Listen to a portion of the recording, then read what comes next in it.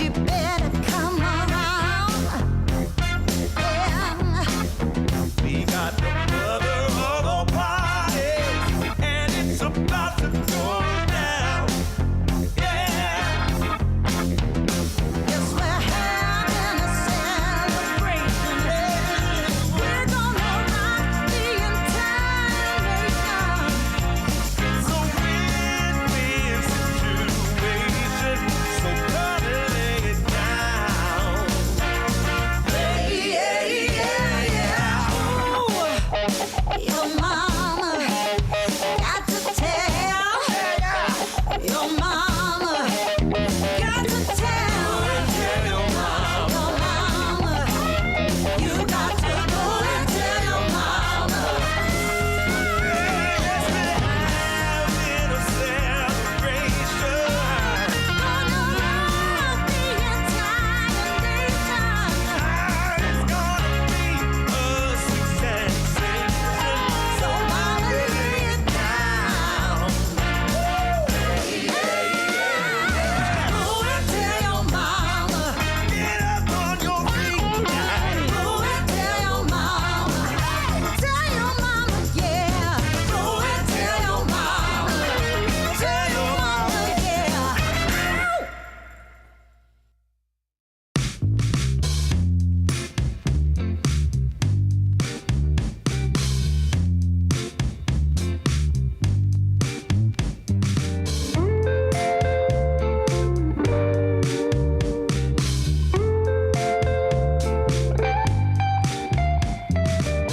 Well, I can tell just by the way that you're smiling that you're still unsure. And I can tell just by the look in your eyes that you've been hurt before.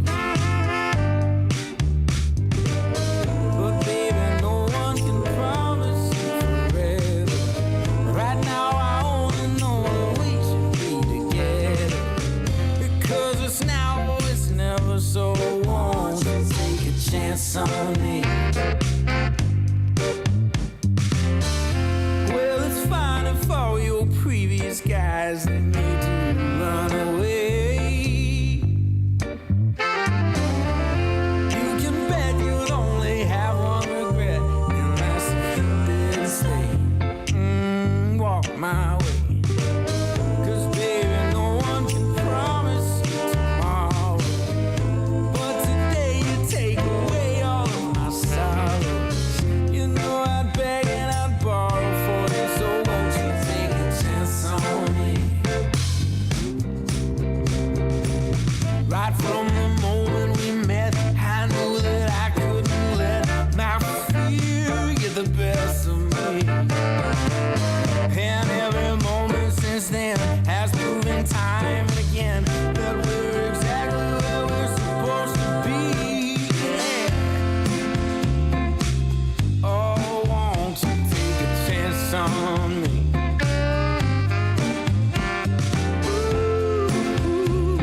Oh, won't you take a chance on me?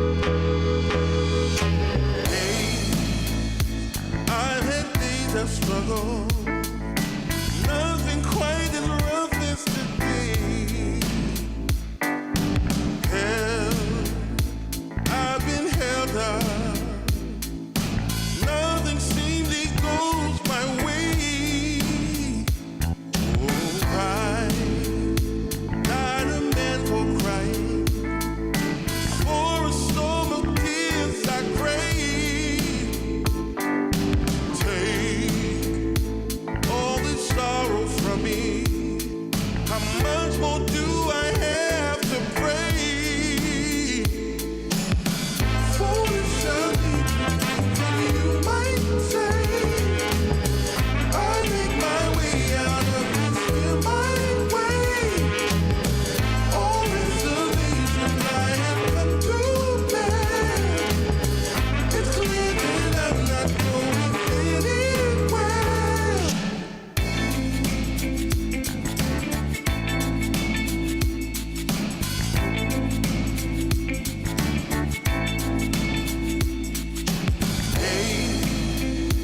I've had days of struggle, nothing quite as rough as today.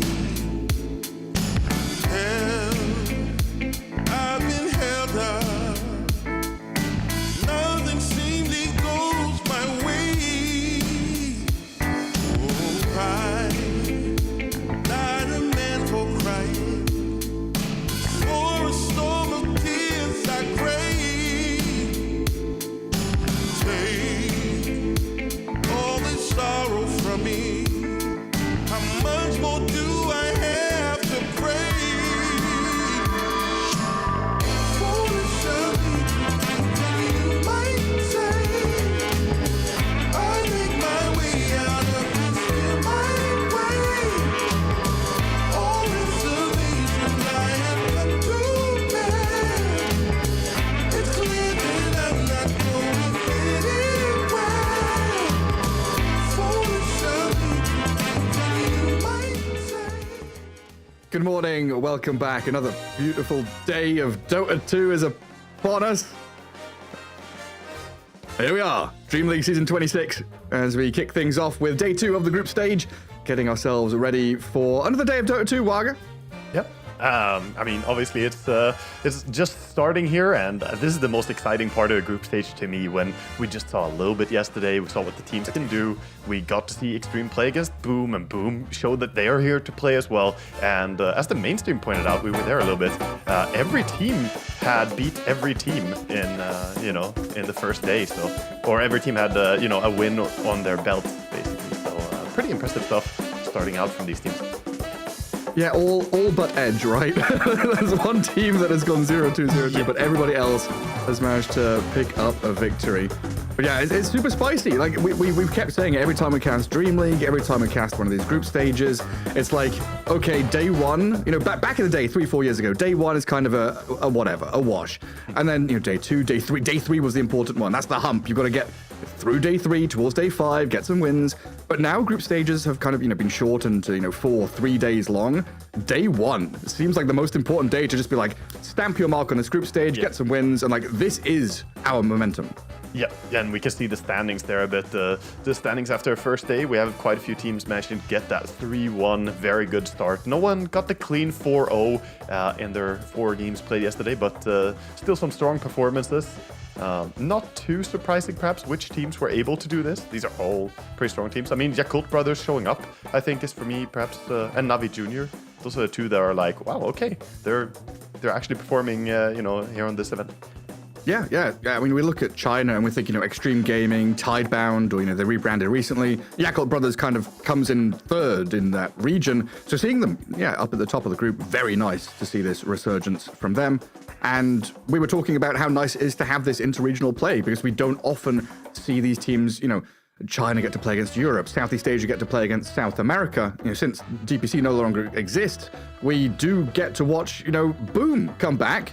They had a South American team not long ago. Now they're back in Southeast Asia and they're back to performing. Exactly. No, it's good fun, and also it means that we get to enjoy a lot of these players in our region as well. Because I got to play against some Tidebound players, in my pubs and stuff. It's very nice. I had Y giving me a block of cheese in one of the games, so I'm like, oh, so nice of you, Y. And it's fun to see them going in. But we're gonna head into our first series soon. It's gonna be Extreme versus Liquid. We didn't get to see Liquid play yet ourselves, Gareth. So I'm super hyped because they are playing with a stand-in. They're playing with V-Tune standing in for Mikke, and that obviously always changes a lot for a team when you have to take out one of your, long-lasting foundational parts and put someone in there to fill those shoes. Yeah, right. It's one of those core members. You know, we've looked at Mickey kind of go from being this young carry player, you know, performing well, to being an integral part of the Liquid machine. You know, interviews with Blitz and talking about the kind of mechanics behind the scenes. You know, Mickey has been a large part of the captaincy and the drafting as he, you know, took that, took the throne from Insania after a little bit during Liquid. So losing him is a you know, for this tournament is a massive loss, but VTune has been able to step up somewhat, and we said during the little interview we had on the mainstream, it's nice to see Liquid playing into VTune's hero pool. Yeah. Something that you kind of have to do, right? Exactly. When you play with a stand-in, you want to make sure as a team that the stand-in is as comfortable as possible. You shouldn't be forcing him to like, oh, you got to play our style. Instead, you as a team, you all know each other really well. You gel really well together. So you're going to now sort of adapt to taking in a new player. Definitely let him play his comfort zone type carries. And that's what we've seen so far. And we'll probably see it throughout the entire tournament here. Is that he's going to go towards his heroes like the Drow Ranger that we saw. Not a lot of other players play it, for instance. But he obviously is pretty fun to watch because he plays the vantage point Drow facet, which nobody else does pretty much. It's super rare. The 30% bonus damage from high ground is pretty underutilized in high professional scene. So I'm excited to see him play that again. I want to see more of it. Yeah, and it's something that, as a hero that we haven't really seen outside of the Eastern European region. You know, this is something that we saw kind of building up during qualifiers and things like that. Pure VTune, a couple of other players, you know, bring out this Drow Ranger, and it's just a beauty to watch sometimes against a lot of these tanky cores that are being picked up by, you know, offlaners and mids. And of course, their opponents, Extreme Gaming. It started out yesterday with a little bit of a hiccup against Boom, dropping that game, and then getting 2-0'd later on in that day as well. I'm hoping that Extreme Gaming, that they don't have complacency setting in. Having already qualified for EWC, you know, it's still going to be a good tournament testing ground here to get your momentum going towards Riyadh. Yeah, you and I talked to Peloson after their first series there, and he said, you know, obviously, if they manage to get a high placement here, that would mean that Tidebound inherits their already qualification from the ACL, so towards the EWC. And obviously, they want to try their hardest, not just for Tidebound, but for themselves as well here. This is another big tournament to play in. You never want to have a blemish on your record, and Extreme Gaming, they know that they have the potential to play better than day one went. And I think a lot of it goes back to they need to get XM to have a better game than he had in some of the games that we saw. I looked back at some of the replays where, you know, they went up against Shop for Rebellion. XM struggled a little bit there. This, though, a player that, you know, definitely stepped up big in the Lifesteer game that you and I watched. Ahmed just single-handedly demolished Game 2 against Boom. Yeah, I mean, this is the guy where you find, you know, that 24th pick, the last pick overall of the draft, that perfect hero to slot in, like that Lifestealer in that game. And Arme is the perfect player to pilot that kind of situation because you know he's going to make very few mistakes. And when you have a perfect hero for a perfect spot, mistakes are really the only thing that's going to give up any advantage to your opponents. Yeah. Definitely keep our eyes out on him. And that's where you can also say that Ame, you know, for the love, the cross-regional love between him and Yatoro, for instance, you know, the two of them are very similar in many regards. The versatility that they have. We can see him be a very strong last pick because he knows those heroes very well. He can play anything. But yeah, let's head into a draft and see what we're gonna have coming up. I believe that this time, you know, we might see them go for a late carry pick again. But starting out the draft, we're going to be probably seeing a lot of the common faces in the band. Yeah, Extreme Gaming do have that last pick. Pink mouse, pink keyboard. Fluorescent, I mean, pink headset as well, right? He's got the trifecta, all matching. Yeah, he's got the nice mouse mat as well, covering the entire keyboard. I used to have that. Right now I'm on a smaller mouse mat. I should scroll back. It's so nice to have the keyboard including mouse mat that like creates a little, I don't know.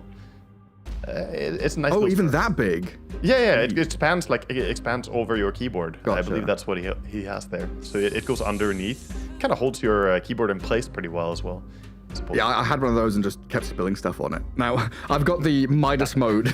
Big mouse. It's not the long, wide one, but it's the kind of chunky square one. Nice big mouse, Matt. It's definitely important to get gear that you're happy to use, you know, for these pro players. Once you find what you like, you don't want to use anything else as well. It's such a personalized thing. See the players get into the groove here with the bans. We got Beastmaster taken out, Tinker, Darkseer, AA, and even the Venomancer. So Extreme Gaming have been running, not frequently, but they have been running Jungle Veno, and people don't want to have to deal with that. It changes the game in a pretty drastic way. Suddenly they're doing a 1-1-2 setup with a Jungle Veno, and that makes you question, do we run and chase the Veno? Is it worth it? Do we even have a right hero who can bother Veno in the jungle? So instead, just get rid of that possibility. Don't play against him. Yeah, don't go down the rabbit hole of trying to deal with something that you can very simply just remove early on. And that was always the tactic against these kind of cheesy Broodmother, Meepo kind of picks, right? You just get rid of it early, don't have to worry about it for the rest of the draft. It's out of the way. Yeah, It does mean that bit there's of a like heroes waiting left ban. in. Yeah, exactly. That's exactly what I was going to say. It's a bit of a waiting ban. When you ban Venomancer, you leave a lot of things in. So it puts the question over to Extreme Gaming. What do you want to ban out at the end? Banning the Primal Beast. So big respect going over to Saberlight, of course, who plays a crazy Primal Beast. And then Nature's Prophet also removed out. So what, we're left with, you know, the Ringmaster and stuff like that. No Beastmaster, no AA, no Veno. Got that. But we do have Jakiros, we do have the Ringmaster, you know, some of the strong support still available. And with And like TA. Yeah, of course. Straight out the gates, TA is going to be the carry. Definitely a hero Ooh. that VTune is happy to play, but Extreme Gaming quickly go with a hero that is looking pretty well set up. AA is banned, TA is picked. It's a good Morphling game. Morphling does well against TA because of his extremely high armor, and he's only really susceptible to getting sidebladed by TA, but that's not that easy to do against someone who waveforms on top of you and just start hitting you. And completely the opposite of what we were talking about, right? That last pick for Arme, potential for them, Yeah. flipped Yeah. on its head because they have so much information here to make this a good Morphling game. I think so, yeah. They just wanted to get that before it gets removed. Quite a high chance they would get banned out in second phase. Morphling is one of the top carries right now, as is TA. TA is picked a bit more, but Morphling is not far behind in pick rate. But now, obviously, you got to think, as Team Liquid, do we want to get some proper burst heroes, some ways to actually kill the Morphling threat? You and I saw a Lina game We did. being played yesterday. That was some interesting stuff coming out. Yeah, Watson, Lena. I mean, we used to see Lion as a hero picked against Morphling as well, just having that double disable plus nuke damage. But Lion hasn't felt particularly good recently. So, Yep. yeah, curious to see where Liquid go with this. Especially with ET kind of stolen by Extreme as well. I mean, Liquid ban out the Rasta themselves as well. Obviously a hero that, you know, we saw Shinkyu playing before. And Aghanim Scepter is scary, man. yeah, they saw the Aghanim Scepter Rasta. They don't want to play against it. They don't want to be the team that loses to an Aghanim's Rasta. Oh my, we see an early Techies pick. That is one of those heroes that can catch Morphlings off guard. You just blast in from the sideline. We see some laughs from the players here. Yeah, you come out of fog, you surprise, you nuke, you do a whole bunch of stuff, put down some mines on him, and Techie's a pretty strong, or can be a pretty strong laner with someone like a Tide Hunter here. So now you've got long range attack with Gush, you've got lots of ways to get in on top of people, and this tanky body to play in front of you. Yeah, it's also Anchor Smash is just super good against Morphling. Morphling is all base damage basically, so you come in with the Anchor Smash, take away a ton of his damage output. I mean, Wagga, they've got everything. They've got minus armor, they've got roche taking, they've got they've got tower Stuns, push. Silence. What can't they do? These two heroes, Gareth. Don't even need the techies. Yeah, I mean, Nigma Galaxy starting to show up at tournaments. They're qualifying to stuff, and now the meta is And now returning. suddenly, on everyone's mind is the Tide TA because of that. Full circle. Dota is a cyclical game. And we see it right here. So when you see this, you know it's Morphling ET against Tide Techies. TA is going to be the safe lane. So does Extreme Gaming now try and create an off lane that can deal with TA? Like, for example, we used to see Phoenix as an off lane. Yeah, I think it could be a good idea to go towards something like that. Like Phoenix as a core is potential, but also even just running Phoenix support. You know, +4 Phoenix does a great job against TA as well. So they have a lot of options here what they want to do. Obviously, they see the TA and they haven't shown anything for their offlane themselves. The question is exactly what do they want to add, because the picks will give the identity to their draft right now. Extreme Gaming, right now they just have a Morphling farming and ET for some teamfight control and like setup. So the next picks, will they go for a push? Will they, try and take control early? Will they try and play this towards later stages? Right. Because Morph does really well against TA late game.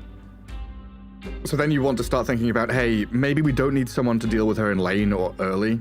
We go late, and we need someone to play with Morphling to have like catch, Thinking about, I was thinking about, XXS Centaur, for example. It might not be particularly good in lane, but having this hero that can stampede, move around the map, get on top of people, be that blink initiator, could be a handy tool.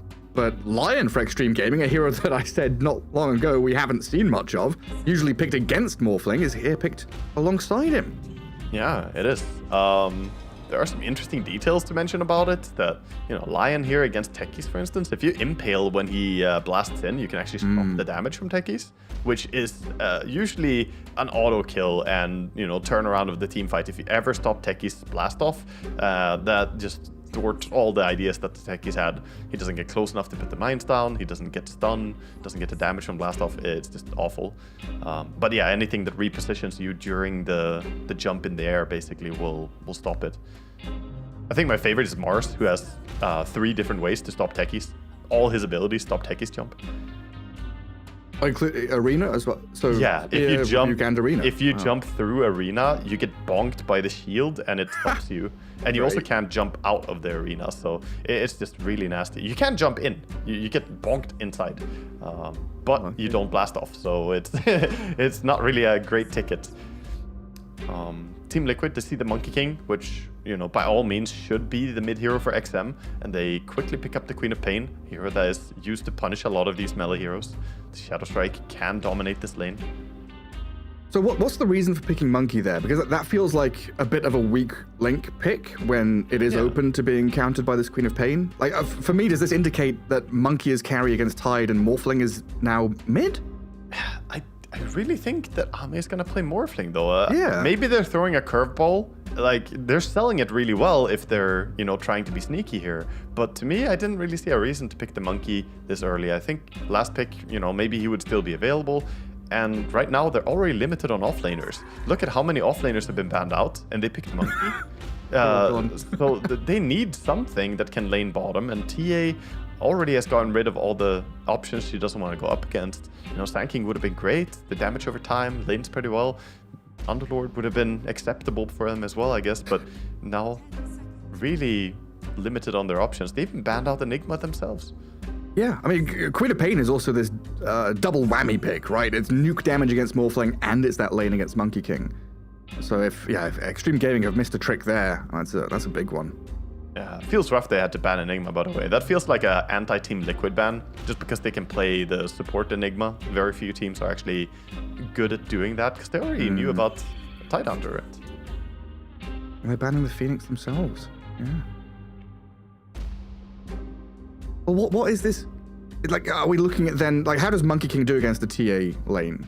I'm just looking for other options. Like, what, rationalizing why have they done this? Yeah. Or is it just, I guess, just the fact Monkey King feels like a safe laner, and even if they pick Quap, he's still going to be leaving the lane and roaming. I think it's telling us that they wanted to have a hero that plays together with the Lion and ET, some activity hero. And Monkey is great for activating early, join the side lanes, and he can find TA pretty well when she's farming somewhere and set up for the ganks onto her. He also isn't that likely to walk over traps because he can jump over tree lines all the time. Oh, that's clever. And I guess if they had picked a Storm or an Ember, they would be the ones getting monkeyed, right? Yeah, probably. Yeah, you wouldn't want to go that early. But so this they stops had them from being countered, and then it also stops the enemy from picking those heroes that would be countering. Yeah, I'm struggling to wrap my head around the way the Extreme are drafting this, because they have the ultimate last pick. Usually want to use that for that mid matchup, get a good matchup. Now they have a struggle matchup mid, and I do not know what they should go towards as their last pick, but maybe this is all a curveball. There could be a chance here that this is like, psych, we're playing, side lane Monkey King or something, or this is a mid Gigaflex. mid Morphling, like you said. Yeah. Well, that rounds things out nicely for Team Liquid. They're very strong lane. TA Jakiro, Tide Techies, very strong lane. Lots of team fight, lots of physical, magical, pure damage mixed across the board. All 5 heroes can play together. Like, this is just a very nice, tight draft from Liquid. This is such a Liquid thing. I think out of all teams ever in Dota history, there's no team that have as often been on point or like on board with the way they draft. I think Liquid have always had very sensible constellations, and this draft looks good. It doesn't have a glaring weakness. Extreme Gaming, they are going to get XXS on his Brewmaster. Okay. How did that one slip through, actually? Yeah, XXS plays a really good Brewmaster. So that's going to fit pretty well. He is pretty annoying for TA since he has the massive evasion when you go into Storm Panda form.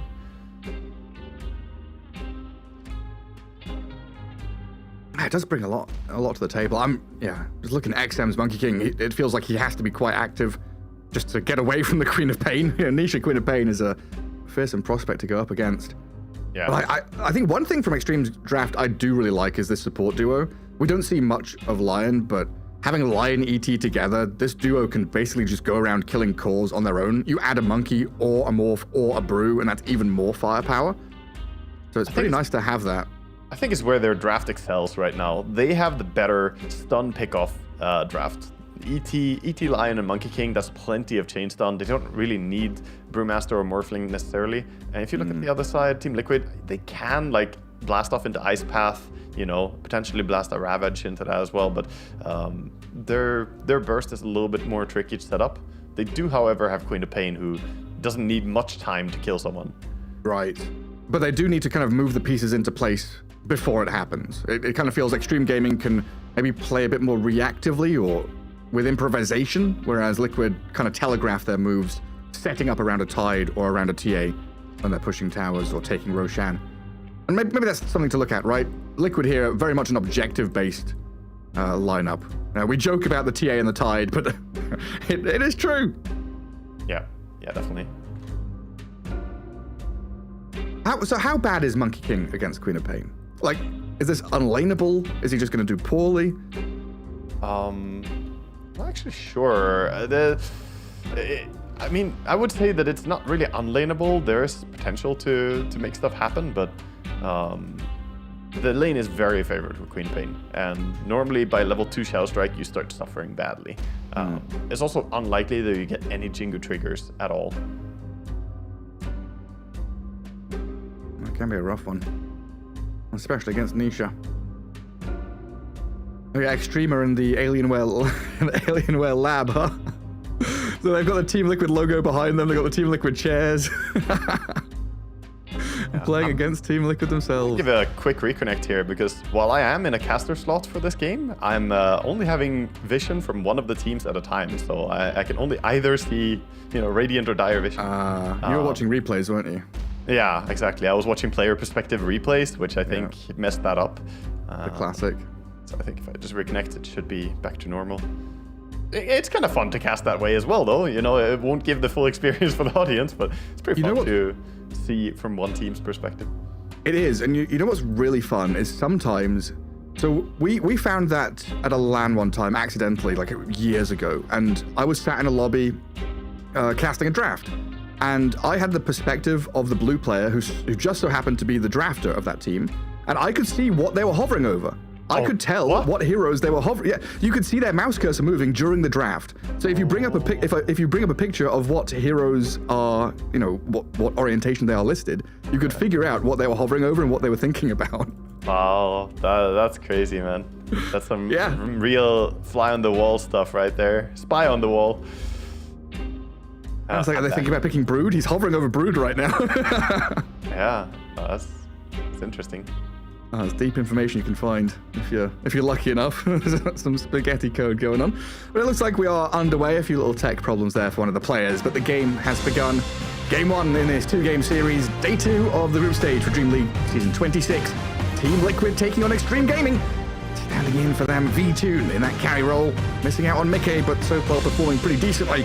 While Extreme Gaming need to pick up the pieces a little bit after day 1, taking only 1 victory out of 4 games. The best team in China struggling a little bit And we see Liquid recognizing that they have 5 really strong heroes for looking for first blood. They are moving together. Smoke is ready. They're waiting to make a little bit of a late smoke pop here and go around. We'll see if Extreme Gaming can avoid bleeding anyone here. They're actually going to be the ones smoking, but they're not S5. They're going to try and go towards the high ground, so maybe they can just smoke break. But I think they want to get in. Yeah. It might mean that Poloson just runs in and realizes, though, because they're in their own smoke, which will work to their favor for Extreme here. If they go to the high ground and see that smoke disappears, they should back off from that cliff immediately. Yeah, that's true. Just use that information to their advantage. And what does Liquid have skilled up? So we've obviously got Meld on the TA, but Tide is holding. Techies is also holding. Yeah, they're all I'm holding. Curious, if the smoke breaks, do we get them like level up blast off and go blind into it, or we just wait to see what comes? Yeah, I think you a lot of times do want blast off, to be honest, even if you don't find a first blood pick off, because level 1 sticky bomb is only 80 damage. It's pretty low in the laning stage, and it does cost 100 mana still. So the blast off, of course, does damage to yourself, but getting that big 200 damage in an AoE can be amazing if you land it in 2 heroes in laning stage. Talk about securing a range creep. You just jump in, kill the range creep, and deal 400 damage total to the enemy heroes as well. Yeah, I mean, Morphling currently has 384 HP as well, so he's a large chunk of his health. But here's that smoke move actually going into the small camp there and smoke breaking. So it looks like both teams understand there are enemies nearby. A sentry ward in the camp could also reveal the positioning of V-Tune here. They see Insania and Nisha first. Extreme Gaming stepping aggressively into this top jungle. Xingqiu with a good 2-man stun, but Poloson in a lot of trouble. Boundless Strike holds them back momentarily, but the Elder Titan looks like he's going to get clicked down here. Gets into the river. It's going to take them a little while because he's speedy once he gets into the water, but the dual breath, Poloson will get finished off. I wonder, was that a panic click, or did he misclick the reactive taster? Because I guess they were going on him a little bit, but he didn't take much damage at all, and he got the reactive taster very quickly. I think this is a horrible skill to start with as techies. Oh man. I mean, it's gonna be allowing him to disarm the ET though. Maybe I'm underestimating it at first glance. Maybe the genius that is Boxy thought 2 steps ahead and said, you know what, in lane, yeah, just disarm the ET when it goes in. Now, there's a lot of ways to look at it, right? It could be that smoke movement from Extreme Gaming. What if there's 5 there, right? What if there's 5 and you got a reactive taser back, but... I mean, it is probably one of the best skills in the game for countering an ET harassing you in laning stage. Just you disarm him very easily. You can even save teammates by disarming him, by activating it early. It's pretty fantastic. And you also you can't dispel this. Yeah, it's spirit buff off. Oh yeah. It's dispellable. I was only thinking about the disarm, and I was reading it. Oh, there's a dispel there. yeah. No, it dispels as well. So it's a hard counter to ET in lane, actually. That's super cool. And the tickies, they're suddenly South African, just bend my E into an I. The techies was picked after the ET, so this was a response to the other Titan, right? Yeah, it was. I think so, at least. Oh, both of them picked early. Yeah, they were. It was definitely a response to the Morphling. I'm not sure about the ET. They were picked very early on. Well, 2 kills already to the good here for Liquid. That top lane, Insania zoning 2 heroes out. The strength of Jakiro at level 2 now. Yeah, I mean, this is just what we see from Jakiro a lot. Spam that dual breath to deal a bunch of damage. Level 2, he is such a monster with Liquid Frost. Jakiro hurts more than you would imagine. And TA doing a good job as well. V-Tune getting in there with a meld strikes onto the Brewmaster. All this chip damage, that battle of regeneration early on, burn through the tangos, burn through all these stick charges that are massing up. It's just such a nasty place to be here. 8 last hits for the Brewmaster. He's done a good job getting those, because so far we've watched Extreme Gaming sit basically in front of their tower, hiding from the Jakiro these first 2 minutes. Xingqiu getting some good damage onto Insania at least, so bringing the Jakiro pretty low, but Jakiro looking for another combo. There it goes. And it just burns the poor lion. He's been to hell and probably felt something like this. He wishes he was back there now. Now I've got to bring more salves, more regen out, because they are running low right now. down this bottom lane, my goodness, 16-2. You were talking about the Tide with his anchor smash, doing well against the Morphling. He is running that lane. Yeah, this is a lane that sometimes, if Morphling gets ahead, he can win the lane. But if you don't get a good start, Tidehunter is a very oppressive hero for Morphling to deal with. You have no real authority to harass him. You deal no damage to him. And even if they try and pull here, Pelosa gonna try and pull the small camp, Tide can just go over there and say, okay, I'll farm it. Mine. Yeah, I got the anchor smash. And we did have a period where Morphling was somewhat good against these melee heroes with the Adaptive Strike build. You could spam them out of lane somewhat. But no Adaptive Strike and Tide going armor items means you do very little to him. He's going to get phase boots. Are we going to see like Soul Ring Vlads out of this Tide, or what do you reckon? Yeah, I expect him to go phase boots into straight Vlads probably. Right. He might go for the Soul Ring as well, but we might see him just skip that entirely. Instania getting run at, the slowest coming in from that Cinder Brew level 2. Jeez. No way to get out. Also, he's using the Drunken Brawler. So going into the Void stance, that's adding 10% slow on top of it. So it actually slows him for a lot. Yeah, he could barely move. Got stuck in the mud. VTune going to return fire a little bit onto XXS. But equally taking a fair amount of damage himself. And a rotation from Boxy here, trying to catch up to Xingqiu with a blast off landing. Perfectly placed. Well done. Big damage coming in. Of course, you have the 300 base damage from the blast off, but then you have your max HP as damage because he did go for the Spleen's Secret Sauce build, not the common build on techies. Normally, it's going to be the Spoon Stash. That's what most people are playing, but did go for the bonus damage build. Interesting. I just Google translated the characters at the end of Boxy's name. I was trying to figure out what it means. It says Lotus 3, and I don't know what that means, but Nisha in the mid lane has 3 stacks of Jingu up on the top of his head. XM gets the Jingu going, the blink away from Nisha, gets a bit of distance. They need some follow through, but there's no boundless strike. You see the cute play there, though? And putting down an Iron Branch tree. They wanted to jump from the Iron Branch with XM, but he had cooldown from taking damage. They still couldn't quite jump onto that tree. They're still going for this, though. Now the boundless is back up. Another stun from Xingqiu, but not enough firepower to kill the queen. His Hex was on cooldown for 2 seconds. Didn't really have the chain stun coming in. Otherwise, that would have been a quick kill. He might just stick around for a 3rd attempt. This is some real hate coming in from Xingqiu on his Lion. Blast off misses. XM jumps across the canopy. Another boundless strike and jump in onto Nisha gets him the kill as Boxy is now being eyed up with a blood grenade lobbed at him. But he gets back behind the tier 2. Some heavy focus on mid lane, and this is great for Extreme Gaming, realizing that Queen of Pain, she is going to win against the Monkey if we don't do something, but coming in and offsetting the balance here, bringing both the supports.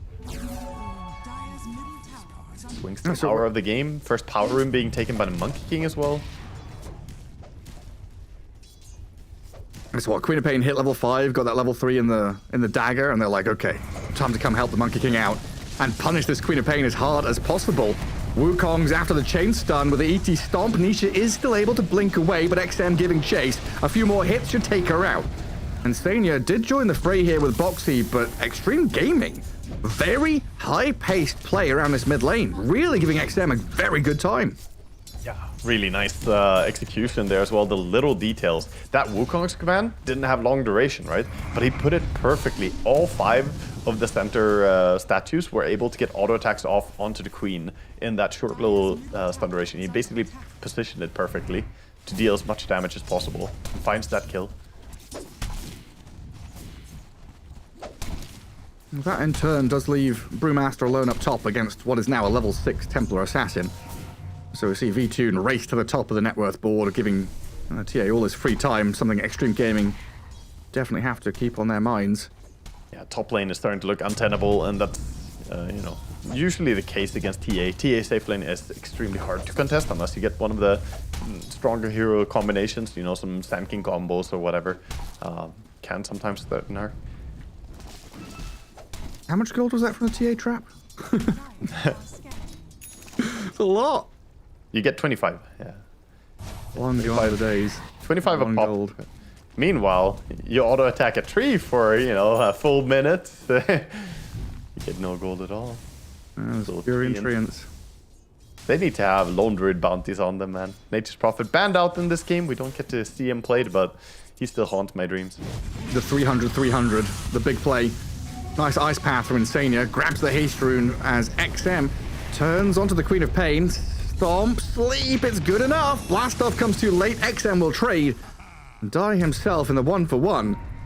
As a hard game for Nisha, though, so far. This Queen of Pain, who was meant to have a spectacular laning stage and good early game, has been shut down completely.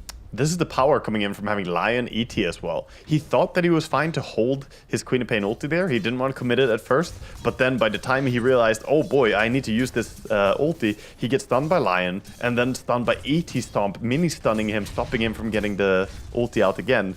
Just too late for him, and he goes down to Monkey King. So yeah, Nisha really being stopped in the early game here. 3 deaths. We usually say the Queen of Pain, you know, you're allowed to die once or twice in a Queen game, and after that you might lose the game. Hey, if you get your laning state deaths, they're discounted. They don't count the same as a mid game death. But from here on out, it has to be clean from Nisha. Oh yeah, yeah. He needs to find that side lane rotation with a big ulti, ideally connecting on 2 heroes. Yeah, maybe try and find that Morphling, who has been booted out of lane somewhat, but for now they're going to poke at Jinkyu under tower. And 2 liquid supports come in and help Nisha out, get a bit of revenge in this mid lane. It looks like the efforts of Extreme Gaming are going up to top. So Morphling is just trading farm with Tide. Tide is behind tower, Morphling kind of cutting the wave and going jungle, bouncing back and forth there, sharing the farm, while Extreme send, 3 heroes top. Yeah, a lot of people focusing on getting this tower down, but the defense is being mounted now. Liquid moving heroes over slowly. Techies at least going over there, and they have the TPs ready to join. Power Rune is spawning in a few seconds though, and both teams realize how important it is. The mad rush to the runes. Minute 10. Wukong's command used to guard nothing. Potential spawn of a rune. Might still get them a kill on Insania here, though, as XM jumps over onto the Jakiro to slice him down. Anisha still going to grab the shield. Nice, so shield rune for Queen can allow her to make some more aggressive jump-ins, perhaps with the techies. But Lion behind. It's risky going into this monkey with Jingu. Oh, nice attempt. Spell's not connecting quite there. Lion wishes he had his blink already, some way to catch people, but Liquid gonna be happy with that. Cooldown ET ulti. Vlad's on Vlad's action. Oh, Nisha, dead. Wow, so fast. You look away for a second. There's a hero gone. I mean, he had shield rune, but he didn't have a chance to activate it. He just got stunned into dead. They're so quick with these. I mean, I didn't expect them to get that much value out of their stuns. I did think that, oh, they have the stun advantage, but dear God, they're making it work on Extreme Gaming. Really setting up these combinations. I mean, yeah, we had a little interview with Paulson, right, about this Elder Titan, and he feels like this is one of the keys to this patch, saying how it kind of counteracts a lot of the meta supports in general, very good against a lot of these core heroes. Yeah. And the pairing with Lion, you know, I looked at it and thought, this is nice, we've seen this before, it's kind of, you know, old school. Amp up the damage, you got all these stuns, lots of ways to move around and catch people, and play into your side lane heroes who are quite active with the Brew and the Monkey King with their ultis. Yeah, definitely. I mean, I love amping up the Finger of Death damage with a natural order. That's really good combo, good synergy. Well, a lot of action has happened on the mid lane. The side lanes have now claimed both the towers. The top tower has fallen for Dire, and now finally the bottom tower, Saberlight, has opened up as well. He does have his lads, and he's got that soul ring, so big mana to spam non-stop, and Blink is going to be the next item on the menu right now. He never goes to Fountain now. Oh my This is God. one of those games where you look at Tide and you think, is he going to die? Yeah. Yeah, Saberlight off to a great start. And he is the type of player who can take over a game in a pretty good way, given a start like this one. He's already eyeing up the mid tower, realizing he's the strongest man on the field now, right? Most likely. Along with TA, who also joined. He's getting a bit bored. Down in that bot lane, just farming, pushing tower. 12.5 minutes of domination. He wants to press some buttons, use a Ravage. And VTune going for Blink Dragonlance and then back for MKB, it seems. So against Brewmaster, who's going in. Straight in onto the TA. Ice Path is there. Focus on the Jakiro now from ET and Brew, but it looks like the turnaround onto XXS is incredible with the damage they've got. Oh, the Earth Panda and the Void Panda both dying to the Sonic Wave. Nisha picks up the kill. Where was the rest of XXS's team? Yeah, they were just not on the same page. I don't know, he was diving in like he had everyone with him, but they were just a little bit too far away, and perhaps they didn't initially realize how many of Liquid's players were around. And now blast off on 2. Boxy is in there with a Ravage help. They've got another couple of kills. 4 in a row. Line up your little duckies. Liquid are coming for you. Yeah, Liquid playing very active Dota now. Great Like, jump there. Tide has just gone from having 1,000 gold to having full blink. Yeah. Printing money. I mean, he did get 2 of those kills. They also took a tower, and now getting to free farm even more. Everything just coming up Liquid. 3k gold lead and building. Meanwhile, Extreme Gaming, we see a recap here. The Ravage nicely setting up. They have quite a bit of lockdown of their own. The Blast Off, Ice Path, and Ravage. Once you see them in tandem, a lot of control. I think Extreme Gaming have to reset and play towards the Radiance timing, right? This is getting pretty difficult. Like as Arme, you're probably thinking, okay, good job, guys. You've given me a little bit of wiggle room here to get to my Manta, but also giving Liquid a lot of money in the exchange. But yeah, it's got to be about hitting your timings here as Extreme. Not just the Radiance on Brew, but the Blink on Lion that you mentioned earlier on. This Manta on Morphling, super important as well. Yeah, you want to get a few key items. And since the Monkey King didn't decide to go Mage Slayer as well, is a little bit longer time before the Power Spike on Monkey King. He's going for that BKB first. Makes sense in this game. There's a lot of things prompting him to go for it. But it does mean it will take a while. Jakiro gets slept up next to DD Morphling. DD times out, but it doesn't really matter. He's just dead. Yeah. It's nap time for both heads. Yeah. I wonder, does one of them go honk and the other one goes look at the Tormentor. The Tormentor is prepped. Oh, jeez. Oh, bye-bye. Wow. 3 seconds. Yeah, Voxy prepped for that one. Go down quickly. Very nice. And then straight towards the Brewmaster here. XM is on top of the trees, though, with Xinkyu nearby. Hex onto the Tide, but in comes V2. Double tap. Takes the Lion out of the game. Queen of Pain inside the Wukongs. Not too bothered, just walks on out. And this is Liquid without Ravage. Tidehunter just wandering towards them. Yeah. Giving vision. We said he had gold for Blink, but he actually elected to go for the tankier build instead.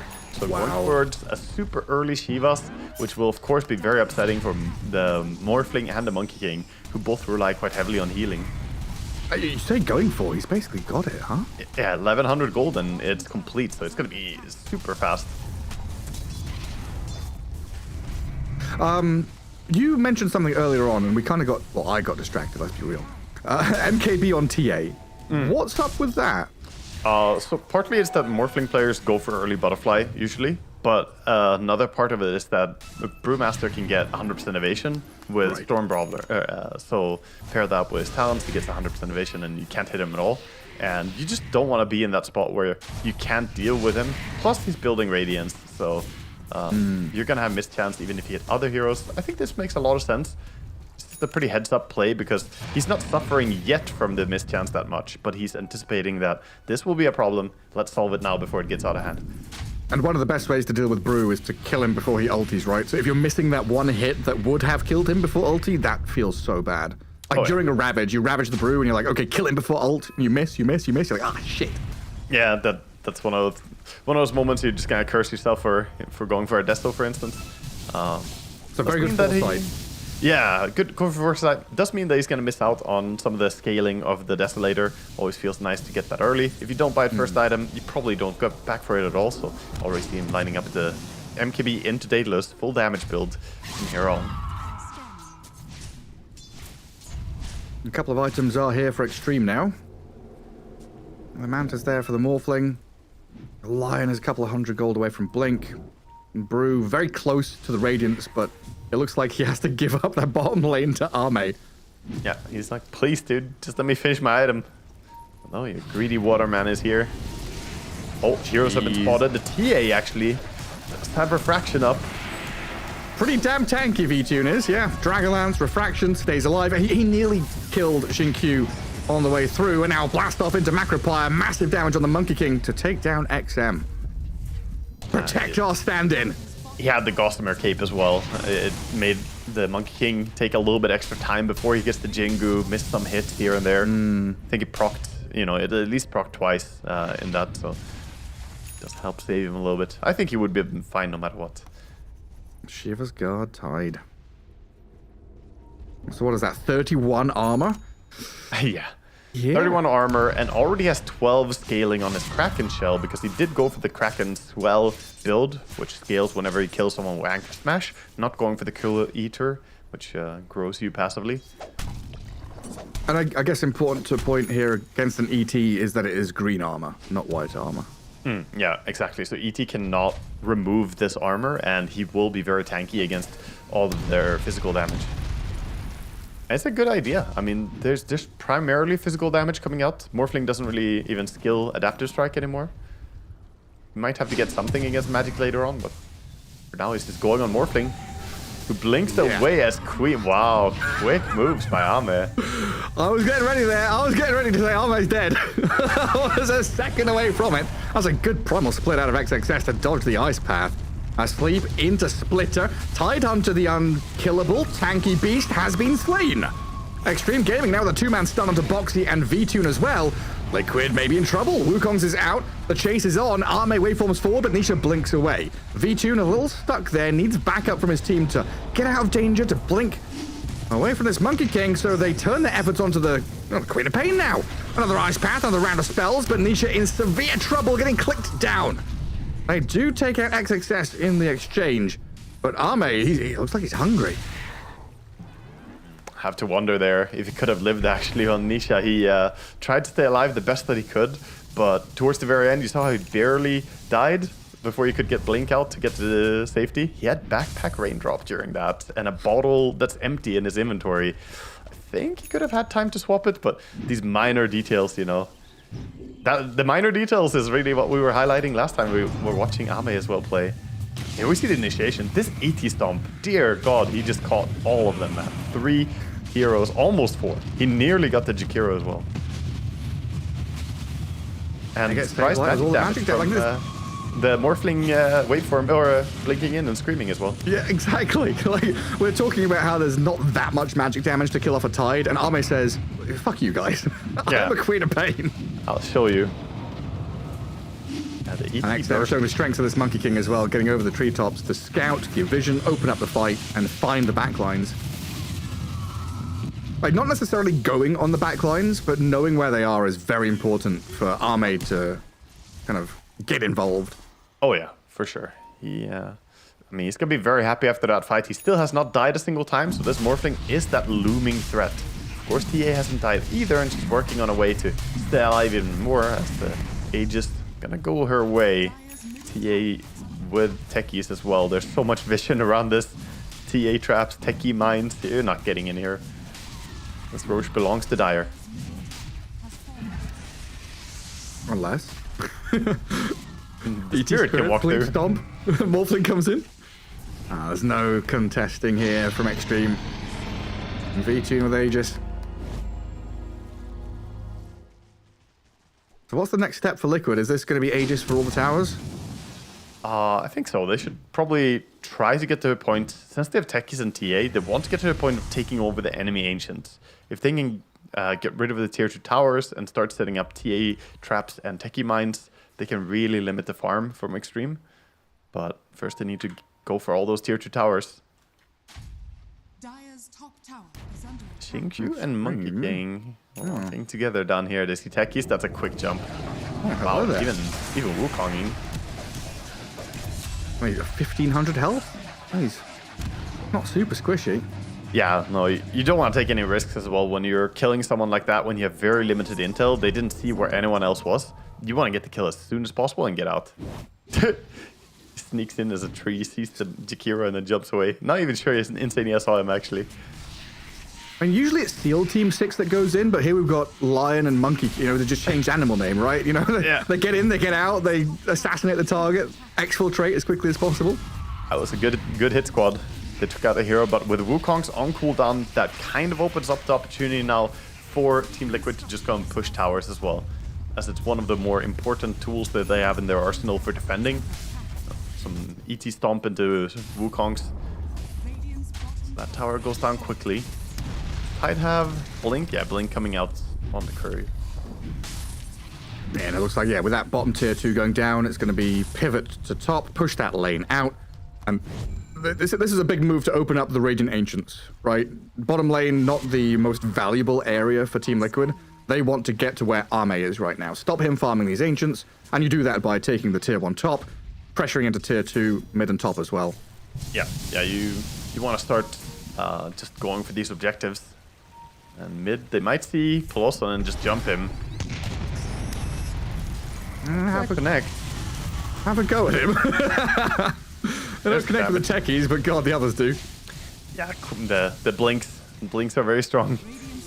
Morphling stays safe though, so Colosson kind of served his purpose, acting as a shield for his carry. Meanwhile, TA staying eyes on the prize, gets the top tier 1 tower. Going towards the tier 2, of course, and I don't really think they're in shape to defend yet. Morphling needs the butterfly. He is just about to get it, 100 gold away.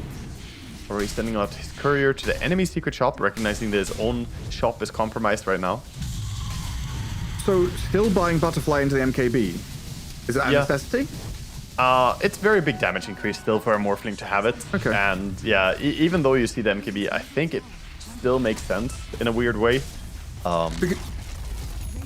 My brain is, still, old dog, new tricks kind of thing. We used to have these moments where someone, you would buy a Talisman of Evasion to bait and fake that you're buying a butterfly, and then someone would buy MKB and you're like, oh, I tricked you. Yeah, but here we instead have, like, the aggressive capacities for Morphling when you get butterfly is so insane. You get 35 agi, so that's damage already, 25 damage on top of that, so you're getting already 60 damage, and then you have 20% base attack speed. That's crazy. Well, a go. Sableye has to use that Ravage to hold Extreme Gaming back. They kill the Lion with it, but now the chase is on for this Brewmaster. If you tune the target, that's a lot of damage. Arme shreds him. And now with the Aegis popping back up, he's in the middle of the Wukongs. He's down. Ooh, the damage. Absolutely destroyed. The Morphling comes in TA mode, getting pushed around by the Void Panda, forward towards Boxy. Nice Ice Path to hold him back, but the ET Stomp and that Cyclone up in the air will catch them a bonus techies. Monkey wanting a little bit more, but he won't find anything on the right-hand side. Oh man, this Morphling, huh?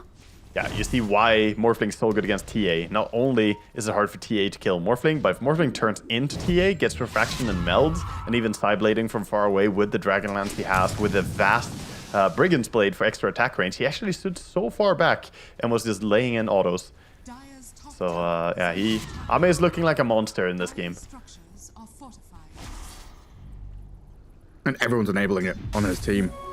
All these other 4 heroes are kind of the setup for the Arme Morphling. Yeah, they got Solar Crest on the ET to buff him up now as well, so get extra attack speed even coming in from that. And this game does not get easier for Liquid as it goes later on. I like their draft, I like the rounded, nature of it, but they need to win the fights right now. Shivers into Blink.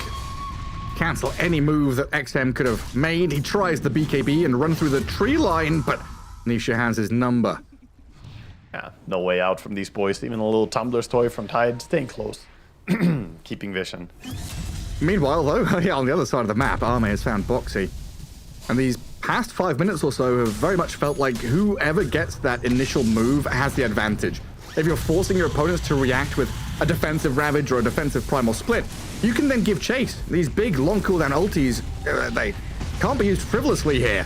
But the Brewmaster just turned on and swiped down by TA. V-Tune on the run now back behind the trees as they try and hold Arme in place with his Ice Path Macropire. The Morphling has no waveform. He's stuck, he's dead. V-Tune picks up a double kill thanks to Jakiro, and now the move up to high ground. 1 hit into 2 into 3. Nisha finds the mega kill streak, and Liquid are onto a tier 3 tower. Wow. Yeah, they kind of overconfidently decided to go on them there, thinking that, they can't take this fight. There's no way, they don't have Ravage yet, but ultimately, you see the survivability coming out from Team Liquid, along with V-Tune, just good positioning to burst people. And now maneuvering away from the Wukongs. The Malirax is around half health. I'm trying to leave the creeps to go to work. V-Tune with some hits from the low ground. Extreme Gaming very good at defending high ground here with Wukongs, with a Spirit, but even if you sleep your enemies, they are going to wake up and kill your buildings. They still have Ravage, so there's no sign of stopping. 20 seconds on the Morphling respawn, definitely enough for them to try and take out at least the tier 3 tower. See them continue the push. Wukong's on cooldown as well. They don't have to be that afraid. And they've got Glyph another is glyph. forced. Yeah, that's enough for them to say, okay, enough damage, let's back. Always when you win a fight like this, check the gold on the enemy as they back. It's, you know, always so much gold going into your inventory. 4k gold on the Tidehunter. He's gonna go towards a Hex as his next item. And Luxury coming in for plenty of these heroes as the Queen now has Kaya along with her Aghanims and Dagon. Even 2k gold towards her BKB. And that Scythe of Ice, if the Tide does finish it off, super, super strong against not just this kind of 4 Protect 1. You know, the Morphling is the pinnacle of Extreme Gaming's draft. Hexing him is great.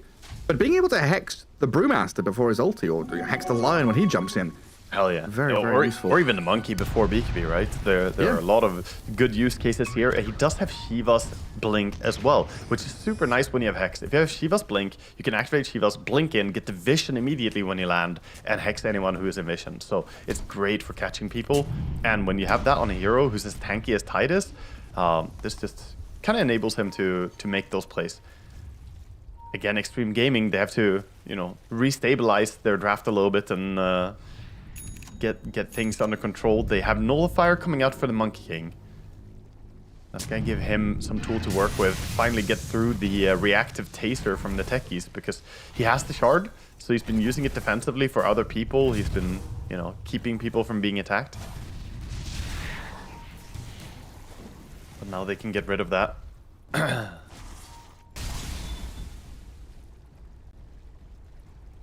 It's never-ending battle against these creep waves, though, man.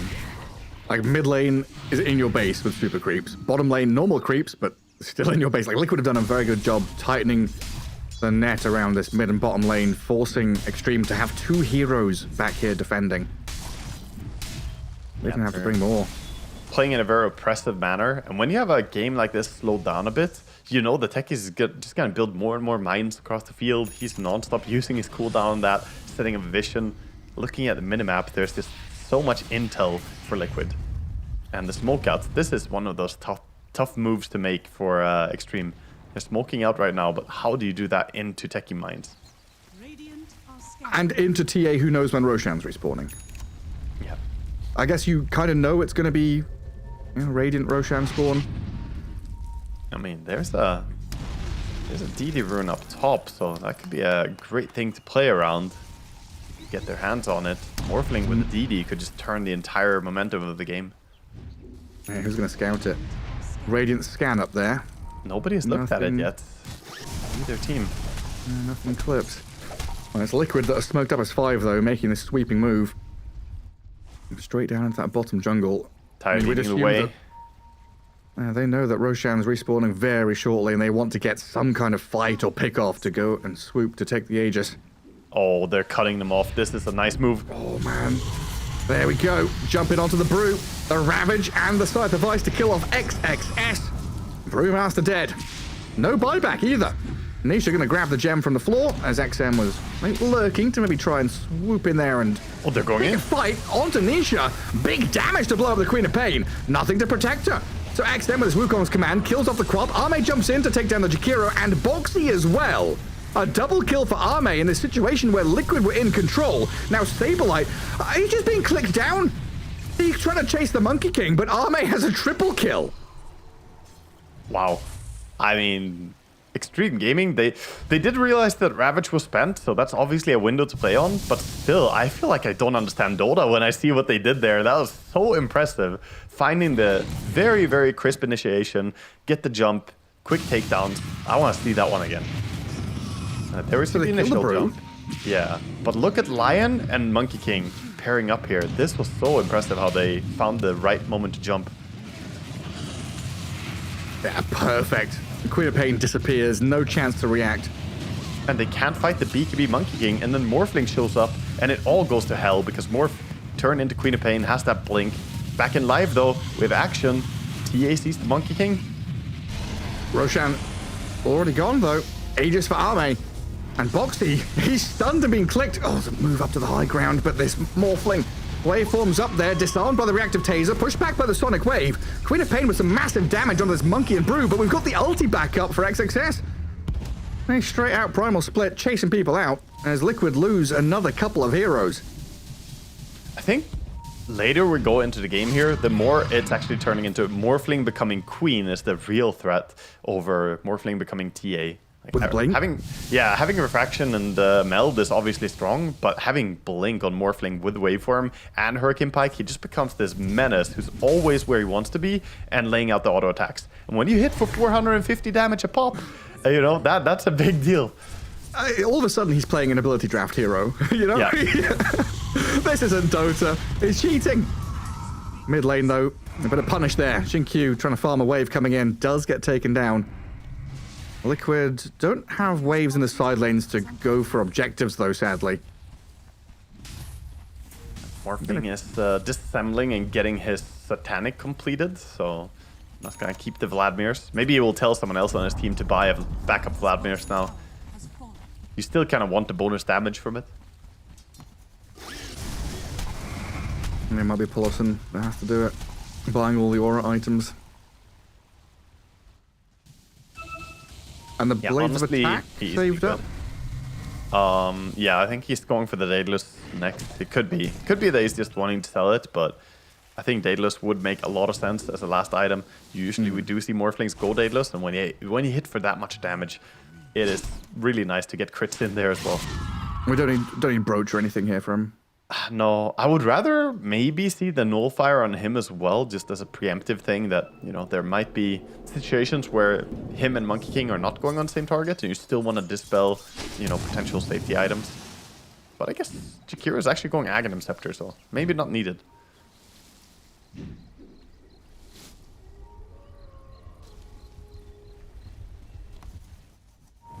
And the fact that Arme has this Aegis for another, the best part of 3 minutes. Extreme Game going to smoke along with him and try and use this. Get some forms of aggression out on the map. Yeah, they're digging. Radiant Scan. Do find a support at least, and they'll take it. Ame is like, I'll eat, whatever, you know, support is fine by me. 50 seconds of Jakiro dead. And water is notoriously omnivorous. Yes. The ocean will just consume.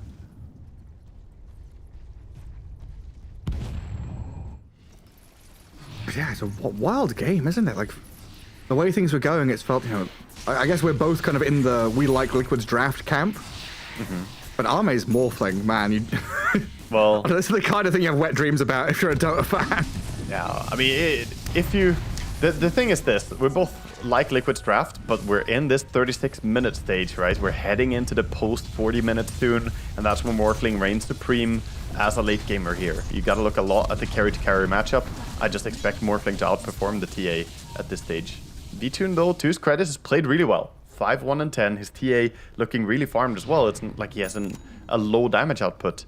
It's just a bit trickier for him. Positioning is much harder when you don't have Blink, Waveform, and Hurricane Pike. And I guess something to think about is Extreme Gaming have done a very good job kind of giving XM and XXS away to keep Arme's position obscured, right? Arme's only joining these fights, or had been only joining the fights later, once he'd seen the targets to go on.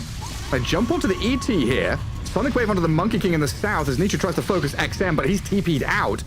Now Saberlight and V-Tune onto the Brewmaster. Gets the Storm Panda away, so he will be fine in the end. Well, Arme, look, into Queen of Pain mode, just giving the right clicks to Tide. Yeah, when he's Queen of Pain, he is a lot longer range than when he's Morphling, so it's nice for him. But Team Liquid with a good form of defense there. Offense is the best defense. They hop out, find a jump, get the support, get rid of supports early. Good mentality, and Lion obviously stayed back and stayed alive, but he didn't really find a chance to turn the fight around. Mid though, he fights the deck. See? Stun into Finger. Ice Path. Not enough. But they do turn this onto the Lion, getting at least a trade 1-for-1. But this is what I was kind of aiming at, is that so far we've seen the Scythe of Ice and the Ravage used against the Brew and the Monkey King, because they're frontlining. Stabilize had to kind of use them, not necessarily reactively, but just they are the only targets showing. He's got to use it.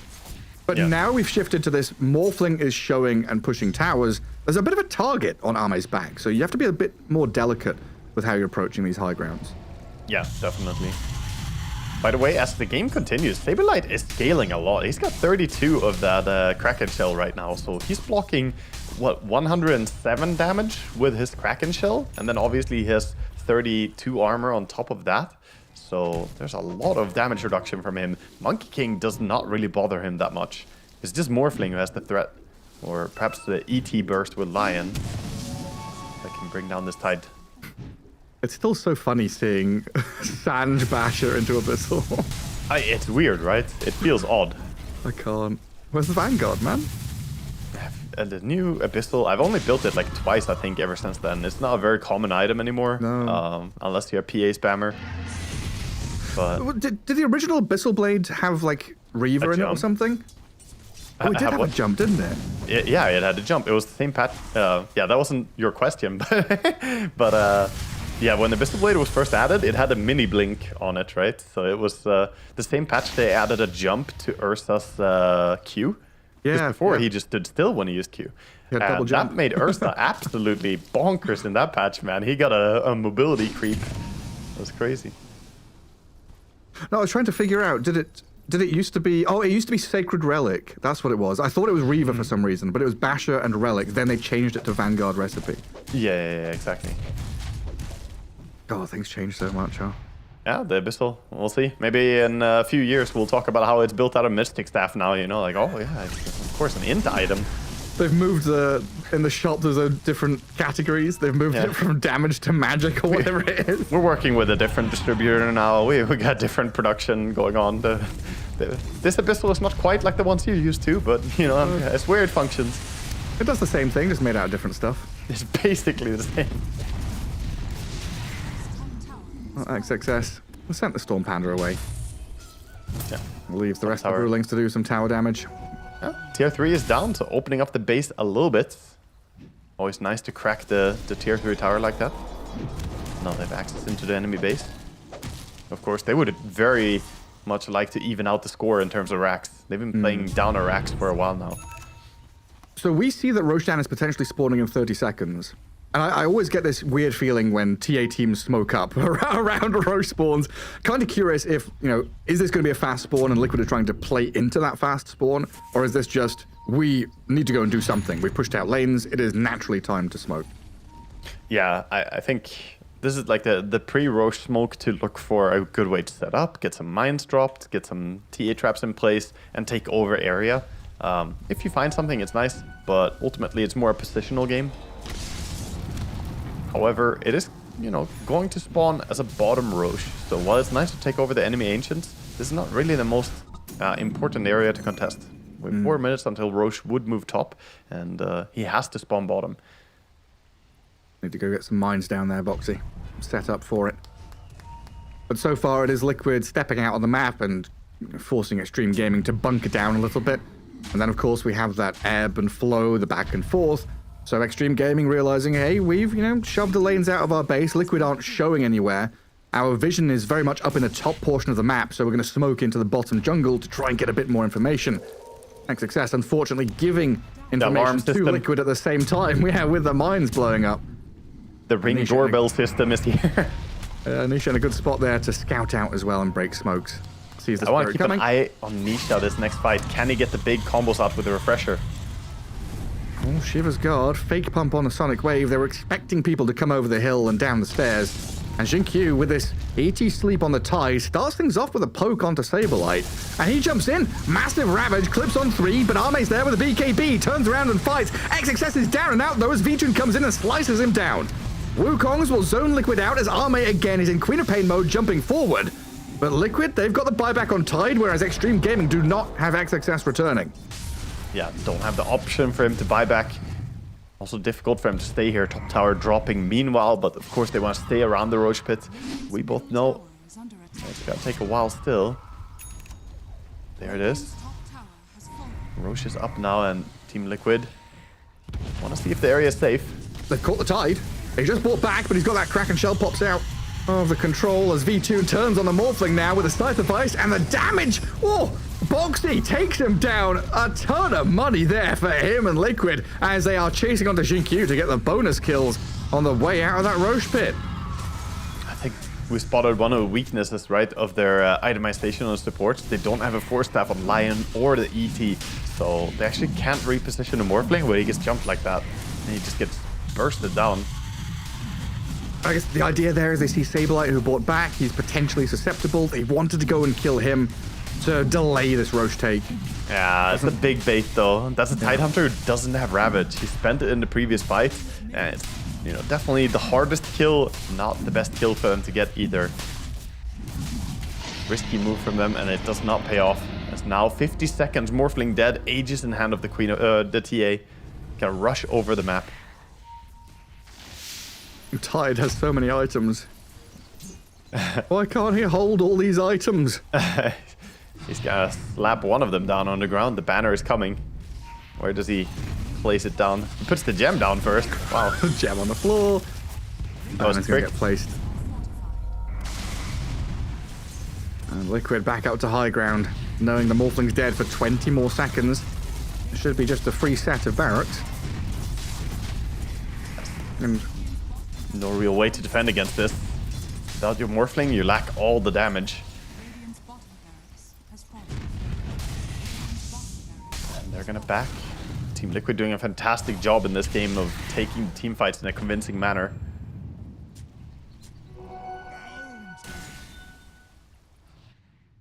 How much of that goes back to, you know, Saberlight and his just brave jump-ins as well? Like just starting something or just going in and baiting like he did after his buyback. A lot of people after buyback will be timid, but Saberlight just walked up and said, hey, they can go on me. It's all cool. yeah, hex me all you want. Yeah. Lovely thing about being Tidehunter and knowing that there's no break on the enemy team, right? There's Lion perhaps wishes that he was Rasta with Hex Breaks talent, but sadly Lion just has a Hex cooldown talent. That's unfortunate. I feel like he should have Hex Break as well for parity. You should, you know, the two heroes, they both deserve it. No, Lion has that cosmetic that turns people into a fish. That's that's what he gets. He gets a cosmetic. He Doesn't gets a seem fair. cosmetic, yeah. It's absolutely fair. By the way, I said it was Kraken Shell that broke Tide out, but it says Blubber, isn't it? yeah, it's Blubber now. I mean, that's an old. I do the same thing. Yeah, it's Kraken Shell. Boxy getting walloped by the Monkey King. Inside Nobody move. Inside the minefield here. Sablelight's going to force them to move. Gets the Hex and the Ravage onto two. Monkey King, oh, he's still alive somehow. Hang on a second. Finally found there by Arme, trading out for Saberlight as this Morphling jumps in, going head-to-head with a real Queen of Pain. Blinking after, trying to chase, but the quick retreat is being sounded here. Even Jakiro putting the moves on. He's got the Ogre Steel Totem, Blink, and Force Staff. The DD rune denied. Yeah. Good fight in the end for a Radiant, and they know Tide doesn't have buyback. Kind of hard to make anything big happen with it though, as the lanes are so far pushed in, mid and bottom. Actually, it's going to be Dire looking for kills. Yeah, and they've got Polaris in there. Easy as you like. I mean, these lanes constantly pushing in are such a nightmare to deal with. Yeah. Like, your map space is just non-existent as Extreme Gaming. We've seen how good and how well they can fight and punch back and get openings. But these openings are really limited now. Yeah, they are. And by the way, what's also getting limited is Ame's item progression. He can only get so much more. There's Moonshard, there's Aghanims, and then there's replacing one of your already good items with, I guess, a Swift Blink. But, you know, a refresher perhaps. We're getting pretty short. Oh no, the Lincolns! Nisha just got that Lincoln, swapped out his treads for it. As Arme, he goes in onto V2 now. It looks like Extreme Gaming are unable to catch anyone from Liquid there. Extreme, they really wanted that because they knew Tide was dead, and they also saw that Techies was on the other side of the map, so wish they could have gone to grab there. Lincoln saving his life. Such a good feeling to have Lincolns on Queen of Pain, because it usually gives you enough time to get the BKB out. If you get jumped and they break your Lincolns, you might have enough time to react with the BKB. And of course, this was the first reveal, so hard for you to have known. Can we get a replay of that? Like, was that literally 1 second between him putting it in inventory and it popping? It was very, very quick at least. So I saw him mark his treads for quick sell, and then I saw the Lincolns come in, and I don't know, stopped paying attention for a moment, and then the Lincolns popped. Oh, the Scythe, Saberlight, mid-leap, catches the Monkey King, forces XM to BKB and Wukongs, but he's still being shredded by the physical damage of V-Tune. And now Xingqiu, I mean, he's not really able to do too much here to Saberlight. They've got a Force Staff to drift him a little bit further away from the Earth Splitter, from the Brewmaster. Minefield Sign being very irritating there for the rest of Extreme, trying to catch up to Arme and XXS as they step forward aggressively. I think they're telling Ahmed to stand down right now. Can't keep chasing. The supports are really far back. Nisha stands up, stands on business. Trying to deliver it onto XXS here. Oh no! Get off his ulti. Gets blasted off and blasted down. Now Arme trying to stand his ground. Nisha blinks away, but Saberlight's tied under, steps forward. Pelosin and Xingqiu holding that angle to get Arme out of there, so the Ravage only hits the Lion. In comes XM, but he's stunned on the ice path mid-air again. This Monkey can't do a damn thing while Arme is annihilated. Oh my god, series of unfortunate events there. The Brewmaster didn't disassemble or assemble his Aeon Disc when they went on him. He assembled it at the moment he died. He tried to hold it as late as possible, but he just didn't get it off. He's going to use his Primal Split now. And Liquid laughing all the way back to this bit of high ground near the Ancients. And now the Brewmaster ulti committed as well, and they're not getting a fight with it. It's all working out for Liquid. The moment that ulti is gone, they can just go in. A buyback. In we come. They've got the Wukongs down. V-Tune in trouble. Xingqiu's moved forward with his XXS Primal Split still going. They kill the TA off. Extreme Gaming defending their base with everything they've got, following through on Saberlight now as well as Liquid, time to cut their losses. 2 cores down, it is time to get the hell out of here. Use the mines to evacuate the area. Extreme gotta go back and defend. The final tower is about to drop to these big creeps pushing in as well. They're based under siege. They get some good payoff at least towards the end for their buybacks, get 2 core kills, but both TA and Tide are gonna be having the pleasure of respawning in regular fashion. So they will be the ones with a buyback advantage soon, and that will be the power play moment. Buyback status, yes, right? For basically all of Dire. Jakiro has this and 900 gold. And no for everyone on Radiant, except Paulson. Yeah, it's just a little ET. He can maybe buy back, but this is such a fragile moment. And they want to get something. You can see Extreme, they say, okay, we gotta at least try and get some building or force a buyback. Can't just go quietly into the night here. It's not gonna work. Yeah, I mean, once you use all these buybacks to hold your base, you are all in one form or another. Like, you're all in on waiting for buyback cooldown, or you're all in on going towards the enemy base. Yeah. Queen with a good push there as well, using the Queen ulti to delay the push coming in on mid, and now only 18 seconds for the TA respawn. This is such a risky high ground push. Extreme, they're mustering up courage, going for it, with the moon started up Morphling. We've got a banner. Keep the creep wave alive. That's morale right there. It's been aggroed back though. Boxy is going to drag the wave away. As XXS does kill off the tier 3, but you see this now. The signal, the horn has been sounded. Extreme Gaming retreat.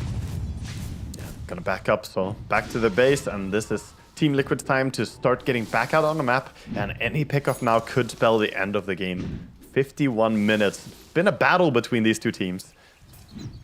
Liquid at times looked really far ahead, and then we saw Extreme coming back again.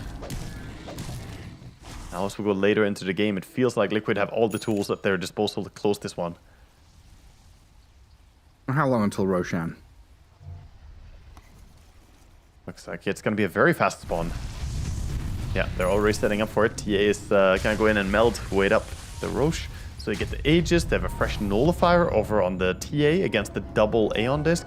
Gonna be absolutely amazing for her. The smoke though, they're making their way over. Can they contest this Roche? Do they have an option? Do they have a choice? Like, again, it just feels like they're very all in on this next team fight. Nisha, Lincoln Sphere's popped to the Hex is there from Xingqiu. Trying to chain stun this. Queen of Pain with the damage they've got. Nisha's down, forced to buy back. Saberlight, though, fortunately for Liquid, is still alive. Wukong's command is out there, zoning Liquid away from Roche as Vtune he tries to swoop in there with a bit of damage onto Morphling, but Extreme Gaming very disciplined to fall back to high ground. Yeah, Extreme also have to fix the bottom creep wave. If they don't, that tower will fall. They will get their throne exposed to this creep wave, so back in defending.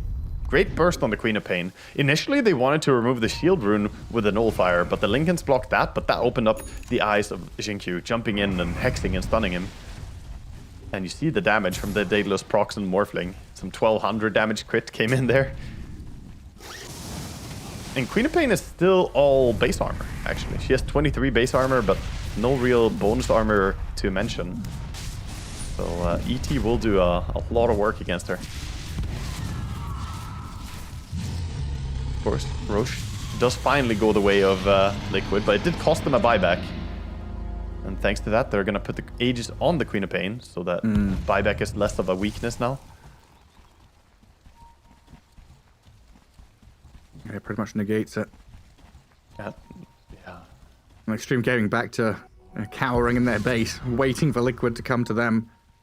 Well, they get Refresher Shard for Tidehunter as well. He actually doesn't have a Refresher yet. I'm so used to seeing Tide build Refresher towards the later stages, but yeah, he went for Ghost Scepter and gonna be very happy to get this one for free.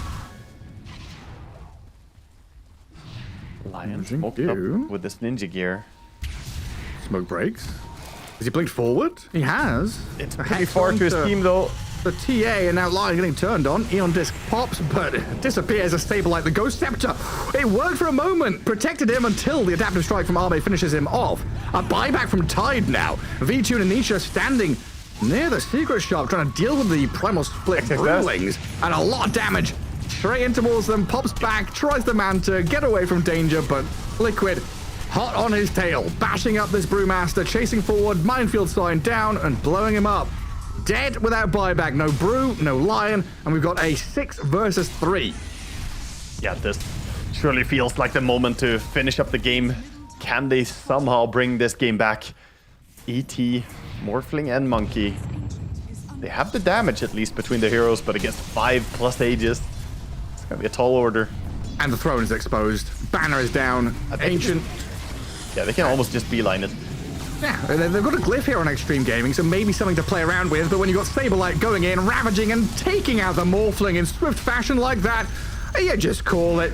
GG comes out of Boxy as the throne falls. Yeah, very, very strong performance here from Liquid. Doing extremely well to hold on to this game, and Vtune, what a showing for a stand as well. 12, 2, and 16. Look at that smile. He's feeling pretty good about himself. Played a great game. Yeah, super happy days for him. TA, it's a cool draft and a cool game as well, right? TA first pick into Morphling first pick for either side, and we see that kind of back and forth in that mid game where there was a bit of a struggle for Team Liquid when Arme popped off, turning into TA, turning into Queen of Pain.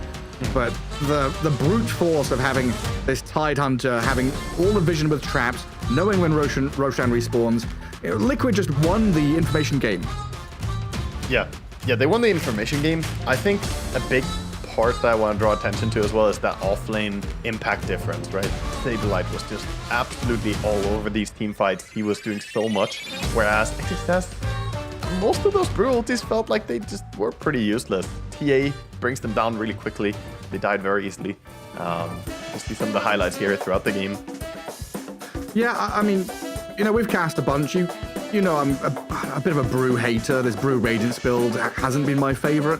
It just often feels like, you're waiting for Radiance, then you're waiting for Primal Split. There's a lot of waiting with Brewmaster games when he's not super active and doing stuff. Whereas Tidehunter was like, I don't care about my Ravage. I care about having armor and Anchor Smash. Yeah, and I think it was very tricky for them that the Tidehunter was so physically tanky. They ended up pulling a lot of resources on him to burst him, like Lion and ET ultis trying to bring down the Tide. But those are ultis that are not landing on Queen, not landing on TA, and that's a lot of resources consumed. Whereas the Brewmaster, he kind of just tried to auto attacks a lot of the time, which, is an infinite resource, essentially. okay, you're not wrong. I never thought about right clicks as being an infinite resource, but yeah. Yeah, Let's keep the I mean, it's process only going. limited by time. You can get as many auto attacks in as you have time to deliver. So a lot of times, if you can bring someone down physically, then it's the best way. Well, there we have it. Team Liquid taking game 1 in this 2-game series over Extreme Gaming. We'll find out what happens next. Game 2 coming up after the break.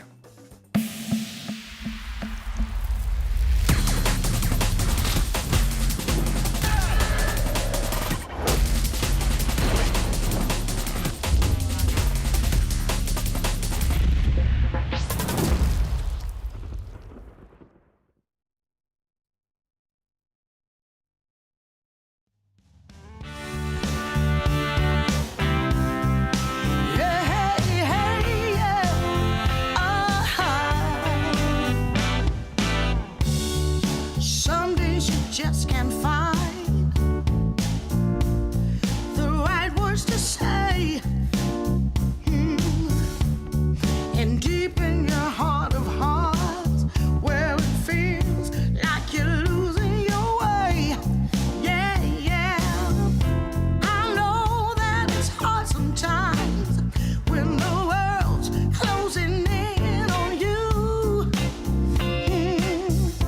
But as long as we stand together, there's not a thing that we can't do.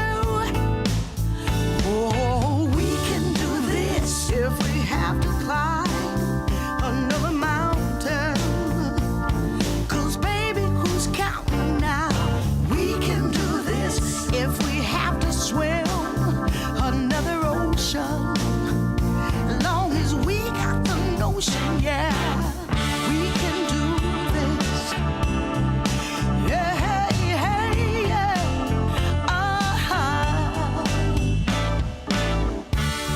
Sometimes you just can't see your way through the dark. And sometimes you're deeply hurt by some innocent remark. Oh, well, I know that this too shall pass, though I don't know exactly how. Yeah, 'cause as long as we stand together, there's not a thing can stop us now. Oh, we can do this if we have to climb another mountain.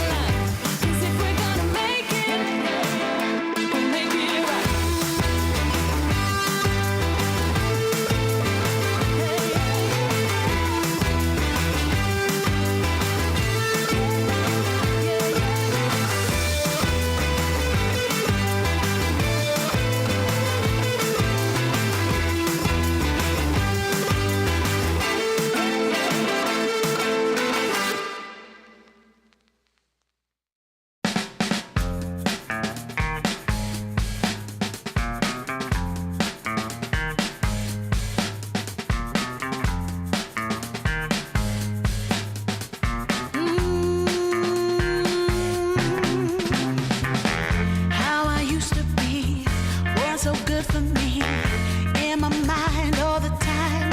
No one I could turn to. Now that I can see your love has set me free. You came along, made me strong. I've waited such a long time, and I just can't believe in this new love I have found. Yeah, don't want it to stop when you know you got a good thing that makes me feel fine. Ooh, wherever it leads me, you know it's all fine. I never thought that this could sweep me off the ground. Oh, I don't want it to stop when it's feeling this good.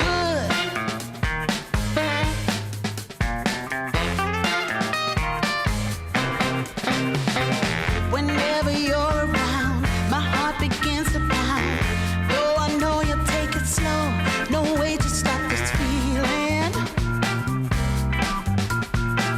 For every single day, whenever you're away, in this place there's a space where I'll be waiting for you. And I just can't believe in this new love I have found. Yeah, I don't want it to stop when you know you got a good thing that makes me feel fine. Ooh, wherever it leads me, you know it's all fine. I never thought that this could sweep me off the ground.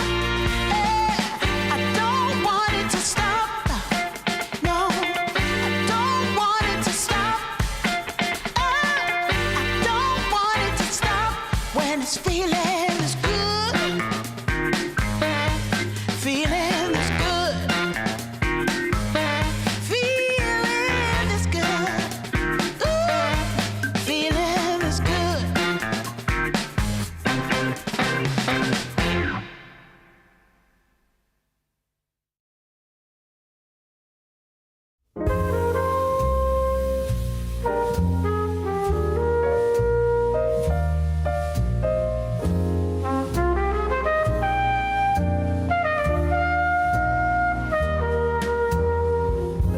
I haven't found the one. I never knew what others do. I hope and yet again, what do I know then? I believe it's all meant to be. All my dreams are so out of reach. I fool around, but we never know. I fell in love, but a long time ago.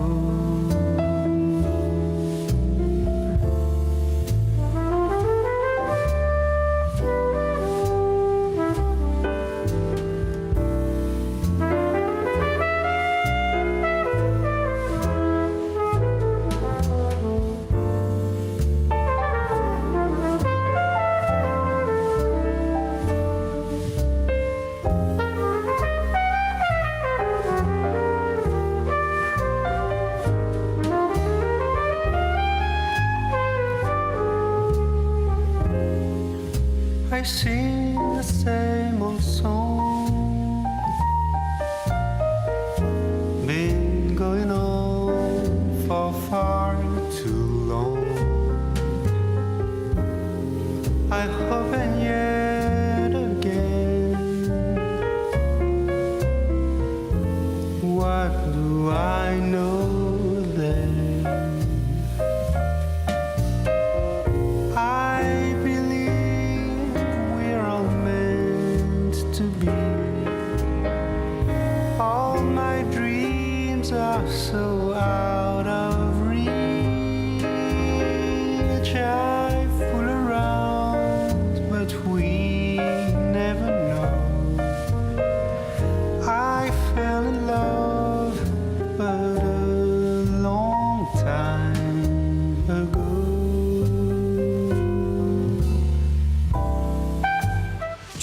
Season 26 is brought to you in part by DHL, 1xBet, and Anthros.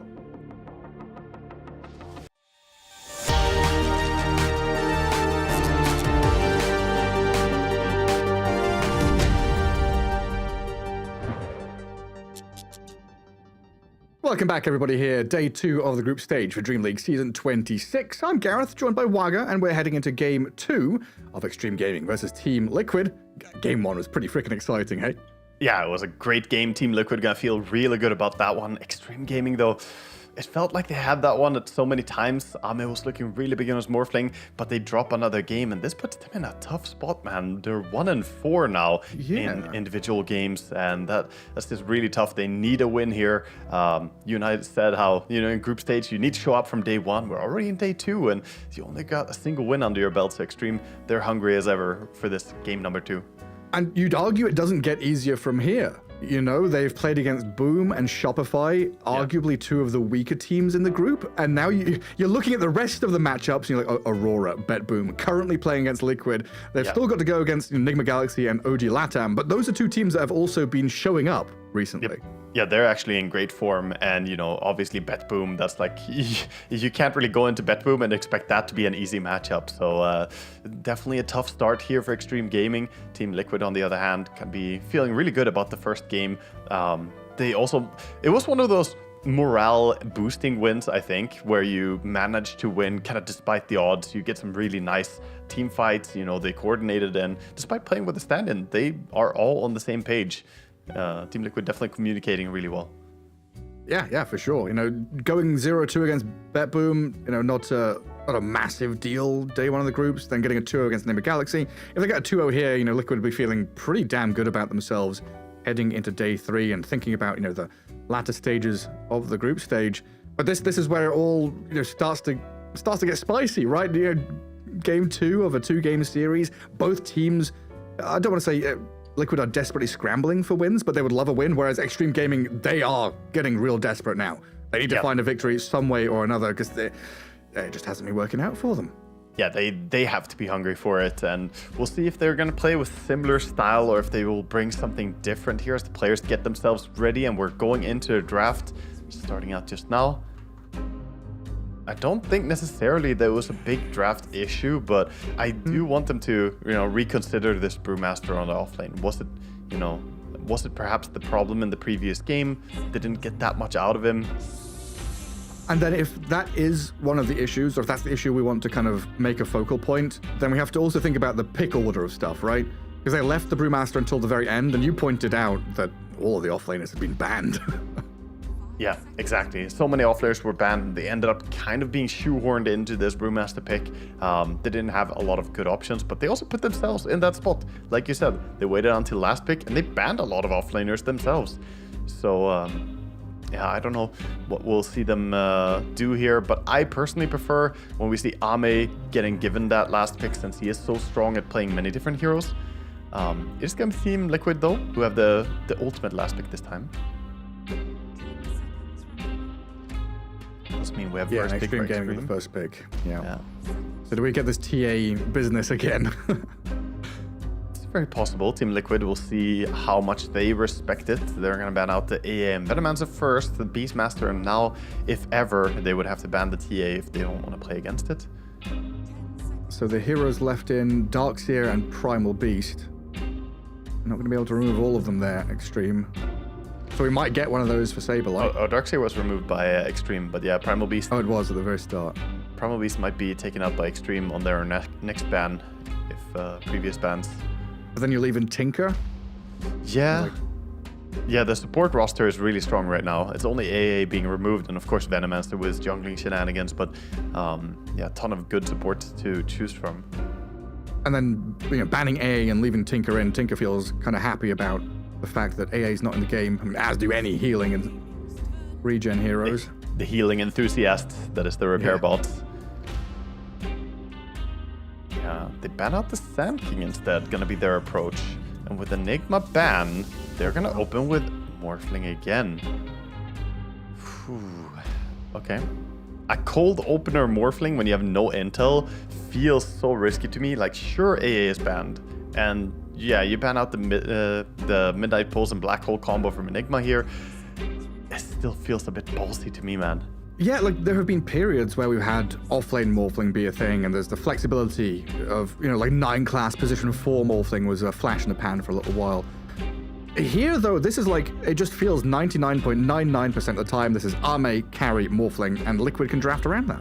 Yeah, I mean, the support Morphling was mainly strong because of the CDR build that people were playing around with. Now it's Spell Amp if you go for that asset, which That's what I'm saying, like now there's no flexibility. Yeah, there's no real way to make it work outside of it being carry. You can throw it towards mid lane, but I mean, Ame is not going to play mid, and XM's Morphling is nowhere close to what Ame's Morphling is, so it's almost guaranteed Morphling for Ame. And Team Liquid, they just open Doom. They say, okay, we'll get one great tool against you. Now you have to buy Lincoln Sphere. Have fun, Morphling. Yeah. I was even wondering with if we Lincoln, would see like the ET first pick or something for Liquid, but that could still come next. Yeah, it definitely could. I think they will pick it if it's not banned. Extreme Gaming, they're on the ET radar, though. It's been picked and banned every game they played so far, I think. So they're going to ban it out themselves. That is one of the funny things about Extreme's draft in Game 1, right? They picked Morphling, and then they picked ET Lion, which are 2 supports which counter Morphling. Yeah, it was so block. Yeah.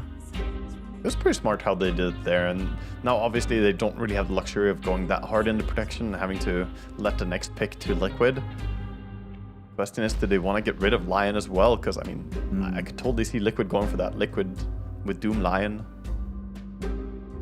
Yeah, and Extreme here, they have the 18th pick, not the 17th pick, because we were both kind of confused about that whole Monkey King business, picking him blind into the matchup, and then getting counter-picked by the Queen of Pain. They did well to play around that situation, but it was still a situation that they had to play around because of the way they drafted. Yeah, I could also see Techies still being picked up, so I think there's a bit of debate right now what they want to get rid of. Oh, Science are a hero we didn't mention, but of course, Science are also really, really good at dealing with Morphling, especially when you have Doom. The reason for this is that Doom prompts Morphling to buy a Linken's, and that means Manta is going to be delayed. So that means no Dispel against Silencer ulti. So yeah, if you have Silencer and Doom, it's super tricky for Morphling to play into. It's a pretty heads-up ban right there. Are there any other heroes that need to dispel mechanics? I mean, any other Silence coming in, but a lot of those Silence heroes are not that good right now. Poor Skywrath, we're not seeing him Death much Prophet. lately. Yeah. Although I did have a Death Prophet own me last night. Oh, you did? Aghanim Scepter, Kaya Sanj, yeah. Yeah, I think the Spirit Collector with Aghanim Scepter is interesting on The ghosts DB. were everywhere, man. Yeah, those ghosts are pretty strong. Team Liquid to grab up another hero with the insta-disable, of course, the Hex from Shadow Shaman. And this is a nice lane as well. If you ever get from the Fog of War as a Shadow Shaman, get the Hex on the Morphling, shackle him, Doom runs up, hits, you can find kills in laning stage. Like, even level 1, you can have a surprising amount of damage, right?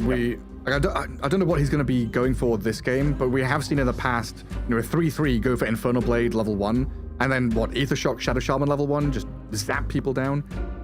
Yeah, that's the standard sort of thing happening lately. Doom players, It's interesting how Doom is one of those heroes that it always used to be Devour level 1. And that was Scorcher level 1. And now it's Infernal Blade level 1. This hero has really evolved a lot in terms of how the idea behind playing it has changed.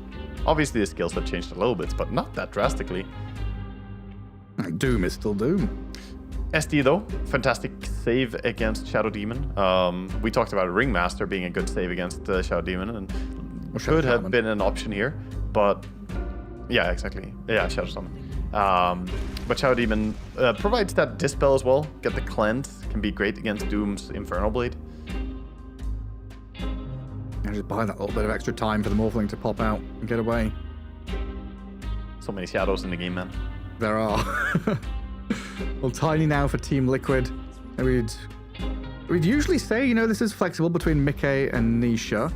I guess it's like unlikely to be a boxy hero now because of the Shadow Shaman. But with Mickey missing, does VTune play Tiny?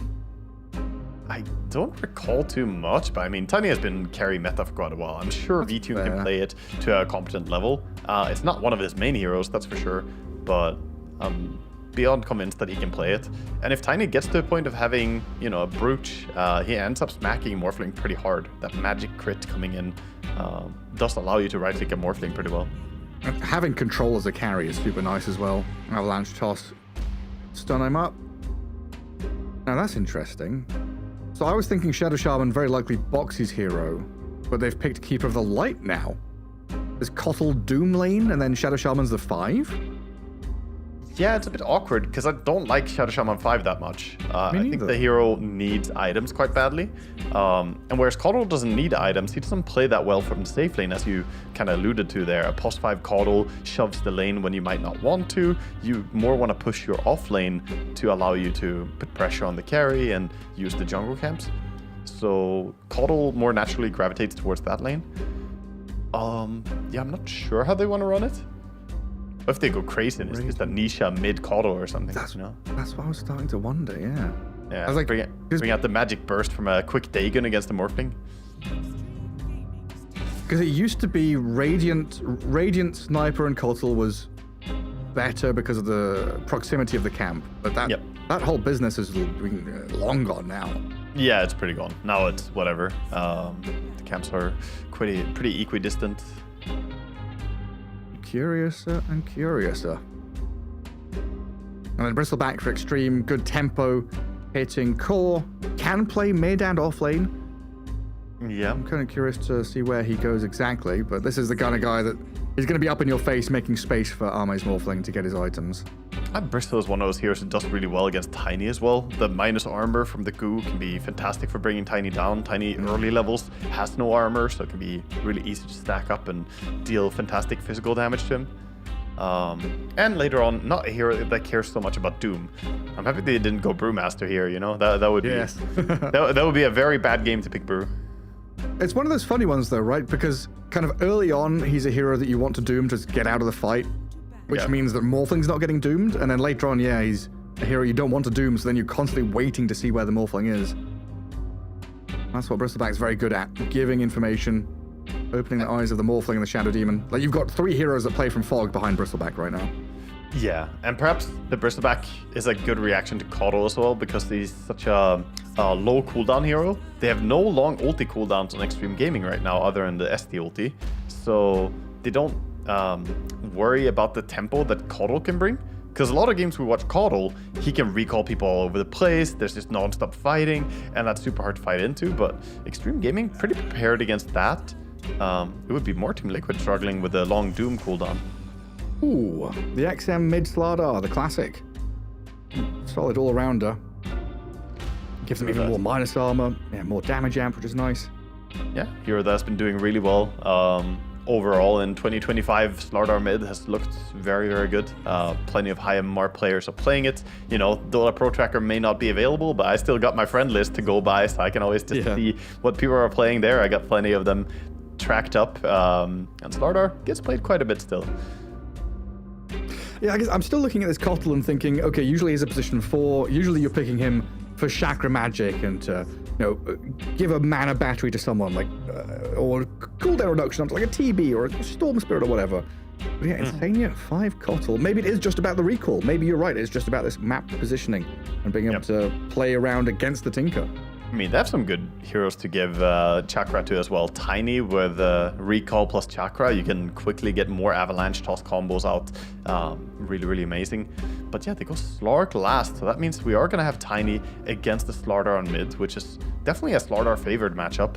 You're very happy going against melee heroes. No armor on the Tiny makes you do a lot of damage. And the Slark into a Bristol lane, it can be amazing, but it can also be pretty tough, not gonna lie. The physical damage from those quills can stack up pretty fast. Yeah, it feels like those matchups where it's like Slark versus Tide, Slark versus Bristleback. Yes, you theoretically can do well, but sometimes the first 3 levels really dictate how that lane is going to go. If Slark gets bullied, he doesn't get to hit the enemy. Yeah, we should keep close eye on them in the start of this game, because first few creep waves matter a lot for the XSS entire game here. And if Slark gets off to the start that he wants, I mean, he can hop off. We see the stats right there highlighted for VTune. He level 30 Grandmaster Slark, of course. Got quite a few games on it. And away we go. Extreme Gaming, they need a win here. Up against Team Liquid to try and recover their group stage, which has gone pretty poorly so far. And Team Liquid are in a similar kind of boat, want victories, try and get themselves through this group stage, get some more prize money, get some more points. Try and sit pretty up at the top of that EPT leaderboard. V2 on a little Slark Shark already getting himself out across the map. Zania, ooh, gets disrupted. Shinku actually got the range for that. Ah, and he's just dead, isn't he? Fred's dead. There's no way out. Miss. That's your first blood. Not gonna save that one for anyone. Just get the kill. It's gonna be Shinku claiming it. So much gold for first blood. 568 gold. That's not bad. Nice bit of cash for you. It's also going to make sure they get these bounty runes down in the bottom part of the map, and maybe even a third one up at top for Arme. Well, Liquid going to use this opportunity though. You lose the Kotl down bottom, you start pushing your heroes up to the top part of the map. Yeah, it looks like Doom and Shadow Shaman well positioned there to guard one of the runes at least. So we should end up with a 2 for 2. Yeah. Arme gonna walk in, gonna take a bit of damage as they slap him up. Of course, Morphling doesn't care too much about the early harassment, but still getting any pot shots in like this is definitely value. He's sliding away in the river. Movement by osmosis. Oh, is that Boot Rasta? I was wondering how he got these auto attacks in. It's actually just running him down. That's quite a lot of damage, yeah. He's gonna have to morph all the way down to 1 strength. Try and heal up a little bit in a tree line. And Saberlight blocking up that wave. So Radiant creeps under tower. Tower hits them, they die faster. And Dire Wave pushes out across. So a safer spot for Liquid to be in. Yeah, and Rasta getting 2 cheeky denies. Of course, Rasta, one of the highest damage supports you could ask for in the game. Got 65 to 72 base damage with no stat increase. So actually hits harder than a Morphling right now. I remember there was a point at which he was catching up to Treant's damage. Yeah. We were like, what's going on here? Why? Well, Treant had like 72 damage and Shadow Shaman was like, I've got 65. I'm not that far away. Yeah, I mean, Shadow Shaman feels amazing to get those auto attacks in. It's just the limited range of the hero and usually the limited movement speed, but the boots, interesting starting build by Boxy. This is usually more what we see on like Bounty Hunters, but seeing it on a Shadow Shaman might work out pretty well. Yeah, definitely could. Wow, that voice Shadow line. Shaman. I've never heard that one, I think. Wow. Hey, what is that, one of the level 25 ones? Or level 20 ones? That's 25. Fear me, says Fred. V2 already having the nasal goose stacked up on him by XXS. Every time he steps up to try and get these creeps, he's getting walloped by the big man. Yeah, tough first creep wave for him. Only got 1 of the creeps there. Not the strongest of lanes, right? Kotl, Slark, and we had this whole discussion about Kotl usually being the position 4. But Liquid are one of those teams. You talked about the Enigma 5 earlier on. Rubik 5 was one of Insania's specialties, and Kotl has been one of his signature heroes as well in the past when it has been a 5. Yeah, and I think, while it's not a super strong lane, Kotl should still be fine as long as he has his pull camp available, which isn't blocked right now. GQ never got over there to sentry up the pull. And that's bad news for them, already losing some creeps. Yeah, no new wave arriving. His V-team can finally get in with some last hits. Yeah, and Nisha is getting the treatment on mid lane, getting to experience what it's like to be against the Slardar as a melee hero. Here you hit hard, but then in comes the bash of the deep. And the crush of the deep. Oh, Shadow Shaman. Does he deny to Mud Golems? No, he's got boots and salve, he's fine. Doesn't get the high 5 though. Sad for Boxy. That's foul play on cooldown. Will be easier to kill now. But yeah, even just like attack animation of Slardar, trying to get last hits against him as a tiny who's so slow. Oh yeah, it's tricky. And he's always going to be running at you. The Slardar will just keep zoning you and spam the crush. Ooh. Yeah, this time there we Boxy's go. dead. No foul play. Dies quickly.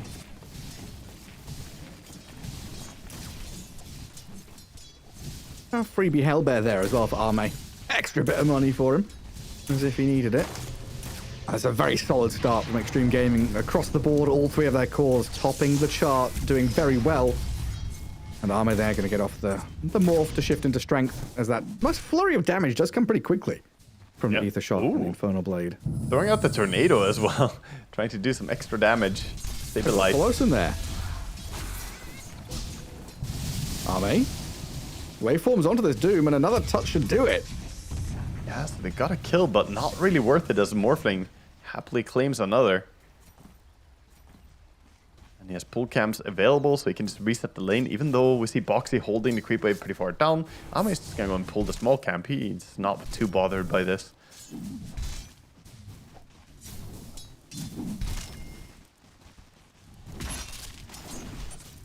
This is a little worrisome for Liquid. And no one's doing super poorly. Maybe you'd argue the Doom is behind where he should be, but we've seen Dooms do very well, hit level 6, use the ulti, catch up through Devour later on. But it's these other lanes, the Slardar and Bristleback, the tempo setters, that I'm really looking at here for Extreme Gaming as being massive components of their game plan. And Liquid maybe have to do something quite early on to rotate into these lanes to stop them from having this advantage. Yeah, I mean, this is exactly what's happening as well. Boxy coming over, controlling the top rune, XM getting stunned up by the Tiny on the bottom rune. Maybe he should have gone and fought for the top rune instead against the Shadow Shaman, but now he's gonna go without a refill. This could start fixing the lanes a bit. Yeah. It's super important for it to start there. So now Nisha can recover, start accelerating a little bit faster. They do sacrifice the Doom in his lane somewhat, though, but, you know, he's the guy that's already behind. You kind of, you know, putting him on an island now, saying, hey, Saberlight, we've got to fix these other lanes. Putting him on an island, or is it just triage? You know, let's see here. Who can we save? Who's realistic to keep alive? Doom will be fine. He's got Devour, you know. You can always work your way back into the game using that. But I guess that's the thing. The way I'm looking at it is more, or it's less who can we save and who do we want to try and help, and more who do we want to try and stop having a good time. Like if this Bristleback and Slardar start running away with things, they just direct the game. So if you're able to maybe, you know, mitigate their advantage and allow this Tiny and Slark to catch up a bit, Extreme Gaming's momentum could be not halted, you know, but maybe slowed down a touch.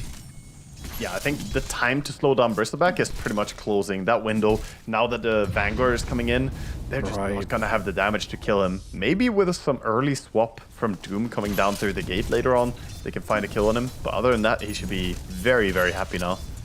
They're actually looking to set up a dive. Tinker is around. Tower's being pushed with catapults. Yeah, Liquid, what are you going to do? Try and blast back with his Keeper of the Light? Cut the wave, cut the wave, cut the wave. Cast away. Yeah, but one of the other things about this Kotal, right? We talked about in the past how he's so good at pushing out waves, de-pushing, controlling lanes, holding towers, stacking, pulling, doing all that business. Again, one of the reasons why he's not played safe lane that much is he doesn't have the ability to do that. Yeah, it's much harder. You have more responsibility. Leaving your carry is also difficult to do. We see Boxy swapping down bottom now because of the Kotal running away. Chasing Tinker. They have a hasted Tiny, one of the best runes in the game for him. And he's looking for the +1. So they kill Paulson's Tinker with V-Tune and Boxy, and the Avalanche is there from Nisha to find Jinkyu in the tree line. A great move there. The haste definitely helping out, but this is what Liquid desperately needed to try and recover in these lanes. Yeah, that was been focusing down on mid lane, controlling the 6-minute rune spawn, and then going for this. Meanwhile, though, we see Extreme Gaming making a move as well. The Slardar moving over towards the Wisdom. I think they're feeling that they have an advantage and want to try and extend that by getting double Wisdom. First going for the Doom. Saberlight. He has a bit of help in sight with the Keeper of the Light coming in, but that's not going to stop him dying. And now the 7-minute Wisdom Shrine. Oh, he got it in time? Is in there, but XM comes just in the nick of time. Half a second separating that Wisdom going to Kotal or not. And XM with a double kill and the Wisdom Shrine. Extreme Gaming just gathering up all the goodies. Man, I really thought he had it there on Stania. That was so close. I wonder if he should have stood on the edge of the Wisdom and tried to body block the closest path You know what I'm saying? Yeah, yeah, like yeah. try to keep the Slardar, make him run a slight detour, and maybe he would get it. That was extremely close. It was super tight. The extreme Slardar, though, comes out of that mid lane swinging, gets a double kill, gets the wisdom. Saberlight, still level 5, 8 minutes in. What was he? 2,600 net worth. 30, barely 30 last hits, minute 8. You're against Arme Morphling, just can't last hit against that guy. No, it's been very difficult. Cool But you toss did- back, blinding light play into tower. XM is so tanky though, he's still sticking around to turn and fight, bashes There's back into shield Nisha. rune. Yeah, goes towards the shield rune, we'll be able to bottle up and grab that as well. Also, to go back what you were saying though, the Doom is struggling at this stage against the Morphling, but you don't really pick Doom to shut down Morphling in lane. You pick it to have this big ulti available, a tool to deal with him later on. So Liquid, while things are looking pretty desperate right now, and Extreme definitely with upper hand, things could swap up as well. As we see the items come in and the movements later on. So we haven't had much time to talk about this slot because it was picked quite late in the draft. Usually a hero nowadays we see position 4, honestly, unless it's in the hands of Chrysalis or something. What's the idea here? Does he match up well against the Morphling? He does pretty well against heroes that he can just continuously hit, right? So Bristleback, there is the idea that, oh, I can just build a bunch of stacks of him later in the team fight. Against Morphling, he's going to build an Orchid on Slark. So first item is going to be Diffu. He already has an Orchid queued up. And once he has that, he's pretty good at finding those Morphling kills. And finding some permanent agi stacks as well, even in a kind of losing situation early on. Very handy. Shackles onto the Bristleback from Boxy, but under the healing robots here, XXS not too bothered by it. XM going to come in with the amplified damage, but there we go with a little chicken to escape. Boxy survives. Anisha holds the line for Saberlight to come in with a pounce forward and the Doom on XM. They'll find a Slardar, Vtune surviving into the Shadow Dance now as he turns onto the Bristleback. They've saved Saberlight with the shackles here. And under the tier 1 tower, Liquid fighting with every inch of space they've got. Escape with, 3 heroes on low HP, and they get a big kill. They do get a big kill, they do stay alive, but that's still feels like it might not have been enough, because meanwhile Morphling free farming, clearing out Ancients, now going to work on your tier 1 tower up top, and you spent a big cooldown in Doom, and all you got was 1 kill, and the tower is still gonna fall bottom. Yeah. So I think Extreme Gaming, their sustainability and durability throughout this fight leads them to win this in the end, even though they lost the kill count. Yeah, using lives as a resource. Yeah, you got our Slardar, but we got that map space. Now, how many times have we hammered on about Radiant, Tier 1, Safe Lane, Tormentor timing, minute 15, and now you're looking at this thinking Extreme Gaming with all the minus armor they've got, the open avenue to Tormentor, it's pretty simple for them to go take it when they want. For sure. I mean, they could take it with 3 heroes quite easily. The Bristleback and Slardar alone could actually take it as 2, but yeah, very, very good Tormentor takers and Roche takers as well, right? So that tower already falling. Does mean Team Liquid will struggle to hold on, and top tower also being gone really makes it hard to get out on side lanes. So for now, they're playing towards their stacks that they have prepared. Coddle has made a big Ancient camp. I'm not quite sure who will farm that right now. I guess they're going to farm it with Scorched Earth and Illuminate. Try to. That's not really fast. Tiny is probably going to have to come in and help as well. Yeah, you've got... This is a team effort. I think that Liquid have just got to do everything as a team now. Yeah. You just know, Extreme Gaming have been playing this game, 80 beats per minute, kind of slow and steady, getting through the laning stage, getting their first items, but we're about to go drum and bass, dubstep, 160 beats per minute pretty freaking soon. Yeah, definitely the pace will pick up a lot. We have the Blink Dagger already on the Slardar. Obviously the Bristleback already feeling so unkillable. His Vanguard, we'll see if he's going to go for, what his next item is going to be. This is not really a pipe game per se. Yeah, against Kodo it's nice, and it can mitigate quite a bit of Doom's damage, but... Boxy pretty quick with a Hex there, it looked like, as XM tried to get the jump on him.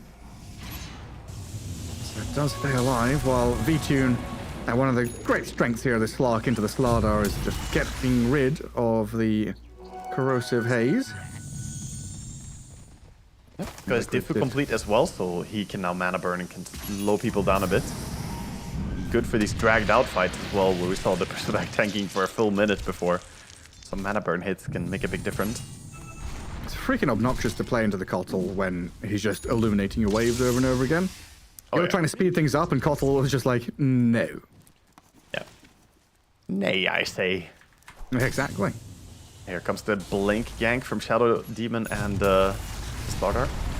They do get the counter initiation onto Xingqiu, trying to toss him around, and that's going to be enough to save the lives of Liquid as they get multi-ravaged by the little tendril buddies. Madness in the jungle. The neutral creeps come out to play. I'll mess with the Boglet. He'll mess you up. Misha's like, what the fuck was that? I saw the Boglet just murder someone yesterday in cold blood. Someone was being chased. He just stunned the guy being chased and not the guy chasing. And I'm like, okay, dude. And a toss around, not necessarily a toss back on the Bristol there. Saved up by the disruption, of course, by the Shadow Demon. And XXS is going to use this opportunity just to swing into the towers. Liquid trying to poke at this, but a two-man blink stun from XM gets him into the thick of things. V2 turning and fighting while Nisha goes back lines. Ame? He's dead. Where did he come from and where did he go? The sky, Gareth. Screen. Bristleback's in trouble, now doomed up and running. Extreme Gaming still trying to fight into this. So far a 2 for 2, but Liquid getting the advantage. XXS nearly dead. V2 coming back in with Nisha. Tosses galore and a double kill for Tiny. They're going to lose their Tinker shortly as well. Pelosa's stuck between the tree lines. Yes, Xingqiu picks up a double kill, finding Nisha's life. Slark is trying to get away. The poisons are stacking up on him, and he might die to the Shadow Demon in a moment. Another pounce in a second, dodges the third stack of poison. Can't dispel it off, but he does get the distance. Gets What are we himself away. witnessing? The blink daggers from Team Liquid. The first blink of Shadow Shaman, not doing so much there. Blinked in, got counter-initiated by Slardar, but then in comes the Tiny. Finally, great jump onto Morphling, tossing him into the mix as well. You can replay, Tiny here. please. Yeah, look at Nisha sitting in the backline. Morphling already used waveform, and boom, he yeets him into everybody, stuns him up with Avalanche, and he just didn't have time to morph. This is also where you could argue that, you know, he could probably have morphed enough strength if he had more than 2 points in it. But this is the downside of new meta build, right? A maxed out morph, 20 strength per second there could maybe have saved him. And then you're fighting into March, into Poison, Illuminates. There's just so much nonsense on the floor that both teams have got to contend with. Tormentor spawns and quickly into this world, it's gonna get taken out immediately as well.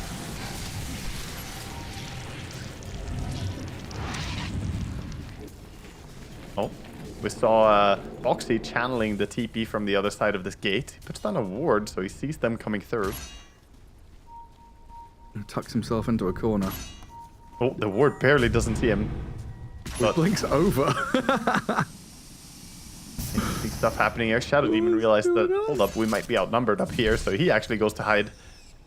But he also is perfectly in fog war right now. How are both these teams so unaware and also so aware at the same time? Like So funny.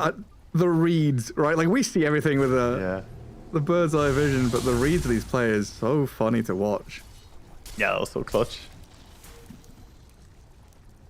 So clutch. And Shadow Demon's D-ward on the gate missed. That's actually really big to think that you have D-warded the gate, but you didn't. The observe ward from Rasta is high enough that they can keep that vision on the gate, giving crucial information on the moves this game.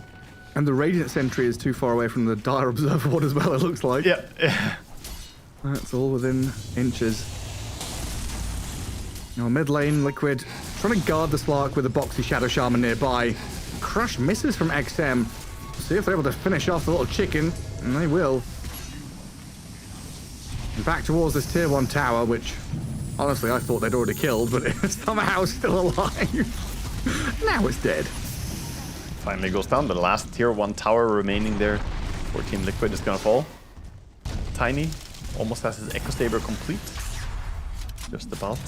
Jungling his way towards it, and Slark is currently 300 gold away from having his Orchid. So that's the timing when he can play, but that's a bit late because the Roche is already being taken. And dear God, does it fall fast. Holy. This is gone. Is it? Ceases to exist. This is one of the strongest Roche taking lineups you could imagine. You know, you're just missing some Ursa in here. And even though Extreme have just taken Roshan, It's Liquid to smoke up with this Slark and Shadow Shaman. I think they saw a couple of heroes heading north. Bristleback heads past the Radiant Ward. And Liquid trying to play into the other 4.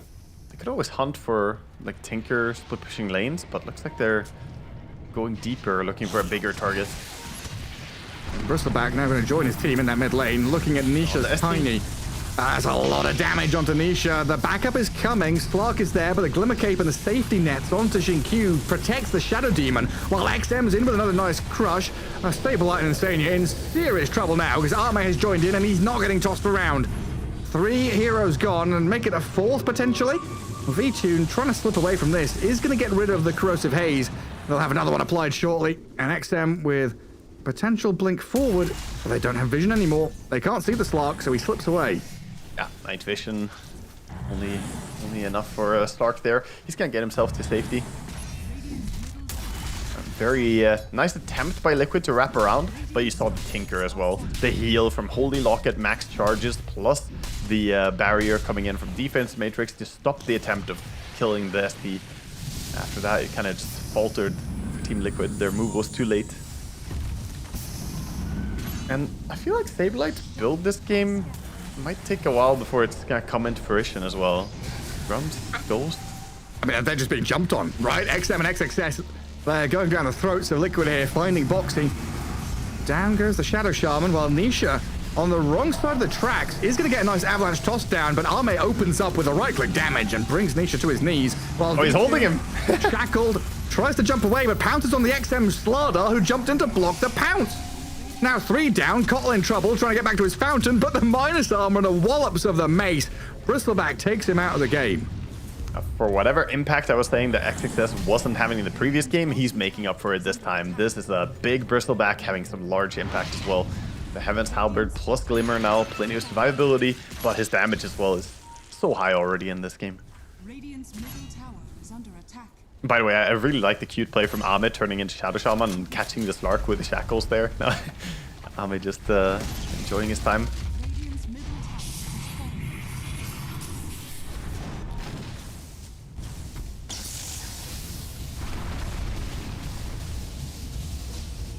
Boxy trying to deal with an illusion. He's like, oh god, I'm dying. XM links onto Stabilite, gets doomed immediately. Oh yeah? He should be fine, but yeah, Stabilite. Whoa. Whoa, hang on. Kotl's come in. Stabilite is alright. He TP's out, but Insania is dead instead. Yeah, and this kind of reminds me as well, we haven't seen Recall doing that much this game. Like the Recall Kotl, I haven't seen him be able to maneuver across the map and make that many things happen. It's always been extreme in full control. And by the way, we're 20 minutes in and it's a 15,000 gold advantage. It just at 16k as well, so after his tower, it's gonna be back to 16. Like, where are you gonna recall to and from though? Like from your base to your base? Yeah, I don't know. It's getting very limited. My Tiny right now is just trying to shove out that bottom lane, get something going, but you're losing your tier 3 top. Arme and XXS, they're not stopping anytime soon. Doom on cooldown is a massive goal time as well for him here. They go with the Orchid, and no way they burst him. Got tons of protection for this Arme Morphling now through the aggression and the beefiness of this Bristleback and Slardar. The Tinker behind him offering all these heals and buffs. So Arme just stands there past tier 3, hitting into people, realizes there's an objective to be claimed here, and kills that instead.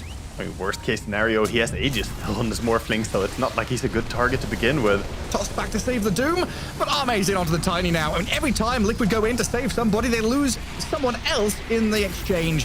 Boxy throws a couple of spells their way, but Extreme Gaming diving the fountain, basically. They're past the throne, killing another one. Tiny buys back. Doom can also. They'll toss Morphling into the fountain, and they've got him silenced and killed, but it's the Aegis only! XXS has picked up a double kill. Maybe they can focus Arme down, but I don't know, this Morphling's pretty strong. Into the fountain, he'll go again, but the waveform out, gets the distance. Protection from the Bristleback. XM, he's gonna crush some creeps, doesn't get the blink. But Arme, he's got the distance now. He's away from Liquid. V-Tune trying to open up, get some stacks going. Bristleback and Slardar dropping lower and lower. Extreme Gaming have honestly been held out of the Radiant base by this. Liquid have spent 3 buybacks, and they've kept themselves in the game. A dramatic cost the Glimmer. for them, though. There is no way. not a single one of them is gonna fall at the end of this. Can't believe it. Did it kill anyone? They killed no one, right? Yeah, not a single one was lost pushing this. They dove the enemy base for well over a minute there. Deep into the fountain, just, I don't know, forcing buyback after buyback, and now 23k gold lead. Somehow they didn't get the melee racks though, you know, too many heroes to look at. All these exciting things to fight. That game has completely fallen out of control. The Slark, you know, the ganky build of the Slark with Diffu and Orchid does not do well when the enemy 5-man like this. You don't really get value from these pick-off oriented items in a 5-man versus 5-man exchange.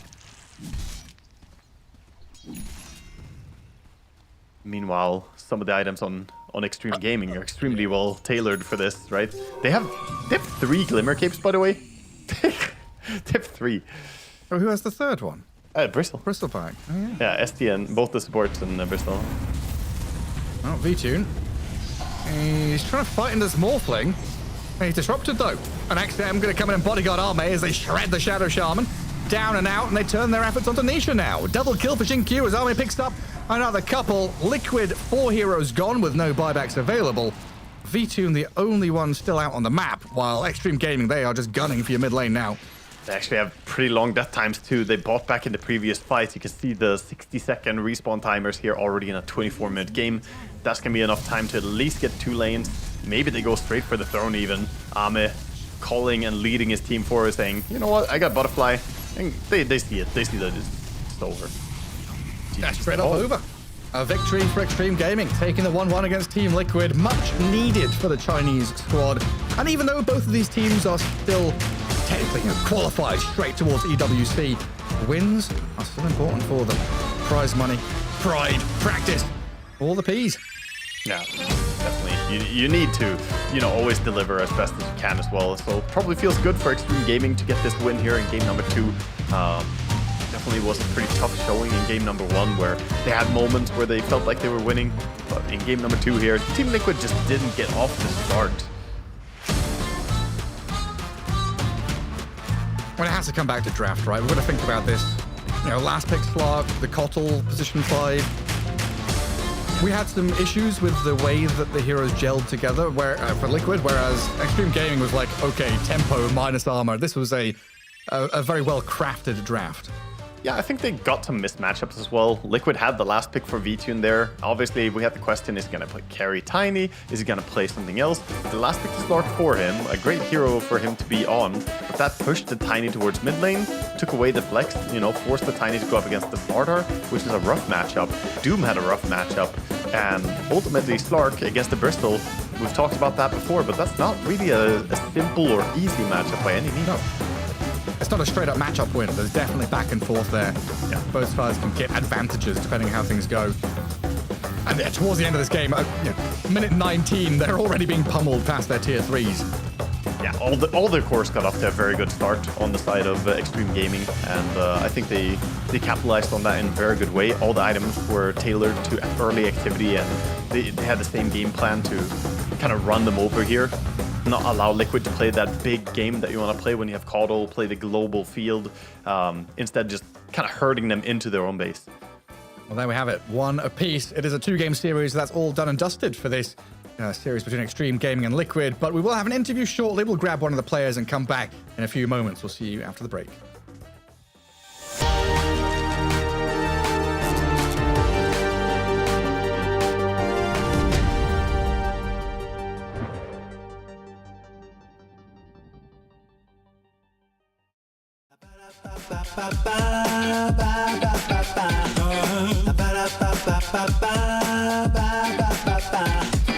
If you wanna get with me, all you gotta do, call me when you need me. I'll be waiting for you. I know exactly what you want, satisfy your need. We can have a good time, don't you worry about a thing. If you want it here, or if you want it there, you got it. Have yourself a good time, you got it. Act like you don't care, you got it. Get that motivation, you got it. I got just what you need, you got it. I got just what you need, you got it. I got just what you need.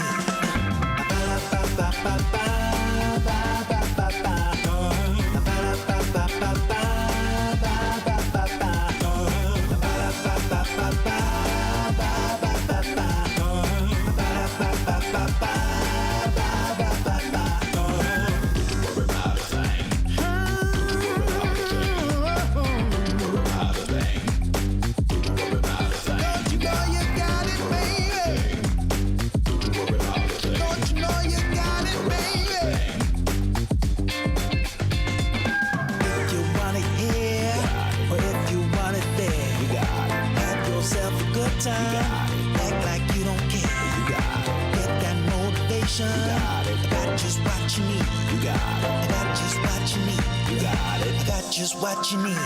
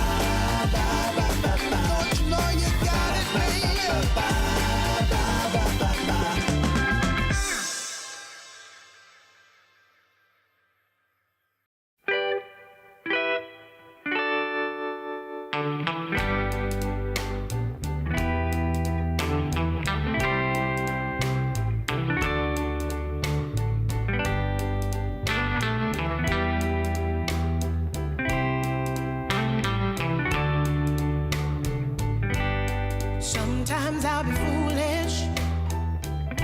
Sometimes I know I get mad. Sometimes I say the wrong thing to you that makes you feel sad. But one thing is true in all that we've been through. You've never stopped loving me, no matter what I do.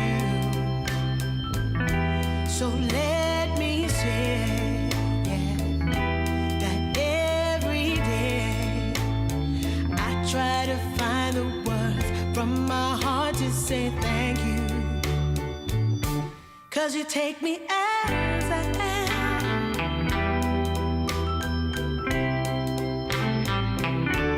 You take me as I am. Oh, baby. If you stop loving me, well, I would understand. But I won't take you for granted, no, no. When you hold my hand, your love makes me feel that I could fly to the moon. Not even the birds of love can sing a sweeter tune. I needed to say that you find a way to make me feel anew. And I want to say thank you, 'cause you take me as I am. Oh, baby, take me as I am.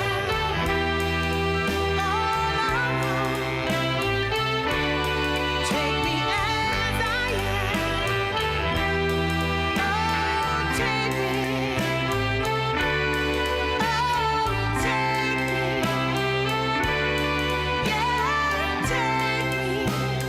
Take me as I am.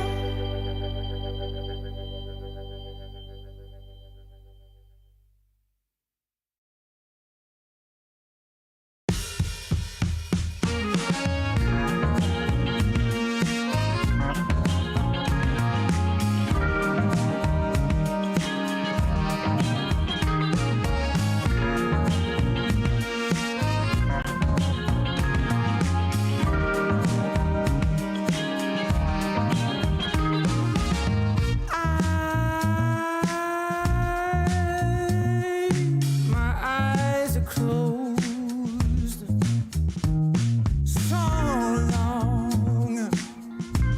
so long after the sun comes up. We do a dance in the dark, down the hall, pictures fall, even the neighbors call. But then you rip out my heart, every artery, a part of me.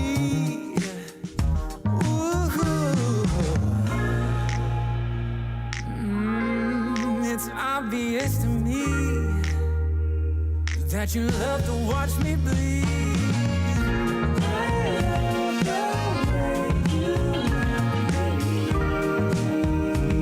But not half as much as I love when you leave.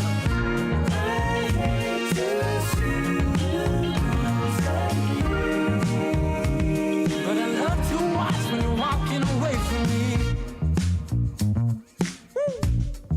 Walking away from me. Yeah, yeah.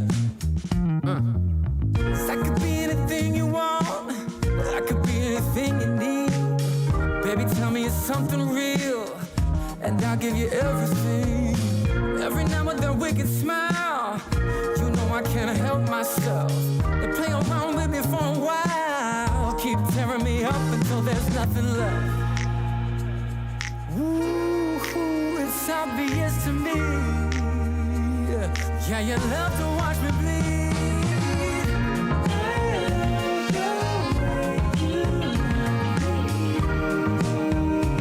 But not half as much as I love when you leave.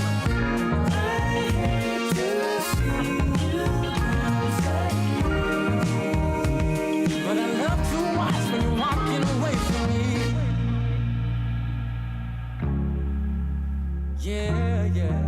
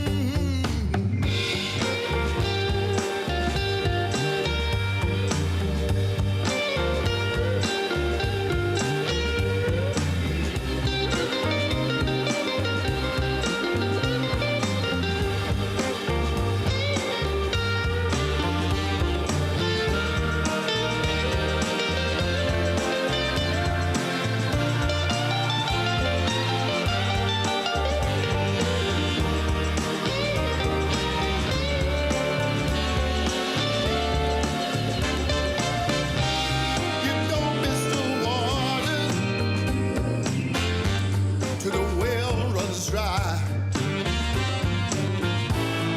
You never see when the truth turns into a lie.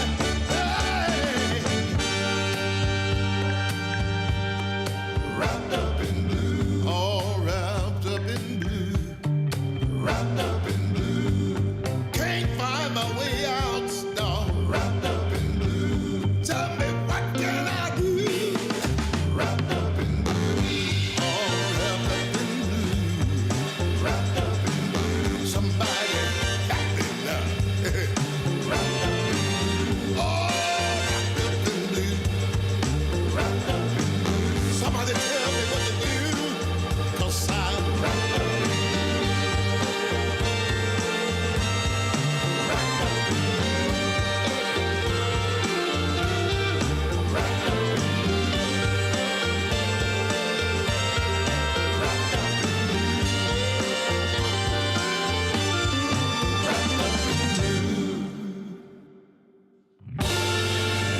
oh, yes, I am.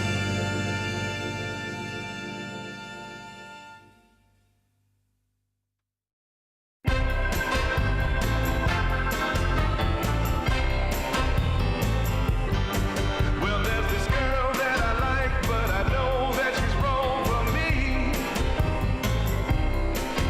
But as hard as I try, you know I can't seem to break free.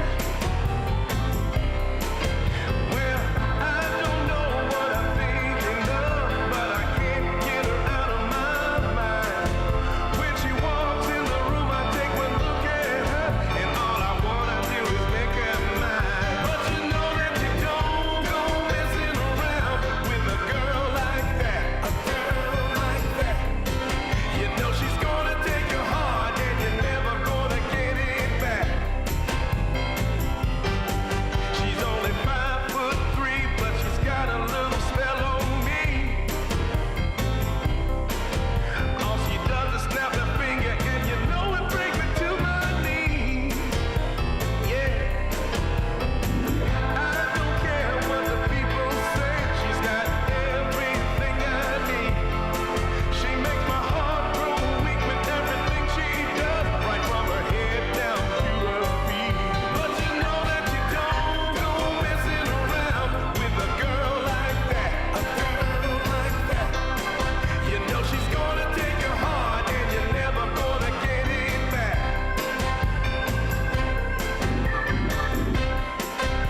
She's driving me crazy, and I'm out of my mind. But you don't go messing around with a girl like that, a girl like that.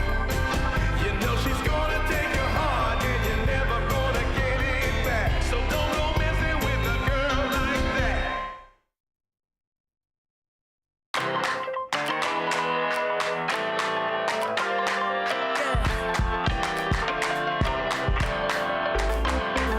You crack the ceiling. This love is an open sky. Can't shake this feeling. I want you to know I can't lie. These doors are open. Welcome, darling, won't you stay? And you got me hoping. Forever's here, today's the first day. I wanna be closer to you. Closer to you, yeah. You to be all mine. I got all these choices, but I so made up my mind. There's nobody better. Gotta be you. A thousand voices, 'cause it's so good to be alive. Yeah, there's nobody better, so it's gotta be you. These myths are busted. The grass is greener on my side. It's done and dusted. I'm never getting off this ride. 'Cause life with you is golden. So how can I go back to silver love? I'll be holding on, can't get enough. Wanna be closer to you. Closer to you, yeah. You to be all mine. Oh, yeah. Got all these choices, but I so made up my mind. There's nobody better. Gotta be you. Thousand voices, 'cause it's so good to be alive.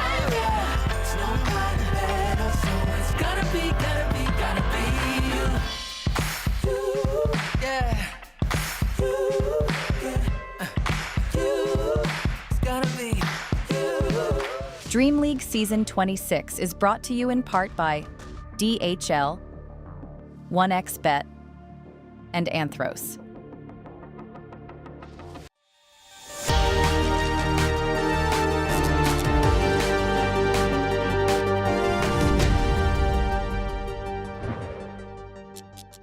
Welcome back to Dream League Season 26. We've just witnessed Extreme Gaming and Team Liquid go 1 apiece. Unfortunately, we can get an interview at the end of that, but we did manage to get a pretty nice banging series out of the two teams as we get our way through day 2 of the groups here, Wagga, heading into our next series.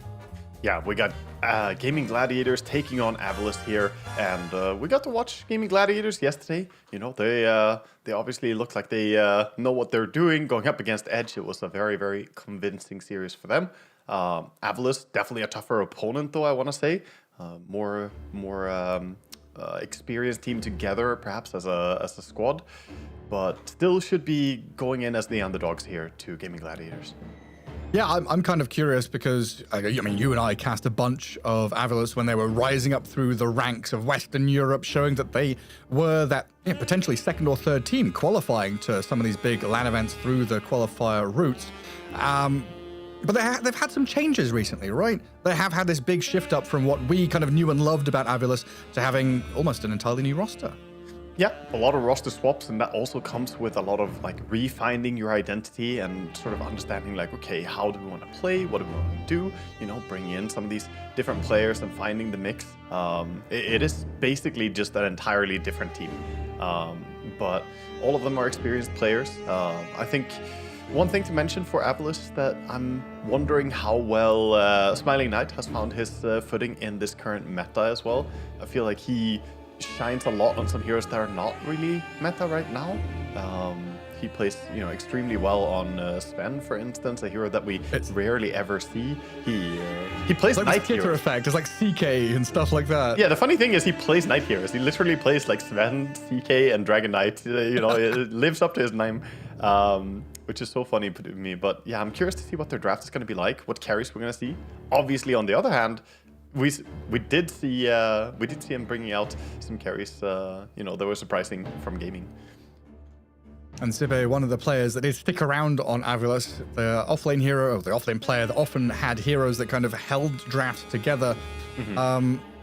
He honestly surprised me because I remember when he, kind of was on the scene for a while. He was not a spectacular player, but on Avalos, under the reigns of Mag and Seneko, this guy on Dawnbreaker, Underlord, and Tide, I think those 3 heroes in my head in particular, he was really good.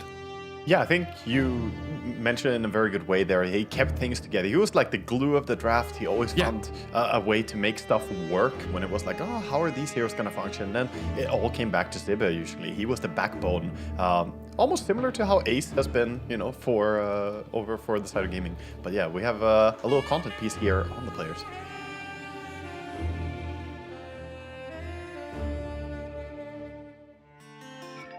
Avalos is a relatively new team that has been stuck somewhere in the middle of the pack ever since they formed. Sometimes they manage to look really good, and sometimes they get 2-0'd without putting up much of a fight. Times of struggle often bring necessary changes to a team, and Avalos is no different. Right before ESL 1 Raleigh, they replaced Stormstormer and Eki with Mobe and Desire. And right after their 8th place finish, they also replaced Seneko with Fly. The only players remaining from the original Avalos to round out the roster is Smiling Knight and Zibe, both being there right from the start. As is expected after making so many roster changes, the team is currently in the process of just getting back to their past form. The only event with the new roster being PGL Wallachia 4, where they ended up getting last place. I know what you're thinking. It's easy to see this result and count Avalos out, but they will be hungry to prove themselves. Let's see if Avalos can exceed expectations in Dream League Season 26. Yeah, absolutely. They're going to be hungry, especially under the captaincy of Fly, wanting to reclaim a bit of glory, find some victories. And, it's always funny seeing these roster swaps and, Stormstormer replaced by Mobe, German for German there, just bring out the same nationality. The shift of Eki into Desire was an interesting one as well, because I feel like they overlap somewhat in their hero pools and their style of play. So I think that was a nice grab for them. Yeah, definitely. And, you know, it's always curious to see after a roster swap how the team's going to gel and how they're going to work out. So this will be an interesting proving time for Avalus as well. And what better time than day 2 here in the group stage? You got to get some results in, get some gameplay up. And their opponents, we can take a closer look at Gaming Gladiators as well. Yeah, I mean, another team that has changed somewhat. You know, if you're coming back to Dota, you're like, hang on, Gaming Gladiators, they were the best in the world. Where's Celery gone? What's happened? Why is Watson here? Where's Duraccio? You know? But no, he decided that, you know, life is more than just sitting in front of the computer nonstop. He got a real life a little bit sometimes as well. And, you know, players on Gaming Gladiators definitely have deserved as well to make the choices as well sometimes. If you want some time off and, you know, do something else, not a bad choice. Yeah, then come back and join Mouse Sports and make a team of your own. Yeah, definitely. Gaming Gladiators and Avalus, you know, maybe different areas of the spectrum, but both of them looking to, you mentioned earlier, find identity. You know, Gaming Gladiators coming from the top rung, right? They have been at the top, they have been the best in the world, and kind of fell from grace somewhat, trying to re-find themselves in that glory, whereas Avalus, they were climbing and now maybe hitting a plateau while they're trying to bring these new players in. Yeah, definitely. Avalus or Gaming Gladiators, they have such a solid foundation though. Their roster swap is much smaller here, having Melody step in. Obviously, Avalus are the ones who have more work cut out for themselves, finding their identity, getting a last bit of protein and carbs in here before the Carbo game. loading. Yeah. Don't want to play on an empty stomach, but you don't want to be too full as going into a game either. I feel like I get sluggish if I eat right before important games. Yeah, depending on what you eat as well. And yeah, I guess just looking back, if you don't recognize the names, Mobe and Desire. Mobe was part of Ivy, Ancient Tribe, Alliance. He's been on a couple of these squads here and there. Desire, a Greek player, was Adfinem, No Bounty Hunter, Monaspa, and Alliance himself. So they've been around, kind of at the fringes of tier 2. Definitely skilled players. Yep, I went up against Mobe just earlier this week in one of my pubs. I was playing some Beastmaster mid, and he was playing Kunkka to counter it, I think, if I recall correctly. And, obviously, interesting matchups going either way. Mobe, definitely a very talented player in his own right, who has never really had the massive break that I feel he deserves for how good he is. So I wish him all the, good luck going into this iteration of Avalus, and hopefully they can find good footing. I didn't know that Desire was a professional footballer. Yeah, Between 2017 and 2022, he competed in the Super League in Greece. While he was active playing in Dota pro teams, he sometimes had to have stand-ins for his pro team because he was off playing a football game. So it's like, that's what what? Okay, so what are the priorities? But nah, he was double channeling pro gaming, He was great. Pro in 2 things at once. Incredible. What Vatinakos. Incredible. Oh my god, he's 1.95 meters tall, 6 foot 5 inches. It's a big lad. Damn. I'd pay to see him and Saxa go at it. 2 position 4s, too tall as hell. Yeah. Anyway, draft in front of us. Avalus against Gaming Gladiators. First pick, Templar, Assassin. And quickly running through those bands of Beastmaster, Bristleback, Enigma, Nature's Prophet, Terrorblade, Monkey King, and Keeper of the Light. So the pretty much full array of support heroes still available. Yeah, definitely. You can pick anything you want there. And Gaming Gladiators quick out the gates with this Medusa as a reaction to the TA. Usually when you see TA, it's minus armor. Medusa doesn't care about minus armor, so it's a pretty nasty matchup for TA. Can be hard to burst her as well. Very, very durable frontliner. But sometimes we can see Medusa get ignored and struggle to kind of deal with her team getting killed off. So that's always the tricky part. And I wonder what the itemization is going to be, because we've seen more and more Medusas swap into going for the Athos and the Meteor Hammer, of course, the standard, but then go back for a Radiance has become more and more common. As the offlane Medusa, yeah? Yeah, exactly. And we're completely expecting this to be an offlane Medusa. It's like 90 to 10% perhaps that it would be a offlane to carry. But you have that 10% flex later on if you really need it. Yeah, like maybe it's worth. And then TA, is that flipped around? It's like also 90% carry, but 10% flex to like mid or pos 4 or something? Or is it mid TA you've been saying is like unplayable recently, no? It's pretty damn bad. Mid TA is. I mean, I generally don't think that it's worth playing mid at all due to how the side blades are so weak now for laning stage. TA is all about meld striking people on mid lane. You can't really run up on your opponent that easily if it's a ranged mid hero at least.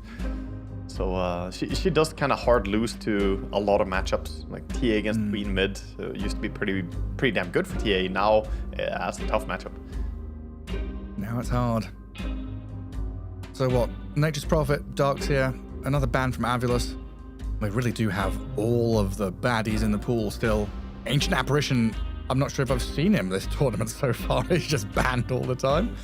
Yeah. Oh, we did get one game. We had Malady playing it because he nearly solo killed one of the core heroes like yesterday. Yeah, there was the moment where he just stood his ground and nearly got a core kill. I think that you would go for AA here on Gaming Gladiators. It's just a matter of what do you want to ban out first. Maybe Jakiro would come into mind, but no, they're gonna shield up their Medusa. Ban the Anthem Mage. Makes a lot of sense. They take the Jakiro for themselves with AA in the pool. Interesting. Is Jakiro better against TA than AA is? Yes. Yeah, he is better, but AA is typically like so much stronger, I would say, than AA that typically I would have expected him to pick it here. But yeah, Jakiro is also more of a deny pick, you could say, because Jakiro combos really well with TA in lane. The slow that he brings is better than the control that AA has. So Jakiro TA can kill basically anything together. And minus armor with multiple hits as well. Yeah. And all adds up. Shadow Shaman for Avulus. I mean, so far not really answering the Medusa, just bolstering your team fight, your tower push, your catch capabilities here. And I guess this is a hero that can trade into Jakiro somewhat in lane. Yeah, decently. Shadow Shaman has a lot of capabilities. I also wonder how they're gonna lane stuff. If it's gonna be the post 5 Shadow Shaman or if it's gonna be post 4, because I like post 4 Shadow Shaman a lot more. Now with the Wind Ranger pickup. Interesting. This wind is flexible, very flexible.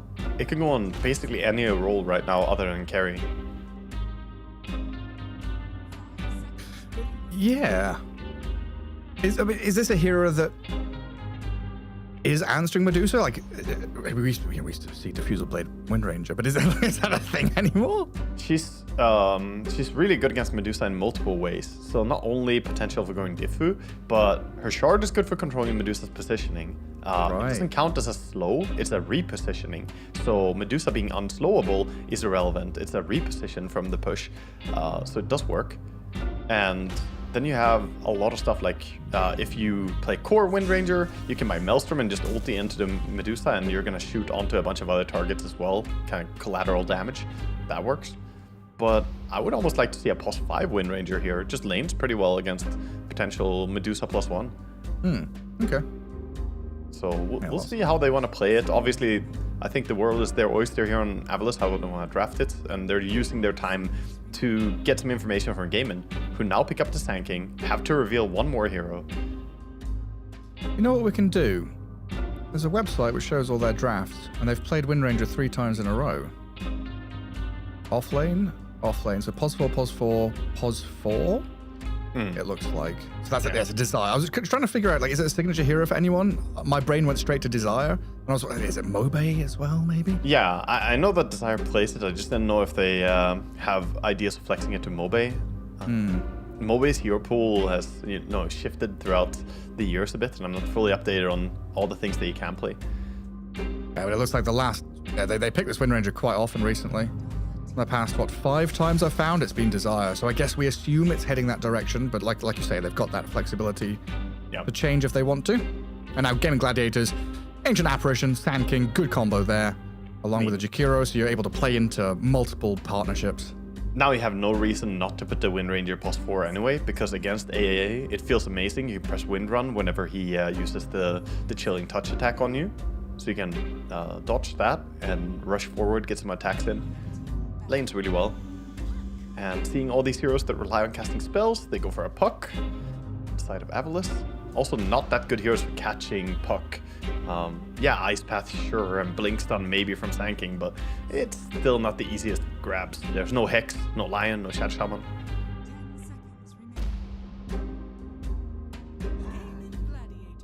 And then we're left with offlane for Avilus. And what for Gaming Gladiators? Sand King's flexible, Medusa's flexible. Like, you're saying Medusa's very likely offlane, which makes Sand King very likely mid, which means they're very likely looking for a carry? Yeah, I would fully expect a carry last pick. But on the other hand, like, you gotta re-question now, as we're this deep into a draft, how good does carry Medusa look? And it doesn't look terrible. Great against the TA. Puck doesn't really bother you at all. Shadow Shaman struggles to hold you because your illusions kill him while you get shackled. You know, you just pop Manta Style and the illusions kind of kill off the Shadow Shaman. So the only real threat is like, yeah, Wind Ranger can be annoying. So carry Medusa does look pretty damn good right now. It's a serious option. Right now, I think it's more like 50-50 if they want to offlane it or carry it, honestly. Okay. Yeah, I think it shifted that much from the extra information we got from the draft. Just went stronger and stronger. And now banning out some of Zibe's special heroes, and Pangolier gone, looking at that offlane for Avilus. I wouldn't be surprised to see Underlord banned or something like that as well. Or Tide Hunter, that was one of his big ones. Tide TA, oh, we love that. Yeah, Zibe Tide is a classic. Is a classic for sure. Yeah, other than that, you know, Bristleback and Beast banned out already, so quite a few offlane options are removed. And there's the Zibe Tide, not gonna be allowed in this game. Yeah, I think that was a good gotcha ban right there. I think Avilus would have taken it if they were given the choice. Oh, easily.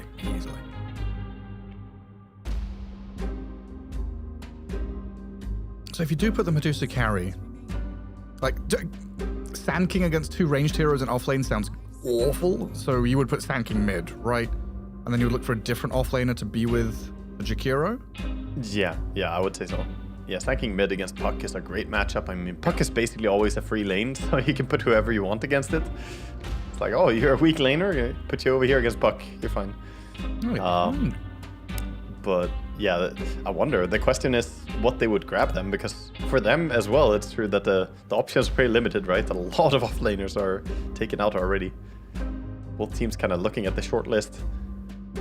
Underlord definitely on the mind here of some of the players. I think for Avilus, it could be a decent fit, just for controlling Medusa, Sand King, limited mobility a bit. Puck plus Underlord is pretty annoying catch.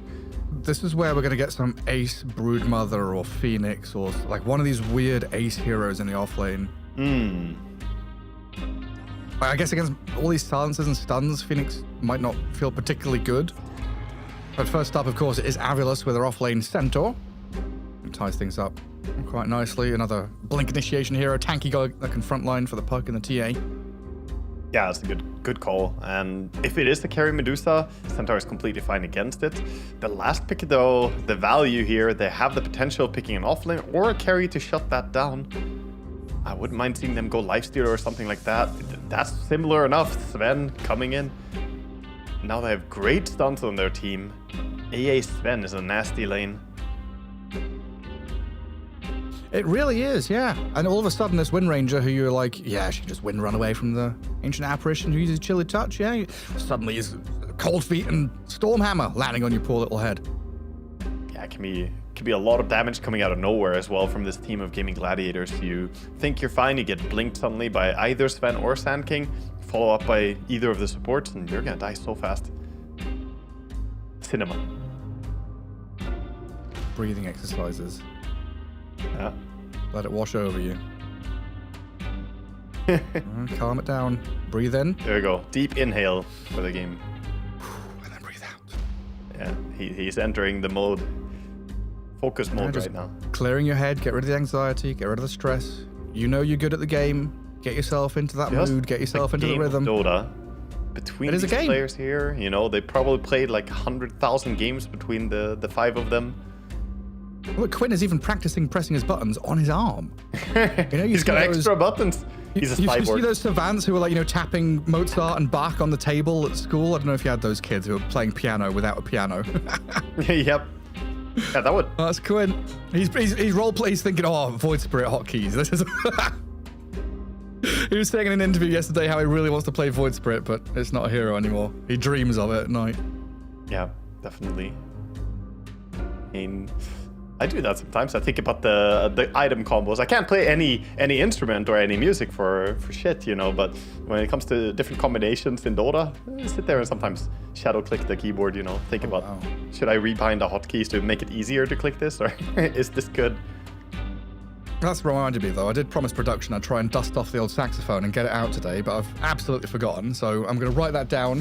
I've actually there are more days remaining, so I know I'm much more effective nowadays with like managing my brain and my memory. So I've got a bunch of post-it notes that I can literally write things down on. I'm using calendars now, Wagga. I've got stuff in my calendar where I'm literally planning stuff out, or else I would just not do it. Every time we talk, man, you gotta out adult me. You know, we talk about how we're good adults, and then you always bring out some stuff. Now you're bringing calendar into the mix. God damn. Yeah, I'm behind on that. I have a whiteboard in my house though where I write stuff. That's our calendar. We did a calendar on it. That's good. Yeah, we've got one on the kitchen fridge. We've got a things to buy list, the things to not buy list, because apparently I go to the shop and buy things we've already got 10 of. This week it was spring onions. A freezer full of spring onions. Things not to buy. Speedboat. Don't need it. Don't do it. Jet ski. We're in a landlocked country. Well, off we go. Game 1, 2-game series. Avilos against Gaming Gladiators here. Day 2 of the group stage for DreamLeague Season 26. 12 years of DreamLeague Dota. So far, let's hope for another 12 more as we get into the first game of the series and see who's going to come out on top. Draft-wise, team-wise, Gaming Gladiators, you got to argue, are the ones with the upper hands and Avilos the underdogs. But do you think that maybe Avilos can sneak one away from them? I mean, they definitely have the potential. I like what Gaming Gladiators do, though. This smoke up top, they may not find a kill with it, but they get in there and cut a tree to place a sneaky sentry that's so hard to deward when you're a support. This sentry is behind all the trees, so really annoying to try and get in and reach.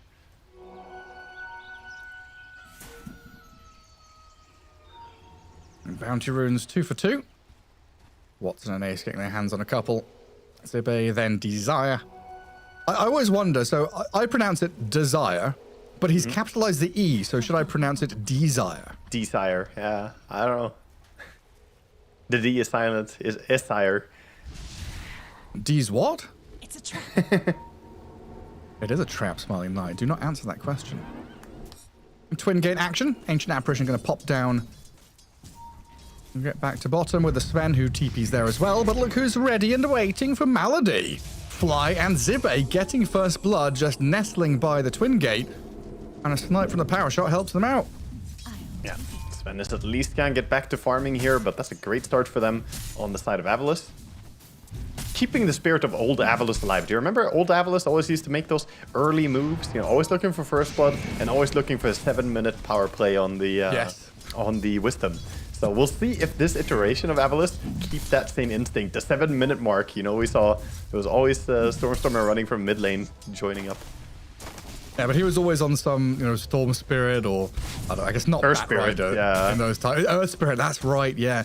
That's what, so I was trying to remember and figure out why, where's Dawnbreaker, where's all this business gone? It was Nyx Assassin, Earth Spirit, and Dawnbreaker, the trio who just get in there and do some crazy stuff. Yeah, the invaders. Some smacks coming out from Waston here, just dealing damage. Desire gives him a tip for his efforts. Realizing he skilled power shots, so no wind run available. Yeah, true. Well, Quinn gets the D-ward on the sentry, so he's able to make his life a little easier in that mid. While up at top, Ace and Tofu getting up in the face of Smiling Knight. And Ace on this Medusa, already 9-3, having a very good time. And how often do we talk about him being the carry, the guy who puts the game on his back? Tofu playing very aggressively here, but he had a lot of burst regen there. Pops it, stays alive, now throws the blood grenade back into Smiling Knight's face. Into the meld, hideaway, doesn't get the meld strike back on Tofu though. Sidesteps away from it. And that stick must have been pretty full. Yeah, and a quick salve as well to reset Tofu's HP here. Tofu looked like he may have bit off too much there, but Ace was right behind him, helping him out. Good chase down by them. Very well done. And then back to full resources as well, as Tofu and Ace can just stick it out on this lane. And they've got access to the large camp, and they've also blocked the small camp, it looks like. So this top lane is locked down by Gaming Gladiators. Yeah, exactly. And Shadow Shaman is gonna cut the tree and find the D ward on the small camp. It looks like he's gonna be able to spawn it. TA running over, looking to deal some damage. No, misses the meld. No. That's a couple of misses now. Yeah, he had cooldown at first, I think. He used it in the lane, so he couldn't immediately meld when he ran over. Unlucky for them. And Medusa can just keep on being happy. Yeah, she's off to a great start. Gets a deny under tower as well. Really good stuff. Sven having a pretty good time down bottom as well. Even with Malady dying early on.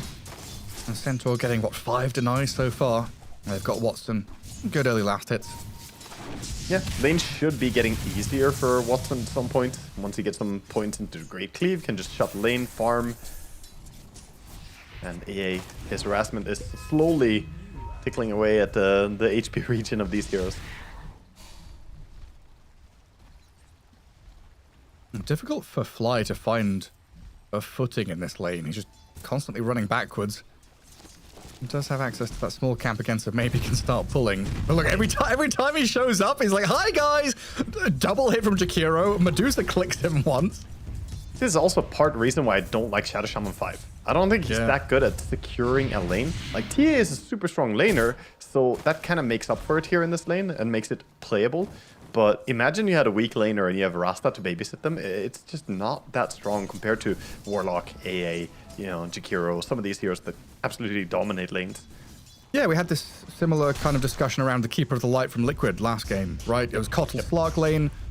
There's just not much they could do in that lane. Kotl didn't offer that much.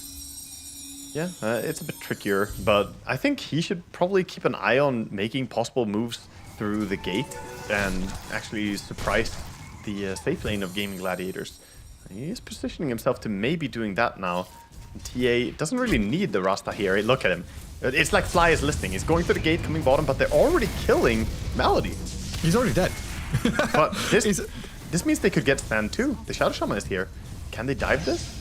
They lift up the creeps and they're trying to dive this, but it's Fly on his own shackling while Watson just tanks it up and says, "Yeah, go on then." Yeah, Stibba says, "Dude, we already got the kill. I'm just pushing. You know, let me cut these creep wave here, pull it away from Sven. Sven chasing for now, but next creep wave going under tower. And Malady arriving here. Alongside Tofu, a tri-lane emerges in this bottom lane as Watson sidesteps the stomp, does get Shackle shotted up. Fly and Desire trying to deal with Tofu now. The Jakiro pops the Lotus, turns. The attack speed slow on the Shadow Shaman means that Tofu survives. Fly can't get the final hits in, and an Ice Path arrives. This is a disaster. Avulus, they send 3 heroes there. Yes, they kill the AA, but Malady's the only one who's died this game on Gaming Gladiator's side. He's just like, "Cool, you got me, but we got you back." Massive turnaround there, and Watson gonna feel amazing about this. Clearing out everyone, getting those kills, pushing at the lane now. Finally gonna be able to set himself up for some better farming. See a replay here, what happened. They tried to cut the wave, thought that Sven wouldn't commit for this, but with the AA arriving, it was too much. Look at the Windrunner power shot here. If he waited with power shot, they would have gotten the kill. But he power shot too early. One more auto attack first, and the kill threshold would actually have triggered in. Oh, bottom, back in live wave action. Dream Coil. There's Stanking's down here. But yes, Rotation activates the puck. They don't get any kills. Tastrun keeps the Sanking completely fine, gets himself to safety. Queen is also going to go for the Power Treads build. We saw it last time from, was it XM playing Sand King that you and I were casting, and he went for the Power Treads ATOS build. Yes. Usually face boots have been what we see the most from Sand Kings, but a little detail is that, oh, Smiling Knight should be fine. Yeah, fine. But big. As long as he doesn't turn back, yeah. Yeah, they're gonna push the top tower. No defense being mounted for now, so I can keep going on my little rant. The power treads. I actually think a part of why people are going for power treads now on tanking is because when you're invis and farming in the jungle, you keep fading into invis and the creeps run away from you, and it's really annoying. And you want the creeps to run towards you so that you can farm. Are you serious? Are you seriously about to say what I think you're about to say? You get the attack speed, man. Oh, I thought you were going to say you tread toggle to stay out of sandstorming. Yeah, I mean, that too. You can tread toggle to, so you don't have that trouble at all. I mean... That's clever. I guess it also, you were mentioning about the braces. It was like phase boot, bracer, null kind of deal, and we've seen the skipping of those items now. Yeah, so this is more streamlined. It's equally tanky against magical damage, right? 2 bracers or having power treads is roughly the same in terms of getting the extra HP. But it's squishier against physical damage, but physical damage early game is pretty low usually anyway. Yeah. So this way, it doesn't cost him more. He's equally tanky to magic, and he gets some other benefits. Smiling Knight in serious trouble. Stampede. We'll get him a little bit of distance here. After the chain stuns, he's actually okay to turn around and fight back into Malady with that shackle shot landing.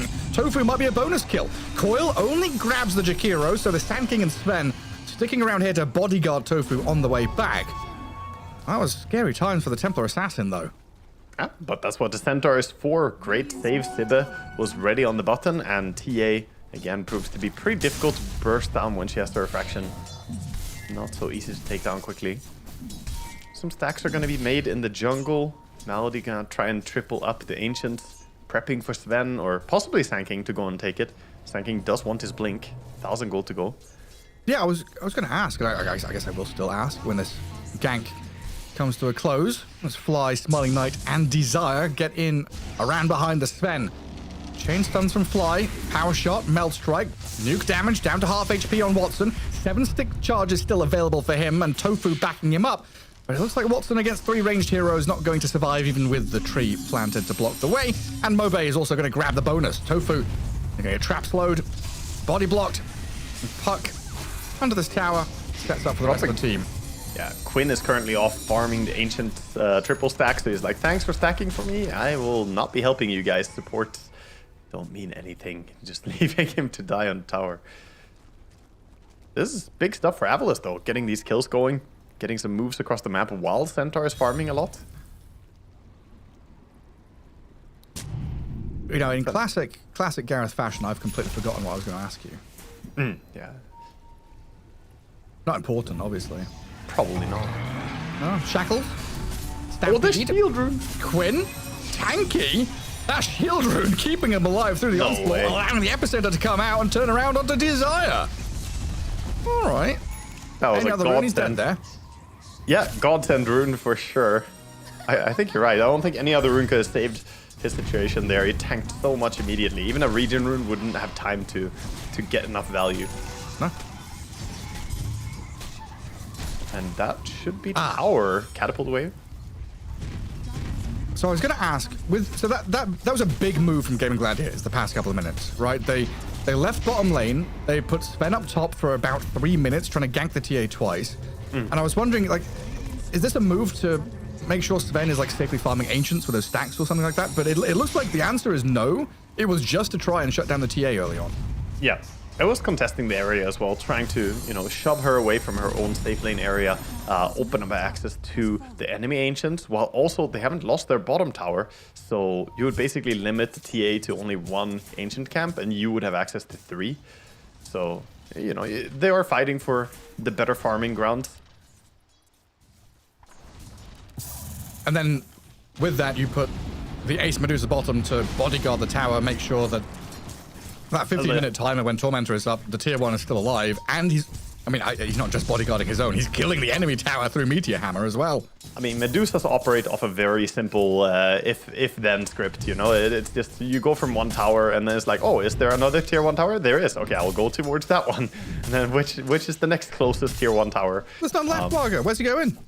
Well, now it's a bit awkward because all the towers are gone. You don't really want to go for tier 2 towers because it's too far in. Medusa can actually die if she gets chased for about 40 seconds, which can only happen if she goes that far out. So now she's going to fish up Atos and then look towards actually killing heroes. The game plan from here. Atos is only about 600 or 400 gold away from him. Get that and he can keep going. Such a funny hero. And I got I Zip like- A rushing pipe as the opposing offlaner, much more normal.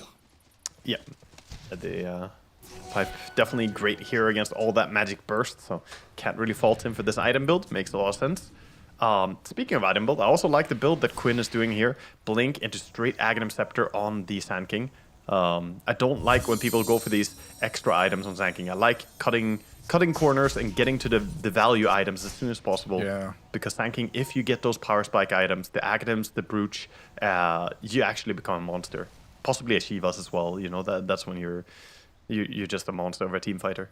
So Waga just told any Sand King players out there, Waga just told you you're allowed to skip BKB. Yes, you don't buy BKB, you don't buy Yules, you don't buy any of that garbage. So true, actually. So true. Yeah. I just want, you know, all you gotta do is deliver a big ulti. If you do that big ulti, then, you know, you're completely qualified. Job's a good one. A bit of a slow turnaround here and play 5 kills apiece. A 5k lead for Gaming Gladiators, though. Seems like this slowing down of things definitely profiting them. Yep. Kind of waiting for this Puck to get Witchblade before Puck feels comfortable with the damage output that they can bring. And now we're going to get Desire picked off by the Sand King in the epicenter up top. Gaming Gladiators have really planted themselves in this top portion of the map, like you've been saying, to kick the TA out and to get the Sven farming in these spots.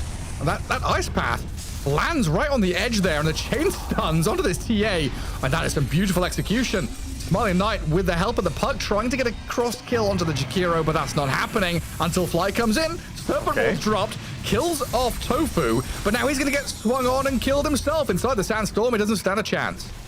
I mean, kind of worth it for him. He did get the kill and, you know, thwarted what would have been possibly a push coming in. But still, really nice start there by Tofu, just finding the angle for that. Did not expect him to set up that kill. Like, where was he? He was like standing in the Boglet camp to get the Ice Path across. Yeah, he pushed himself as far as possible in there and got the range. Only a level 1 Ice Path, but enough to get the setup for his team. Incredible. And then while that's all happening, Medusa, like, did she actually get damage on the tier 2? Because I saw her pushing this lane pretty hard. Not much. She got 1 Meteor Hammer off after a while. But that was like after a fight even happened. But he is going for the build. I talked about it, man. The Radiance. This build has initially not been played so much in pro games, but has, you know, become the meta now. Oh my god, Rasta. Do you like moving, son? How do they see him? They got a ward up here? Like, if Fly puts a sentry down, he's like, how did they see me? Yeah. I don't know how they got the initial vision there. So I guess they saw him walk up the staircase and then blind Ice Path? Yeah. I'm not sure. I didn't catch how he got vision on the Jakiro immediately there. Did he just de-ward? Yeah, I think he did. He threw down, but the sentry he put down afterwards. He put it down when he was killed. Radiant are scanning. They must have seen him. Some kind of information. Yeah, but you can see the long-range control. Ice Path, and then Rodovatos, Meteor Hammer, the Gorgon's Grasp, then a Sand King blinking in, and AA ulti has more than enough time to be set up to connect. Yeah, it's portable quicksand. Isn't it the dream AA game, right? To have so much stun. Like, look at the amount of control he has in his team. Absolutely crazy. How often we talk about hero partnerships and who can go, you know, who can slay together. AA wants as many partners as possible, and Game Gladiators have given him every single one. Every single hero, including Medusa, able to catch and kill, as Desire is going to find out the hard way. Zibe might be a bridge too far. He's going to spend the Stampede, though. Ooh, yeah. I mean, he respects it. There are so many things that could keep catching him there. He didn't want to get blinked on by the Sand King. Up top, they're looking to go on Watson. The two cores want to combine their powers, TA and Puck. So they can actually finish him off. God Strength going, turns and hits into the Puck, and with the help of Quinn, they swing this one back into Smiling Knight with a damage. The refraction's not enough to save him. Watson picks up a double kill thanks to Quinn's intervention. Oh no, you want to slow down the Sven's game, but quick reaction by Quinn. It's gonna completely thwart that. And now look at this. Ice Path, Rodovatos, Ice Blast, Centaur. I mean, this game out of the control of Avilus at this point. You're losing cores left and right, and Gaming Gladiators, they're playing 3 lanes. They're controlling 90% of the map. Yep.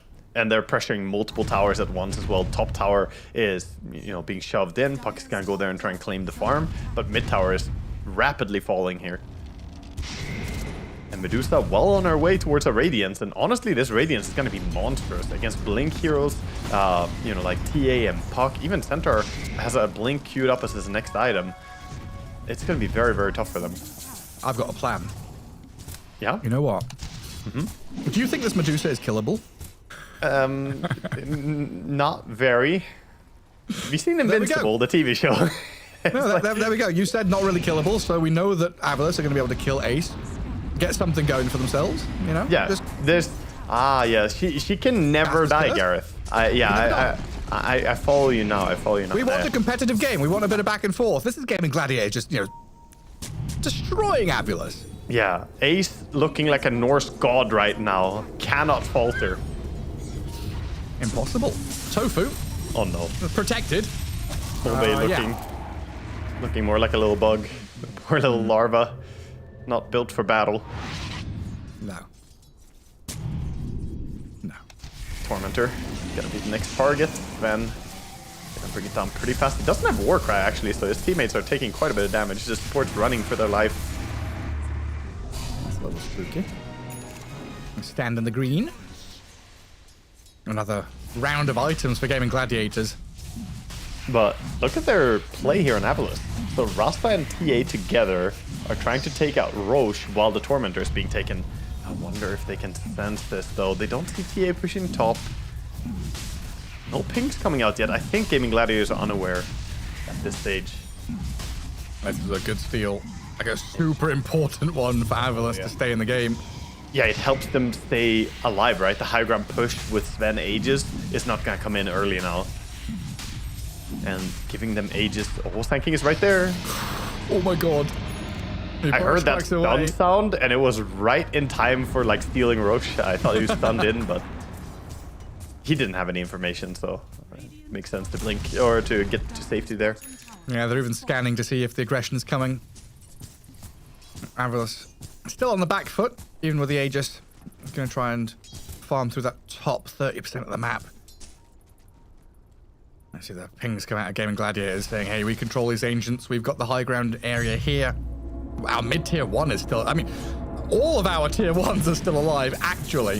Infrastructure Very difficult intact.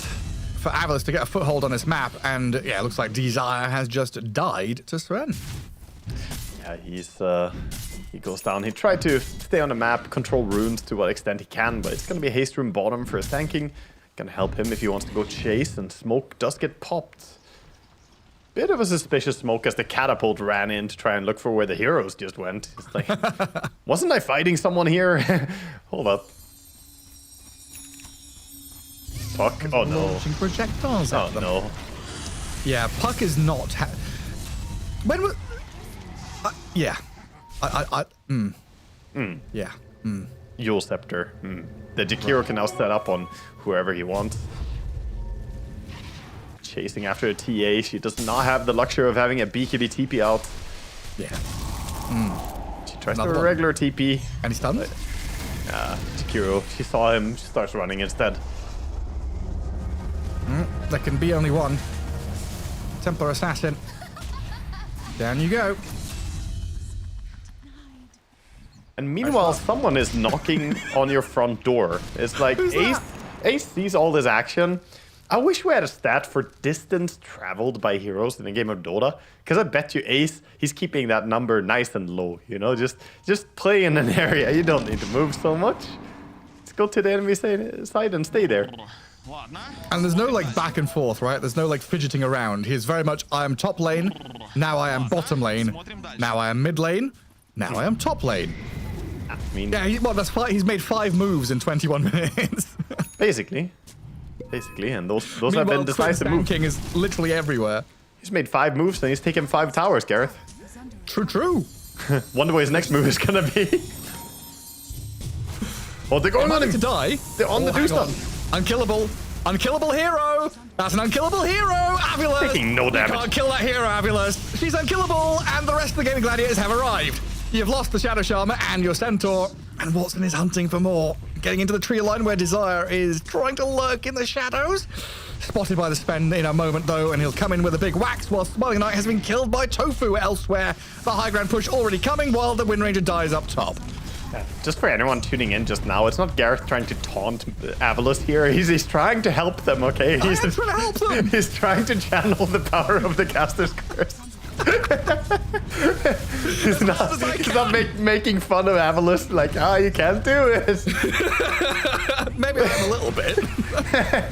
Well, yeah, I mean, they did try to go on Medusa. They brought her to half mana. She did have a 20 magic stick that she didn't even click, but, you know, good effort.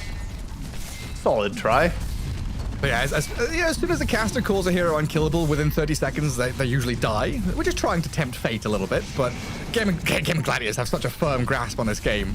What, 1k net worth lead per minute is very rare nowadays. We used to see it a lot back in the old days, but yeah, GG called. It's anticlimactic, but it's over. Tap out of this one, go game 2. There's no chance, no survival. Yeah, they're clicking the buttons. The celebration button clicks on Gaming Gladiators. Everyone just ulting to finish up the game. But yeah, and that's a man who feels good about himself, just being a nasty snake. Yeah.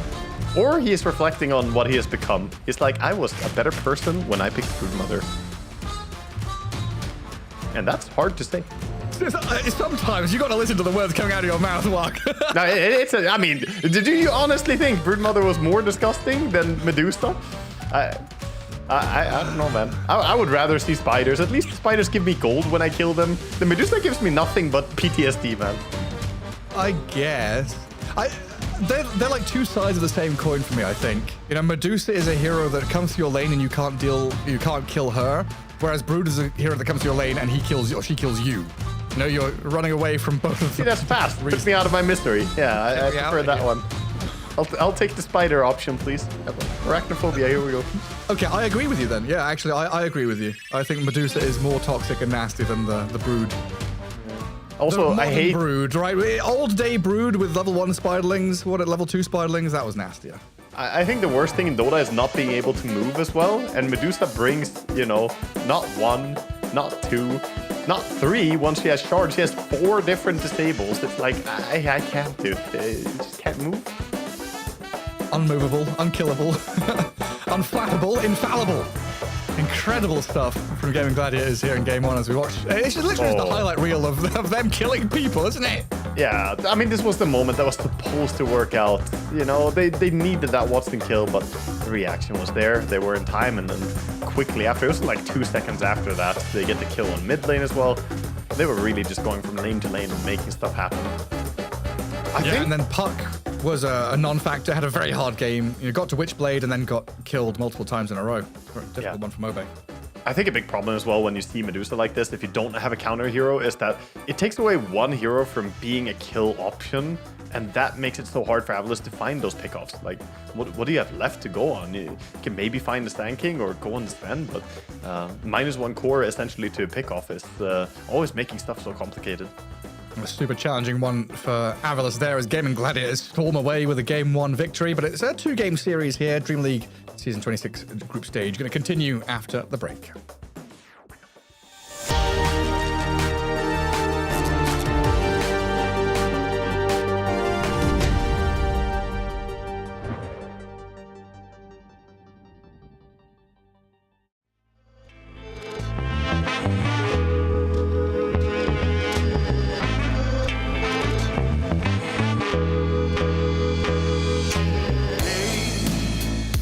I've had days of struggle,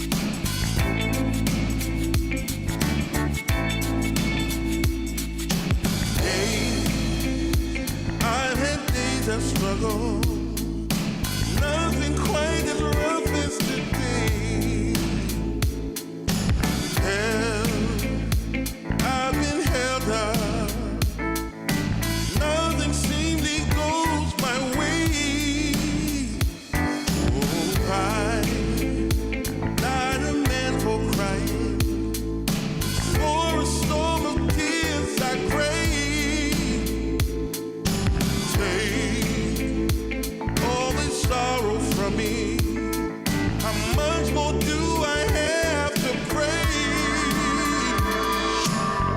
Foolish of me, you might say.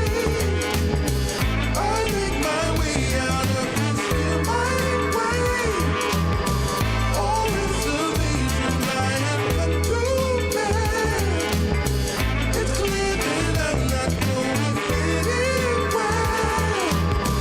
Foolish of me, you might say. I make my way out of this here my way. All reservations I have got to bear. It's clear that I'm not going anywhere.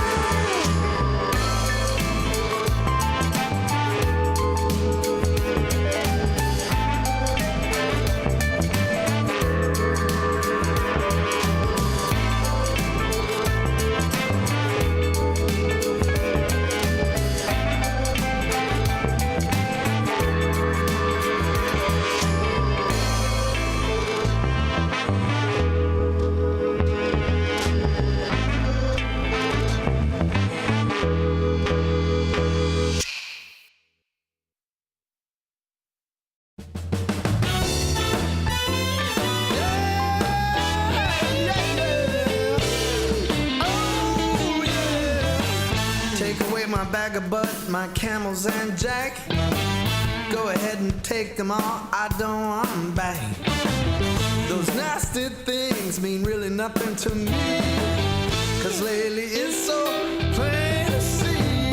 All I want is you. Honey, it's so true. Give it to me, baby. All I need is you. Yeah. Come on, you can take away my mint Cadillac. Take my Harley too, I don't need them back. I got an engine, oh, that runs so right. As long as I get your loving each night. All I want is you. Honey, it's so true. Give it to me, baby. All I need is you. Yeah. In the morning, well, early in the morning, late in the evening, round around noontime, baby, 24/7. Give it to me, baby. All I need is you.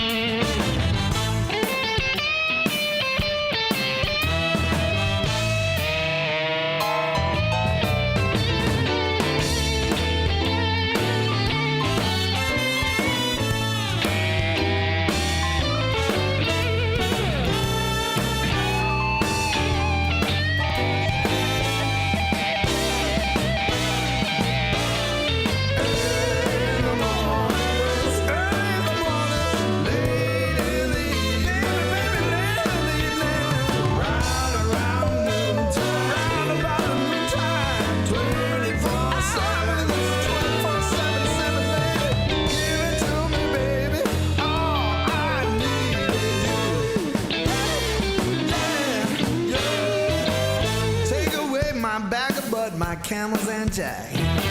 Go ahead and take them all, I don't want them back. The only thing I could ever really miss is what I feel when I get your kiss. All I want is you. Honey, it's so true. Give it to me, baby. All I need is you. Yeah. Oh yeah. In the morning, early in the morning.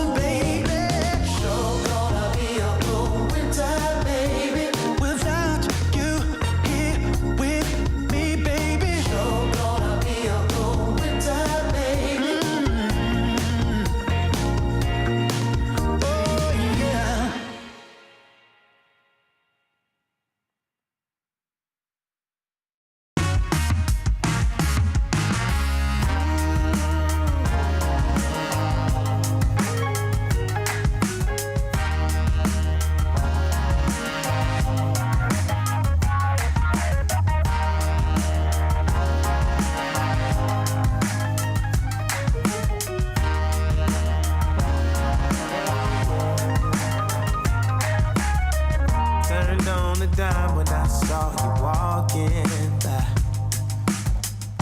Something about you caught my eye, yeah. Ain't trying to waste my time, just standing in your line. Gotta take a shot before you pass me by. So you wanna be alone for me?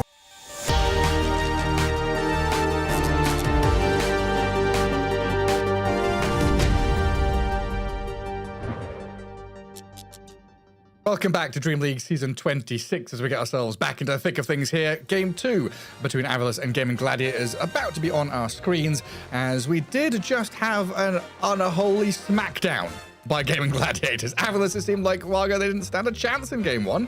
Yeah, no, they struggled on the map, man. They just didn't have any real answer. I think a lot of it comes back to that Medusa, honestly. We talked a little bit, at length about her already, but Ace just put his body in these spots where, we can maybe squeeze our heroes over here and play that area. Nope, there's a Medusa waiting for you, and you can't kill her. You don't have the tools. They banned the anti-mage, and ultimately, every single move they tried to make was just already stopped so early. Yeah, Medusa is like Snorlax in Pokemon. You wander down the street, you see this big fat blob blocking the path. There's no way to cut down the trees and get past her. We've seen other teams really having to use the Pokemon tactic of picking ET, who has a Pokeflute, to wake them up and get them the hell out of the way. It's just a nonsense hero. I think my favorite part about game number 1 was still Ace after a game, just staring into the distance, like... Chewing his gum. Yeah. Just like, I could have brought away just more people. I could have helped them even more. You think it's like that? I'm thinking it's more, like Oppenheimer or something like, what have I done? I've become the destroyer of worlds, One of these days we'll get a change to Medusa, because surely there's a more interactive version of her that we could have in Dota. But while she's here, if teams don't ban her, this is what you risk running into if you don't get a counter. So if let's say this draft, runs it back, and we have the same kind of thing again, where it's TA Medusa as the first couple of picks. What could Avilus have done differently in terms of drafting there? Get the Elder Titan. I actually can't remember. Did they ban it? But ET should be, a high priority hero to get against Medusa, because if you stomp her, she does not wake up. It was in the pool. Her meta pool. Yeah, I don't think it was banned at all, right? So that's a hero that we usually see when Anti-Mage is banned, when all else fails, the supports can counter Medusa pretty well from that role, playing some ET. But yeah, we'll see what the players are going to do here. We see licking his lips already, thinking about the next dirty hero that's coming out. Is it Broodmother? I want to see the Dawnbreaker come back, honestly. That was a fun period of Dota, having the good old Ace Dawnbreaker farming and carrying. I need to let my cat out of my room, so give me 10 seconds. Yeah. I just thought about it as Gareth left now, but Ace always has that little spade after his name. We should really call him the Ace of Spades. It's a full name. He does have a full title. Sorry, did you say Ace is the Ace of Spades? Yeah, he's got the spade after his name, right? I did not know that. Yeah, he's had that for a very long time as well. So, he is the Ace of Spades. That's the full name of the player. I dub him. Some things you just don't notice them, I guess.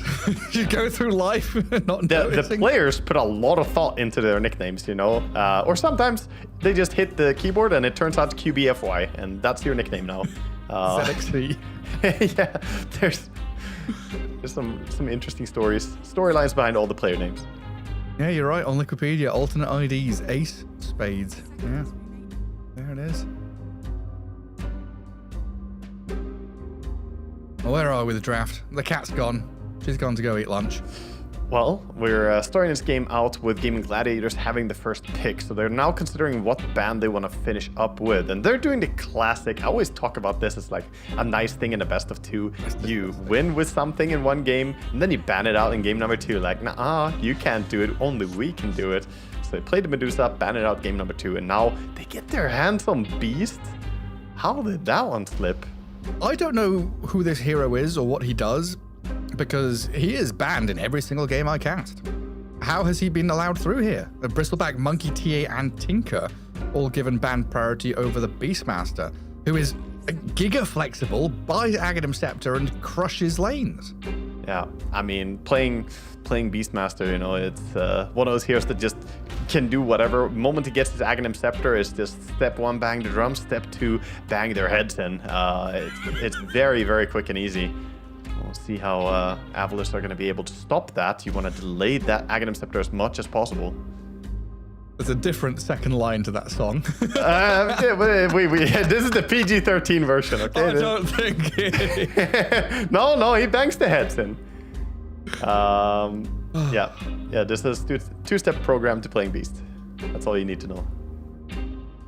How do you deal with him then? If that is the two-step program, he's going to lane, do well, get Aghanim Scepter. Well, the you issue outlane is, him? you can outlane him, but you don't know what lane he's going. He could be carry, off lane, or Right. mid. So you gotta be ready for him going anywhere. Okay, that's already one lane that he wins. He can go against Tiny if Tiny is mid. Tiny could be carry as well, though, where Beastmaster could honestly do pretty well against him there, too. But yeah, the Tiny is at least a very fight-heavy early hero. Very good at invading, because the key is to stop the ancient farming. The biggest source of income for the Beastmaster is that it clears the ancients a lot. The ancient camps, the ancient stacks. So getting heroes that can invade, can fight, and can activate early is going to be important for Avalos. Yeah, this was one of those, talking about the roster changes and stuff, this was one of those Stormstormer heroes that used to go and play actively in towards that Wisdom Shrine, the Wisdom Rune or whatever. The Tiny, the Earth Spirits, those type of heroes, yeah. Yeah, Tiny doesn't need much. He needs like level 9 and he just goes in and bursts people with spells from mid lane. Haste Carry Rune Tiny, or it's a something's bit different, nice. But yeah. One hero who does really well with runes, that's for sure. There's still plenty available in the support pool, as we see tons of different offlaners being banned out. We do have AA and Tinker removed, but Ringmaster, Jakiro, Silencer, what have you, tons of things available. I like Silencer with Beast. It's a crazy good combo. You blink in, roar someone, silence up. In case Avalos pick like Ringmaster here to protect against the Beast roar, you just pick Silencer. So Avalos, do they see this? Do they care about it? If they want to pick Ring or something to save, they should ban out Silencer already right here. We've had a couple of these second phase Silencer bans just to cover your bases, which have been real nice. We'll see if Avalos run to the same tricks.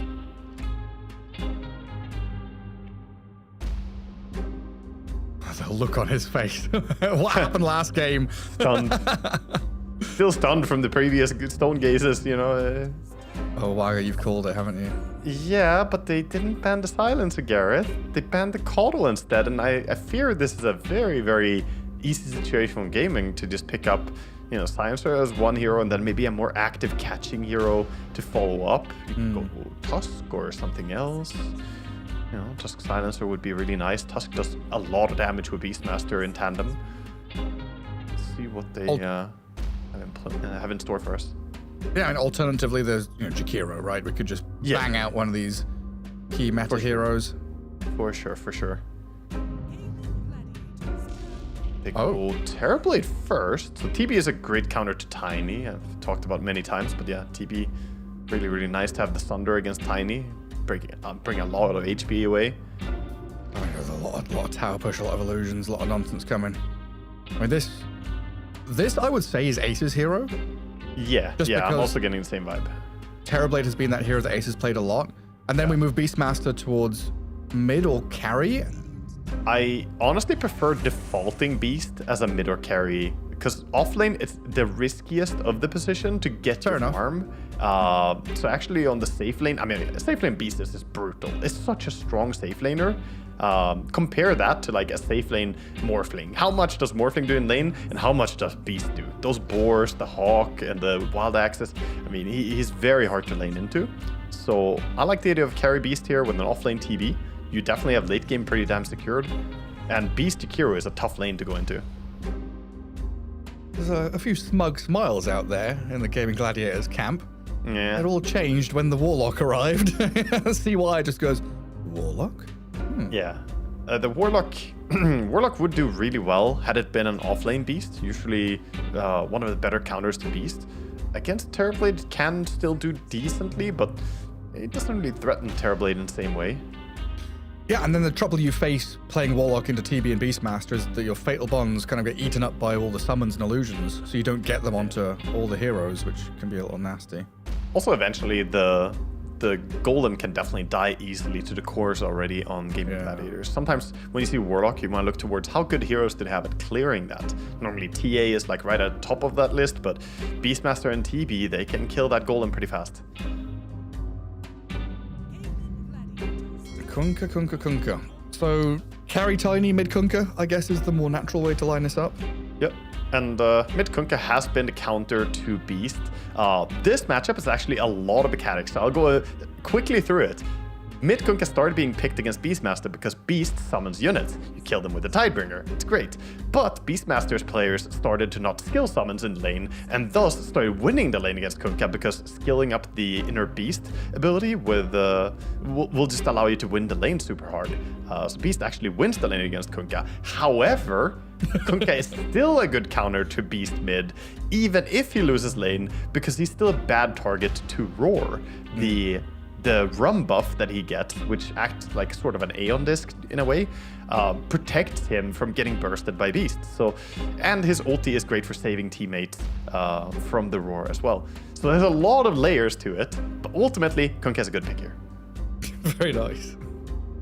Multi-layered Kunkka pick, that's what we like to see. And then it's going to be solid no matter what happens. Unless Gaming Gladiators, Kunkka is going to get Huskard. The Gaming Gladiators say, okay, we put Beastmaster in our carry position now and get a different mid. Yeah, I mean, that's what I would want to do. The question is only if Watson wants to play it or not. I haven't been able to track his games recently because of a recent change that Valve did. But I wouldn't put it past him that he's capable of playing it, of course. And I think it looks best for sure to have a safe lane Beast now and put something else mid. But of course, like I mentioned, my Beastmaster does win against Kunkka as well.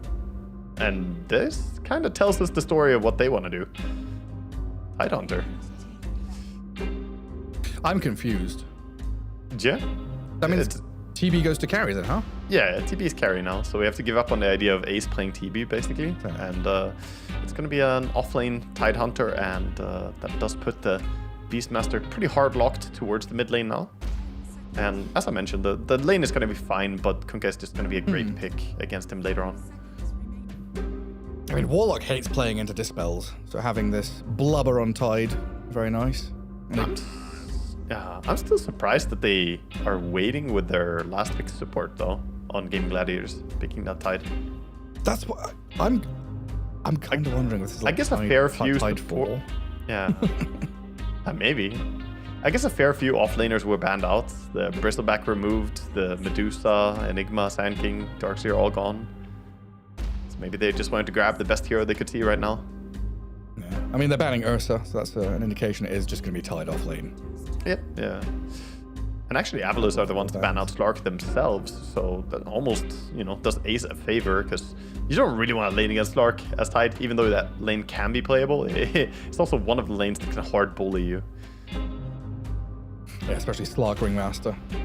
Oh wait, no, it'd be Slark Warlock, wouldn't it? Yeah. Or would it? Yeah, I think so. Warlock thrives on the safe lane. He yearns for the safe lane, which for Radiant is the Mines.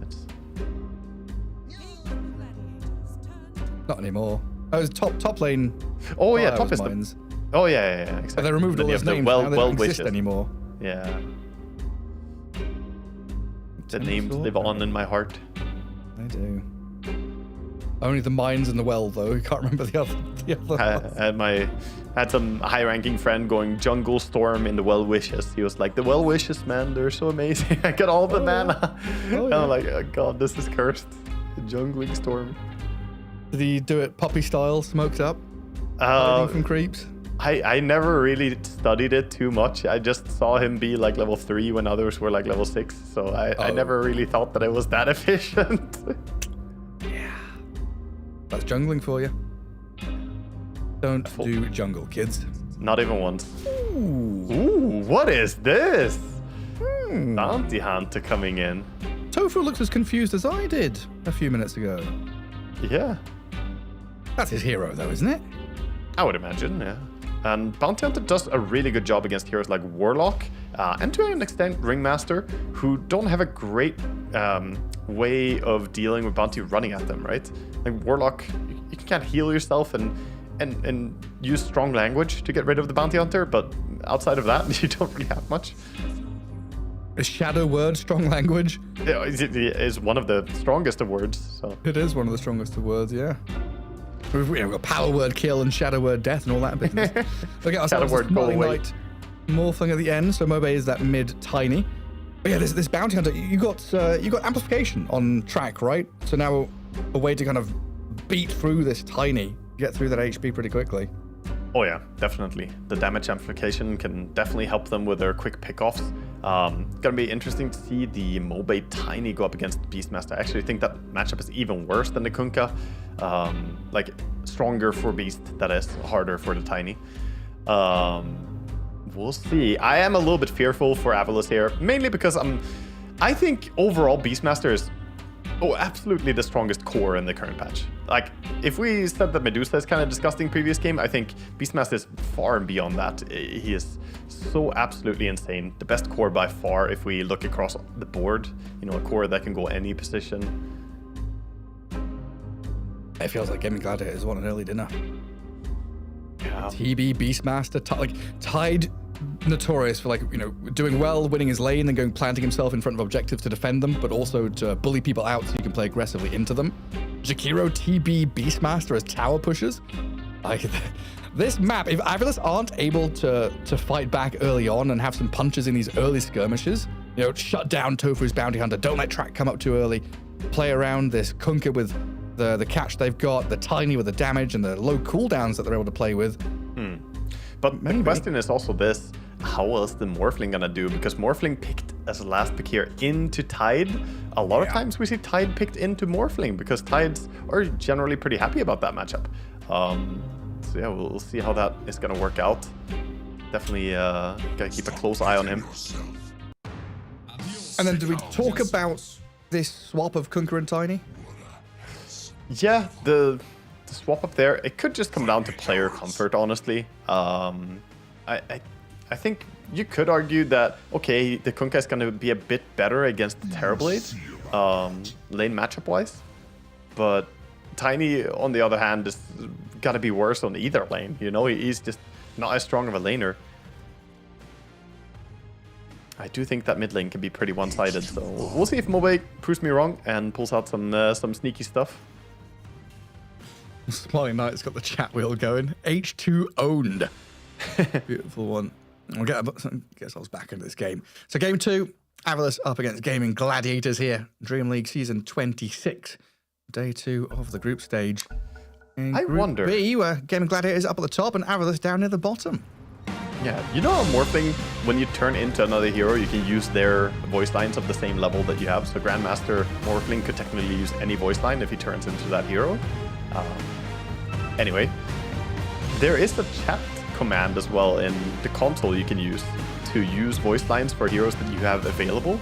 So if I'm playing Morphling, I can use TA, or if I'm playing Tiny, I can use TA voice lines with a chat wheel command. I As wonder long if as you have it Morphling- unlocked. Yeah, exactly. I wonder if Morphling can do the same with any hero without even morphing. Like, if you're level 30 Morphling, if you can just use everything.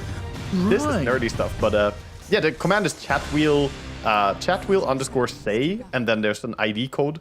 So 46008 is feed me if you must. There you go. Little knowledge for you, chat. You can now use TA voice lines. Cool. You just will gotta be a level gain- 25 TA. You will gain 7 MMR with this information.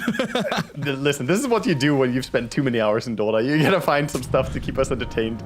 Using voice lines from heroes that you aren't playing is always hilarious. So. Well, yeah, we're not allowed to have the custom music and sound packs anymore. You know, we don't have the Eternal Envy anime. No wife Banana career or Tiny. whatever. Yeah.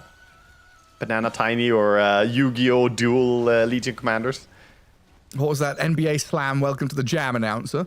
Oh, or of course we have to mention the best one, the Darude Sandstorm. For Sandstorm, of course. Oh, the classic. There was one that God, like look at the comboed. gold. Yeah. Money. Why does Bounty Hunter need 5 names, 5 bounties, tracking people up when he's just loaded with gold coins? He wants more. Can't have enough gold. Oh, look at Tide Hunter. He's so small. Yeah, Small little Tide Hunter. it's the wee little plankton, nanoplankton eater. He's a little baby. And he is a Kraken Shell level 1 build, so he doesn't really have much he can say or do at this point. He's just gonna be like, please don't hit me. But Bounty Hunter doing what Bounty Hunters do. His weak laning stage leads to Bounty Hunters generally pulling the creeps, and that's what Tofu is off doing now. Just running to the west. Did you ever watch the Super Mario Brothers movie? The live action one from like the 2000s or whatever? Yeah, I think Bob so. Hoskins? Bob Hoskins in it? No, I don't know names. No? Okay, well, but basically the Goombas in Mario, right? They're the little like mushroom guys. Yeah. In the live action movie, they were made into these like lizard dinosaur guys. But they kind of, this Tide Hunter reminds me of them because they have like this big beefy body with a tiny little shrinking head on top of it. It just looks so funny. It does. I always think of this Tide cosmetic that he has equipped as a Scooby-Doo villain, you know? He looks like he's about to pull off the mask and reveal it was the janitor, you know? I would have gotten away from it if it weren't for you damn pesky kids. Anyway, Bounty and Warlock created their own lane for a little while there in the river. It's actually, Groundskeeper Kunka, it was you all along in that Tide Hunter suit? Oh no! Dear God, I'm getting off track. Desire gonna drop, I Desire's think. dying. Fairy Fire! Taking over though with the damage over time, Malady gets the first blood. And TB standing strong with his 90 HP. It's more than 0, so he is fine. The tangos, the snarls will come. Yeah. Marling Knight just died to Tofu. Ooh, he found him. Caught him lacking there. I don't know. I guess he was trying to go into the Fog of War to heal up a bit, because he took only, 150 damage there, and he died to it, so... That was him trying to max out his HP. Didn't know Bounty was on him. I guess. Where's shouldn't have Bounty now? Tofu's going again. He's looking for courier snipes now. I mean... So yeah, Bounty has that. Oh, Watson top. Ooh, dying to the dagger and the hit. Malady trying to trade out onto Desire.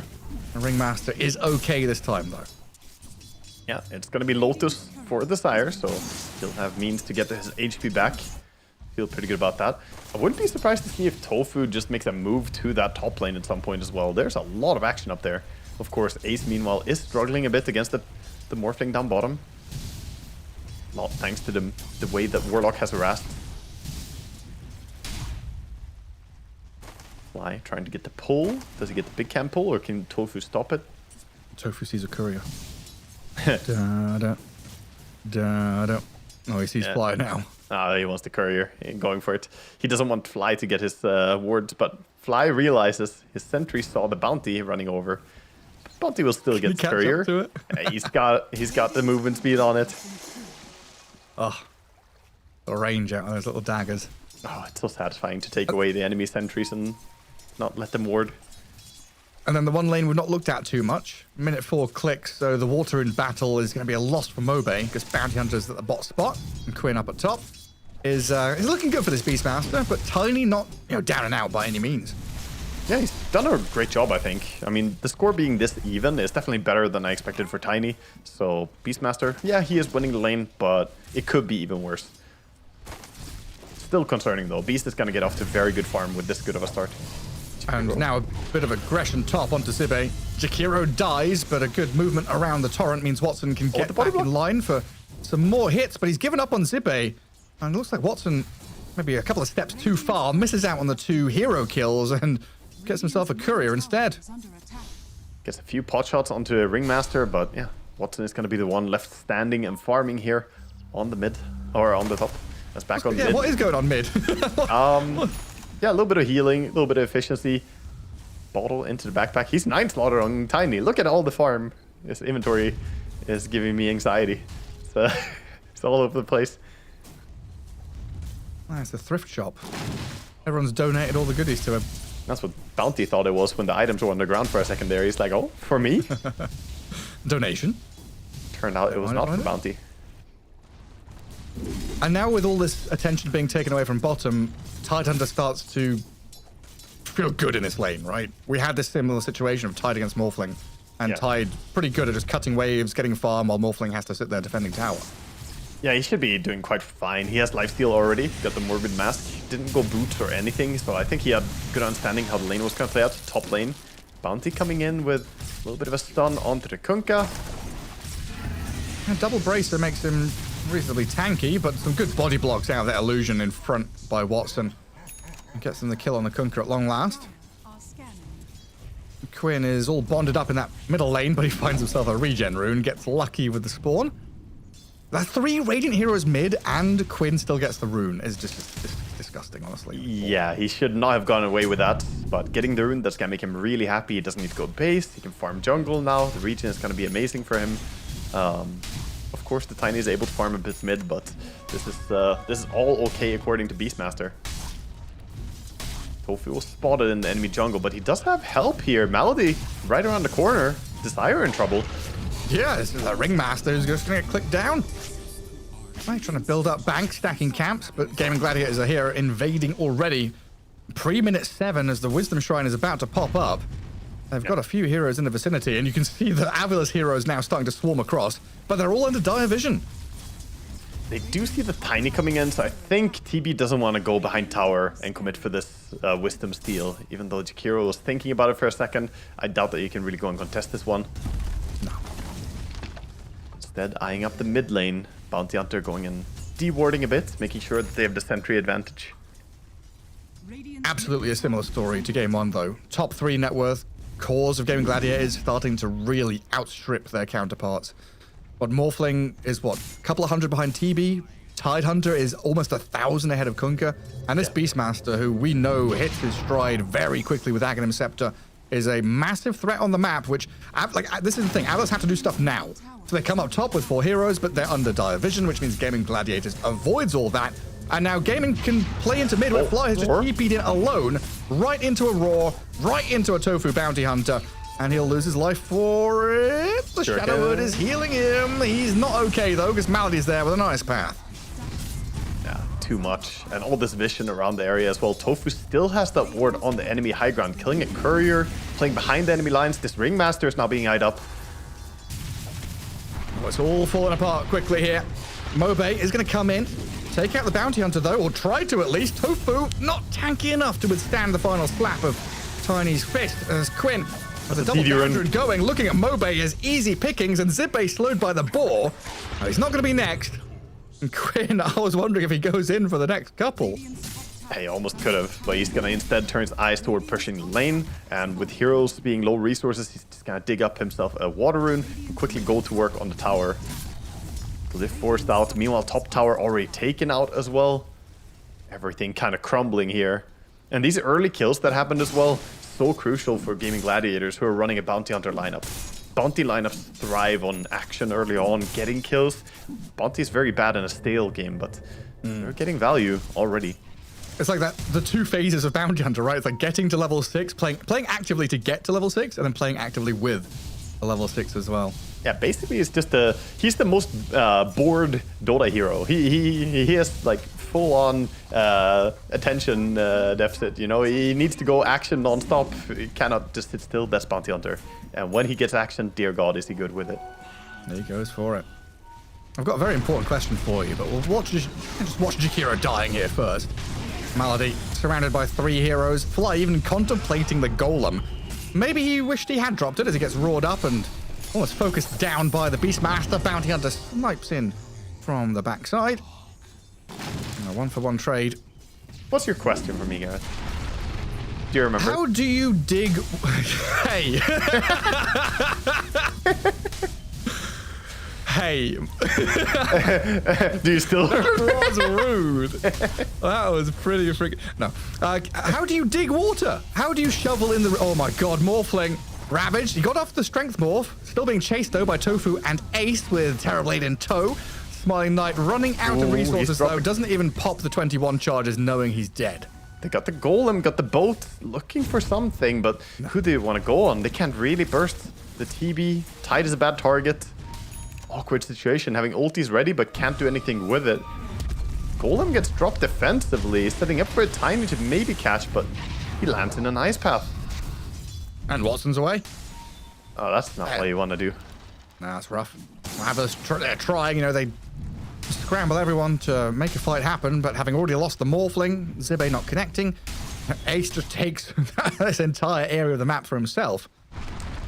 And sad for Mobe as well, because he's got an Arcane Rune going. Would love to get some action. They want that Warlock. They feel like he's hanging loose here, and I think he might be. Drops a sentry and a dust. They see Tofu for sure. Yeah, he's absolutely visible. Does Watson sunder his teammate? He stands tall as Metamorphosis. Doesn't even need to sunder him. Tofu, okay, he's dead. Whoa, Watson. A Fatal Bond's bouncing some big damage back onto the TB with an avalanche coming in. He can't sunder anybody.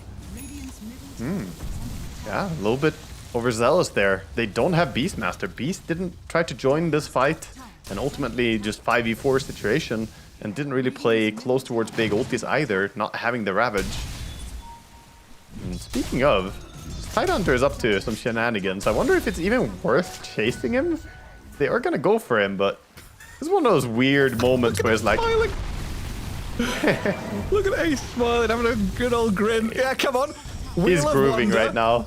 He knows how much space he's creating. Look, is he even dying? He's life stealing off the creeps. He's running around. He's running circus. 5v1. Ace, you've got to die. Yeah, he finally dies. Finally does drop. Dear God, that was a lot of time invested though to try and bring him down. Fortunately, they have enough magic damage. A lot of that thanks to Ringmaster, dealing 1068 damage. Those impalement arts.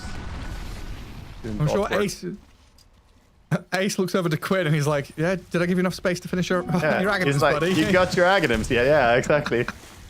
Surely this could be enough. I mean, he pulled everyone into a dead area as well, right? An area you don't want to have 4 heroes. That's the important thing about his move there. So while it looks weird, he's just kind of dying. It's dying with a purpose. Still good pickoffs for Avidus though. Getting some kills bottom, killing that TB, killing the Tide, killing the Bounty Hunter now. Chaining together at least some moves. But there is this oppressive force, right? We had a massive lead for Gaming Gladiators. That's only minute 13, already up to what, 8,000. They are ahead. I mean, it's all ramping out of control. The cores are getting rich, and Bounty only now starting to tap into the track as well. He'll start getting his money as well when the next engagements come. Aghanims complete for a Beast. This is usually not go time in the sense that he wants to non-stop fight. He might want to go and get a Roar usage. But overall, this just means now he can farm even faster. Warlock has ulti and is looking for a chance to use it. Gaming Gladiators might just give it to him as they play aggressively into that bottom jungle with a Roar onto the Ringmaster. And Desire, reasonably tanky, pops a few heals and burst regen, but he's finished off in the end while they chase Fly now to the ends of the earth, drops another defensive golem. He still looks like he might die as Tofu dives him under the tower. Malady, though, getting pummeled by Kunkka and Tiny. Tofu getting turned on by Smiling Knight. So at least some trades here in terms of support. Jakiro for Ringmaster, Warlock for Bounty, and Avilus showing that they've got a bit of bite.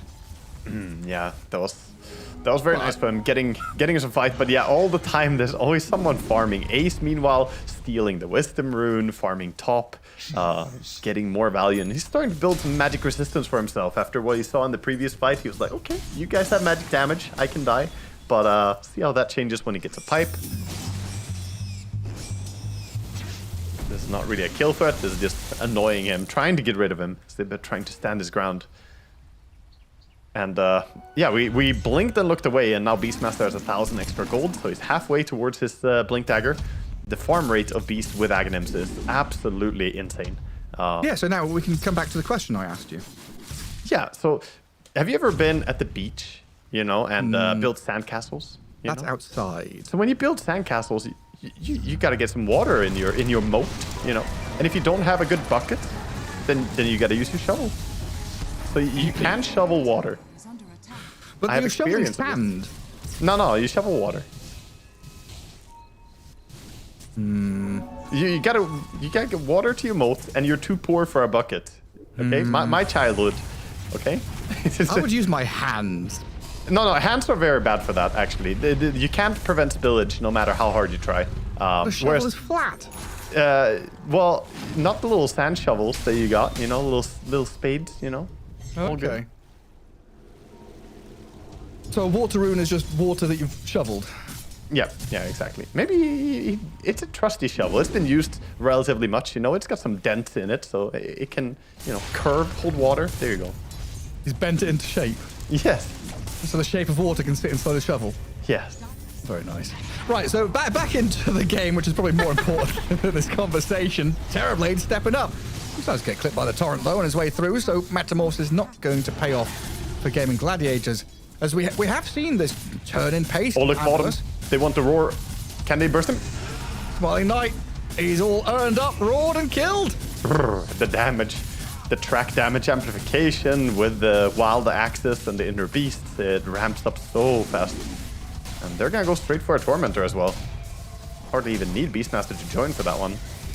Quick and easy. Shard. Look at that. Shard for the bounty. This shard is underrated. It can be really good in games like this. It's a win more shard. Oh, Ice Path on the Tiny could lead to problems here for Mobe as Quinn and Malady decide they're just here to defend the tower, not to go chasing people down. Yeah. And ultimately, to push the tower, they have to move up and commit, and that's when Tide could sneak around and get a Ravage on them. He's already wrapping around. He sees Kunkka, his nemesis. Yeah. Come here, Kunkka. I could eat an entire Admiral. Get over here. You're in a little box. Get out of there. What do you think you are? Houdini? No. He's gonna do it. You can't go rolling down a waterfall. Mobe, in the meantime, is dying to Quinn. Watson's going to eye up this Tiny as a kill, thanks to the Ice Path setting it up for him, while the Ravage is there onto Kunkka and this Ringmaster on the side. X-Mark buys a little bit of time with a little pig pole running away, but the Wild Axis cuts him down, cuts him short, and Desire about to die on our screens as Ace and Tofu make short work of him. Oh dear God, it's all falling apart. Meanwhile, Morphling is like, it's okay guys, I almost have Manta style. Surely we can turn the game with this, but meanwhile you have this rapid progression. You know, Tormentor was taken just a minute ago, they lost a team fight, and now Roche is falling while also their Ancients are being farmed, while also top tower is being pushed. Everything is just crumbling so rapidly now. They have tried their hardest, right? You know, minute 12, this game kind of felt like it was over already with the lead that Gaming Gladiators were getting. A couple of kills here and there from Avilis have kind of kept them in the game, but still in a losing position. Like, golems are being dropped left and right onto no heroes or onto supports, using things defensively just to try and pick up the pieces. And I guess the big thing here for me is Avilis, the past 6 minutes they've been playing as 5. So they're not able to play multiple lanes or push out waves or get farm or get experience. They are just falling behind across the board, trying to put out fires. Yeah, the problem is that they're supposed to be good at team fighting, but they're so far behind in items that they can't even win the team fight. If they split up, they actually die even more, because look at this. You go bottom, in comes the roar. Pyro's close enough to save though, initially. He has to come out of the box eventually, I guess.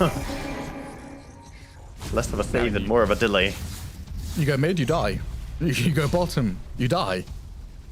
I wonder if Kunkka's all right top. Maybe top is the promised land. That's where you've got to head. Yeah, God. I mean, he has 3.5k gold. I'm actually a little bit surprised that Zibbe is still trying for the Radiance in a game that's faltered out of control this hard, this early. Should he have gone Blade Mail? Should he have gone, you know, anything other, some early timing items? Yeah, pipe, Aghanims, whatever it might be. Yeah.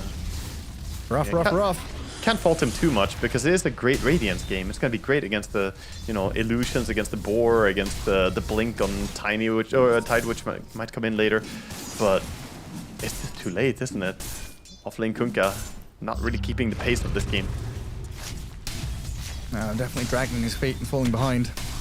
Who's not falling behind though is the Beastmaster, who is 300 gold behind or away from having a BKB along with Ags and Blink. So. Yeah, this is why this hero stays in the first phase ban for me, buddy. It's this hero should not be picked. I think if you have second pick, you always ban this.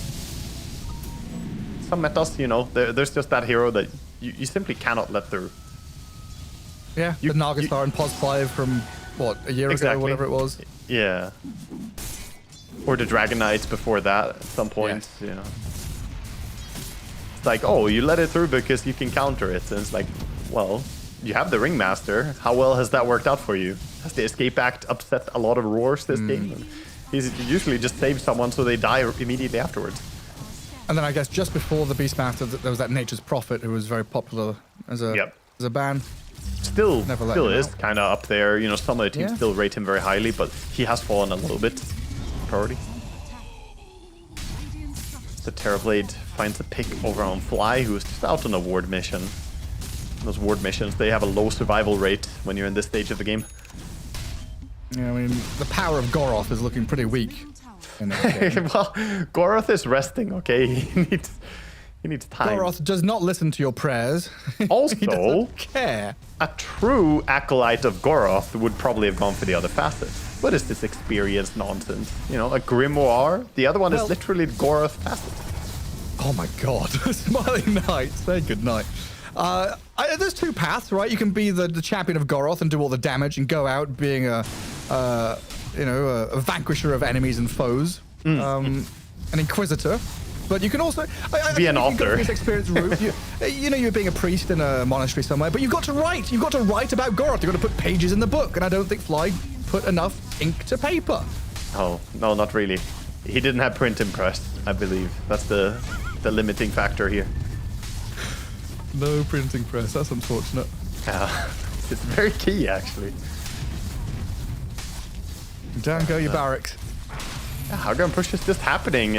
Metamorphosis is down, but I still think they're not scared. TBS Shard, so he's super strong even in the melee form. At least he's quick. And Tide says, I can finish this. Ace is feeling confident. That's a Morphling hitting the Tide. The Tide doesn't care. The HP didn't move, Toss did it? back? It didn't. That's not a toss back. That's a toss up and down. And now Macropire is out. Okay. Avalus stepping back as Gaming Gladiators come back in to finish off the buildings.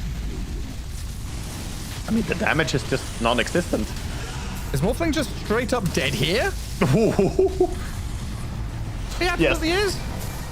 I don't know if Gaming Gladiators lose a hero. Okay, Bounty gone. Beastmaster. Aegis down. Buybacks galore coming out of Avalus now to try and hold on to this and defend their base as the Golem's dropped on the face of Quinn. But Maldi and Watson backing up now. They don't have a Ravage, so this toss back could cause problems for Gaming Gladiators. The fear is there. Watson, does he have Thunder? He's trying to turn around and get a play to go, and he does get it out. Smiling Knight. Danger. Was he Chikiro mode? Morphling going for the multi-hits coming in hot. They're trying for the Tide Hunter now. How long will this take? He's got a Essence Ring, Magic Stick, Vladimir's ready. Kite the Beast. Oh, they got him in the upheaval. He can't move. The Jeopardy theme song going on here. Let's wait in for his moment to die. That was pretty fast, actually. That was decent. I thought that would take longer, but the upheaval, you know, level 1 only, but still provided some value in keeping him in place. But yeah, this game, 20,000 gold to the good here for Gaming Gladiators. Absolutely monstrous level farm. Double damage, Yeah, and- Ruden. What was that? There was a lane of barracks. Double buyback? Morphling buyback is a big one for sure. Yeah. Like his game is just crippled now. And that's a roar. He's yelling at the poor priest. He's just trying to take over the outpost, man. Immediately gets roared. Beastmaster kills him in 2 seconds. It's not Beakby yet, though. Quinn's invis. Do they have reveal? They I can't don't- see him. The I don't dust. think they do. Mobe? They He's not didn't clear. hit him. No. He didn't Now hit he him. got Now him. this one did. I got a second dust. No, they can't find him. The Oh, this freaking is the shadow hero. walker, a bounty hunter. A friendly shadow. And TB is here. Glorious. Oh, now the bounties slipped away from the Wheel of Wonder. Desire and Smiling Knight trying to catch up to him while Watson hounds the Ringmaster. Going to bring him down out of the box momentarily. Surrounded by a Tide Hunter and a Terrorblade. Terrific situation. Yeah. Bounty Hunter creating so much space there, playing behind the enemy lines. Even had a Yule Scepter looking for another setup. But with 2 heroes dead, this is high ground time again. Creeps just arriving to base. More items flying out. We have Skadi for Terrorblade. We have Blink coming out for the Tide Hunter. Nullifier on the Beastmaster. Everyone getting an upgrade. The Couriers are coming in with new weaponry. And they're yelling at someone again. Very loud and angry man. And he's going to come in and kill Zube. He does have buyback at least. He's probably going to have to use it very shortly.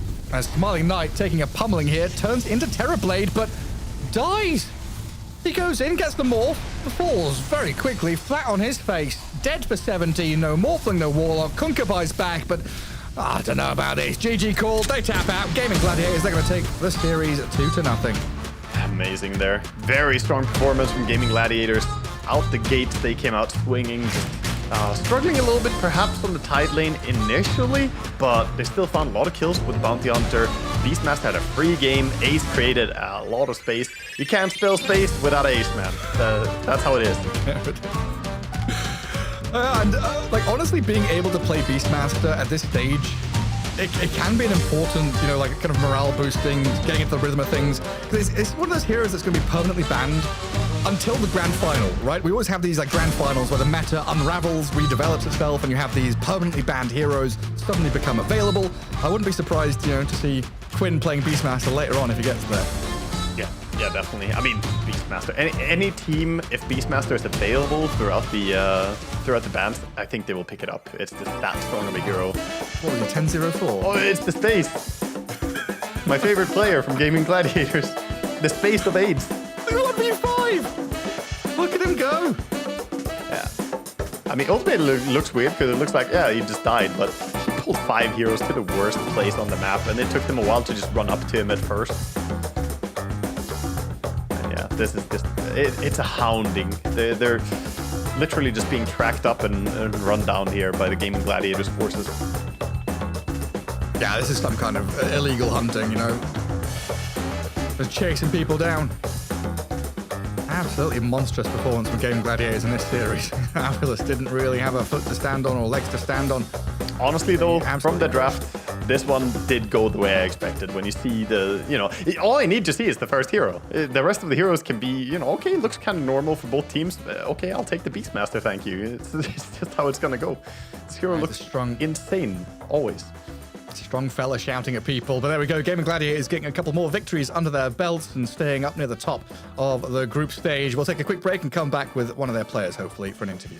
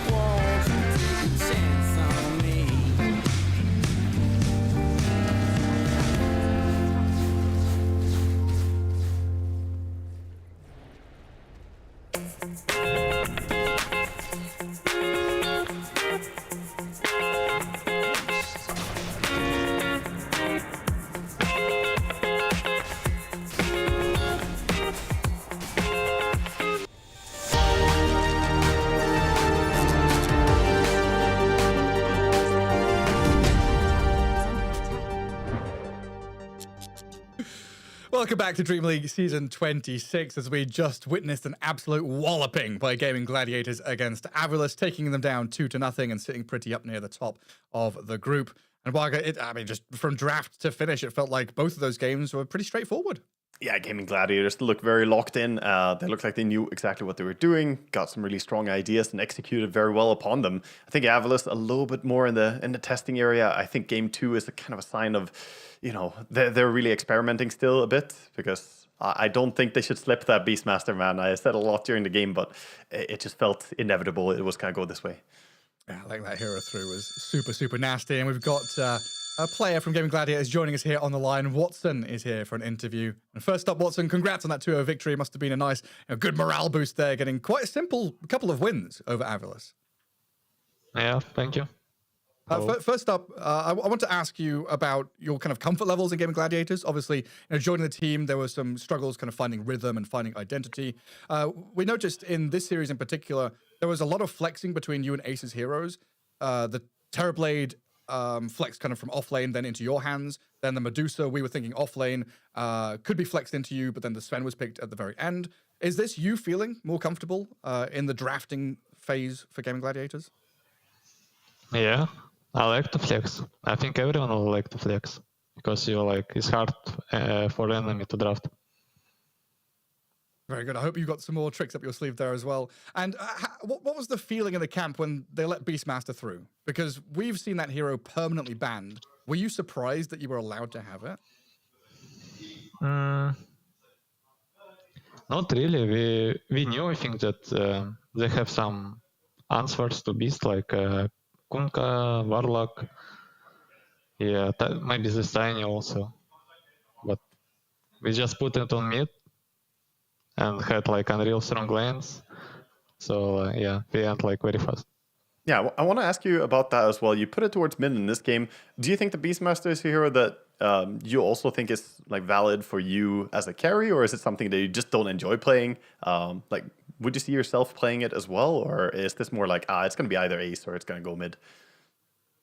No, I think everyone playing Beast, also me. When I played on officials, also on Beast, and we won. Yeah. It's we didn't want to put Beast against Kanka and Ring, because Ring can kill Boars and Kunkka also. So just put Beast on against Tiny, and he's full chilling. Yeah, exactly. The impalement art kind of insta-killing the Boars, or at least bringing him down. Very strong performance from you in this game. Did you feel at what point did this game feel like it was going to be obviously easy for you? I know you took the tower pretty early top. How confident were you after you took the tier 1 tower that this game is going to be yours? I just knew that it was very bad morph pick, because Tide is very good against morph. Bouncy buying Voice also very good against morph. Beast will buy Shiva, TB will buy Skadi. It's very hard morph game. So, you even had a they Vestal cannot on kill top. me without morph. Yeah, that's very true, because that was last pick morph. We were a little bit surprised to see it as well. Ace must have felt pretty confident going into that matchup, and you guys did just leave him alone down there and open up a lot of action. But yeah, I just want to say congrats. Easy series for you guys. So well played. Yeah. Thank you. One last question. You've got a few series left. So your next opponents, Paravision, Yakult Bros, Talon, and Navi Jr. Out of those 4, ignore Paravision. Let's say out of the other 3, who do you think are the most fearsome opponents? I think Talon looks good. With their new carry. Okay, cool. Yeah. Interesting. We'll see how that series pans out. Thanks for joining us. And again, congrats on that win. Hopefully we'll see you in the future. Thank you. Bye. Yeah, thank you. Take care, man. Well, there we go. Gaming Gladiator is an absolute stomping, but he's calm as ever. Yeah, Watson. I mean, he's got that calm mentality, man. This is what it takes to be at the absolute top. I mean, we're talking to Watson. He's, up there all the time among the rank 1 in the leaderboard. Right now, sitting at rank 3 on the leaderboard, which is, crazy. You gotta have some solid mental game to be able to keep yourself up there with all the crazy stuff happening in your pub games, and that transfers over to pro games too. You can keep your level head a little bit more. Absolutely, the strong mental game. That's what you need to be any kind. The top of the game in anything. whatsoever. But that wraps things up for Wagga and myself. Halfway through day 2 of the groups here for Dream League Season 26. We'll pass the torch on to Ricky and Zach with Extreme Gaming against BetBoom and Talon versus Navi Jr. The next couple of series coming up. So we'll see you all tomorrow. Stay tuned for the rest of the Dota.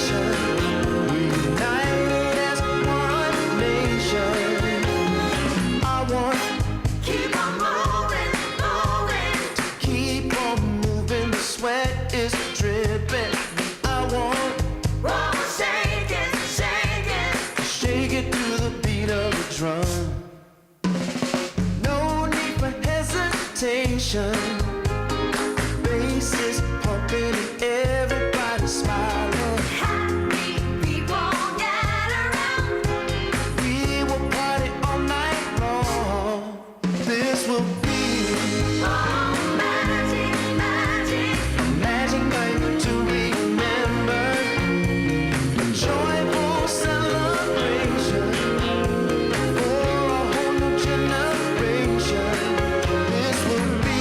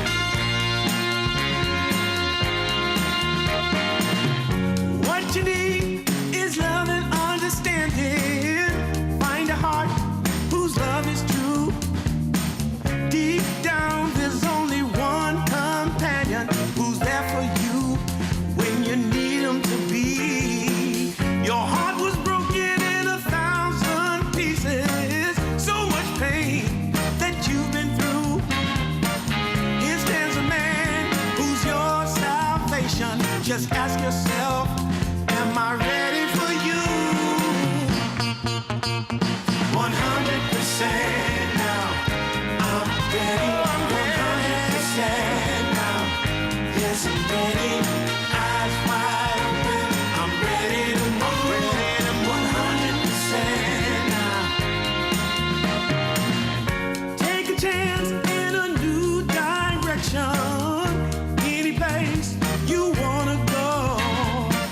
I don't have all the right answers, but one thing I know, I'm so ready for you. 100% now. I'm ready. 100%. You know I'm ready. Eyes wide open. I'm ready to move. Well,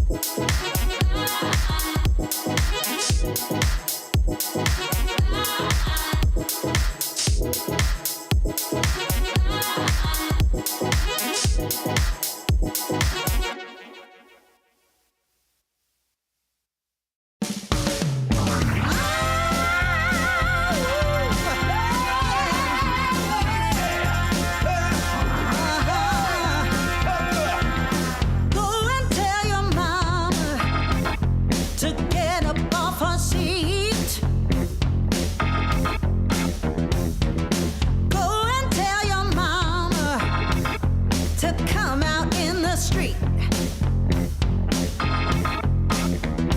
'Cause it's all going on right here. We're gonna make it perfectly clear. When you hear our voices ringing in your ear. Yeah, yeah, yeah, yeah. Run, tell your mama. She better come around.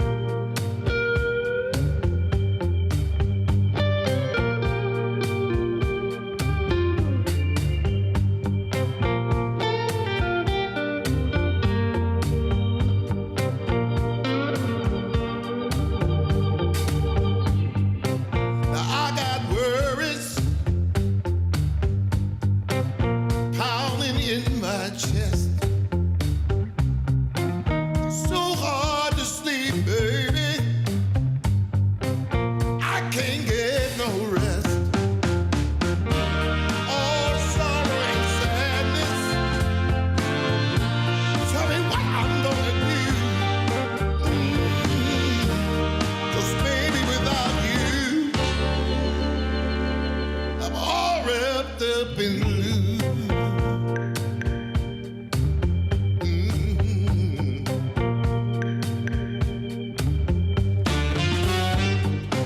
I thought it would be easy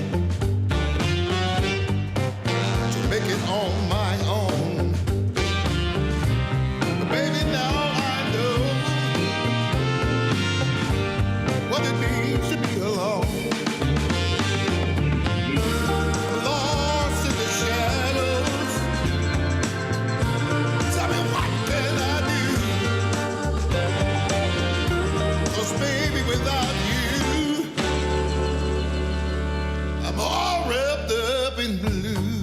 Wrapped up in blue. Wrapped up in blue. Wrapped up in blue.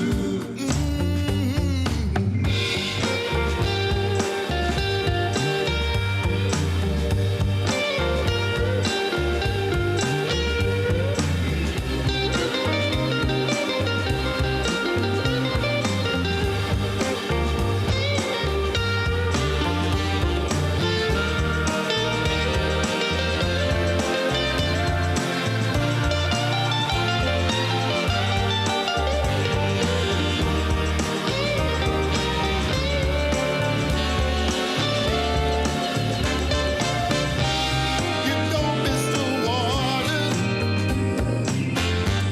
till the well runs dry. And you never see when the truth turns into a lie. Hey. Wrapped up in blue, all wrapped up in blue, wrapped up in blue. Can't find my way out, dog. Wrapped up in blue. Tell me what can I do? Wrapped up in blue, all wrapped up in blue, wrapped up in blue. Somebody back me up. Wrapped up in blue, all wrapped up in blue, wrapped up in blue. Somebody tell me what to do, 'cause I'm wrapped up in blue. Wrapped up in blue. Wrapped up in blue. Wrapped up in blue. Wrapped up in blue. Oh, yes, I am.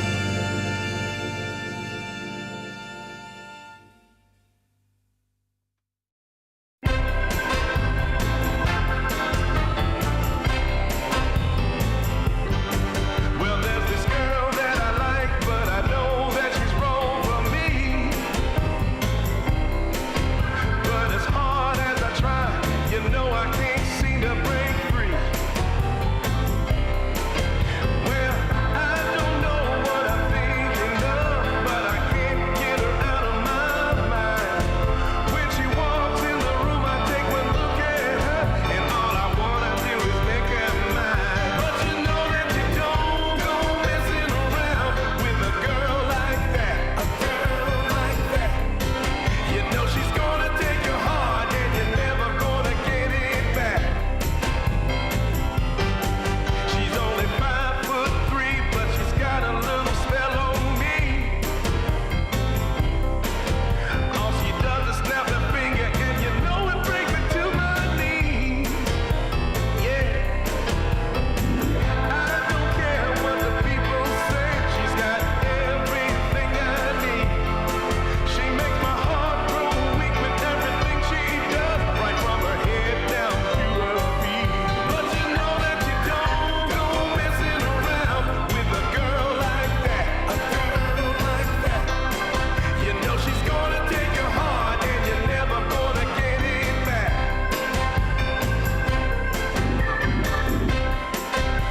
She's driving me crazy, and I'm out of my mind. But you don't go messing around with a girl like that, a girl like that.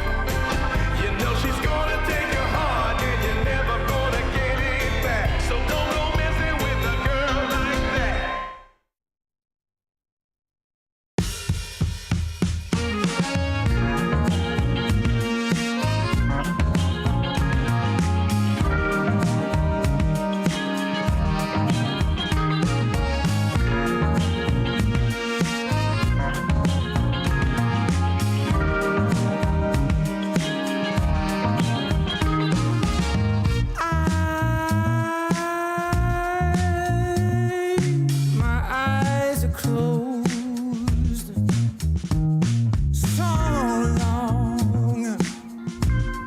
so long after the sun comes up. We do a dance in the dark, down the hall, pictures fall, even the neighbors call. But then you rip out my heart, every artery, a part of me.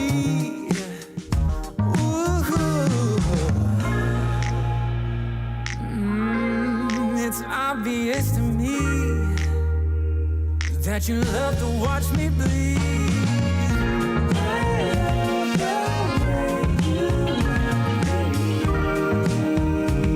But not half as much as I love when you leave. I hate to see you lose. But I love to watch when you're walking away from me. Walking away from me. Yeah, yeah. I could be anything you want. I could be anything you need. Baby, tell me it's something real, and I'll give you everything. Every now and then wicked smile. You know I can't help myself. They play around with me for a while, keep tearing me up until there's nothing left. Ooh, it's obvious to me. Yeah, you love to watch me bleed.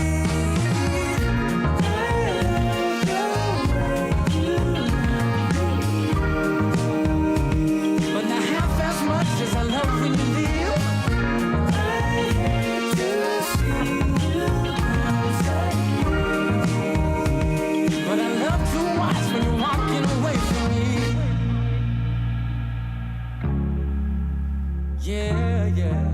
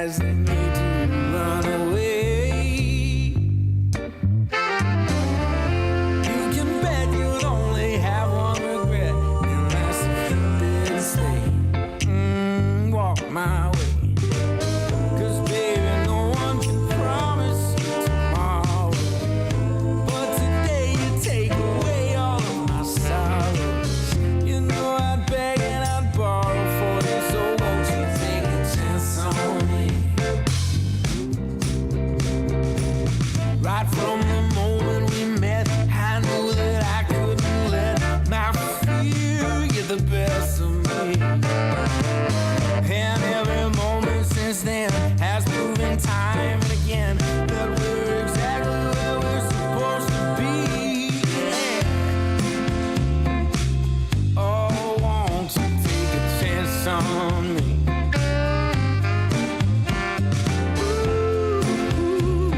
Oh, won't you take a chance on me?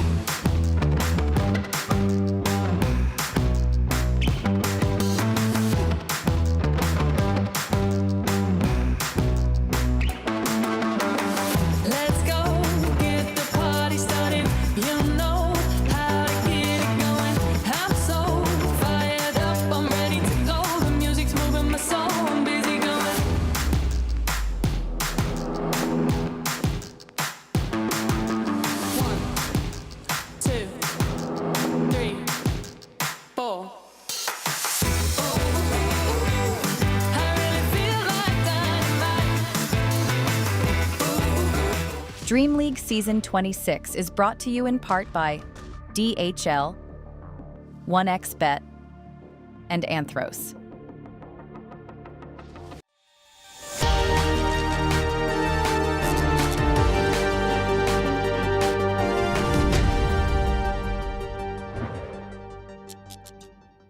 It's a wonderful day back here in DreamLeague Season 26 as we get into the second half of the day. My name's Cryptic, here with Z Quixotics, and we have got some fun games lined up for the backside of this day. Now, Extreme Gaming versus BetBoom both had draws this morning in their first series, so it's time to see if we're going to keep that trend going or if we're gonna have something new happen. Yeah, it should be fun. The whole Group A, actually the whole tournament, but we'll talk about Group A first because of what we're doing. It's really close. We are on day 2. Like you said, every team has played 3 series, and the top teams are at 4-2. The bottom teams are at 2-4. Perfect. We got a graphic. So sometimes at this point you see, some teams with like 6-0, some at 0-6. You're like, oh, I see where this is going. Feels bad to already have that. You kind of already know you're in a terrible spot on these early days, but this is so close. We have essentially the second team playing the 8th team, and if Extreme gets a 2-0, they could be at the top and BetBoom could be at the bottom. So it's always a blast whenever this happens and teams are so competitive, and that applies to Group B as well. It's a little bit more at like 5-1 for the top, 1-5, but. I think it's still true when you see like so many of these teams within just a few games of each other. I definitely agree. And I think there's maybe some things in these groups that are maybe surprising to others, but overall, close groups are always fun. Makes it really interesting. It leads the potential to like the absolute hell that is tiebreakers with this many teams, but we'll see if that ends up being the case or not. But let's take a look at our schedule here for what's left today. Like we said, we've got Extreme Gaming versus BetBoom happening here in just a couple of minutes. And that will be followed up by Flipster Talon versus Navi Jr., which we've got to see in a little bit of Flipster Talon yesterday. They took a 1-1. They looked pretty good, but, we'll see how they handle another Eastern European team. So there seems to be a lot of those in the tournament. Yeah, and I'm excited to see Navi Jr. later because I remember...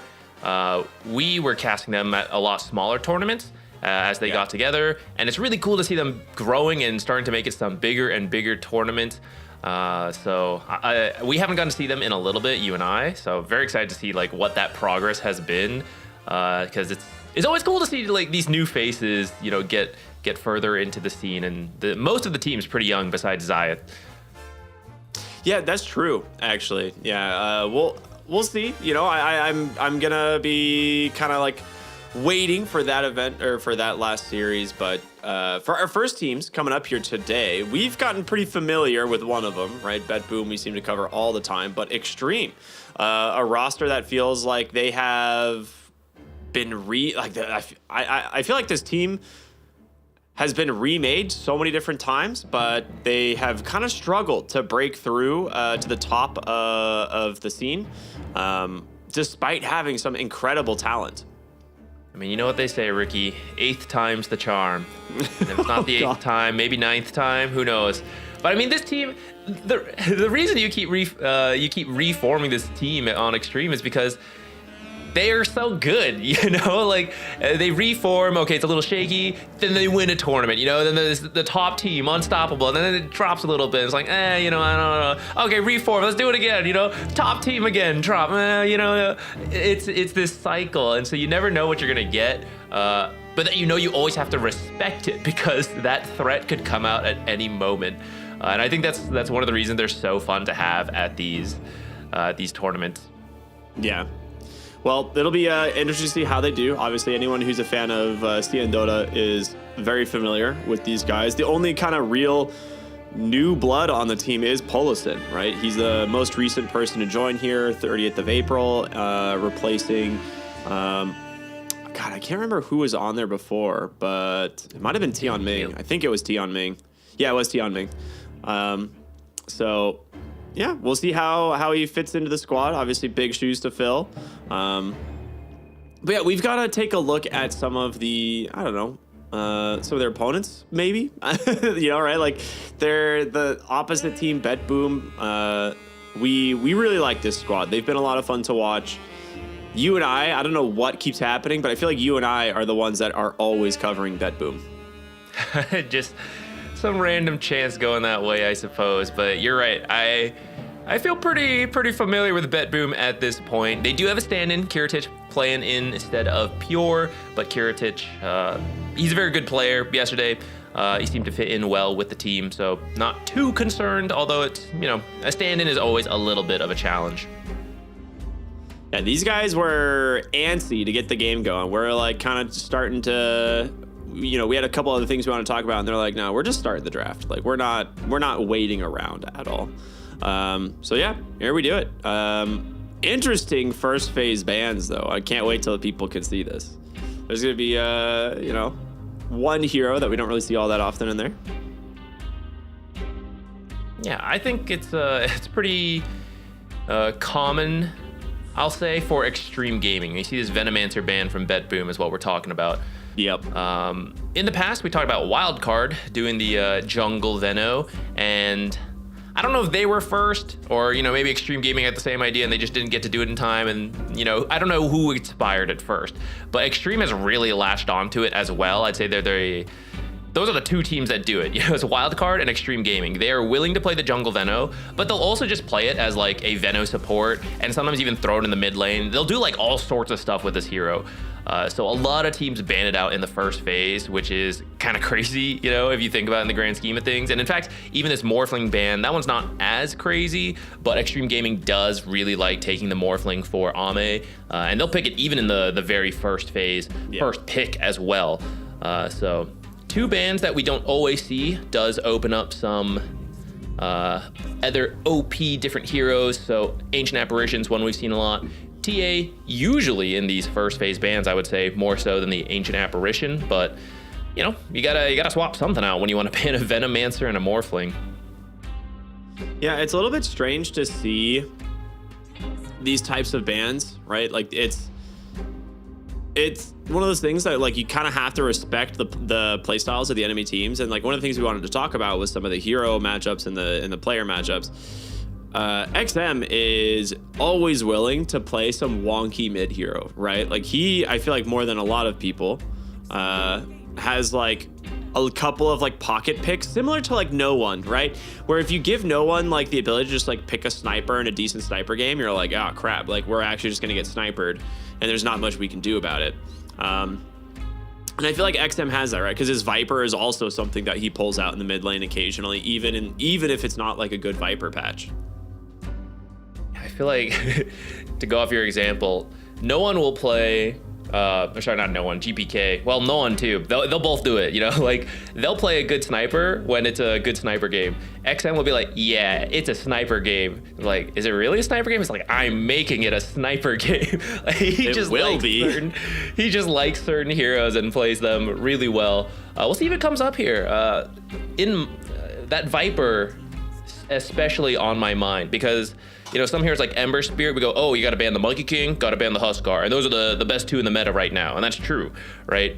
But then Sniper, Viper, it's like it's not worth it. They're not good enough in the meta. Is that always true for Extreme Gaming? Because they will go out of the meta a little bit for these hard counter picks, and I do think BetBoom play a lot around GPK. It kind of goes both ways. They play around GPK at the same time. He is enabled by the supports, but that's how a team game works, right? You all gotta connect.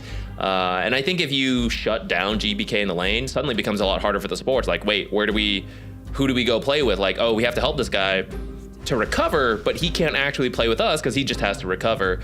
We'll see if that comes into play. For now, it's a tiny, and that could be the tiny mid, not that like dominant counter pick matchup that we've been potentially hyping up, but could move it to the carry, could even move it to the off lane. It is just a really strong pairing with the Ancient Apparition, so if you just go mid with Crash Landing, I'd say that's perfectly fine. Yeah, and I love how our production has just left the most banned heroes up here, because I was gonna point out that Darkseer was like slipping through the cracks and they just immediately pick it. So all 5 of the most banned heroes have either been banned or picked in the first phase, basically. So that's cool. The Shadow Shaman we see kind of rising in popularity. Turns out foul play is still very broken. And then as for the rest of his kit, well, turns out also having 7 seconds of disable is very broken. So You're such a shaman hater. I hate this hero. He is like top 3 most hated heroes for me. I actually can't think of a hero. And it's mostly because you actually see this one. Like some people are like, oh, I hate Broodmother or I hate Meepo. It's like you don't really see these guys. This guy terrorizes every game of Dota I play. I hate this hero. But it's funny to cast because like the enemy hero, you can see the enemies like actively frustrated every time foul play goes off and the hero gets out. He's a good hero. I like Shadow Shaman. I'm not debating if he's good. I think he's bullcrap. I hate this hero. Well, we got Bane coming out. Bane, similar to Shadow Shaman, very long disables if he's allowed to just channel the ultimate, or even just place the Nightmare, though you can sometimes deal with that if you've got Dispels. So this is a hero that's been getting a little bit more popular, especially as, some games are very core focused bans, some games are very support focused. So this time it's like, Caudle, Ringmaster, Ancient Apparition, Shaman, right? A lot of supports taken out. That's when teams start moving down the list and you end up with something like a Bane support.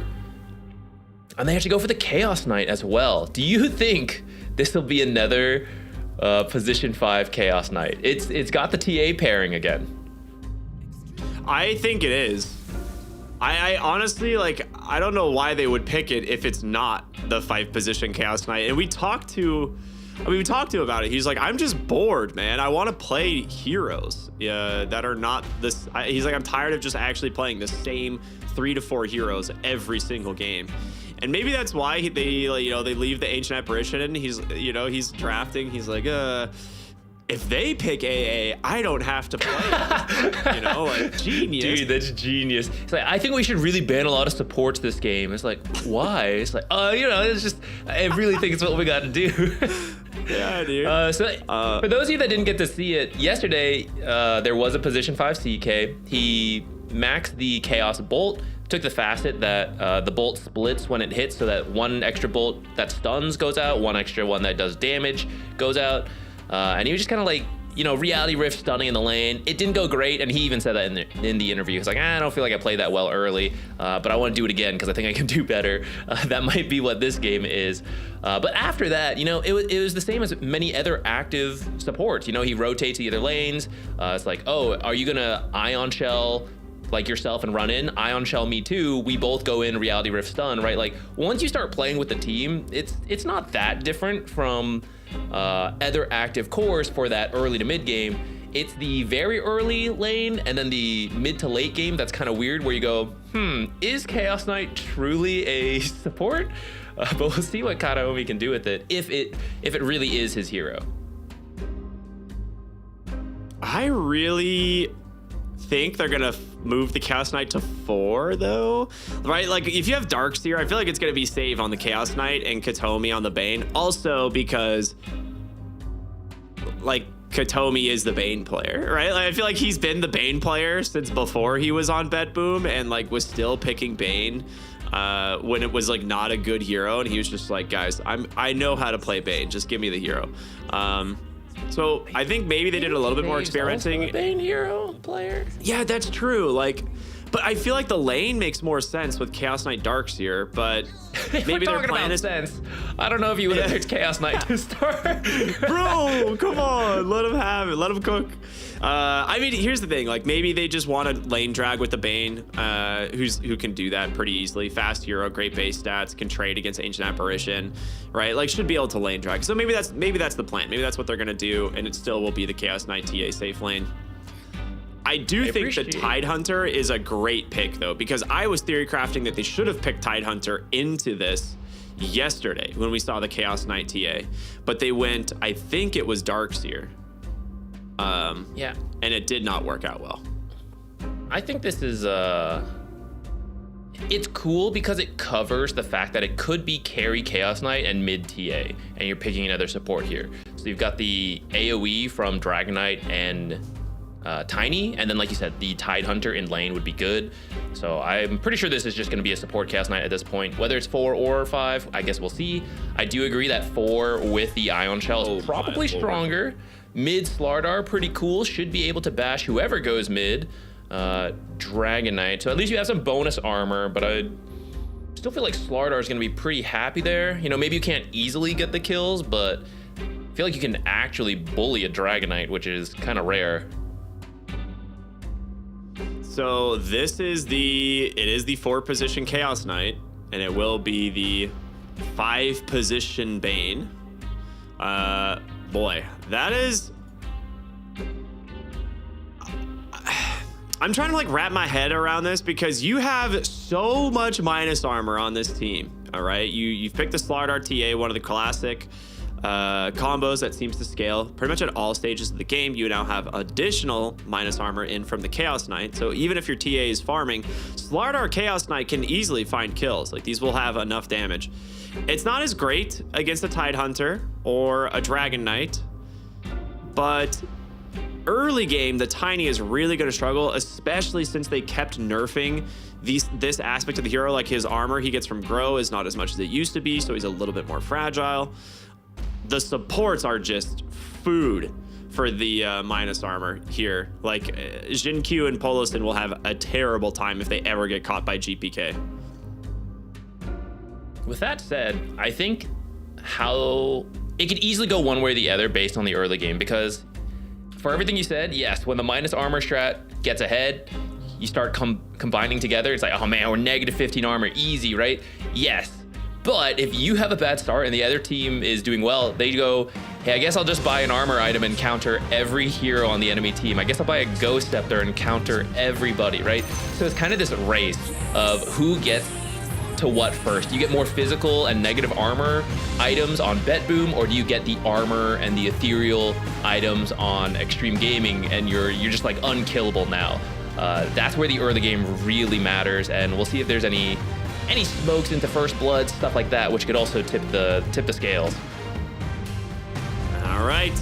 Well, it is time to see what's going to happen here in game number 1 of Bet Boom versus Extreme Gaming. Both teams smoking up on the high grounds, as we are finally going to see how the support CKTA draft works. We saw it once and we're like, maybe it was just a fluke. Like clearly not. They believe in it. They do swap it around though, so this time it will be save on the hero. Katomi definitely gave him some pointers from yesterday. He's like, guys, I'm telling you, this hero is good. Cloven Chaos, explained earlier by Zach. We'll go over here again because this is definitely the one hero everyone's like, what does this do? You throw Chaos Bolt, you still stun and do damage to its original target. It will then split to 2 additional targets, prioritizing heroes, 1 doing damage, 1 stunning. If there's only 1 other target, it always stuns. So it's basically, think of Vengeful Spirit's Shard with the magic missile, but just built into the ability. It always hits 2 heroes, can do 3, kind of just causing some disruption on the back line of the fight. It's not bad. Like, I understand why it can be seen as a viable support option. Causing chaos, some would say. Dude, I love how Chaos Knight is the only hero in Dota where they just actually allow extreme amounts of RNG because of the lore. I'm glad. Like, I really like like that. rename this hero otherwise. You know, they tried removing it for a while and they're like, all right, that's unfun. I really like it.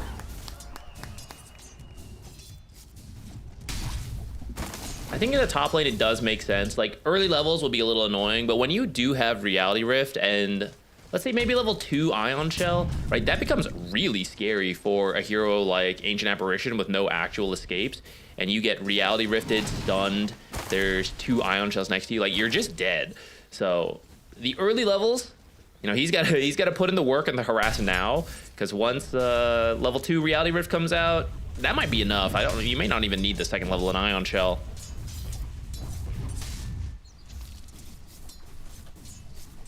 The mid lane matchup should be interesting because Slardar and Dragon Knight are both very much just sustain heroes. They typically are supposed to counter other melees. So I don't know who wins in the matchup of these two. I imagine the first couple levels will be better for GPK, and then as XM gets levels, it will eventually just tilt into the Dragon Knight favor. Just with like the nature of Breathe Fire and, you know, him getting more regen every level, whereas Slardar's kind of stuck at his, you know, regen from the river until level 6. That's true. I will say that Bet Boom has better support for rotating in.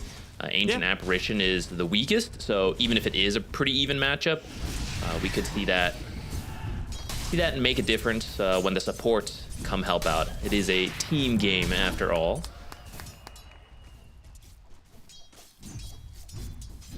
A lot of wards scouting those kind of rotations, though. We actually see 2 in the mid lane, or like 2 leading to mid on the bottom half.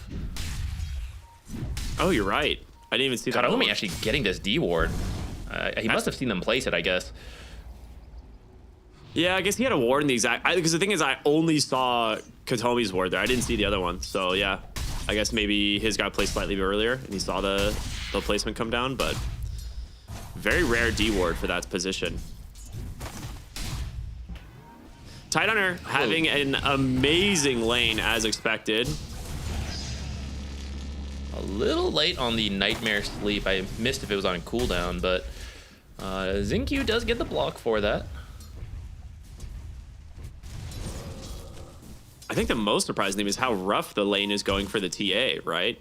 Like, typically you just rely on side blades, but I think with Tidehunter, if he gets any anchor smashes on this hero, like, your farm is gonna be real sad. Yeah, you're a really short-ranged hero to start as well, so it's not that hard for him to get the anchor smash onto you. Thinking about diving for Polison, but they hold off on it. They actually forwarded the creep wave there, so I thought they were for sure going for the dive, but waiting till level 3, it looks like, or to just lane drag here. I mean, all this lane dragging does mean Tiny is off to a very good start at the top of the CS charts for now. Everyone else is mostly close. Like you said, the TA struggling a little bit. Oh, Miro low on resources. Avalanche comes out with a blood grenade, amped, of course, by that vortex. We were talking, right? Like, this is one of those combos that Ancient Apparition Tiny, it's so good. Typically seen in the mid lane because you play around the Avatos, but even as a carry, multiple points in Avalanche will just kill anybody. Getting himself the first blood now, so definitely off to a strong start. Oh, actually, Poloson got it. I didn't even notice. I actually think that's fine. I think an Ancient Apparition who gets a slightly stronger start than usual is pretty good, just because you want that Ice Blast online as soon as possible, and you want to play together. So, I mean, if you have boots, arcane boots, whatever, a little bit faster, that actually just speeds up your gameplay, which is exactly what your team wants. They're going to go for it again here. Save, taking a lot of damage. Now in comes Miro here with the Ion Cell, trying to chase down Ame. He will get the return. So a 1-for-1 trade topside. Now in comes Katomi here on the Bane. Does have the Sleepwalk. Will pull him back. The Blood Grenade, actually ends up breaking the sleep there with the Ion Shell, but should be more than enough damage to finish the job. Maybe. Hold up. Is it? It is just barely. Miro with the double kill. Xingqiu actually TPing at the top side here to try and get the assist, but did not manage to get in range. Xingqiu's got to be careful. Save is back. I mean, he got spotted, they're going to go for the... Oh, GVK is here. This is going to be chain stun after chain stun. Big avalanche onto 3. Xingqiu's going to hold back the Slardar, but the Ion Shells continuing to get to work here. Another crush. In comes Ancient Apparition. The magic damage, it's substantial from these supports, and GPK, he's frozen up. He's dead. Miro now shackled up. Both of the supports on Extreme are going to be the big winners here. A double kill for Xingqiu and Poloson. You said getting a good start at Ancient Apparition. He's level 5. The Wisdom Shrines haven't even spawned yet. If he gets one of the Wisdom Shrines, this is going to be such a fast level 6. I get a replay here. So the Avalanche doing a lot of work to buy time right before this clip started. And then he is a tanky hero on Tiny. And don't forget his innate reduces your damage a little bit every time you hit him. So makes the dive take extra long. They do finish the kill in the end. So sort of mission success. That was the Tiny TPing back in. So he's got to walk now. But it cost you a couple heroes. And we'll have to see if that Ice Blast is successful when it comes online early. I mean, he's here for maybe a little bit more action, trying to get that level 6. You can find more kills. Basically cost you your mid tower too. That's true. XM never left. Yeah, he will just deny it, realizing there is no way he keeps that alive. Tower has been denied. Dire's bottom tower is under attack. Wisdom Shrines both taken. This one for XSS, the other for save. Now they're going to look for Polison here once again. I think they realize that the Ancient Apparition is actually a pretty substantial amount of damage here. Now, big wall and the vacuum pulls back Ame. He's going to be able to try and body block him here. The Tidehunter TP, though, going to put this to an end. We do see some of the strength of the Darkseer and Chaos Knight there. If you're just out of position a little bit, you just have no chance of getting away. Polison, a little unlucky, walked out to unblock that camp, but just stumbled into 2 heroes in the night.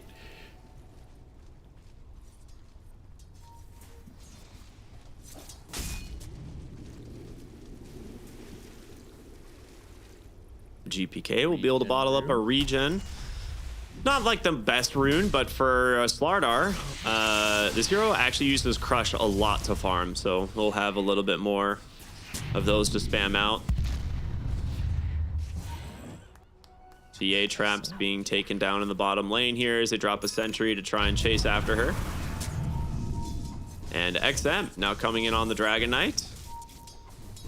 So they want to just immediately put pressure on a second tower. I think Templar Assassin, yeah, it's like she either needs help or they need to back, and it looks like they are going to start TPing in some heroes. A trap does come out here from Kiritich. They're trying to force the Hex. They get it. Save, however, he's going to come in, get the stun. GPK as well, but the Ravage. Tidehunter doing a lot of work here. These Nightmares, well, it might actually be helping XM for the moment. Polison with a double kill on the Ancient Apparition. Miro now in on this Darkseer, vacuums up the side of Extreme, trying to run these heroes down with the Ion Shell. The wall now comes out, feeds Grip. It's available from Katomi. He just hits his level 6. The wards with their turnaround. It's an absolute bloodbath in this bottom lane. Only 2 heroes surviving for each team.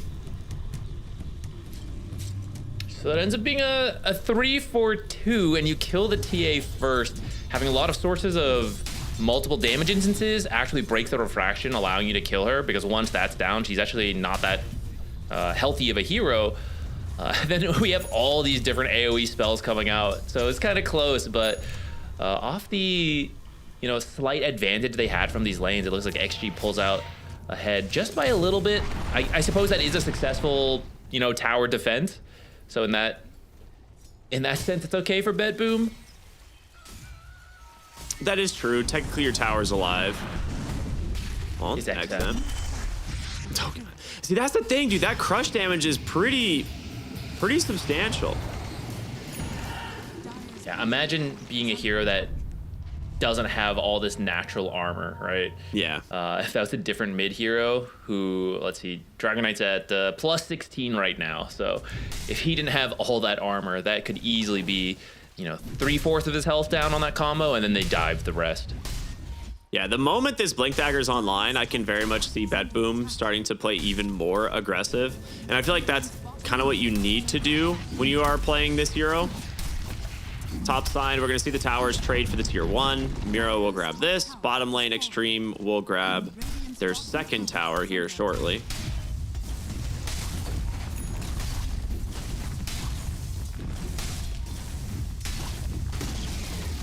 Radiant's bottom tower. Ancient Apparition does have the Ice Blast. They haven't used it quite yet, despite the strong start. His own death, and then careful play from Bet Boom means that we didn't see the early 6 we thought we would. And let's see if they can find anything before the Blink Dagger on the Dragon Knight. Otherwise, this ends up being a pretty normal timing, all things considered, for the Ancient Apparition. Well, it's funny because he didn't get Shrine XP because he was too high level. I know, right? Like, that's one of the weird things about it. Like, Polison was actually higher level than 2 other heroes on his team. So Tidehunter took the Shrine, and then the XP went to the Shadow Shaman, but it also could have gone to the Tiny because Ame was lower level than Polison at the time. Suffering from success. Yeah, sometimes you're just having too good of a game. Blink Dagger is up on Slardar here, so GPK, I imagine, is going to want to be playing close to his team. Now, there's a Power Rune about to spawn. He does not win the 50-50, and it's an amplified damage. That would have been a massive rune for him to play around right now. With that, you've got all your ultimates. I think they'll go for the last tier 1 tower here. Set them up for a nice position for the Tormentor that'll spawn in a few minutes. Looks like they just want to steal some Ancients first. I guess the top lane's not pushed in yet, so they'll wait for Xingqiu to get the lane a little closer.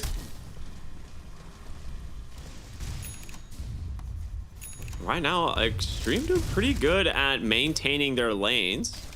And the supports are actually having a really good game as well. It seems like a lot of the stacks that they've made on Extreme have all managed to be cleared by Extreme, right? Which helps out quite a bit.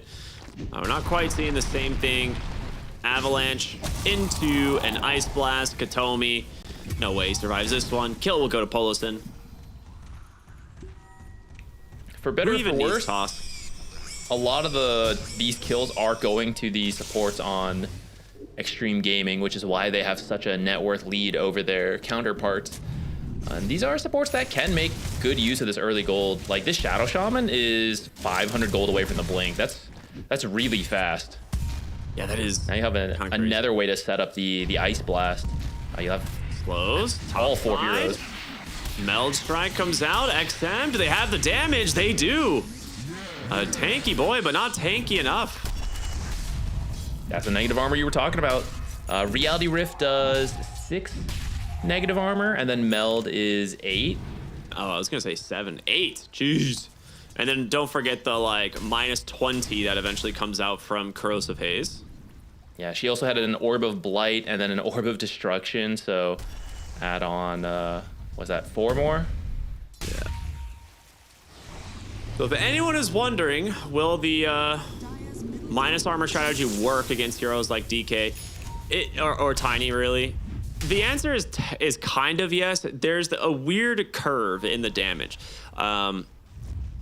Like minus armor doesn't actually counter high armor. It like, I don't know how else to describe it other than that, like super high armor heroes, you're better off with magic damage than you are with actual physical damage, no matter the amount of minus armor you get, because you can get more armor, where there's eventually a cap on how much you can actually remove.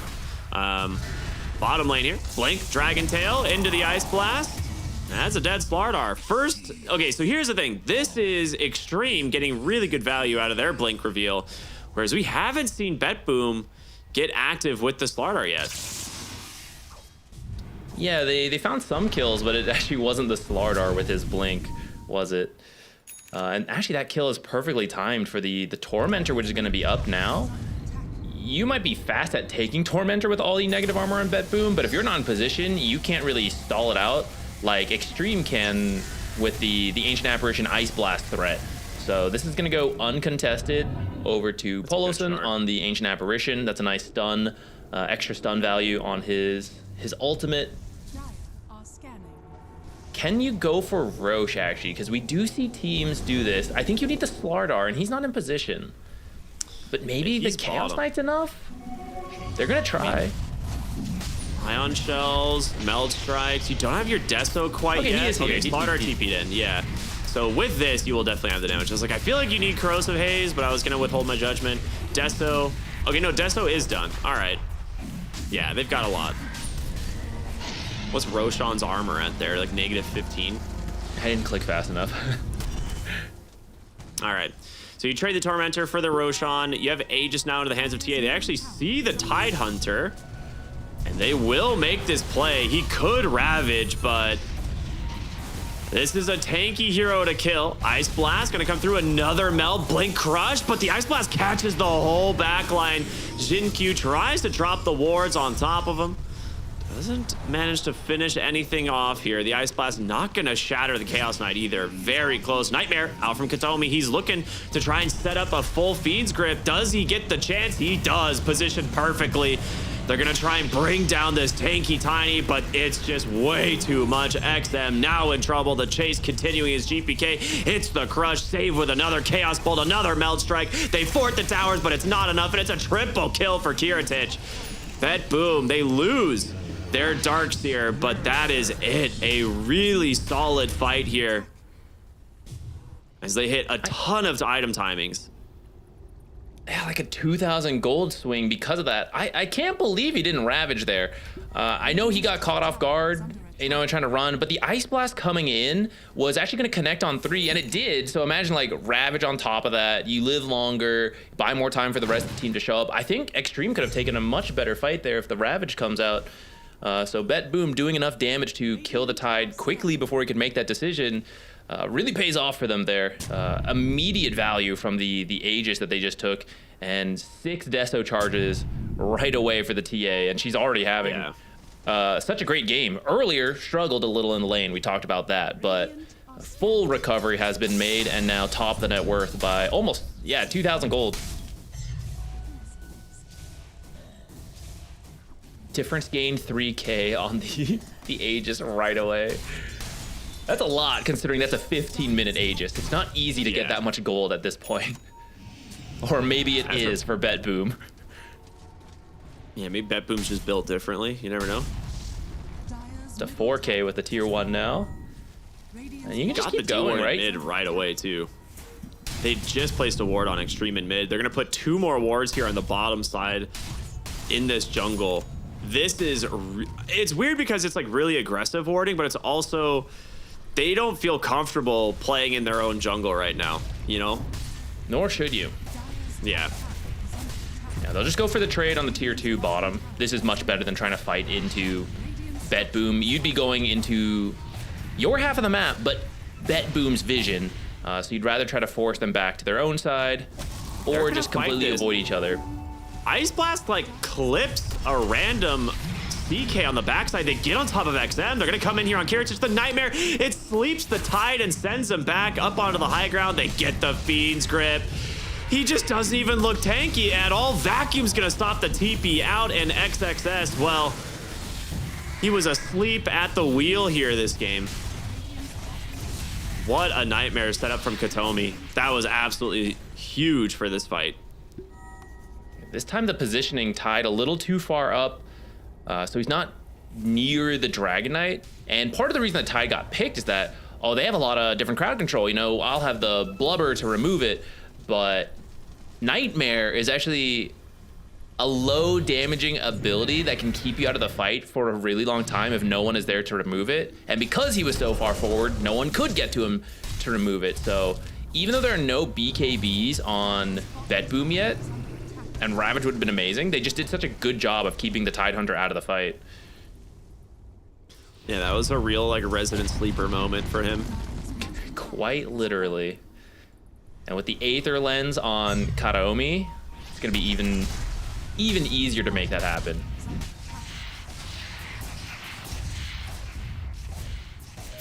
Yeah, Kiritich having a great game now. I mean, he's been having a great game, but continuing to build up stacks for his Desolator.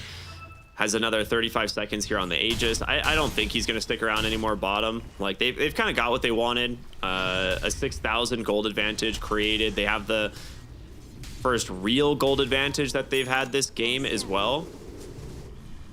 Yeah, that's kind of the crazy thing, right? They've gained 6k gold since getting the Aegis, and that's only put them 1k ahead, which kind of shows how much of a slip up Extreme Gaming's fight earlier, right after the Roche was, that they had a decent lead. Granted, a good chunk of that is the Aghanim Shard they got from the Tormentor into the Ancient Apparition. That will be the end of the Aegis.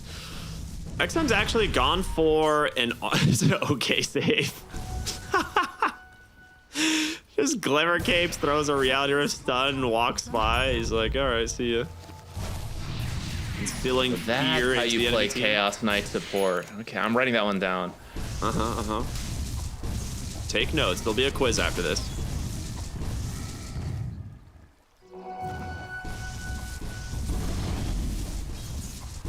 Extreme Gaming overall slowing things down after that last series of events.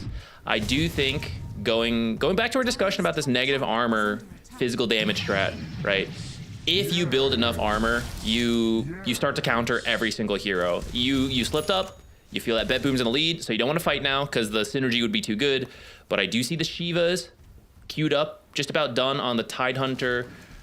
You need some BKBs on the cores. I wouldn't be surprised to see yeah, we've already got the Solar Crest on the Ancient Apparition. He's got the Ghost Scepter queued, right? So now they are dragging this out to get all of their physical damage counters. And that's where Bet Boom will start to struggle a bit. So I think they need to keep pushing this tempo, try to find a little bit more before these items come out.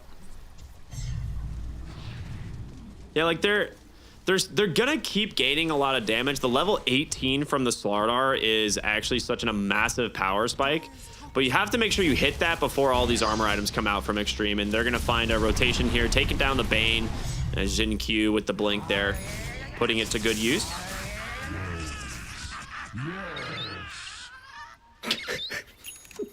I love that voice line. Some heroes have, most of them are just like, you know, snarky lines and such. And then there's just a couple heroes that just make noises. Basically what happens is they went into the sound booth, the voice actors, and they were told just like be unhinged. And that's how we ended up with these. Smoke up here from Bet Boom, looking for an opening. Ooh, I think they see the Dragon Knight. Zinq in a good spot to break this. They know he's down here, but they blink forward. He actually gets the blink out, and now the question is, will they find Jin Q? He's trying to TP out. The damage, oh my goodness. Was that Vacuum? I think it was. Yeah, that was Vacuum. I think there was a moment where Kiritich he started to move towards the Darkseer to like force staff him closer. But then he's like, no, never mind, I'm in range. Vacuum. And then the Hurricane Pike just got used on Bane or Shadow Shaman. So like, it looked really funny because of that. But it resulted in a kill nonetheless. The Dragon Knight got out, so you're pretty happy with that for Extreme Gaming. Yeah. That's like the support. That's a good support death, you know?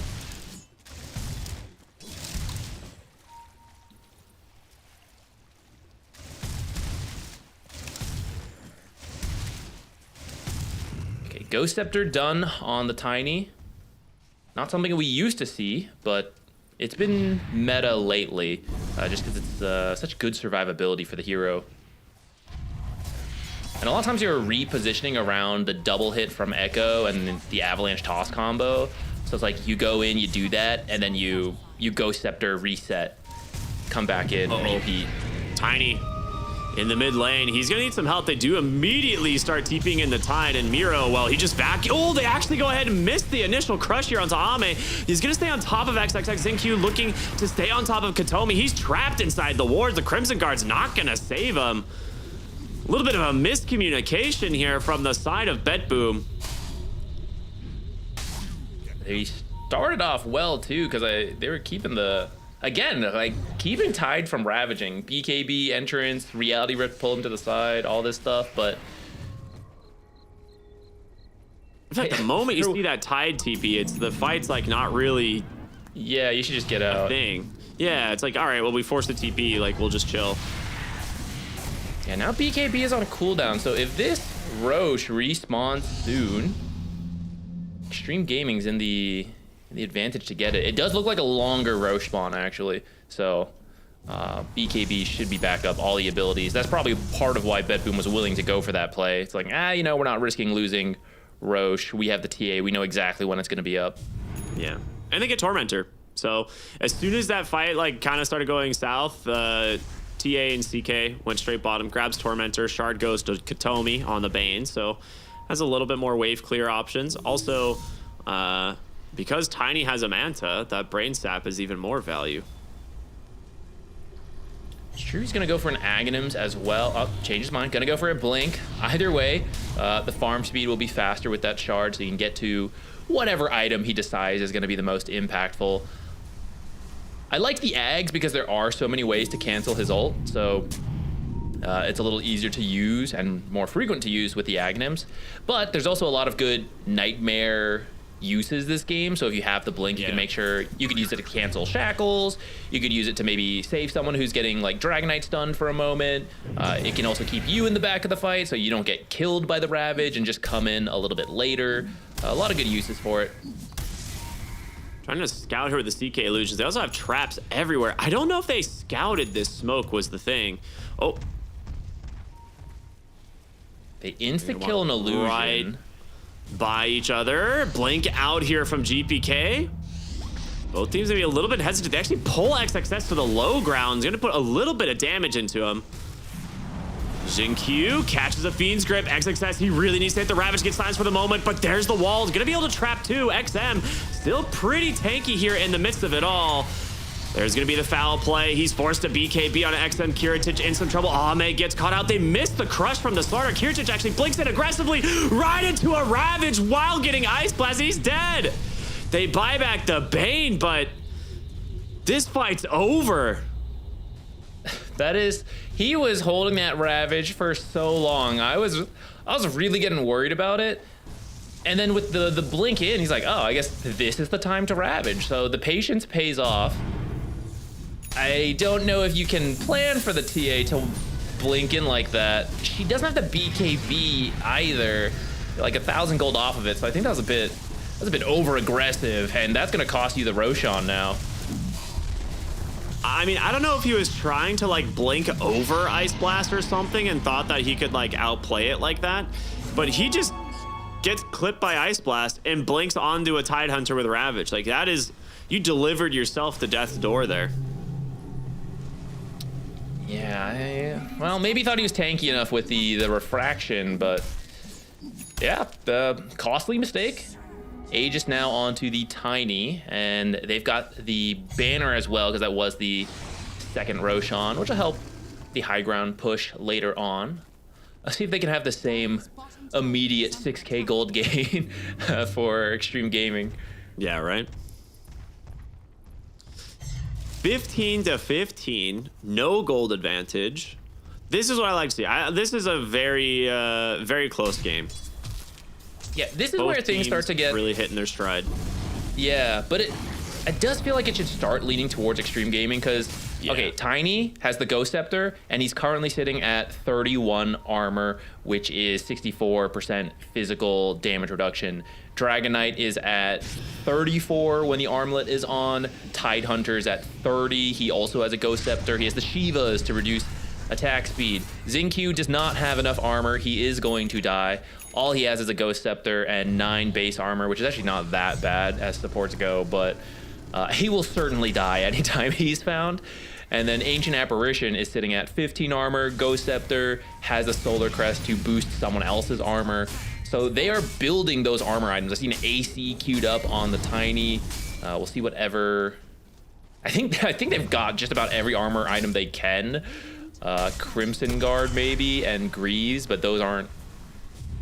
I don't know if those are worth it this game. They actually hit really hard on Bet Boom rather than hit frequently. I think with Bet Boom, it's like I said earlier, it's like minus armor doesn't counter extreme high armor heroes. It's really good early on, and it punishes low armor extremely hard, especially if they can't itemize into it. But you've pointed it out, man. They have the items coming through here from Extreme. And there's going to be a point where this TA is going to be like tickling heroes like the Tiny and the Dragon Knight. Quick math. I think if you combo every negative armor ability you have, it's 41 for Bet Boom. But that means everything must be connecting and there's no dispels, anything like that. And you're all focused on one hero, which means you're going to get all avalanche, tossed, ravaged, everything, right? So it's not easy to just all clump up on one hero and use all of your negative armor. This smoke, I mean, they were really just hoping to find anything that wasn't the Aegis Tiny, but everyone on Extreme being patient, sitting behind him, except now they're starting to split up a little bit. Looks like Polosin, oh, they're actually just too afraid to go onto the high ground. There is a ward scouting out everything. Yeah, they're gonna come back, get this B ward right away. Heads up play there. Anytime you're like smoking or smoke pops on that high ground, there's a safe bet that they took a ward there.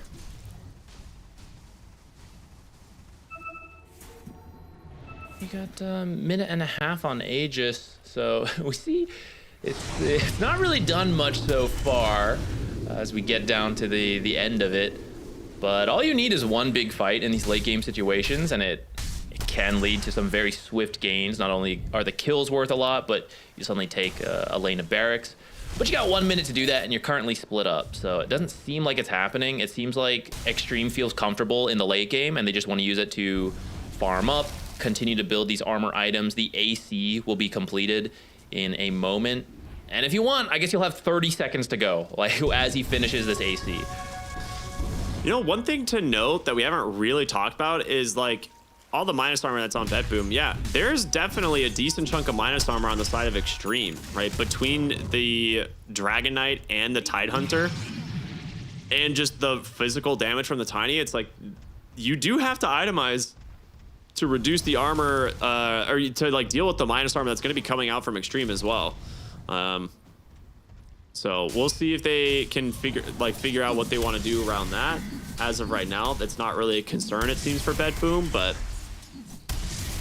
if Tidehunter gets like an Aghanim Scepter, that's going to end up being very annoying for them to deal with. It's actually kind of funny. We usually talk about Ancient Apparition. Of course, the Ice Blast combo early game's good, but Ice Vortex actually amps magic damage. And then he ended up with a pretty physical damage lineup and game. So maybe, I mean, you can't get perfect value out of every single hero, but that would be kind of nice here, where you could have some more magic damage into the armor that Betboom is building. Strong for the lane though, right? I think maybe like even if we don't see too many like amazing magic damage combos, Tiny AA proved to be actually a very strong lane with just the Ice Vortex, Avalanche, Cold Feet. Like that was killing pretty much a CK from 75% HP. So kind of a cool idea.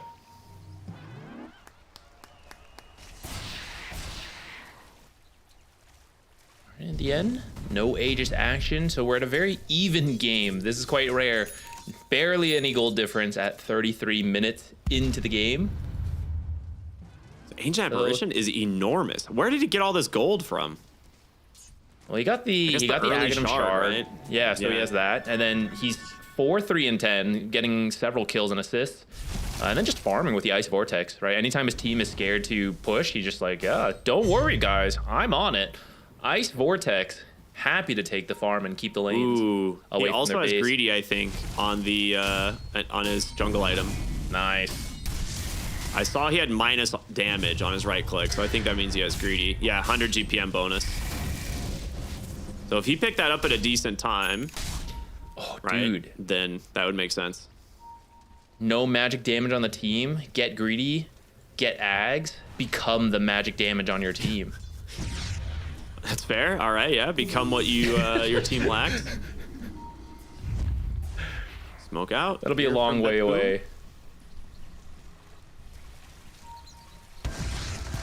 35-minute Tormentor is going to be spawning here in just a moment, right? It's been taken just after the the 15 and the 25, so it should be spawning here in about 10 to 20 seconds. They do have some wards placed from Extreme Gaming on the bottom side of the map there. The scan is coming out. Radiant know that the high ground is safe, at least for the moment, but XXS, he's walking right in. There's the blink, the crush, the pullback with the nullifier, trying to finish the job, but he's again too strong, and they just collapsed onto Kiritich instead. The crush, the ravage, everything dumped on top of him. The Ice Blast does come through. It's a 1-for-1 trade. Miro, though, in trouble, trapped inside the shards. Q, he might just die to the illusion spawning here, and he will. They do manage to take the gem away. GPK afraid to go back in, but does have eyes on Ame. There he will. Nullifier out. The Fiend's Grip, the pullback. He's in no man's land, but XM with the blink onto the backside. He just deletes them both. Oh, boy. It's looking rough for Betboom now. That feels a lot like that top fight earlier where the TA blinked in. Yeah, we're getting a replay here. Has the BKB, but the instant blink hex, they even accidentally tossed their own Shadow Shaman instead, but so many different heroes have chain stun that they're still able to finish the kill before TA BKBs. The wall's really good too, but once the TA is out, she is so much of the damage. Top net worth for her team, the side blade splash, everything. So they can poke and prod a little bit, but I mean, look, you're barely doing any damage to this Tiny, and it just allows this. Okay, that's where the supports are. I'll go kill supports now. So they got to back out after that if they don't find the right fights and lose the TA. That was like a minus 20 armor Corrosive Haze on the Tiny, and he still had 25 armor. Like, that's what I'm saying. Like, you get to a point where you actually run out of damage in these physical drafts, and I like that I understand why they tried to like triple down on it with the last pick of the Slardar, but your damage is about to fall off a cliff here against Extreme. Then the longer this goes, just the more impossible it gets. Yeah, I guess you're right. The damage has already fallen off a cliff. Now, I don't know, dude. I don't know where it goes at that point. Because, I mean, we didn't even talk about it, but Anger Smash also reduces your damage, and then Tiny's innate, Craggy Exterior, every time you hit him, also reduces your damage. So it's like your damage reduced into high armor. This is why these types of drafts are pretty all-in. If you had won the lanes, and if you push a fast tempo, you kind of crush it, and you win really early. The longer the game goes, all this armor comes out, all the ethereals come out. It becomes really difficult. But I will say, if you can still highlight the right hero, you can still do it. For example, they're gonna make a play here onto the Tiny. This time they actually get the BKB off, but he survives. And that's 2 BKBs for nothing. For a Ghost Scepter. If you can, so we see like they get him down to about a fourth of his health left on the Tiny. But with the rest of the team showing up, they don't feel comfortable pushing forward, so they back off. You can technically still kill individual heroes, but it can't be these full 5-on-5s anymore. Now you need these smaller pickoffs on Bedboom, and Extreme Gaming has been very careful now about drooping up. They have a gem, so they're slowly removing TA traps to avoid getting caught apart. We're gonna go for the third Roche. This is now Refresher and Cheese. This is a really big one, and Bedboom knows about it, but without BKBs, you really just can't do anything. Yeah, there's no way. So Aegis onto the Tiny, Refresher Shard. That'll be a fun one for the Tide Hunter, I'm sure. So double Ravage. Xingqiu took it. You're not even using Ravage enough, man. I'm taking this one. We'll see. They might pass it off between each other. I'm sure they'll give it to him eventually. There's no way you don't play around double Ravage. Serpent Ward is pretty good, as well as he's gotten many instant Hex Shackles this game, right? So imagine TA doesn't BKB and he finds her on the side. He could literally keep her out of the fight for like 15 seconds on his own now. Is he on his way to a BKB by chance? He's got a smoke queued up. Is that a BKB? Okay. That's close to a BKB. It's almost the same. Your base under siege and quickly here from the Tiny. The banner gets dropped, and it's not long before this is gonna die.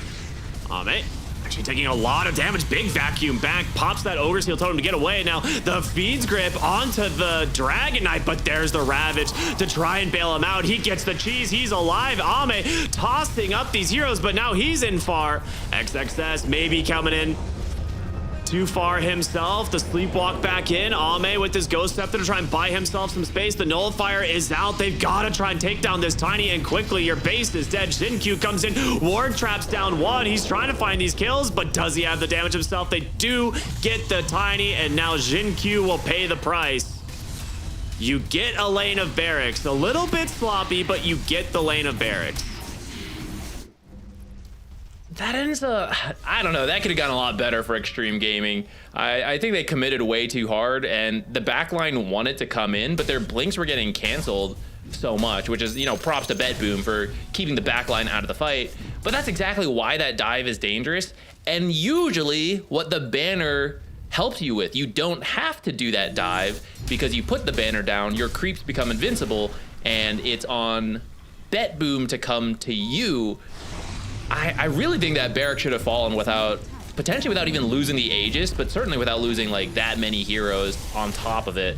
And now it's Bedboom looking to punish this hard, see if they can get the Tiny buyback, which would be a huge economic win. This is where the physical damage comes back again. The heroes can increase their armor, but the buildings can't. So TA will shred through this base pretty quickly if she can hit uphill. Okay, there we go. Now it gets going. They're saying you want to see Repair Kit brought back into the game.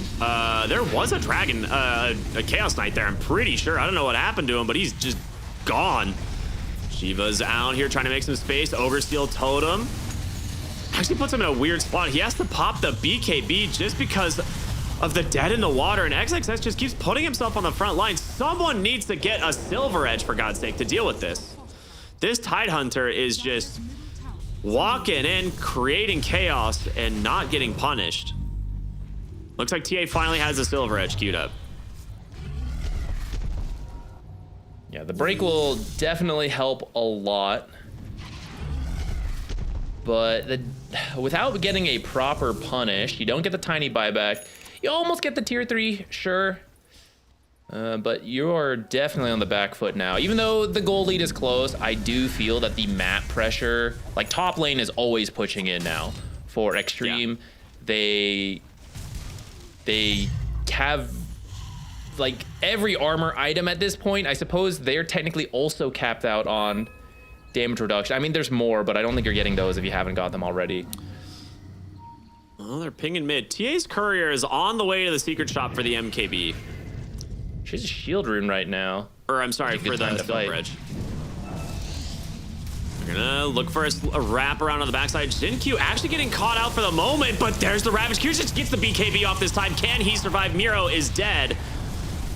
But they are just lacking the damage. Again, these tanky heroes not caring about a Templar Assassin. Xinqiu's gonna drop the wards, the second set on the high ground thanks to that refresher shard, wanting to take down a second lane of barracks, and well, they're gonna get it. Sooner or later, GPK dropping the puddles here to try and give him something to play around, but the banner comes back in, nullifier out, in comes a really nice Fiend script, Katomi, it gets canceled, but they don't find the real one, it's a little bit too late. Ogre says it gets to the low ground, he's out! Oh my goodness, Bet Boom can't kill anything. That's how I think the first push should have gone with the Aegis. 100%. So I think they learned their lesson off that one, as well as finding the Darkseer kill out of the base. They take this one much more carefully, just use the Serpent Wards as well as the heavy hitting Tiny and Dragonite to chip buildings from a safe spot. Gets a little close with the Fiend's Grip, but in the end, you get everyone out because they're so survivable, so tanky. And Ogre Seal Totem is such an exceptional neutral item. That one's got to go, man. When the patch comes out, we got to take away this free mobility. Yeah, that item's absolutely getting removed. There's no way is allowed to stay in Dota in the way that it is. Like until the next one. I am pretty sure every single hero in Dota would prefer to take Ogre Seal Totem in like 80% of games. Like I actually can't think of heroes that would like. There's very few that you're like, oh, I don't need Ogre Seal Totem this game. It's just so good. Yeah, all the mobility items tend to be top notch. Bet Boom smoked up, starting to feel maybe a little desperate. Really need to find something here. Dragonite? Gonna go in. I don't know, that's pretty tanky. Dragonite, but yep, doesn't seem to care all that much. Dragging the anchor through the water. We've talked about this. We think lore-wise, it should just start drowning you. But that was Floridar, so it's actually fine. Oh, big back wall from 4. Now the question is, can they turn this into anything? The Ghost Scepters doing work. They will get themselves the 2 supports. Is it enough? You might need more than this.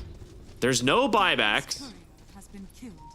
They also Waves got aren't the in a gem. great spot. Okay, the gem's actually kind of big. You don't know they don't have buybacks, but I think you can push up. Tier 2's down.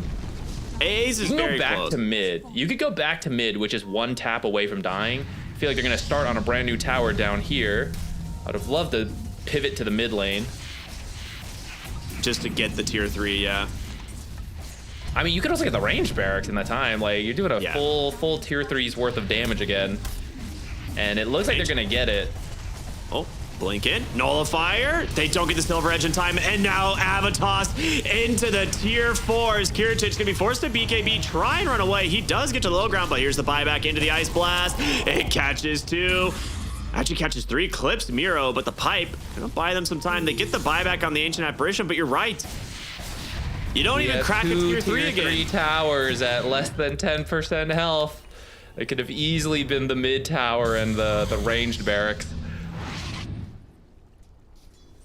I get that the creep wave is bottom with you, and that helps to dissuade the toss attempts as opposed to tanking the tower yourself, standing in the middle of nothing, but they get the toss back anyways into the double ravage. Don't actually get a kill because a lot of the lockdown and damage amp is coming from the supports that were dead, and the buyback comes out. You get the Ice Blast a little too late at that point, but you do defend your barracks, and things are starting to now reset. It's right, like Ravage is down. I think you just actually need to smoke. I mean, do they have any BKBs? Because they use both GPK and Kiritich's, right? They should be up soon. All right. Yeah, They they're also up. know the Roche In timer, 20 seconds. and they're not gearing for it, so they know it's not up quite yet. Yeah, it's still like 20 seconds away. The ultimate bait, though, because the other team knows that you know. So anytime you go there, they know to go. You got to pretend to not care. You're like, oh, it's not coming up. I'm down here. Don't worry about it. Sneak back in. All right, they scan the Game road. connects. They think it might be happening now. Well, maybe not with Slardar showing mid. Losing the gem hurt. For example, that trap that just connected on 5 of them, revealing exactly where they are. That's probably the biggest loss from that last fight. Buyback on Ancient Apparition, also pretty scary. I'm surprised they didn't buy another one. It must be on cooldown. Yeah, it's like you kind of have to go back to defend. This bottom lane will die immediately. Save. Looking for Zinq, actually sets up a nice fight. Avalanche toss from Ame just deletes the Chaos Knight. He's going to buy back. Great vac wall here onto 3 as well. Kiritich in kind of an interesting spot of his own. Blinks aggressively again, clipped by the Ice Blast, but he has the BKB to protect him, laying into XM. They've got the damage. 2 dead, 3 dead on Extreme. And with this, XXS is going to drop the Ravage in desperation, desperately trying to finish off Kiritich. Can't do it. And now Polison dies as well. What a wraparound from Bet Boom. A full duration Fiend's Grip. Just shutting down their team fight. And this time they thought they were gonna force Bet Boom back. So it's like, oh, drop wards, all that. Bet Boom was already back. So the second the Shadow Shaman jumps in, the Slardar catches him, just preventing any of that lockdown from the Shadow Shaman.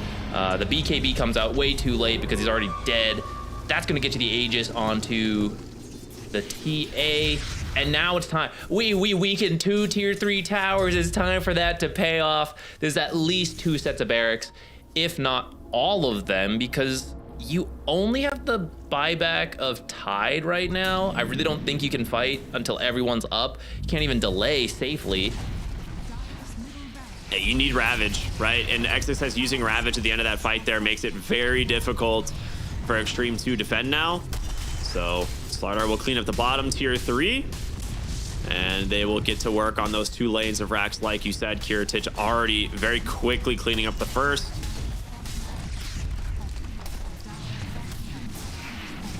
Time to head top. This is where it gets scary, but Tidehunter doesn't have Ravage for 50 seconds. Yeah. He is such a big part of the fight too. XXS, well, it just forced a BKB right away as they actually get a Hex here onto the Slardar.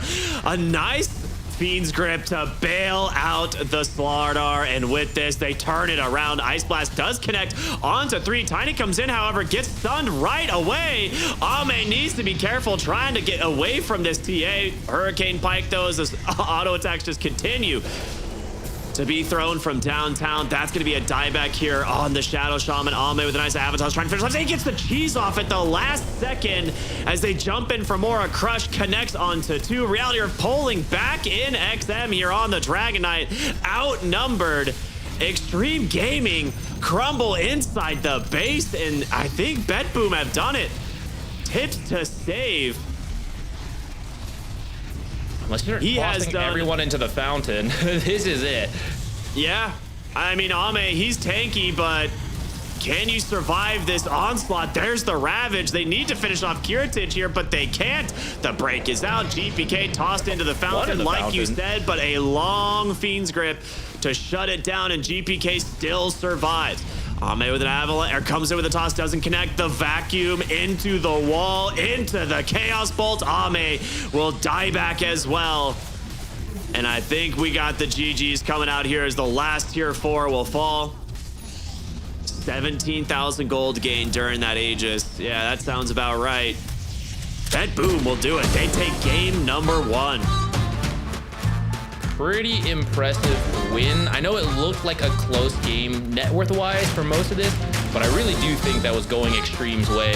I feel they had the draft and the itemization win, but when it comes down to the execution, Bet Boom managed to navigate the key fights just a little bit better. A special shout out to Kataomi on this Bane. I feel like he had so many good nightmares and Fiends grips. I saw him buy a Desto for that late game push there. Very nice.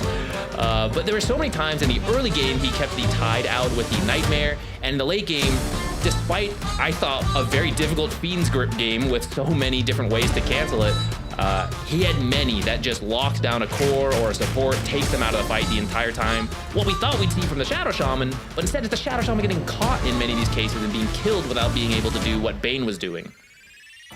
That last fight, right? Xingqiu has that BKB, goes in for the full duration shackle on a GPK to try and kill him. And Katomi just incredibly heads up play. Fiends grips the Shadow Shaman immediately. And Slaughter's like, cool, we're back, baby. Pops his BKB and they completely turn the fight. It's like those types of little decision making that completely unlock certain heroes in certain drafts. And you know, this was kind of, again, we saw a couple blunders like this where they're able to collapse onto the TA, and this is where Extreme Gaming's lineup starts to look really good. But looking back at it, hindsight, it was kind of self-inflicted from BetBoom, right? In a way, right? Even all the fights that went really well for Extreme, it did seem like it was BetBoom kind of slipping up or maybe underestimating, you know, what was going on. Here's BetBoom maybe making their own slip up a little. I will say a lot of it focuses around the TA. That's not a flame. TA's the stand-in. So maybe there are those like slight moments of miscommunication, you know, where you're on different pages because you don't usually play together, and that leads to those situations. This fight here is kind of what broke this game. You know, Ravage comes out, catches a lot of heroes, but what's the follow-up? And that feels like the story of the game. I think there was really only two main Ravages that I can think of that, like you said, were kind of BetBoom given, that the Ravage goes and everyone is there to do the follow-up, so you easily win the fight. Besides that, a lot of them is like the Ravage doesn't come out, or it's not the right time, they're already BKB'd, or it's too late, the cores are dead, and it was just a bit harder for them to find the right fight. I think looking at that final fight, it really, like, at the end of the game, we see all these tips come out to save, and it really is him who kind of picks apart Extreme, right? He knows they're coming back to push bottom, and you said it, BetBoom was already there, but Save was Glimmer Caped outside the base, trying to scout out these heroes. He's the one who scouts Xingqiu, which then that's how the fight breaks out, right? Xingqiu dies, and you need this Shadow Shaman disable.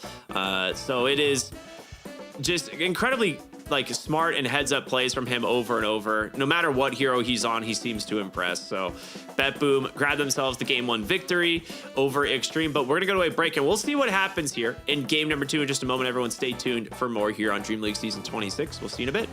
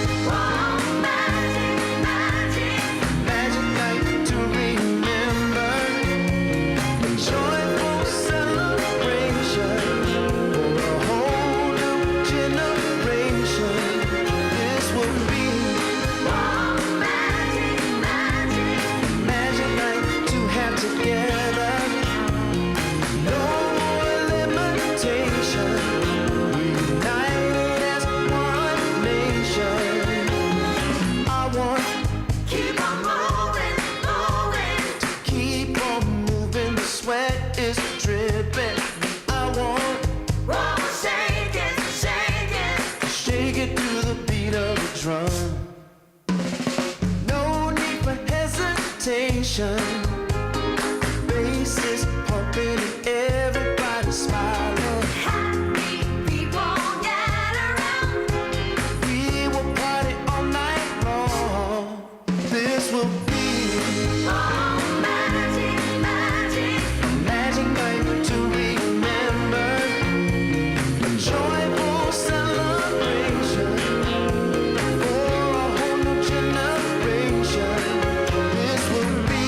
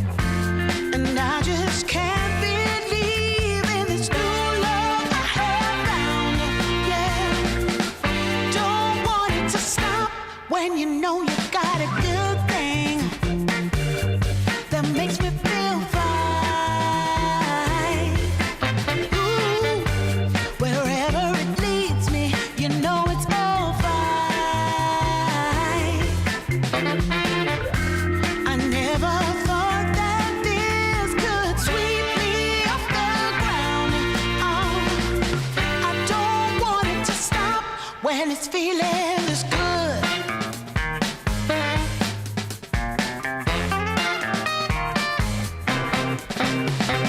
Whenever you're around, my heart begins to pound. Though I know you'll take it slow, no way to stop this feeling. For every single day, whenever you're away, in this place there's a space where I'll be waiting for you. And I just can't believe in this new love I have found. Yeah, I don't want it to stop when you know you got a good thing that makes me feel fine. Ooh, wherever it leads me, you know it's all fine. I never thought that this could sweep me off the ground. I don't want it to stop. No, I don't want it to stop. I don't want it to stop when it's feeling is good. Feeling is good. Feeling is good. Ooh, feeling is good.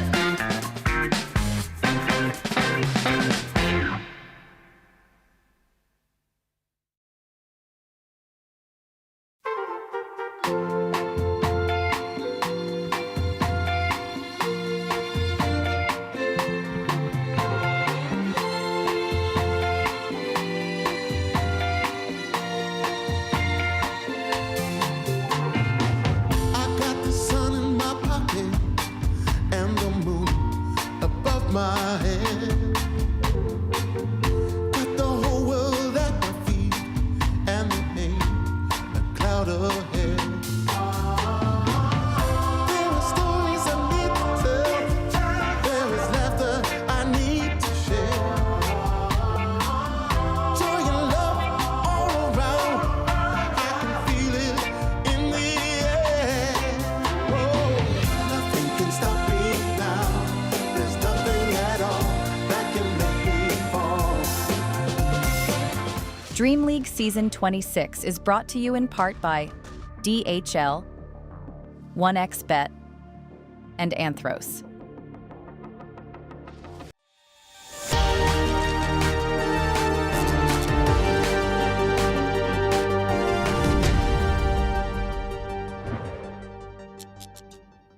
Welcome back, everybody, here to Dream League Season 26. We're having a great time here today. It's Bet Boom versus Extreme. Game number 2 about to begin, and game 1, it was close. A little bit of back and forth. We thought Extreme had the late game, but some, I guess, lack of a better word, extremely good execution from Bet Boom allows them to walk away the victors. So we'll see what happens in game 2. But Zach, how are you feeling about game 1? Did it live up to your expectations? You know, what were the highlights? I mean, it was certainly a fun game.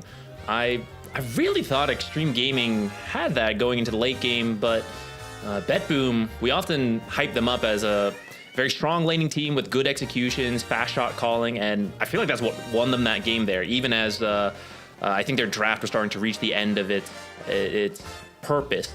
I'll be curious, you know, whoever we get for the interview later on, maybe they can share some light on how they thought that game was going, because it always feels different when you're in the actual game.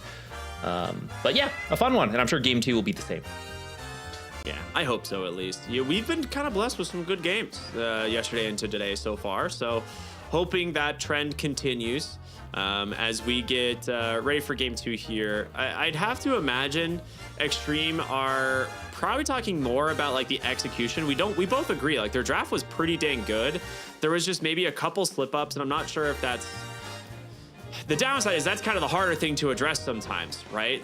When it comes to, you know, improving, but yeah, there's got to be just cleaner initiations or better communications around like how they want to try and start the fights, because losing your supports, especially when you have this like triple, like really tanky, you know, cores, your supports can't be the first heroes that die.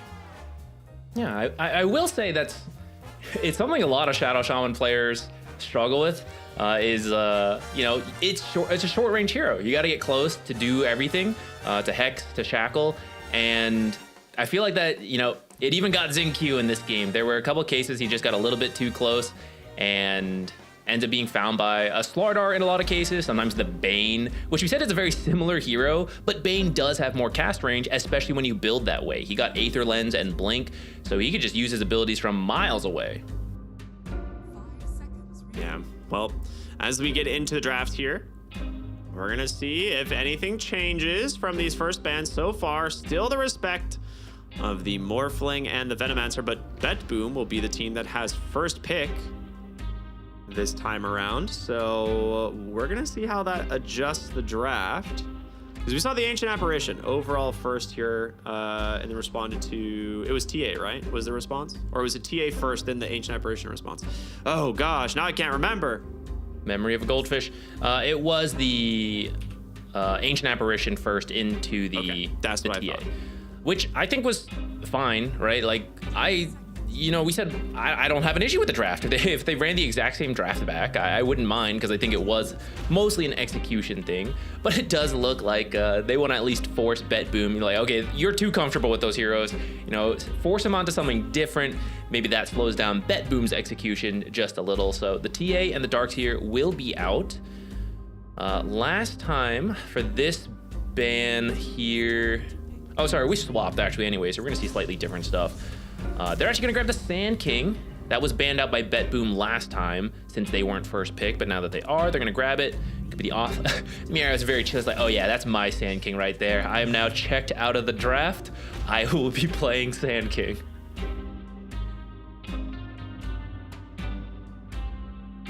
The Ancient Apparition coming out one more time.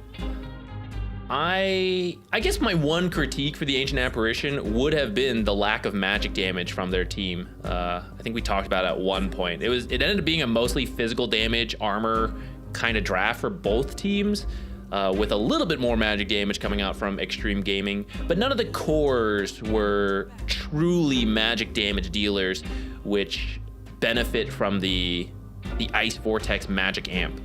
So I'd love to see one core moved in that direction. Crash Landing Tiny could have been that hero, but ended up being a carry Tiny that doesn't really do that. They actually get rid of the Tiny and the Slardar. The Tiny combo just for the Ancient Apparition, like we've talked about. The Slardar, very good against the Sand King and finding this hero. I'm curious what Extreme are worried about, because you're gonna need an aura builder now. Against this Sand King. Like, you're gonna need a pipe to reduce some of the damage that this hero does. And you're gonna need to bring some heavy stuns to deal with them. Yeah.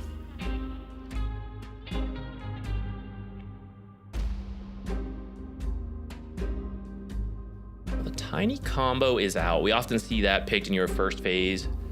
First two picks, if both are available. You happen to get Tiny, you go for AA. If you get AA, you go for the Tiny. That is out. I don't think you have to pick a combo now because of it. Like, Tiny is like the #1 with Ancient Apparition. Maybe Beastmaster's another good one, Sand King. So now that like all of these guys are out, I think you can push it off later. Get something more generic, like, oh, we have a Storm Spirit, you know, who like sets up Ice Blast, does good magic. You know, Ember is the same. There's a lot of heroes who are good combos, but not so critical with the Ancient Apparition that you have to try to grab them together. They go for the Keeper instead. Okay, we have to have a magic hero now. If it's all physical damage again, that is a complete miss from these supports. This is Screaming, Storm Spirit, Ember, Puck, something like that. You've got to have something that makes use of the Chakra Magic, the recalls everywhere, the Ice Vortex, the Ice Blast. And Silencer is going to be a good response to that. Like, okay, you want magic damage? No spells this game. I like the response of the Silencer quite a bit. It's one of those things that, like, whenever we see these team fights break out, it really does kind of rely on the Ice Blast connecting when you have Ancient Apparition to secure kills. Now, you can, if you've already sent it, silence doesn't matter, right? The secondary cast of Ancient Apparition's Ice Blast can always be cast even if you're silenced. That was one of the changes that happened in a recent patch. And they do give themselves a little bit of a setup here. So the Centaur Stomp into Ice Blast. Not the best combo since Stomp isn't too long of a stun, but it is something to work with. I wonder if this means it's going to be a super greedy Coddle now. It could be, but I also think Centaur does a surprising amount of magic damage. A lot of people don't think of him that way, but he does do a lot. The Ice Vortex amp is there, and Keeper provides you Chakra Magic, so you can actually spam Hoof Stomp and Double Edge in the lane versus the Terrorblade, who's very high armor, but low health. And so when all this magic damage is coming in from Illuminate, Hoof Stomp, all of this, like, I actually really, I like that matchup. And then once you're winning the lane, Coddle can go stack for the Centaur or for this Ember, which is going to be a really good pairing with the Keeper. I'm wondering if that makes you want to do mid Sand King and off lane Terrorblade now, pick a new carry. That's kind of what I'm wondering, because I think right now with where you're at, you don't really have any of the really good counters to the Ember Spirit. Like the Monkey King and the Puck are both banned. Your Slardar is banned. And like you can't really, you need to pick something that can get to the Ancient Apparition technically. So I think your Sand King just needs to be that mid lane initiator, going like the Blink into the Aghanim Scepter. But if Terrorblade's your off lane, you're really going to be lacking that catch as well. He brings, you know, a pipe to the game for sure, but I don't know if that's enough quite yet. You can maybe so far, Extreme's draft looks very good. Yeah, you can pick a position 4 here that helps with that initiation. Something we've seen a lot would be like the Ringmaster, which is kind of a backline hero, but has a lot of initiation potential with Wheel of Wonder, Tame the Beast. It's not the easiest to pull off, especially maybe with the Stampede allowing you to, you know, run in circles around it, but could be a very safe pick, and the Escape Act is quite good as a magic resistance here. They're actually gonna grab the Medusa now before it can be banned out. I'm sure they'll ban out the Anti-Mage here, and you can still flex this. It could be Medusa, carry, or off lane. Same with the Terrorblade. You'll just see what matchup ends up being the best. But I like it, and it's also a good steal pick, because that would have been a nice combo for Extreme Gaming with the Keeper. Yeah, I was not considering the idea of picking the carry there. I do think this is carry Medusa, but this is such a dream Medusa game. Ancient Apparition does not affect this hero at all, right? Like if you're out of mana, you're gonna die. Like the Ancient Apparition Ice Blast doesn't affect this. There's not much that they can do to this hero right now. They don't have good mana burn at all. Like they'd have to pick a hero here who can actually build into mana burn, which is not easy. I feel like this should just be Kiritich's hero, and you are just going to run like an offlane Terrorblade, pick a 4 here that helps with like the control in the fights, which is why they ban out the Shadow Shaman. If you get any more CC, I think you're in a really good spot here. The other hero I was thinking of maybe would be something like a Tusk, because Tusk Terrorblade is really strong. You can punish the Ancient Apparition in the lane, and it does give you a snowball save. So I think Tusk, in my eyes, is like the next best pick. If you want, you instead of playing to initiate and catch, like if you imagine how Bet Boom could take fights now, it's that Medusa is really tanky, carry or off lane, so she's the front line poking your buildings. You have meta Terrorblade, who also doesn't want to jump into a fight. He wants his opponents to come to him. You've got Global as a counter initiation. You got Sand King sitting in the back, Blink Epi counter response, right? So rather than catching Extreme Gaming, you can just try to get farmed and then walk at objectives and force Extreme Gaming to come to you. So that leads me to favor something like Ringmaster.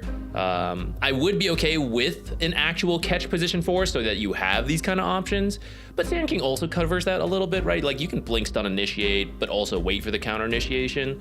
So you got a lot of ways you can take it. The Ringmaster does get banned out, actually. We'll see what they want to go for. There's a lot of position 4s taken out. The thing with Tusk is like he is also like a wait and make them come to you type of thing, right? If they go to try and make this like Blink Hoof Stop Ice Blast play, you just have Blink Snowball, right? Like, and you just bait them. And we've seen them do this on Bet Boom before. The thing is it necessary with the Medusa? Or is there another hero you can pick that's going to give her more mana to play around? In the past, we'd probably see something like a Pugna picked here, but you can't pick the Pugna. It doesn't restore mana anymore. So I'm trying to think what it could be. You just build Arcane Boots. Io's not really meta. Coddle's taken. Yeah, there's not a lot. Okay, they'll just go Wind Ranger. I think this fits the middle ground approach. You can blink Shackle to initiate. At the same time, if you just sit behind your cores and use Gale Force to push people away from you, Shackle when they come in, right? I think it works out. Oh, fast gyro response from Extreme Gaming. They knew they wanted that. It does end up being the Terrorblade carry though. What? Bro. Okay, so I guess there's two schools of thought for this, right? If it's Medusa carry, you're playing for a kind of group up behind the Medusa at like 25 to 30 minutes. But with Medusa off lane, you're playing to like make space for Terrorblade and group up behind the Medusa at like 15 to 20 minutes. So like you're hitting your timing a little bit faster, but playing for the late game Terrorblade. I'm not really sure how I feel about that. Because now I feel like your off lane is kind of weak. It could be. I will say that I think the Terrorblade carry Medusa offlane is a more standard type because the Medusa build is completely different as offlane. Yeah. If you did Medusa carry and Terrorblade offlane, that is 2 carry builds, right? Which would have gone to the playstyle I talked about earlier because the offlane Terrorblade build is carry Terrorblade. It's maybe one or item in the middle, right? Or at the very start. But Medusa is a completely different build, so this is a more standard way to play. Gives you a couple more options, so in that sense, I do like that. I am still very much worried about the Centaur into the Terrorblade with the Illuminate spam. Like, I'm worried he walked into lane with 50% and it's like, oh, just got killed, didn't realize, you know, like they just chain double-edged me, right? It's gonna be something he has to be very careful of. Well, it's time, ladies and gentlemen, that we jump into game number 2 here at Bet Boom versus Extreme Gaming. If you guys are tuning in, it's a great time. It's been some great games. Now, game 1 ended up going Bet Boom's way, but we'll see if Extreme can turn around here, get themselves a draw on the series, or if Bet Boom's going to push themselves even higher in their groups. Off to a pretty good start, but the group is tight, man. Group A, a lot of teams within just 1 or 2 games of each other. And a 2-0 here for Bet Boom would very much tip the scales. So we'll see what happens.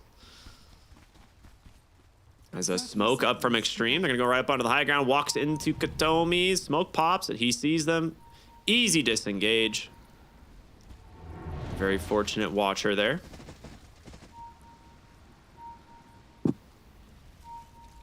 Yeah, it looks like it'll be in just a split on runes the way things are going, though. Maybe Gyro has to be a little careful of where he's at. His whole team went top.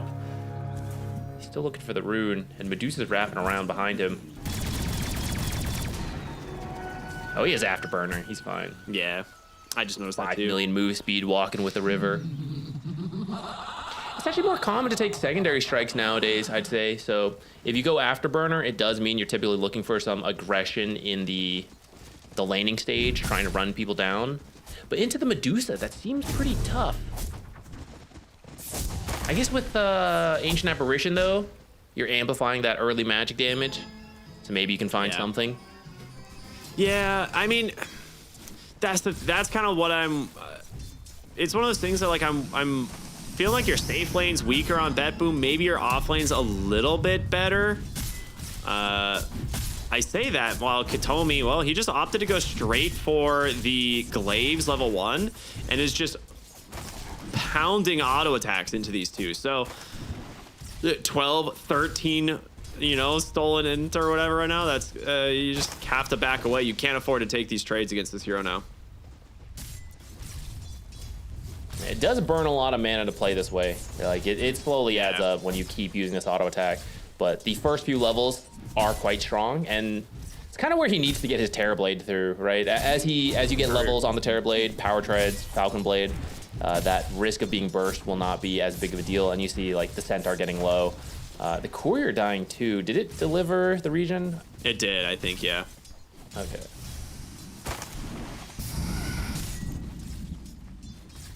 It's running out of regen up here. They do need to get... Yeah. If they hit level more. 2 here, should be a kill. Blood Grenade plus the meta. That's it. First blood right into the hands of the Terrorblade.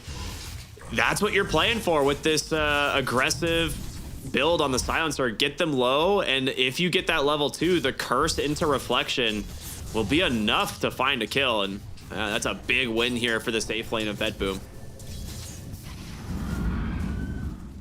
It's another Reflection. Xin Q needs to be careful, but he does have a salve now, so yeah, we'll be back in the lane in a moment. But I'd say the early levels, very, very good for Vetboom so far. Yeah.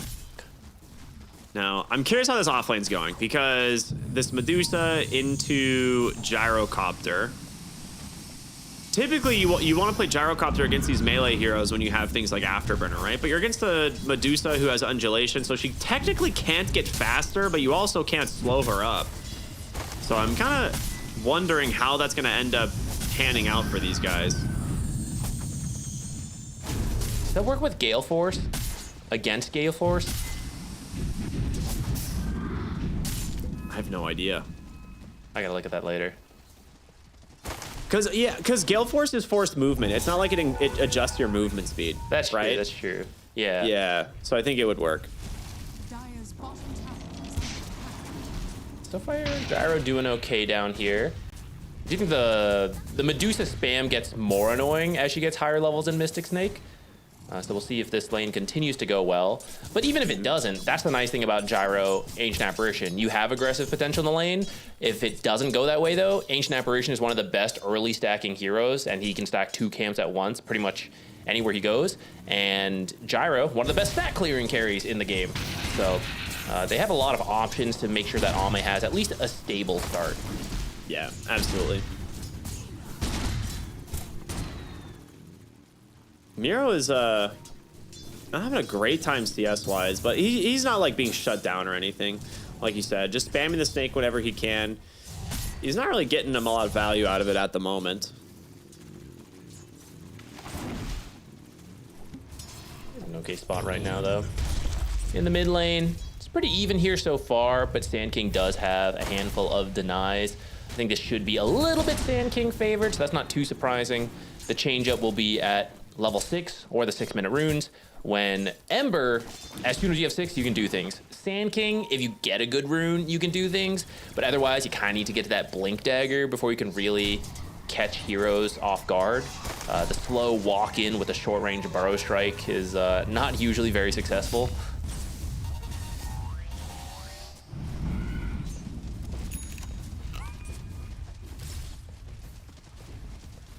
And we see top, although they got that kill earlier, now that Centaur has a couple levels, has his Bracer, got more levels on the Keeper Light and in the boots and the Windlace, it's becoming much harder to apply pressure to extremes lanes. Oh. So this is where, like, I was wondering how they were going to play around the Centaur. Oh my goodness. What a snipe by Save. Well, that's going to hurt your mid lane. The nice thing is he'll be back to go for the power rune, but you're at a level disadvantage now. You were being denied, now you're dead, so you'd have to contest into an epicenter, and that's pretty terrifying. You're gonna have to hope for RNG here that it's a top rune and Vetboom goes for bottom. But that's exactly why Karaomi comes over now. So pretty much wherever you go is gonna be kind of a bad spot to be. Ancient Apparition knows he's probably trying to stack right now, blocks the hard camp. And as the rune spawns top, it will be taken by Katomi, takes the shield rune.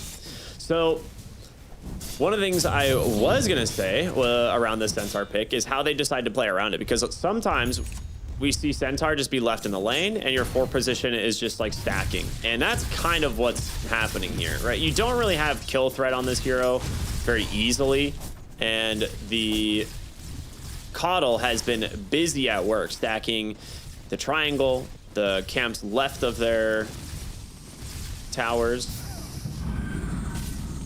He's having a good time. We'll see who ends up clearing these, if it's going to be him or the Centaur.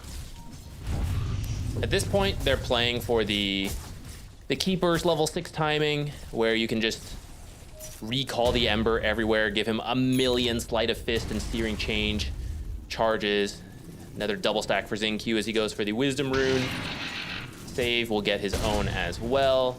But due to these stacks and farming some of the stacks, because you get to do that as the Keeper Light, he's already level 4.5, and once his team starts clearing these stacks, or maybe he does it himself. I was like, I feel like he's clearing the stacks. Yeah, he should hit a pretty decent level 6 timing, despite the lane maybe not going as well as they would have liked. And that being said, they might finally get the kill onto the Centaur. Yeah, top lane, they end up bringing in the Wind Ranger, and this will help actually secure the kill. So, good punish, right? We were saying like that you playing greedy when you're leaving the Centaur in the lane like this, and his only goal is to really just get experience, but if you can find the kills, it will severely hurt his game, shut him down. So we're gonna see 8 minutes of Power Rune get ready to spawn. GBK lost the Shield Rune last time, but you can't really get kills with the Shield Rune easily. If you can dive, sure, but Ember, now that he has Remnant, very difficult hero to dive. You're kind of hoping for that haste, invis, something like that, that lets you get real close to get an early epicenter kill. Ooh, this is really nice if they can find the shackle set up here on his Xingqiu. They do get it. Kiritich claims another. Now there's some TPs coming in. Gyrocopter with a call down. It will connect. Ame, does he have the grab here? There is a Sunder available. And without a stun, they are too afraid to get any closer. So they force the gyro top. They steal the stacks in the triangle as well. This is what Sand King was doing the whole time. Yeah, it was at least just the hard camp stacks, so you still have your ancient stacks, but Sand King getting closer to his Blink Dagger off of your efforts of stacking. Yeah. He's gonna be very happy with that. And look at Miro, man. Super efficiency right now. Cleaning up stacks in the jungle, plus just lane dragging. Getting all of his mana back.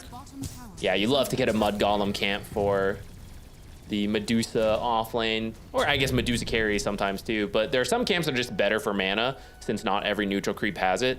Mud Golems are the best.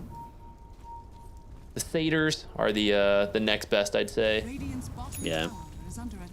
Really, you like the Mud Golems more than the Satyr camp?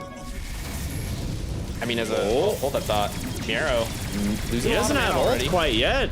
And with this, he has a stick and a Lotus. Is it going to be enough to get him to the tower? The Afterburner, no way. 4 points in that Afterburner. Rocket Barrage. That will be a very nice kill. Great wraparound here from XM. Now they will see him scouting.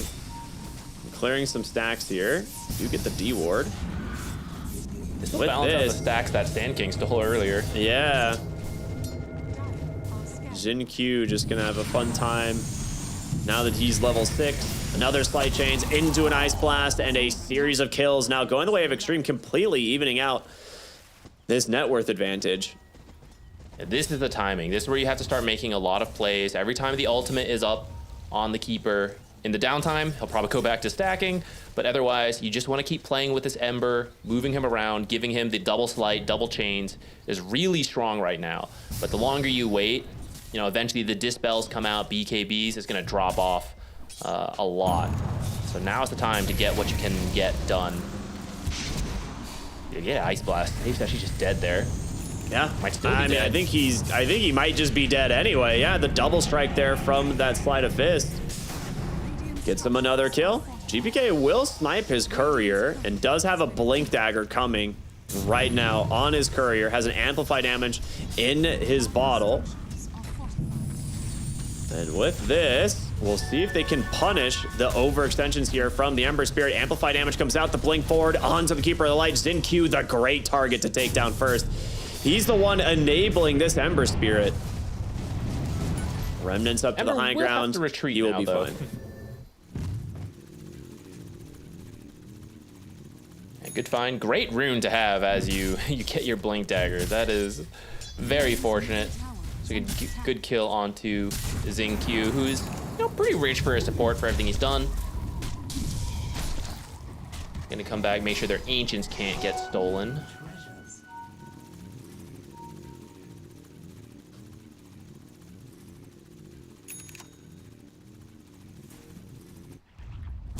XXS got his Vanguard, and he's now going for a Blade Mail, so it's going to be very difficult to focus down this Centaur Warrunner.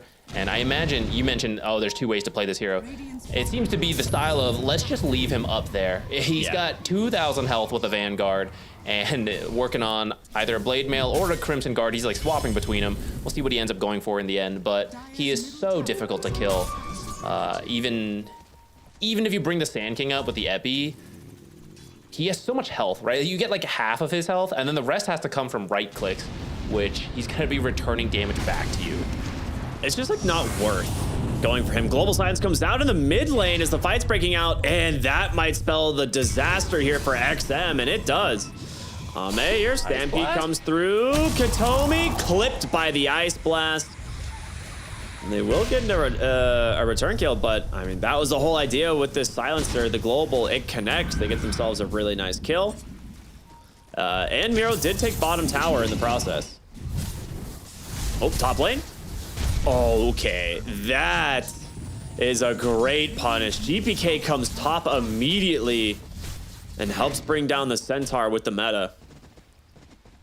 You know, I thought that Centaur would be hard to kill, but Terrorblade did 1,800 physical damage from right clicks. So when you have the meta and all the illusions, and then Sand King stuns him up for you, and you just get to sit there and deliver damage, I guess that is enough to kill a Centaur. Yeah, I mean, he didn't have the Crimson Guard yet, and he doesn't have actually a lot of armor either because he didn't go the Blade Mail. So he was like really close to being able to reduce a lot of the damage the Terrorblade that could do. So that was kind of just this perfect opening for Bet Boom to get him. Crimson Guard, he has it now, of course, but it was on his courier when he died, for anyone who was wondering. So Terrorblade off to an amazing start this game. 1,500 gold in front of the Gyrocopter, has the Manta Falcon Blade on his way to the Aghanim Shard. The big question for me will be this 15-minute Tormentor and which team can get it, because there are some really good shards in this game. You really want this for the recall on Xingqiu. He has a Manta to dodge the Stomp. He does exactly that. Nice stuff there from Kiritich.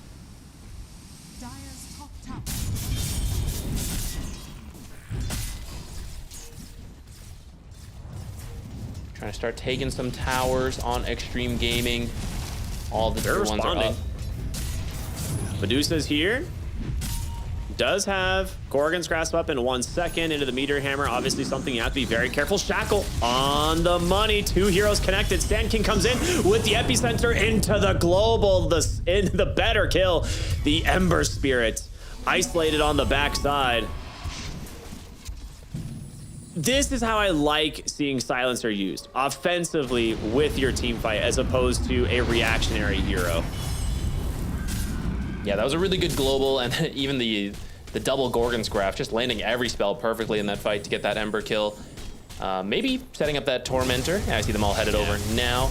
And stealing this away, this is like a win on multiple fronts. First, you defend your tower, which is huge against a Keeper of the Light who can sneak to your side of the... I mean, he knew what was coming. Ice Blast, guys. Ooh, neither of them are going to die, but yeah. The Keeper, when your towers are down, he can sneak to your half of the base, recall everyone in, and especially if you get the shard from the Tormentor, and then suddenly you're being ganked from a crazy angle you didn't expect. Kind of like this, but Medusa is pretty tanky and fast with the ult going. Right, they're committing Stampede for it, so they will get this Medusa kill unless the creeps want to grief them. Yeah, they're gonna They'll get the tower now.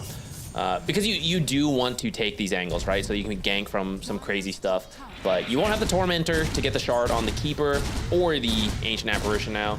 It ended up going to the Wind Ranger, which is the much better shard to get for Bet Boom support duo. Yeah. I like I said, when I was saying there's good shards, there's 3 really impactful shards this game. And like you said, fortunately for Bet Boom, they get the good roll on there, right? It doesn't end up into the hands of the Silencer.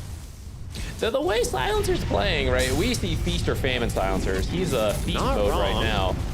It's going to be a nice epicenter here. Crimson Guard is out, and like you said, this Centaur, you get half his HP with this. Ice Blast is coming. GPK might be in danger. He needs to get away from the Centaur. Someone's got to kill this guy, right? In comes the Mystic Snake. It will slow him up. Power Shot will secure it. And now with the stun coming out soon here, again, this one onto the Coddle. In comes the call down. They don't have the detection. Glimmer Cape's going to protect him, and GPK, he's dead instead. Kiritich is here on this. Terrorblade's going to run in here, see what he can find. Reflection doesn't connect. Neither does the Gale.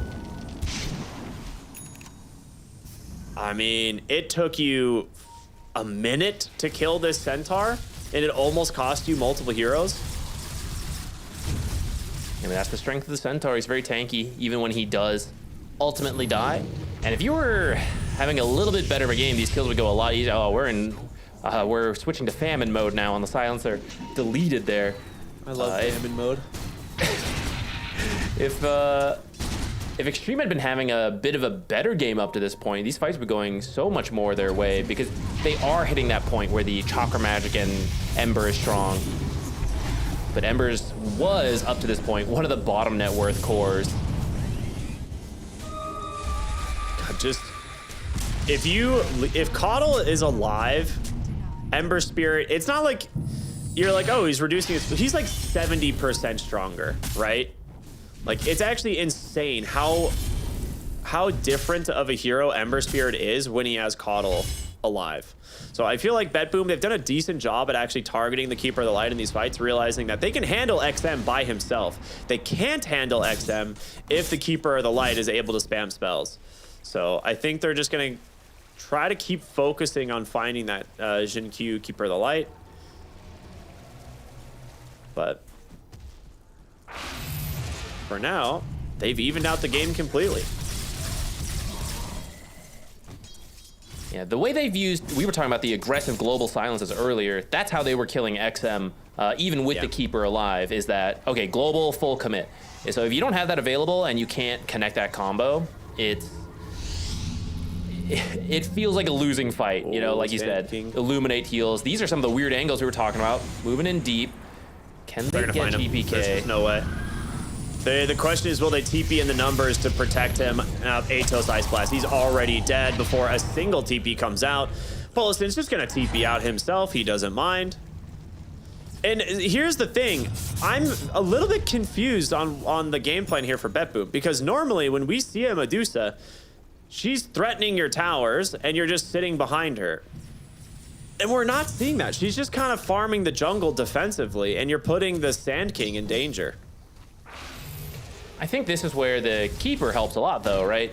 Where Medusa sits in the front and you go, oh, okay, we either ignore Medusa and she takes our buildings, or we go, you know, we go fight her, but then they get to farm everywhere and they get to push other parts. Now, Keeper, as long as you're in the fog of war, the enemy team doesn't know, and in fact, you could be doing both. So that makes it a little tricky to pull off that game plan where you lose your Sand King and Miero still doesn't feel comfortable shoving in the mid too far on his own. He's like, well, I could be next, you know, and maybe you see Medusa die, but you don't see the Keeper. You go, I'd like to push out this lane, but there could be 3 heroes coming at me right away.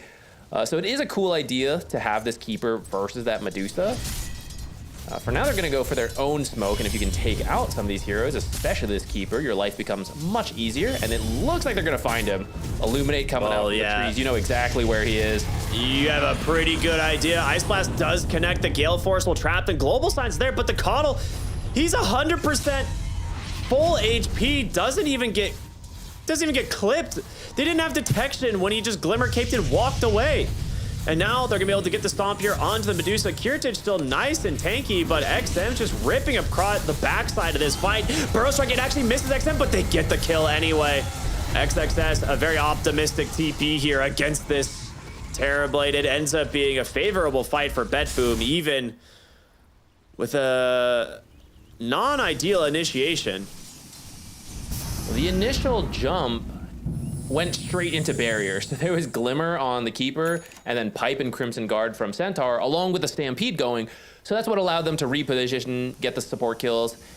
And then I think they felt a little too strong off of that, because Kiritich is really powerful. We've seen him kill the Centaur multiple times while in meta, and that's just how Terrorblades go, right? When you get to stand and do your damage, it's great. But when everyone's stampeding around, you're getting blasted, like, oh, it's too hard, you know? So as Stampede is over and they're still taking the fight, you go, oh, finally, I can sit here and attack with my 50 illusions, and he just destroys the Ember and the Centaur. So Extreme Game is gonna have to be more careful of that going forward. This Terrorblade has had a great game, and you have to respect the damage output. Nice bait on the rune there. Smoked up, get the kill into the Wind Ranger. I mean, not the kill you're maybe hoping for. They initially were pinging out the Terrorblade, but we'll take anything that they can get. Putting that Ice Blast on cooldown. And Ame now with the BKB, he's pretty strong. Top of the net worth, he's been staying neck and neck with the Terrorblade, despite Terrorblade having arguably a better game. The question is whether you can actually fight the Terrorblade on your own. That's a matchup that actually goes Terrorblade's way in a 1v1, because Gyro does a lot of AoE damage, but you're high armor, you have all the illusions, and so even the illusions survive for quite a while, and your single damage output on the Terrorblade is much higher than the Gyros. This is, of course, a team game, though, so you're going to have to factor in the other stuff, which will determine, although these two carries are fighting for the top net worth spot, it's easier for Terrorblade unless the help is coming from the rest of the team. We'll be seeing XXS here. Another setup onto the Centaur, and with this, you might be able to make a play for the Roshan. The line being drawn with meta being used, I think that's where they're headed. You still have over half the duration. Should be pretty doable. You can maybe try to snipe it with Ice Blast. I think that's your best bet. And then that's about it. Yeah, with this, I think Extreme have a pretty good idea of what's going on, and they are not interested in contesting. So they're going to try and just shove out the waves. Ice Blast will be coming through. Annoying, but not too much of a worry for either of these heroes, especially the Medusa. Well, she's happy to tank this. Yeah, but Kiritich could do something really funny. You go and take a bunch of damage and then thunder her. That Hilarious. would be funny, actually. All right. Aegis into the hands of the Terrorblade here. 24 minutes. We're going to see a Tormentor coming up very soon as well, which the first one went the way of BetBoom. They got it onto the Wind Ranger. We've already talked about how much Extreme would really like to have Aghanim Shards.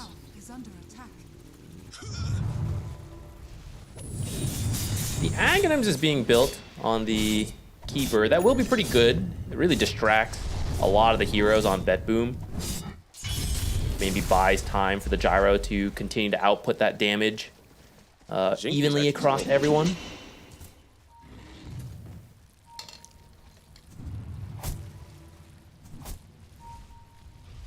I'm surprised Jin Q's as farmed as he is. Or rather, maybe I'm surprised that the Centaur is as farmed as he is, because he was sacked, right? We talked about that. Like, Jin Q actually went and just, like, jungled from like 5 minutes onward.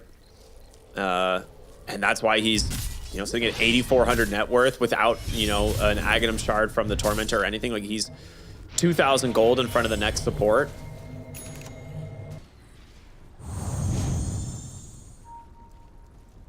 And we'll see how much that affects this game, because the Will-O-Wisp is very annoying to deal with. They've got a blink on the Centaur.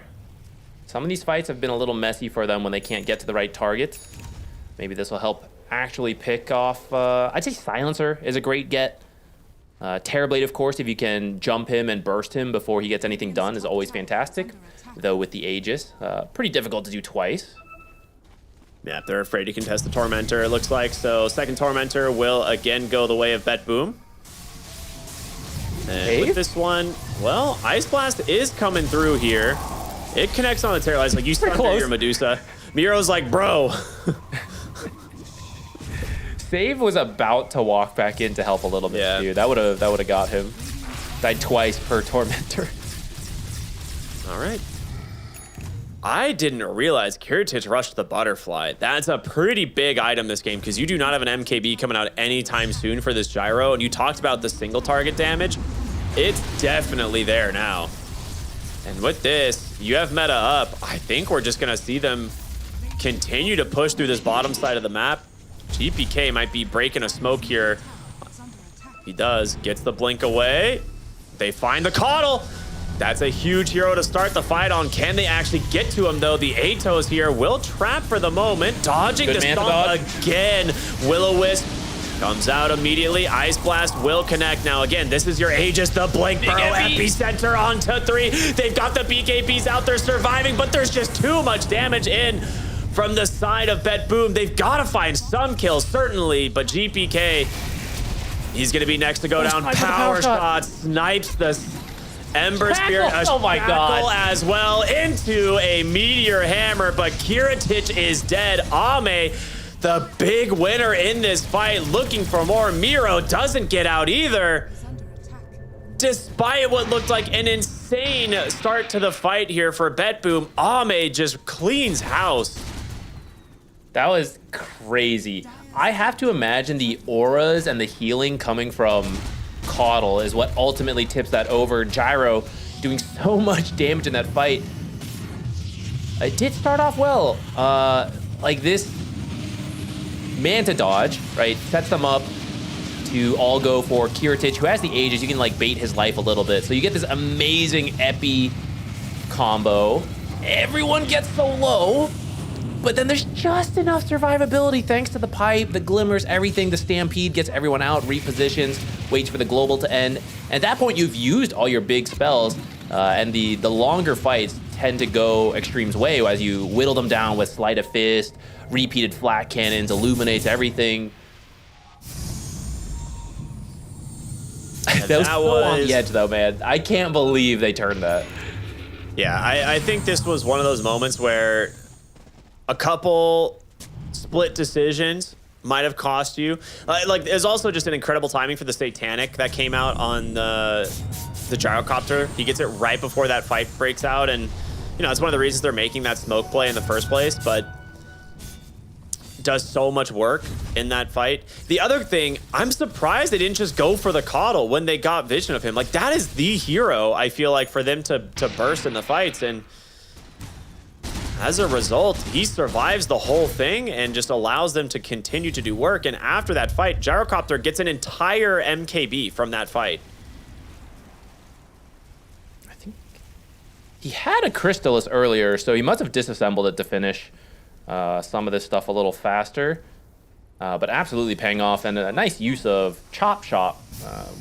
We don't see that often. I feel like Devil's Bargain a little bit more and Chop Shop sometimes, but feels like there's still room for creativity on disassembling and selling items. Medusa found here.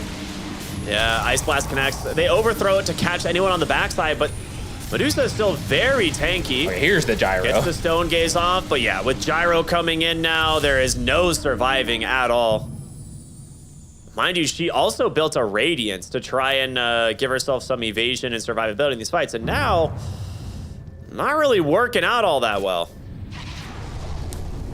It was having a good start, but like this happens a lot. You know, you're having a good game. You're like, oh, I'm gonna go greedy. I'm gonna get Radiance. Halfway through the Radiance, things start changing. You're like, I'm kind of committed, but it really is much slower than I thought it was gonna be. Feel like that's what's happening with this Radiance. I will say the Yule Scepter on this Ember Spirit makes him almost unkillable now. You need like a Burrow Strike into Shackle with the Terror Blade there. Otherwise, like, Global Silence just is not enough.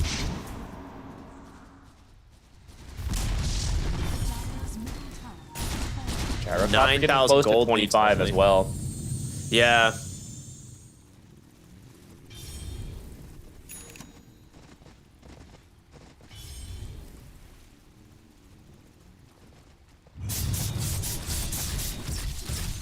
For Bet Boom, Sand King scaling is really good. He does have his Ags. You know, he's working on a Shivas that'll really amplify his damage, and an Epicenter combo like we saw earlier will start finishing off the kills with that. Especially you get Hex on this Medusa. It's still going to take a while to finish it, but that's going to give you some extra control to make sure maybe you keep the Centaur locked down so he can't stampede everyone away, or maybe you keep the Ember away from being able to use Yules to get out of some of this stuff. Like, actually finish the kills, whereas last time they got away with like 200 health. Smoke up. Who's going to find who? Burrow Strike. There's the Global Science. They do manage to get on top of the Ancient Apparition. There's the BKB, the epicenter. Can they bring him down? First they do. GPK now on the run, trying to get away from this gyrocopter, but it's going to be the Ember Spirit to secure the kill. But with the BKB down from Ame, he might need to get away here. Meteor Hammer drops on top. Another Manta dodge here of the Stomp. Kiritich tries to get the kill. He does the Thunder back to full HP off of XXS. It's up to the Terrorblade now to carry this fight, but the Ember Spirit is still alive with the Coddle behind him. He needs help. He needs to get away from this XM. But can he do it? Gil pulling them back here a little bit. Held down here by the Gorgon's Grasp, but Yules, that Meteor Hammer might connect. No, just slightly off-timed. And now, yeah, dead is this Terrorblade, and XXS with a nice stomp onto 2. With this fight is over for the side of Bet Boom. Hero, I mean, he gotten out a little sooner before this. The Manta dodge from Kiritich, he's dodged like every hoof stomp, and it allows them to get a good kill, a favorable fight, but then they stick around too long without Thunder available. So it's not like you're even baiting a low health Terrorblade. And XM sees that, he's like, wait, he doesn't have Thunder. I'm just gonna jump him and kill him. And then from there, suddenly your damage is gone. Bet Boom should just back out a bit sooner. I know that's easier said than done, right? Running away from an Ember Coddle. And maybe that's why they felt they had to stand and try to fight it out. But it's much harder for them than for Extreme Gaming. I think this is one of those moments where, again, the initial Burrow Strike was so close to not to catching the Coddle. It hits the Ancient Apparition. He gets Gale Force back into the middle of the fight. But Xinqiu, just by pure luck, doesn't get hit. Like, it was just a blind Burrow Strike to the other side of the tree line, and Xinqiu was missed by just a fraction. And if they get the kill, it's totally different, right? Coddle enabling this Ember Spirit so much is just a huge issue for them. That's true. Taking out the Ancient Apparition at least helped them, and that's part of the reason they were able to get some favorable kills to start. But yeah, like you said, there was a potential for that Burrow Strike to catch 3, but it is blind. You just have to blink and instantly react, and that's so tough. Yeah.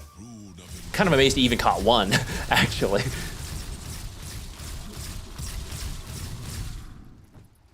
Looks like Kiritich actually going for a BKB now. I do agree. I think he does need it at this point, just because there is a lot of annoying damage coming out in these fights. And just dealing with Will-O-Wisp can be enough.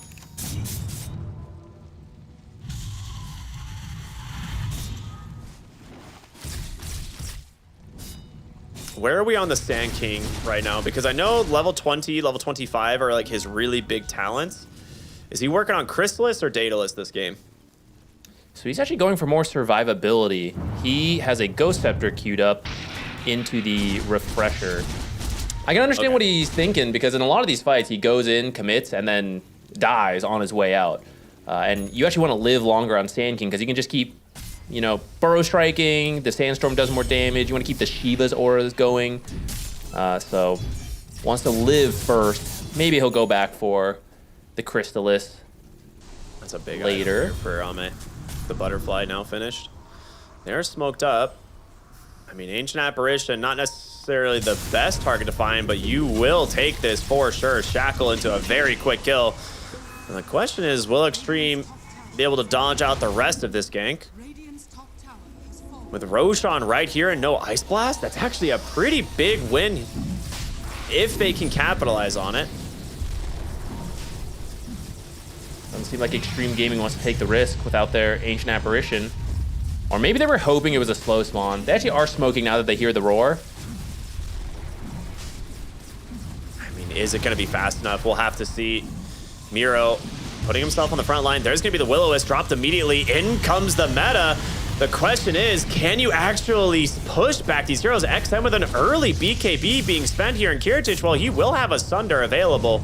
as he continues chasing, has to Remnant to safety. But you did bring the Terrorblade's HP pretty low, and there is an Ice Blast coming up here as the Ancient Apparition respawns, so they did manage to prevent this. They jump in, they get eyes here on the gyro, the shackle, can they kill him in time? He's gonna turn around with a BKB, no, the stun is there. It was the Stone Gaze from Miro that finds the kill, and XM rooted up with the Sunder, tries to get away, but he's dead as well. XXX comes in, a buyback on the Ember Spirit, they're gonna get on top of Heritage. He needs help, what a shackle. Buying him the space he needs, but Miro left to the enemy here. Extreme will get something.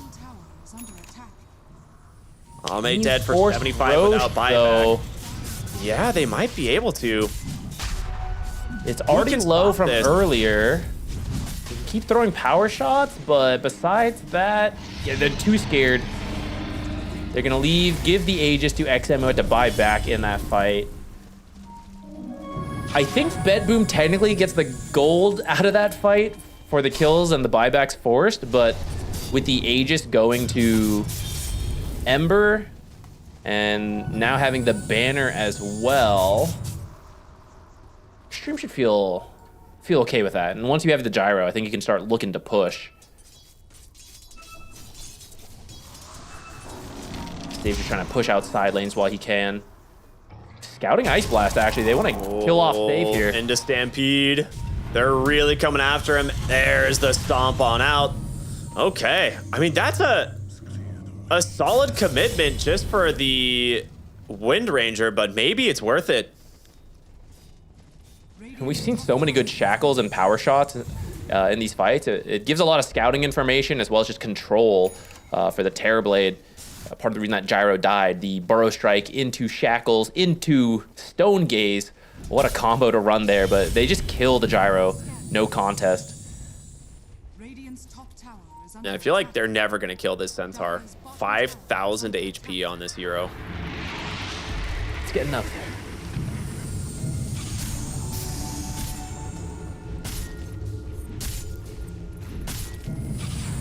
All right, with this, they're going to take the last tier 2 available. So if you win another big fight, it's a very farm gyro. The base is open for the taking, especially with the Centaur. Centaur's actually pretty fast at taking some buildings because you reflect so much damage back at the towers. They go for the Tormentor. Maybe they can finally get the shard for Xingqiu. It's such a good shard, but at the same time, if you have to buy it, it feels like it misses the timing because you want to rotate with having a Glimmer and or a Force Staff, something like that.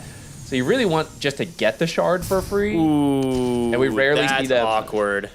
We rarely see them buy it, even if they don't get it.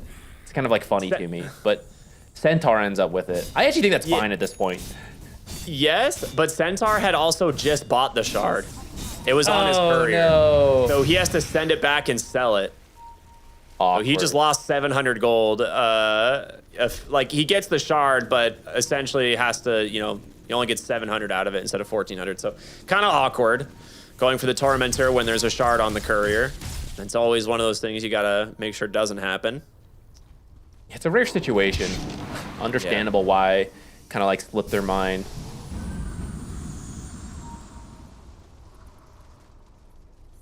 Bedboom checking for wards real quick while they can. You better start sitting in your base as the rest of Extreme show up. You're going to take control of this triangle.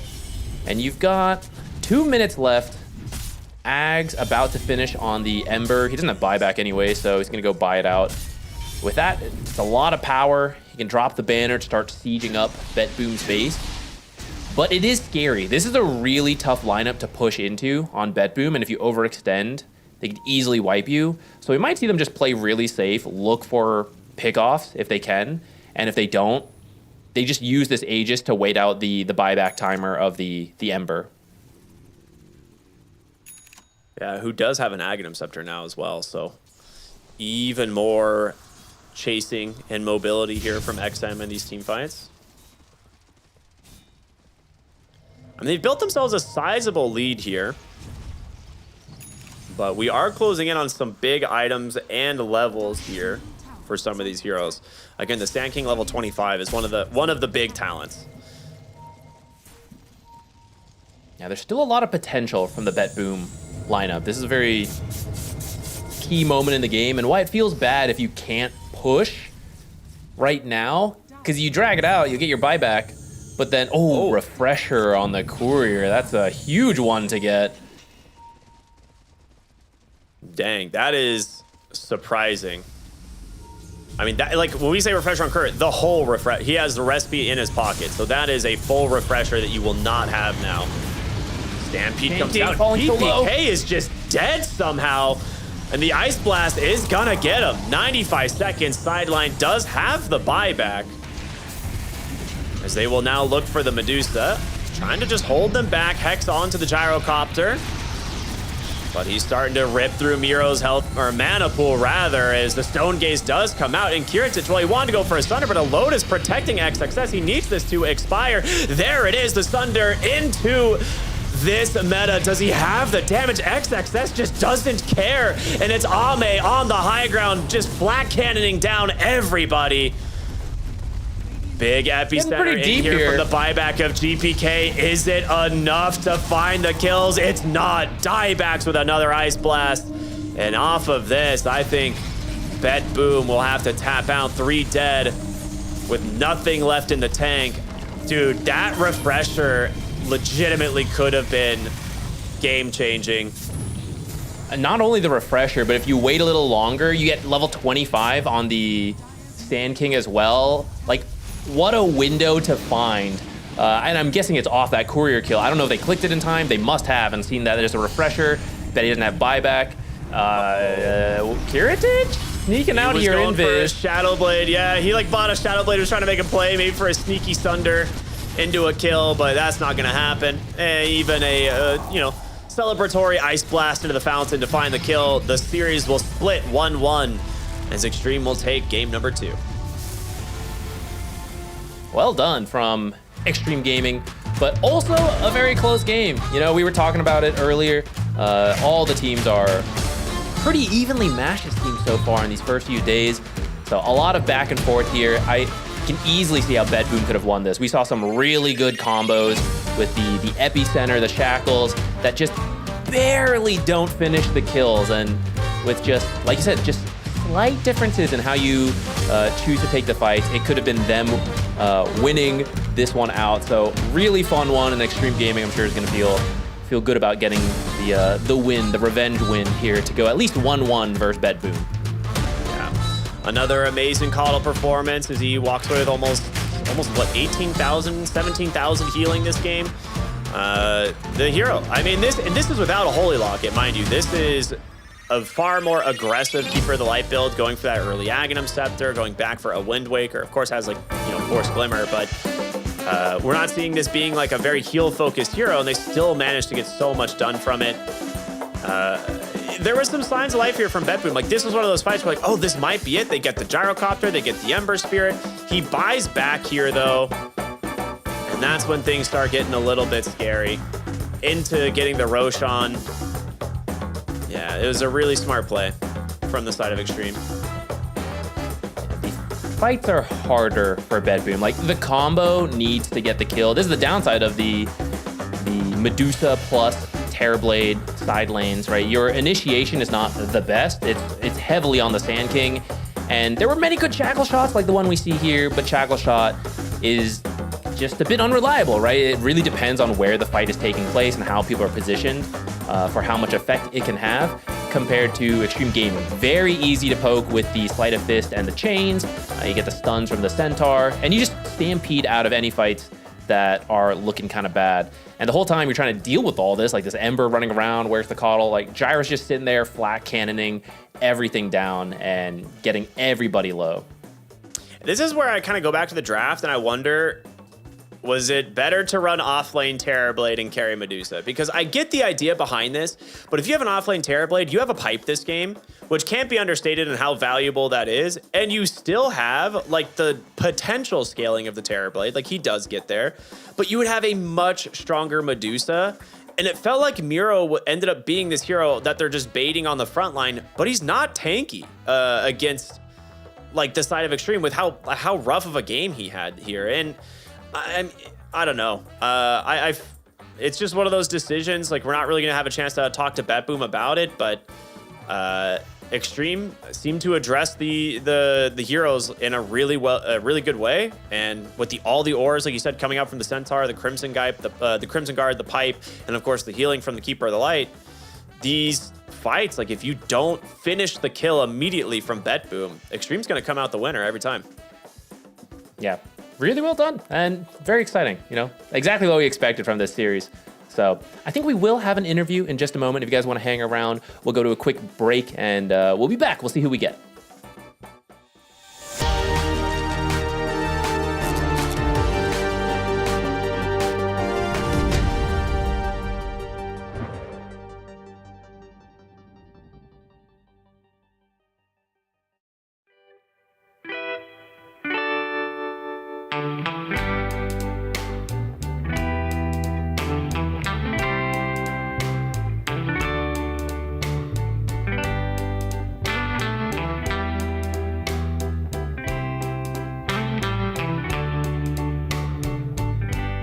Sometimes I'll be foolish.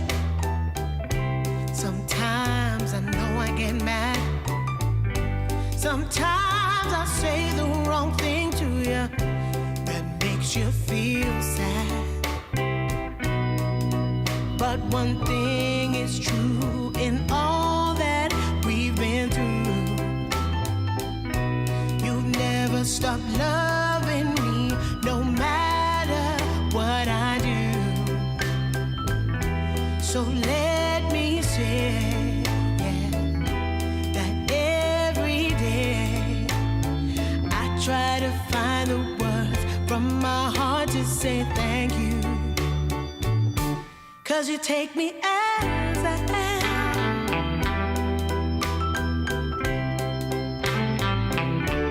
You take me as I am.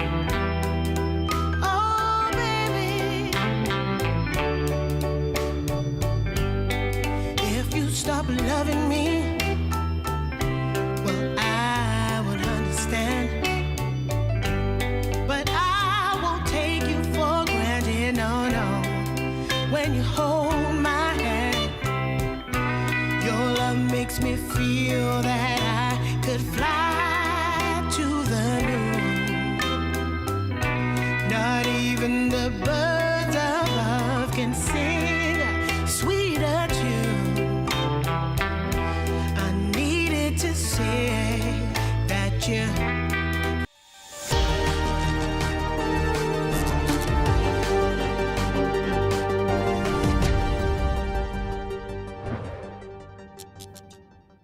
As promised, everybody, we are back here. We will have an interview shortly with Extreme Gaming, but let's talk a little bit more about what actually happened here in this series, because game one, it was very close. Like, Extreme almost walked away with the victory, ends up being just a slight outplay from BetBoom in the late game. This time, it kind of feels like Extreme outplayed BetBoom in some of these fights. I would say so. I mean, to be fair, there were some really good like epicenter combos, right? I especially think of that bottom fight where I think 3 different heroes drop to maybe like 200, 100 health, and it's so close to an instant team wipe. But that's where the itemization and the draft is really smart from Extreme, right? Bought all the auras, took a little bit of time to get there, but once they're online, you block so much damage with the pipe, the extra magic resistance, the Crimson Guard, some Illuminate healing coming in, keeping some heroes alive. Okay, now Stampede, reposition, and Terrorblade's not a hero that can chase. It capitalizes on the weakness. They didn't have a lot of catch for their team. And then you just can decide, like, do we just keep running? Or, okay, actually, I think we can take this fight back in. So, yeah, a really cool interaction on those drafts and how they play out and why execution does matter, right? It's not like just a draft win when you go into the games. Yeah, I mean, drafts can only get you so far, right? We've talked a lot about that being a thing, right? No matter how good your team is, no matter how good your draft is, if you can't execute said draft, it doesn't really matter. So, but really good stuff so far today. We've had a really exciting first series. We'll have more series up next, but I think if you're Extreme, I would be pretty happy with that draw against BetBoom. I think they would have loved to get the 2-0, and they almost did. But it does show some, some good signs for this team, especially since they were kind of struggling here towards the bottom of the group at 2 and 4. Now they're going to go to 3 and 5, but Group A is really close. So if they're kind of trending upward and they get themselves a 2-0 in their next series, they could be easily through to the next stage. But this is one of those things where, like, group stage 1 of DreamLeague is always super brutal, right? 4 teams advance, 4 teams eliminated from each group. So you don't really have the option of making too many mistakes in this group stage. Yeah, there's so many strong teams in Dota, and we've been in this patch for a little bit, which often means there's less surprise stress, right? I think Paravision caught a lot of teams off guard with the amount of stuff they pulled out, but now you see other teams playing Slark support. You see people prepared for it, and so it reaches that end where it does come down a little bit to who navigates the draft well, but also the actual play. Every team has been exposed to the top meta, and it's now who can do it the best. And I feel like at the end of these patches, this is when we see a lot of very close tournaments, and it's not just, oh, Paravision's got the drafts figured out, so they're just beating everybody. Like, oh, this team is most on top, so they've practiced the best heroes the most, so they're just winning. Now everyone's practicing all the best heroes, they're on to the drafts, and we get very fun games like we just had. Yeah, I 100% agree. I'm really excited for a patch, though. I think a lot of people are expecting one to drop soon. It would be classic DreamLeague fashion if we do just get a patch dropped in the middle of this event. Keep our fingers crossed. It might happen. But looks like we do finally have our interview here with Extreme. So let's go ahead and check out who we've got. It looks like it's going to be Ame. So hello, Ame. Thank you so much for joining us. 你们战胜了第2把，然后并且欢迎来到我们这次的采访。 So I've got a question for you. In game 2, you get to play the gyrocopter into Terrorblade Medusa, but it is carry Terrorblade and offlane Medusa. Would you prefer it be that way, or were you hoping it was going to be carry Medusa and offlane Terrorblade? 就是第2把想问你，因为你是打了矮人直升机，然后对面是一个 TB， 还有一个美杜莎，但是是一个1号位的 TB 和以及一个3号位的美杜莎，就是你是更喜欢面对1号位 TB、3号位美杜莎，还是反过来1号位美杜莎和3号位 TB 呢？可能1号位美杜莎难打一点吧。 I think if it was a position 1 Medusa, it might have been a harder game for me. Okay, yeah, so that's what we were wondering, if how that would affect the game. I know Zach has a question, so I'm going to let him go. Yeah, going back to game 1, we thought Extreme Gaming's draft was going to be better in the late game. They had a lot of good armor items, but BetBoom manages to find a win. How did he feel about that game? How did BetBoom manage to win that one? 就是第1把，其实这些解说呢也是认为你们的阵容可能会更好一点，因为但是就感觉后面就是护甲都起来了，你们反而有点打不过了。就想问你，当时你们第1把你是怎么看待你们的阵容？就是你感觉当时你们的赢面是多少呢？感觉中间的话挺好赢的吧，就可能上高灭了2波就不好打。 I think that during the mid game we actually had a really good shot at winning the game, but we made a few mistakes, and they managed to take 2 lanes of Rex, and the game got a lot harder and it spun out of control.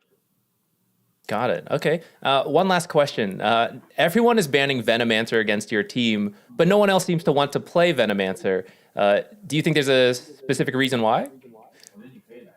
最后一个问题就想问你，因为感觉就是任何一个战队打你们的时候，都会在第1个阶段就把剧毒术士给 ban 掉，但是其他的战队都没有人去选这个英雄，那具体是为什么呢？我也不知道，感觉剧毒就很屌啊，就我也不知道别人为什么不玩。Ami says that he's not exactly sure why. He personally feels like Venomancer is like a super strong hero, and he's not sure why none of the other teams are picking it up. We think so too. We want to see more Venomancer. Yeah.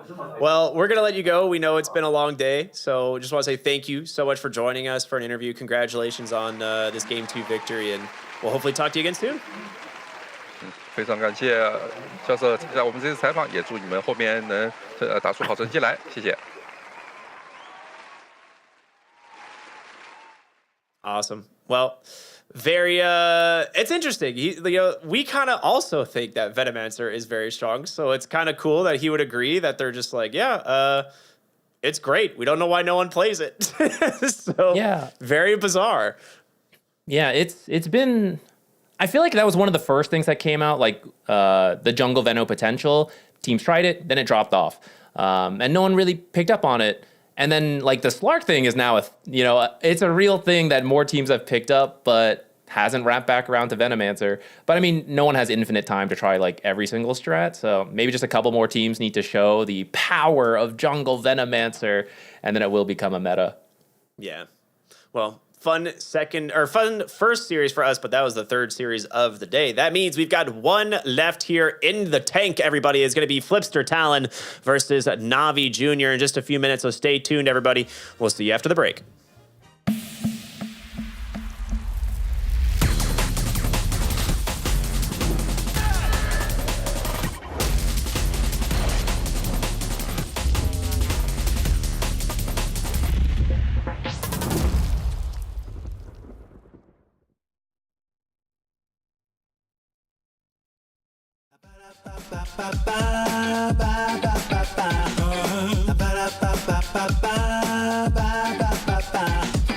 If you wanna get with me, all you gotta do, call me when you need me. I'll be waiting for you.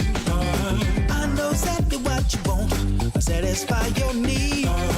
We can have a good time. Don't you worry about a thing. If you want it here, or if you want it there, you got it. Have yourself a good time.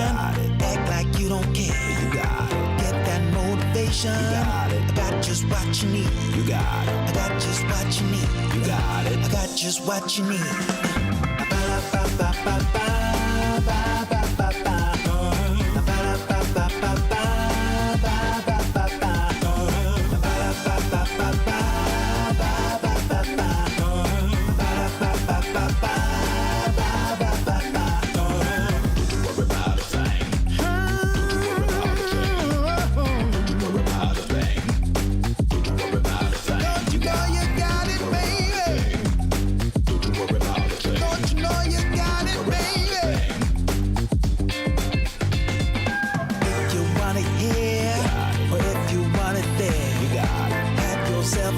Act like you don't care. You got it. Get that motivation. You got it. I got just what you need. You got it. I got just what you need. You got it. I got just what you need.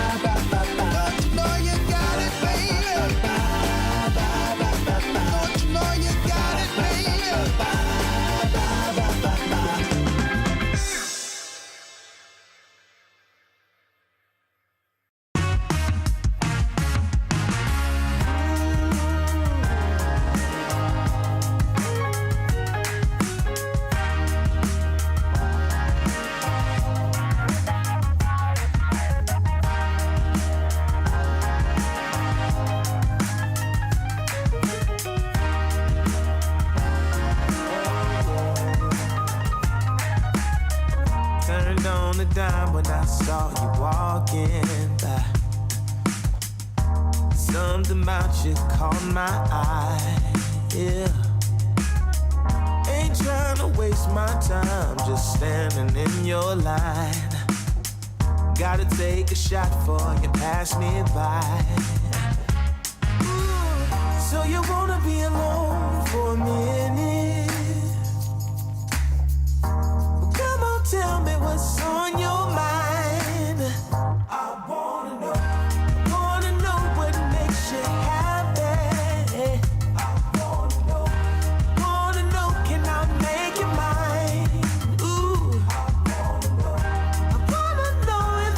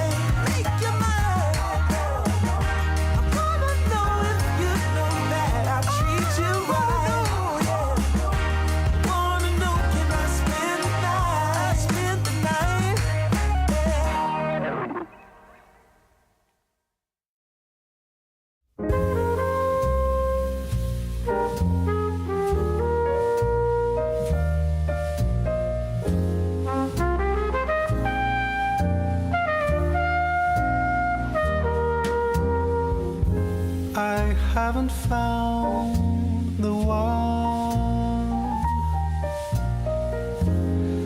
I never knew what others do. I hope and yet again, what do I know then? I believe it's all meant to be. All my dreams are so out of reach. I fool around, but we never know. I fell in love, but a long time ago.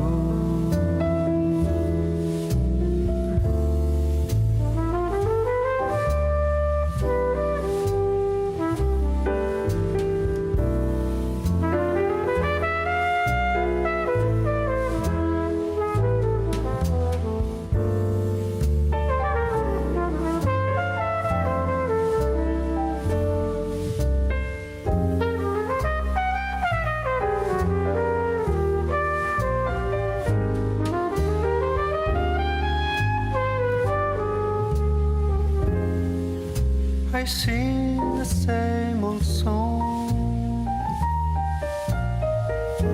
been going on for far too long. DreamLeague Season 26 is brought to you in part by DHL, 1xBet, and Anthros.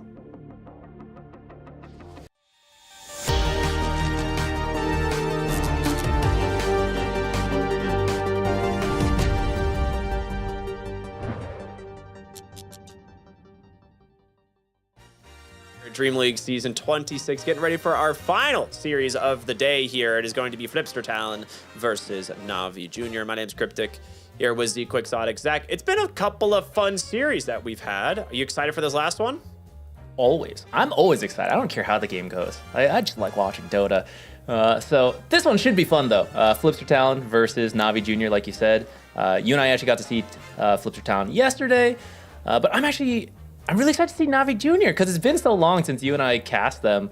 I remember seeing him in the smaller tournaments, working their way up, and it's always cool to see that happen in a very old scene like Dota. You know, it's like it's so established, so anytime you get not just like one new player joining, but it's like this is a very young roster, which Zayak recently joined, kind of adding that experience and guidance, which I think has helped them move into this now like tier 1 level, trying to like really break into it. But it's cool. It's just cool to see these new faces.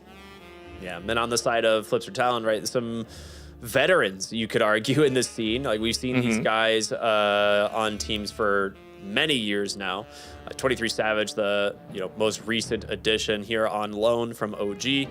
But a solid team, right? Like, this has got, like, on paper, this is one of the strongest teams in Southeast Asia for sure.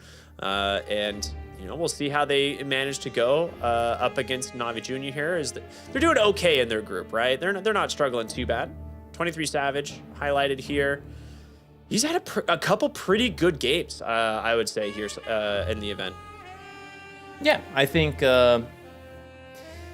23 has he's got the highs and the lows. Like the consistency is sometimes lacking, where it like falls a little flat, but other times, like, man, he's nailing everything, So that's kind of always the question going into it, to any given game, what version you're gonna get. Yeah, that is a good point. Now, both of these teams are actually coming off a pretty lackluster morning performance, right? Talon took an 0-2 against Falcons, and Navi Jr. took an 0-2 against Edge. So this is kind of important for both these teams to get some wins under their belts. Navi Jr., though, like you said, a little bit of a newer roster being rounded out by Zayak.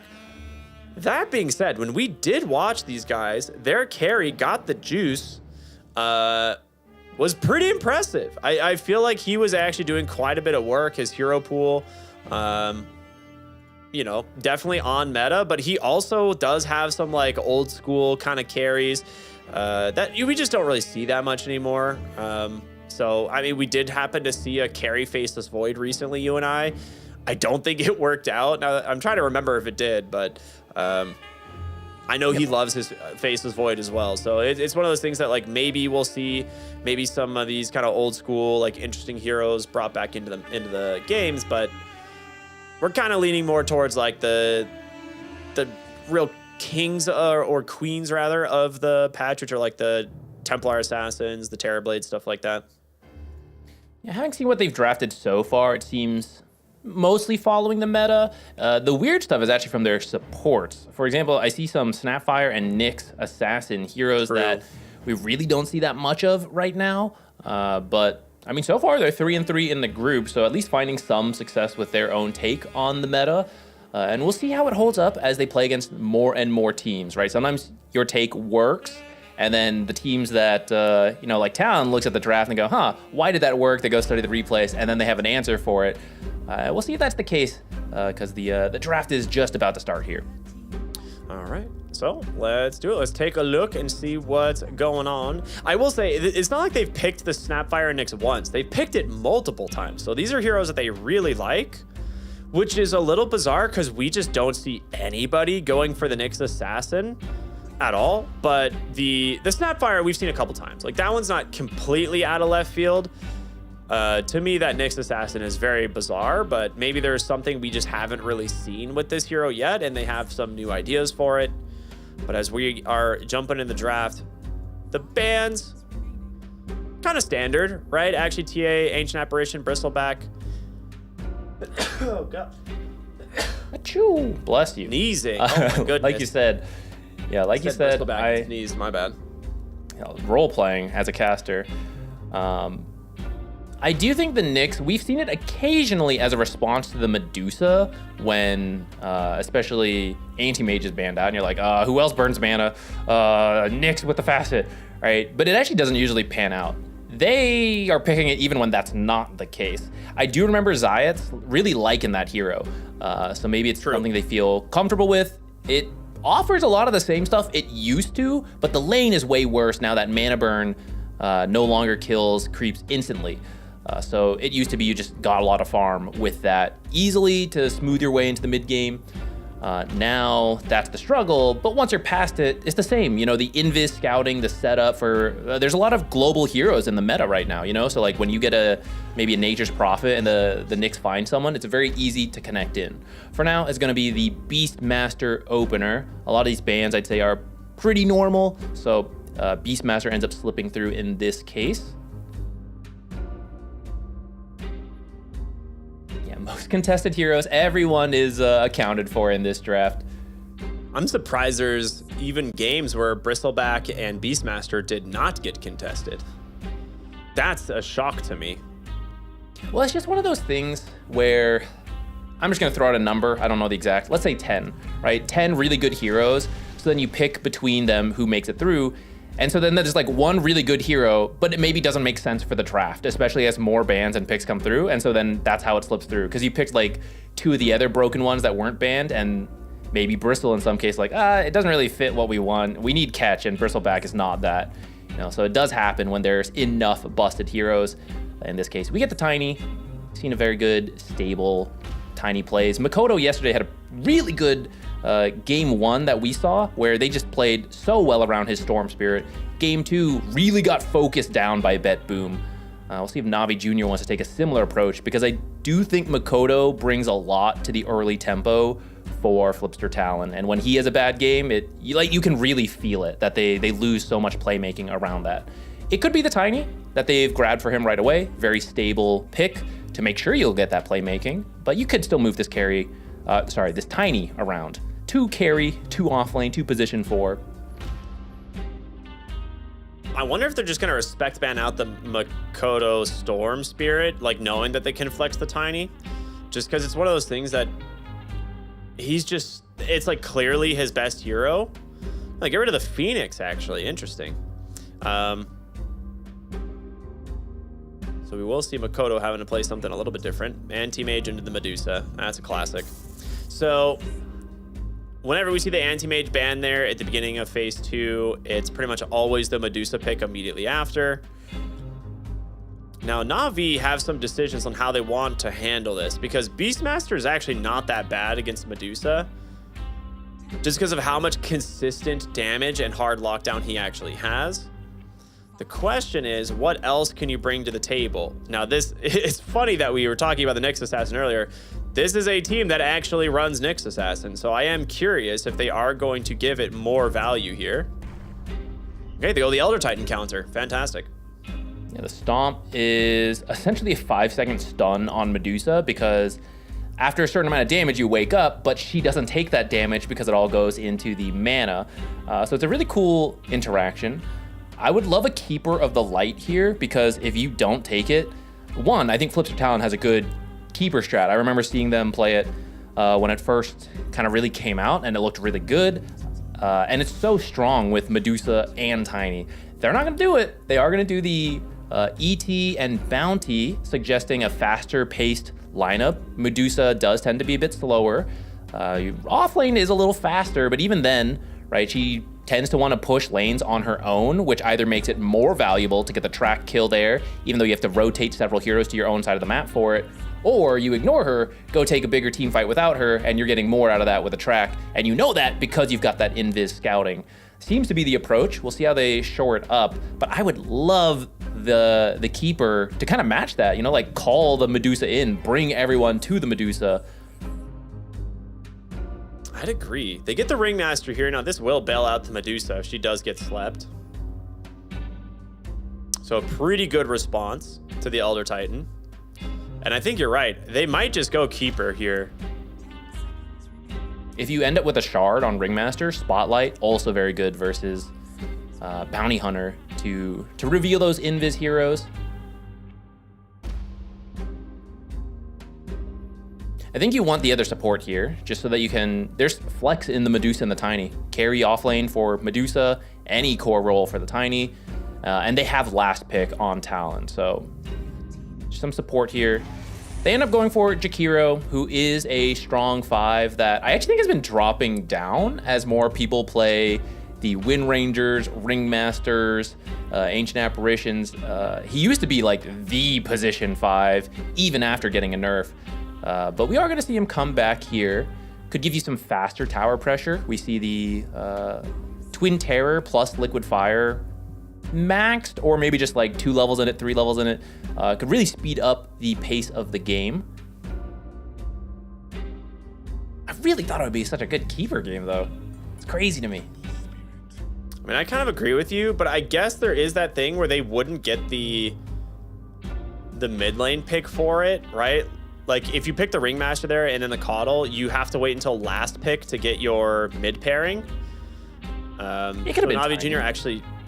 Yeah, I mean, I guess it is just tiny, but I think, like, if you're going for the Coddle, you're really hoping to get something like the Ember or the Storm. But there's just no way you get to that hero with where they are in the draft. But I still think it's good enough with Medusa and Tiny, so I kind of agree with you. I do feel like the Coddle maybe would have been pretty good, but Jakiro does offer some good lockdown and damage for the lane. Yeah, looking for a carry on Na'Vi Jr., someone good against Medusa, maybe a Diffuser builder. Ursa's a good ban. Yeah, just any carry that goes fast could also be strong, though, because I feel like that's what Na'Vi Jr.'s draft is aimed at. And potentially carry Beastmaster, pick a new offlaner, and that's a really fast-paced lineup. So that's something that, that's something that Flipster Talon's gonna have to consider here. Good call on the Terrorblade ban.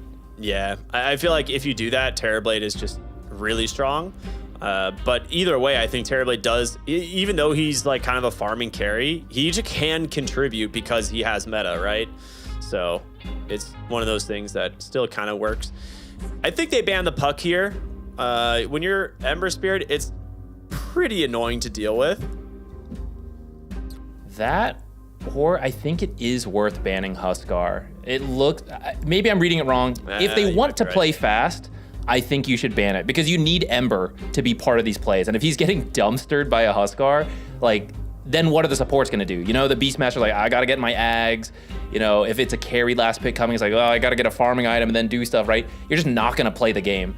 And that would be the worst. I think Puck's not bad either if you want to do that. And that's maybe something they're discussing right now. I'm actually 100% with you on the Huskar ban, because you don't have a hero you can put mid. Like, sometimes you can move the Ember Spirit out of the lane if you really need to, but in those types of scenarios where Ember is stuck mid, typically you would start lane dragging, and then that's how you salvage the lane. But you actually have Ringmaster and Jakiro who can cause a lot of problems to the lane drag. We'll see the Nature's Prophet come out. That will be Forgot the Juice most likely. It's fast-paced. I liked it. And we mentioned Nick's Assassin working with the Natures. Bounty Hunter is very similar, right? Like, you find someone invis, you stun them with your strike out of invis so they get stunned. You can cast it again to do the second stun. By that time, the Natures is in helping you get the kill. Maybe Ember has remnanted in as well. So I really like the pacing of the Na'Vi Junior draft. You'll have to get out of the lanes first to make it work. So we'll see what this final last pick is for Flipster Talon. I do think the Huskar would shut down mid, but a lot of teams are a little hesitant to run it. Orb of Corrosion, very popular. Spirit Vessel, pretty easy to build for, say, a Bounty Hunter. It would be pretty all in on shutting down mid and bringing your own tempo to the game. And you have a Medusa, so that can be iffy. I was talking to Atomo actually before, and I really like the way he put it. It's like, he does like the Medusa Huskar pairing, because like, oh, you got a mana guy, now you got a life guy, you know? And like, the items that counter Medusa don't do anything to Huskar, and then vice versa. And I kind of like that idea if you want to try to break Na'Vi Junior's pacing here. Gosh, dude, it is so hard to justify Huskar though sometimes, because it's just one of those heroes that, like, one mistake and your game is over, right? So they go for the Magnus. Okay, this is probably gonna be, I would imagine, off lane. Yeah, so it is gonna be off lane Magnus with the mid Tiny for Makoto.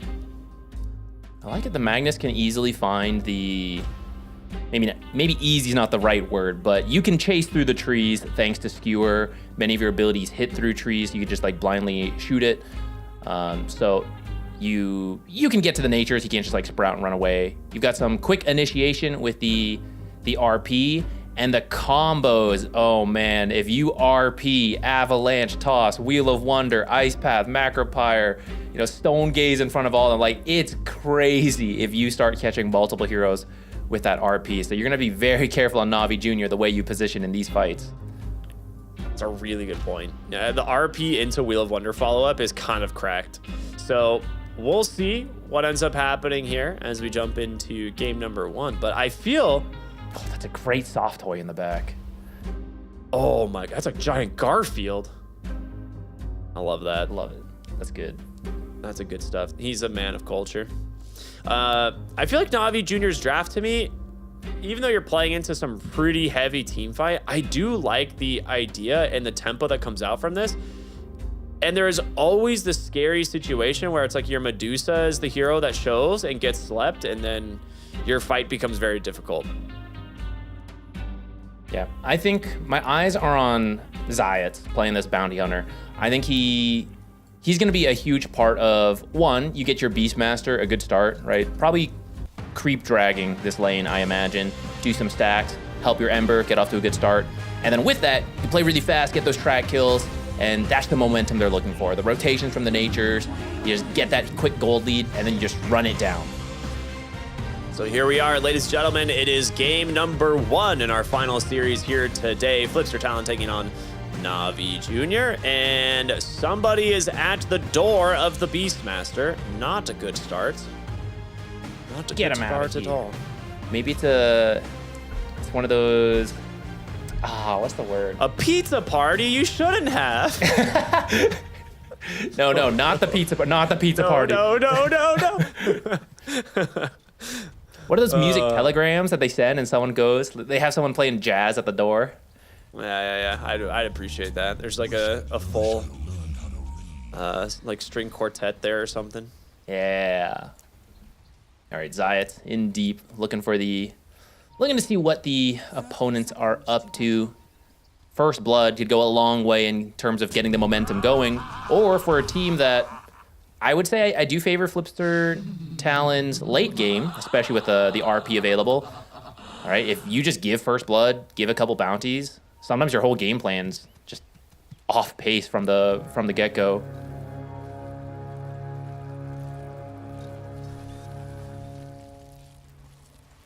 It doesn't look like we're going to see too many people contesting these. It tends to be the case nowadays. Like, dying at runes can completely grief your game. So unless you are 100% sure you have the better like team fight and you can find like a hero out of position, we just don't really see many teams fighting for runes anymore. You have to respect both teams, level 1. The Bounty Invis and then the Spirit from ET is actually really good at these early fights. And if you're the late game team or you just want to like get through the early game, right? You don't need to risk it. Just get your 2 runes, get to lane. PMA did a very early creep block, so the lane's already starting to come back a bit, especially with the Jakiro and Medusa. It's tough for them to harass without also shoving in the lane. So PMA in a decent spot already. And now you got Zayat going for the creep block and creep drag. So Beastmaster getting what he needs to begin. Ooh, good D ward by Cuckoo in the bottom lane. The double hit from Jakiro's so nice for that stuff.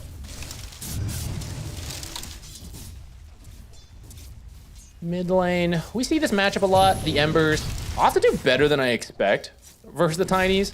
I think it does come down a little bit to the skill matchup, dodging certain spells, getting the double hits with the Sleight of Fist. But once you're 6, we say it a lot, this is where the Ember can do things immediately with the Remnant, but the Tiny has a much harder time without a good, like a Haste Rune, Invis Rune. Otherwise, he just has to get to the Blink Dagger. Yeah, that's kind of the downside of the Tiny mid, but once you have Blink Dagger, you're like, oh yeah, we're cooking now. Like you can kind of do whatever you want. Right now, like you said, kind of an even matchup. A little bit of an advantage for Makoto, but not all that much. Bottom lane, the Bounty Hunter looks like he's just going to be dragging at the moment. Cuckoo, I mean, Jakiro Medusa versus... could have gotten the medium camp there and intercepted the wave, but... Nah, they don't aggro over. Like, they'll do a little damage, but they won't aggro back. Oh, really? Like the creeps? Yeah, it's only the pull camps by the side lanes will aggro to creeps. The lane creeps, sorry. Weird. I actually never knew that. Otherwise, it's too efficient. When offlaners creep drag, it's just like they tank all the damage, but just farm faster. Yeah. Yeah, that makes sense.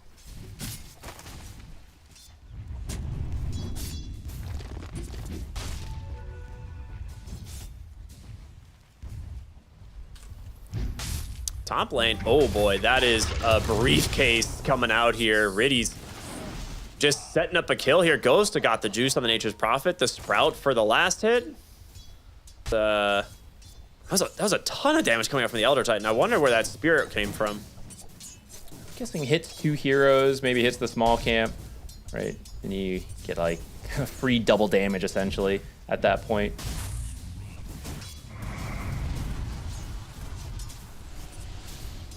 WS is still farming all right though, which is plenty. Like this Nature's carry lane is so annoying with the Treants. So yeah, if your support dies, but as long as they're not dying too often and the lane is coming towards you, you're gonna be okay.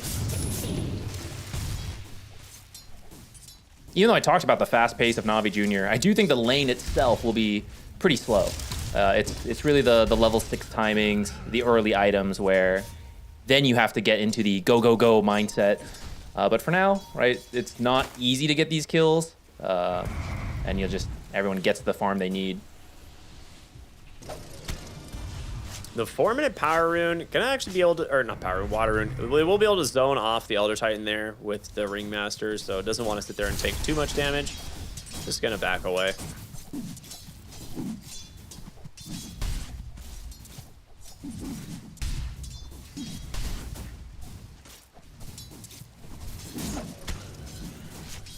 I think the Magnus actually did quite better than I expected into the Nature's Prophet. Like, Eternal Empowerment gives you a lot of damage to play around with.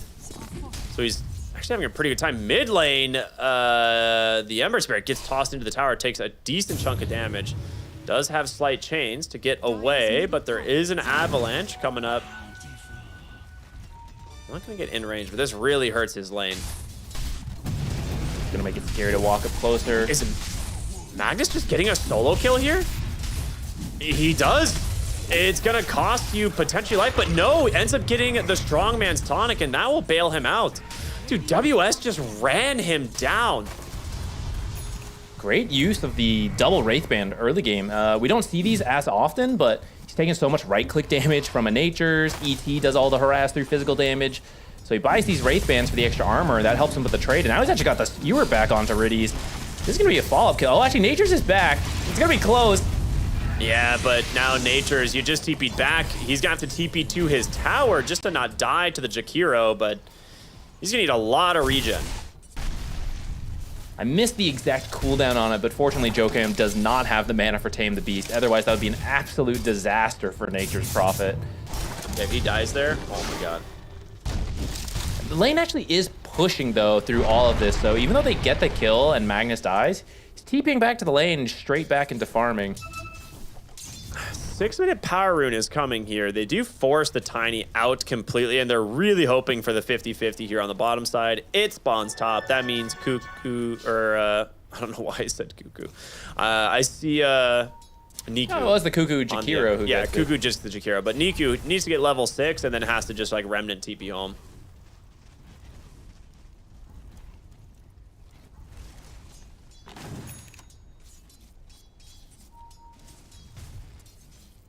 Beastmaster has his arcane boots.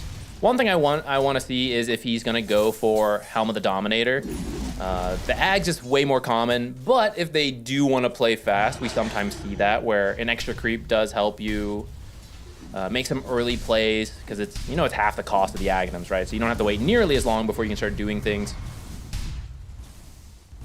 Hasn't committed to anything quite yet, so we'll see. All right, there it is. Ember gets his level 6, drops his Remnant, TP's back home. Now he's gonna miss. Okay, I thought he was gonna miss some creeps here. Doesn't miss too much actually. So mid lane, relatively even. Kind of a slow and steady start to the game for both teams here. We'll see if the Nature's Prophet's rotations and the level 6 of this Beastmaster changes anything, because that's when we're gonna start seeing him get a little bit more active on the map. Which he's getting close, just cleaning up a stack here on this hard camp. Finishes up, gets his level 6. Cuckoo does scout out the stacks. I mean, you expect them to be there, so it's not that crazy. Tried to block future stacks, but actually, Zayat, he knows what's up. Dewarded. He didn't even get vision of him, did he? It was just a feel. Soul read lane. Nice stomp here. Makoto taking a decent chunk of damage, and with both supports rotating in, they're going to try and finish the job here. They need one more slight, and it's going to end up being Got the Juice. Yeah, he gets the save there from the escape back, but a Sprout prevents that box from going anywhere, and now Ringmaster will be dove behind the tower as well. A courier casualty in the process. Now, Cuckoo does get a haste rune, which will allow him to escape and denying that rune to the Ember, but a very nice rotation to the mid lane here from Navi Jr.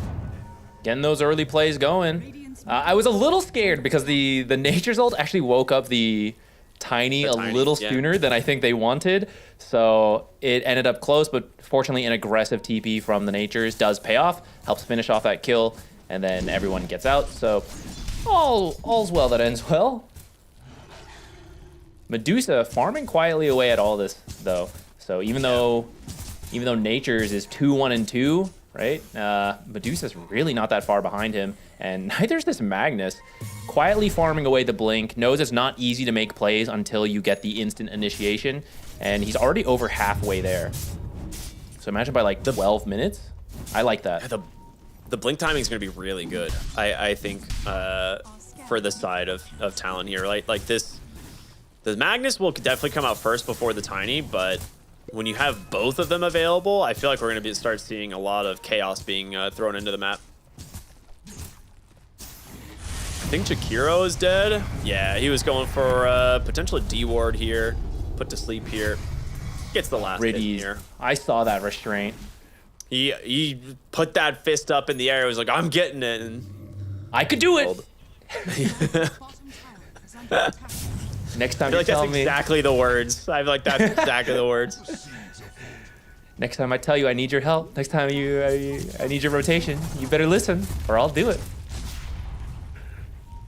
We're actually seeing a fairly early level 6 here from the Bounty Hunter, being able to absorb some XP in the bottom. So this will mean Tract is online.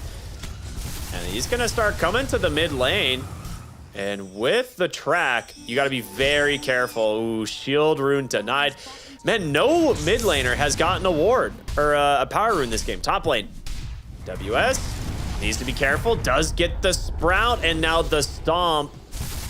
So RP not going to net them a kill.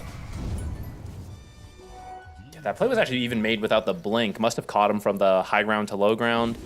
Yeah. It doesn't mean as the blink finishes, you won't actually have RP. But you do slow the natures a little bit, I guess. He's walking home. It would have been a great time to get the kill because it looks like that would have interrupted the Maelstrom. I know it's pretty close. If the rest of the supports hadn't immediately made their way over, he would have finished that solo kill.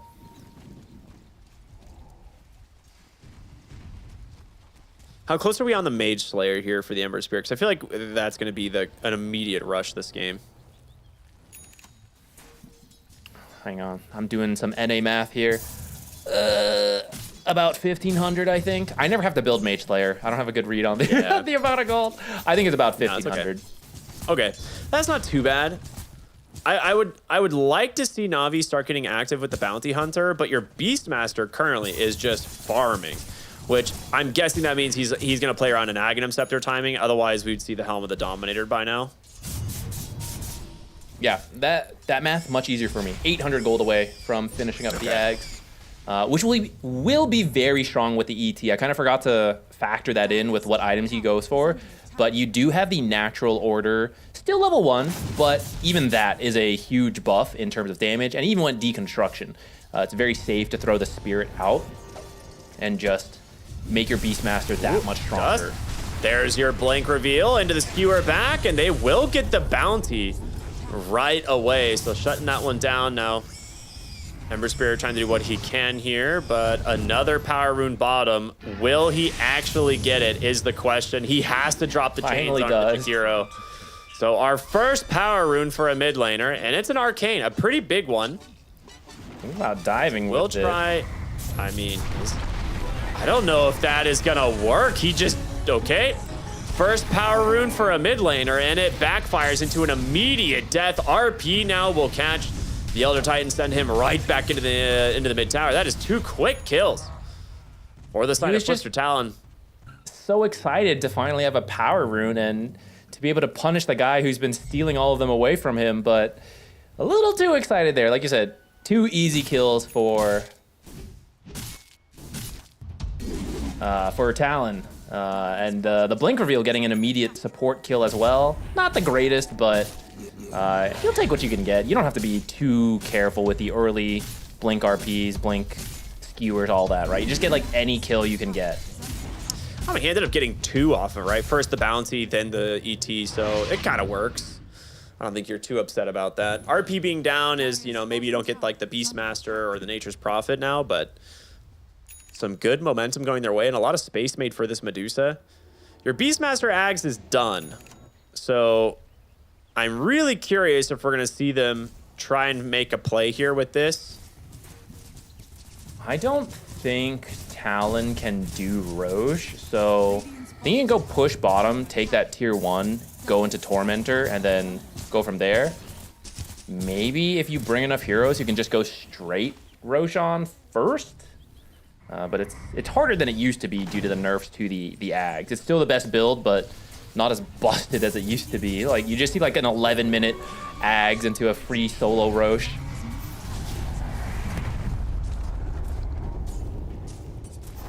Stomp off the mark in the mid lane here. So 23 Savage knows he's pretty free to just sit here and hit this tower. Manta is done. Zayak gonna get the track. I mean, they're trying to get a wraparound angle here, but it's just not working. Yeah, they're going to give up on it and just go get the bottom tower to set up for the Tormentor. Last game, we saw a lot of Manta dodges for the Centaur Stomp. This game, one of the counters to the ET Stomp is that Medusa can Manta dodge it. So we'll see how good his timing is for that. Oh, they actually do find Zayat's just trying to like scout them out if they're going to make their way bottom.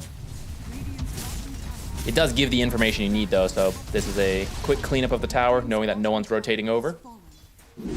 Can you get here fast enough to fight for the Tormentor? There is Blink RP available if you get here fast enough, but they're going to walk straight through a ward. I think they got this. I don't think it's going to be in time. There's also the Spirit being sent out to try and stop them. So Tormentor, the Shard goes to Zayak. Kind of a good one, honestly. I mean, out of the two supports, I think you definitely prefer it be on the Bounty Hunter. So the Friendly Shadow, I believe is what it's called, is now going to be available for them. Mm-hmm. Maybe versus a Medusa, the lower Echo Stomp cooldown could have been worth it. But like you said, the extra invis, now you can throw it on the Beastmaster, right? Make it even easier to find roars, save people. Riddies could really use some Friendly Shadows right about now. I mean, they're starting to get these tracks going. The Wheel of Wonder does come out, but they need a little bit more. And yeah, they will. Oh, big RP, never mind. WS is fine, and the Strongman Tonic doing work. There's going to be the Roar. Juice does clean up one on the backside. We'll clean up a second here in the Magnus as they now look to the Jakira. Okay, now we see the Beastmaster. We've been wondering when he was going to show up in this game, and, well, an explosive entry for him. Taking out 3 heroes immediately buys a Blink Dagger. I think there was only one track in that fight, unfortunately, for Navi Jr., but at least getting an even trade with how things were going. Yeah, we get the replay here. They commit really heavily for Riddies, so as the rest of the team shows up, there's not that much they can do. The Blink RP, I think, does catch them a bit off guard. Which is why they, lose the 2 heroes here. But now you have nothing. So as the Roar comes in, as Got the Juice shows up as a fairly farm Nature's Prophet, you're able to clean up the rest and get at least a decent trade for that fight. Space for Medusa, though. That's the saying of the game so far. Everything that happens, this is all space for Medusa. She's finished up a Maelstrom, and it looks like she's going straight for an Aghanims this game. Interesting. Yeah, I mean, the Ags is kind of funny against the constant tracks and stuff that come out. Well, that one's different. That one's the Shard. This Ags is the Ags. Yeah, this is the on-hit effect for Split Shot, and you get some extra targets on the Split Shot, which he does have the Maelstrom, so you get a lot of Maelstrom procs. Could be good for helping to deal with the Treants and like the Beastmaster summons. Good damage overall, but we don't usually see it this early, or maybe I'm out of touch with the No. the Medusa carry build. Never build this early. I don't even see Carry Medusas build this almost in general. Like, this is usually like a 6th item, because they would rather play for things like the Butterfly Hurricane Pike timing, and then, at that point you kind of decide what your next item is going to be, whether it's something for damage or for tankiness. This is a farming item, and I don't think she needs help farming. Well, I'm taking a quick look, and I do see some people doing it. It's this Maelstrom, sometimes a Mjolnir into the Ag, so it's essentially every attack is going to proc a Maelstrom, which is a lot of extra damage. And if you're going to get it later, and you also think you're the late game team, then I can see why you would get the Aghanims now, right? You tank up, so you're harder to kill. It speeds up your farm, and you're just in farming mode. You're like, yeah, just drag this game out. I'm going to win in the late game. And in terms of delaying the game, right, if I show up to a fight and I just attack once and the creep wave's dead, how can they push into us? I like the idea, actually. I wasn't aware this was a possible build for the Medusa carries, but at least theory craft-wise, I kind of get it. We'll see how it actually plays out. Right now, he's going to get it at a really solid timing. Yeah, he is very farmed. That is true. So maybe it will pay off. I am curious because it's like,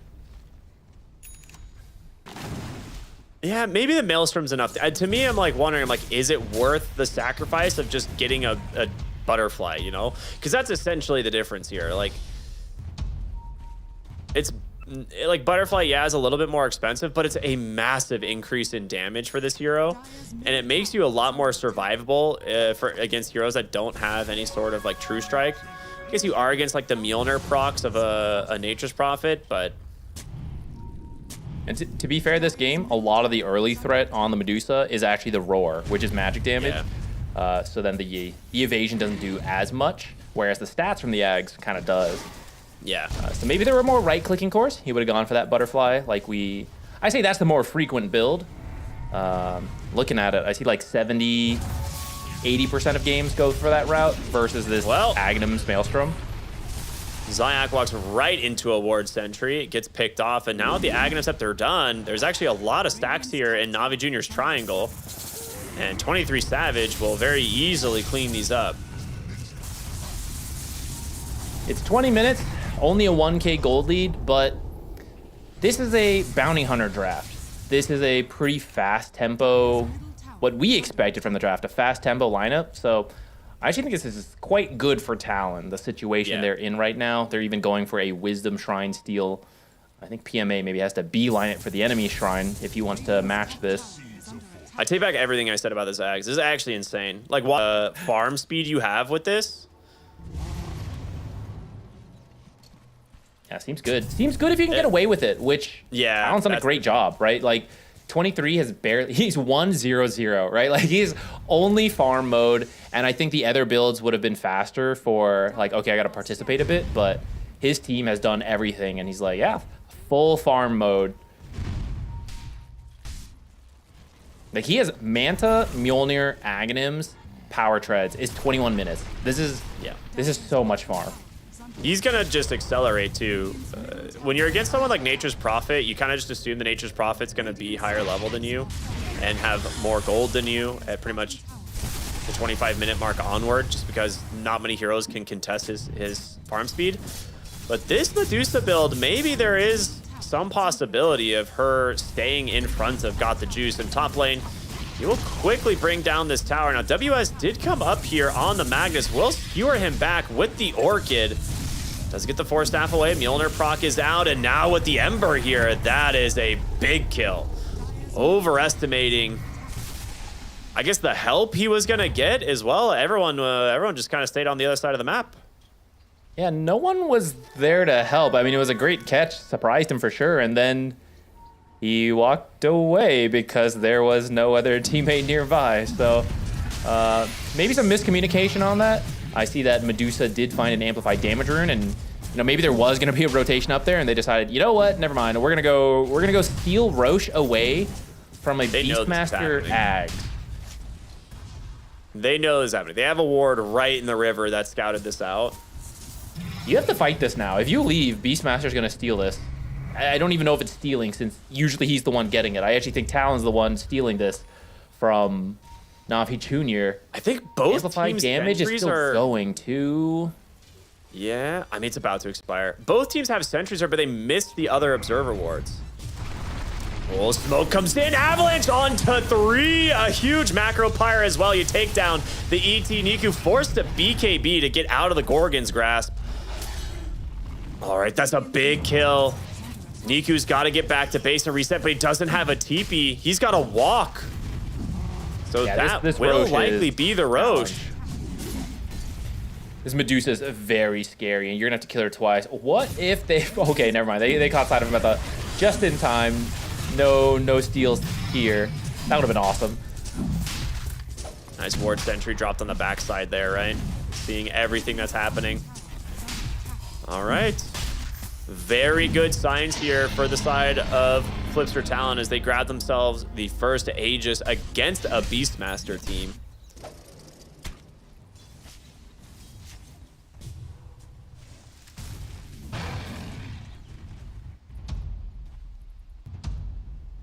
I feel like Na'Vi, oh, go ahead. I was just going to say, like, 23 has been going full farm mode, so he's going to be doing an insane amount of damage. And I like that Makoto's going for the more utility tiny as a result, not going for the the damage-oriented mid, but you're just going to keep catching people, throw them to your Medusa, let her do damage, maybe save her with the tossbacks, right? So he's got the Blink, Force Staff, Yules. This is like there's two ways to play the tiny mid, either that damage dealer or this type of just full utility. I catch people and I save people. I do a lot of crash landing damage too still. Yeah. That's the thing. I think this build from Tiny has kind of just become the standard mid-Tiny build. It's really good. Your mid lane, though, start. The siege begins as the Medusa will just walk her illusions up onto the high ground and get to work on the tower. Based on how Navi Jr. is playing, it seems like they think they're favored in the late game. Because they're not really grouping up or trying to... I mean, maybe it's just the Aegis, but like even before that, it felt like they're not really concerned. I think they tried to play fast, but Talon did a good job of dealing with it. I think the mindset is now we're behind and there's no way we can fight into Medusa, so we just have to cut waves and avoid and try to catch up and farm. Because when Flips or Talon plays this way, like look how many people are near the Medusa and she's farming everything, right? So map efficiency drops a lot and you just have to try to drag this out. Unfortunately, 23 Savage just keeps walking in, chipping this tower down. It's already down to the last third of its health. And this creep wave should be enough to finish the job. All right, one more fortify. But after that, a single stomp actually hit the Medusa this game, by the way. That's a good point. There's the tier 3. Tier 3 down. Ranged barracks soon to follow. Somebody's got to defend this, right? You can't. I mean, even if you brought everyone, how would you take this fight? Into the Medusa with Aegis, you'd have to kill her twice, and then there's Wheel of Wonder, Blink RP, Ice Path, Avalanche Toss.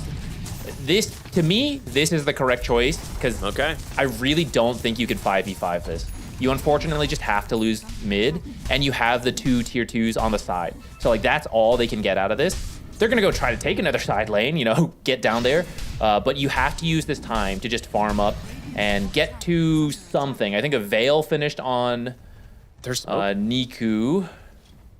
They're anticipating that they've split up here, looking for WS in mid. But now all of Talon is regrouped, and there's just no way you take this fight now. Yeah, you keep your eyes on what's available. Does mean that Flipper Talon is back mid. Unless you're trying to end the game here, you're not going to find that much value. Yeah, Navi is pushing top. I like the fact that they're doing this, keeping those side lanes shoved so that there was really no way to pressure the tier 2s like you were talking about. Now, that being said, bottom lane looks like it will eventually crash into this tower. They cannot stop this push now. Except for maybe Nature's Prophet, if he does like a really ballsy TP, right, to try and get it, but... Yeah, you might have to. As part of dragging this out, Bounty could maybe make his way over there too. But I mean, see, like they're pushing the bottom tier 2 and creeps are hitting the top tier 3. So if Nature's keeps going there, that's another way to try to like force them back, delay this out. I think both teams doing what they should though. Yeah. A sneaky smoke from Talon actually. They're gonna find the Beastmaster. He's under ward.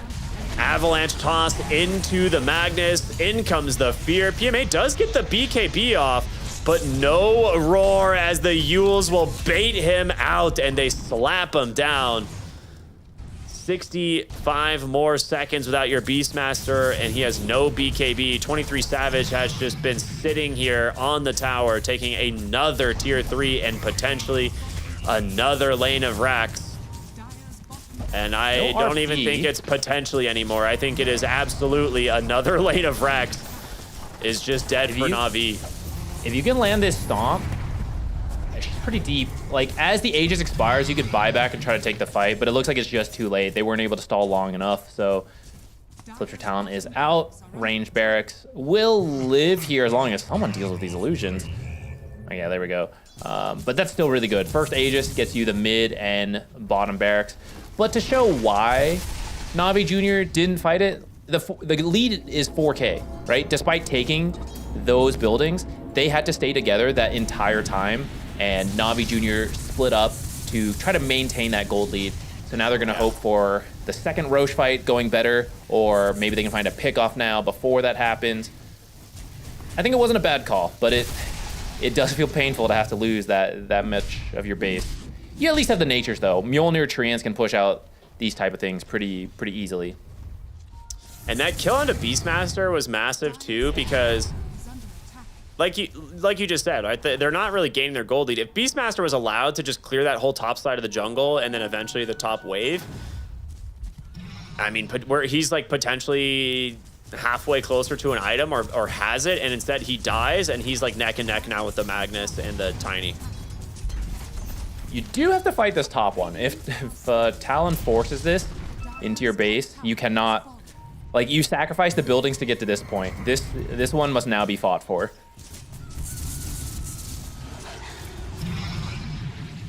There's no Aegis.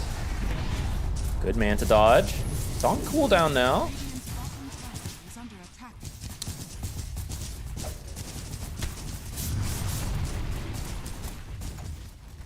Yeah, if they see the Nature's Prophet here defending, I think they know. They're like, all right. Yeah, I'm actually a little surprised. They do not want to give this. Here. I thought he would be pushing bottom. He's going there now. So if Talon stays for the next wave to try to push us in, this is where you're going to lose your bottom tier 2. I like that he didn't show his Treant down here until, like, he waited a few seconds so that teleportation is available now. So if Talon responds to this, he's already going to be out of here.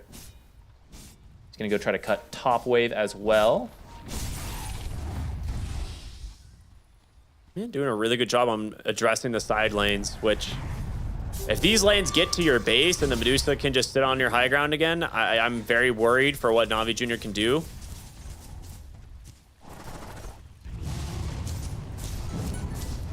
Backdoor, when backdoor comes up, oh, no one's dealing with mid, actually. I'm gonna say when backdoor is up again, you bought yourself some time. Yeah, they have to fortify because of this. Someone's got to go. This is where the bounty, I think, has to like try to cut mid. This is why through and through is good. You used to never be able to do that, but now you can. They're smoking for a wraparound here. They're tired of this. They cannot allow their buildings to just slowly be sieged down. So who is gonna find who is the question. There's a ward here from Talon. It's gonna scout this whole movement, and your bounty is dead. First PMA just nearly dead to the Medusa as this starts, but Income's got the juice, nearly finds both supports, trying to just finish this one off. Holcomb's gonna be able to get himself the strongman tonic and zone out this fight as 23 Savage is just running through these heroes one at a time. Niku is dead. Juice does get himself the double kill, and Zayak with his buyback will throw the Yules here onto the Medusa. Make some space, but the Scotty was done just as this fight started, and no one could enter the fight. I don't even know where Roar came out. PMA didn't get to do anything. It was a good teleport from Got the Juice, though. Uses the Curse of the Old Growth to cancel the blink on Magnus, so the RP actually doesn't connect. Instantly takes out the supports, and then with the help of the bounty, does get out. For this given situation, right, they're trying to avoid Medusa and deal with all the other heroes, and that was pretty good when you keep that in mind. Yeah, the Nature's Prophet not dying there is big. Oop, that is a gem on Makoto. This will be a dieback now on your Bounty Hunter. So 70 seconds without him. They really need to get these waves out and quickly.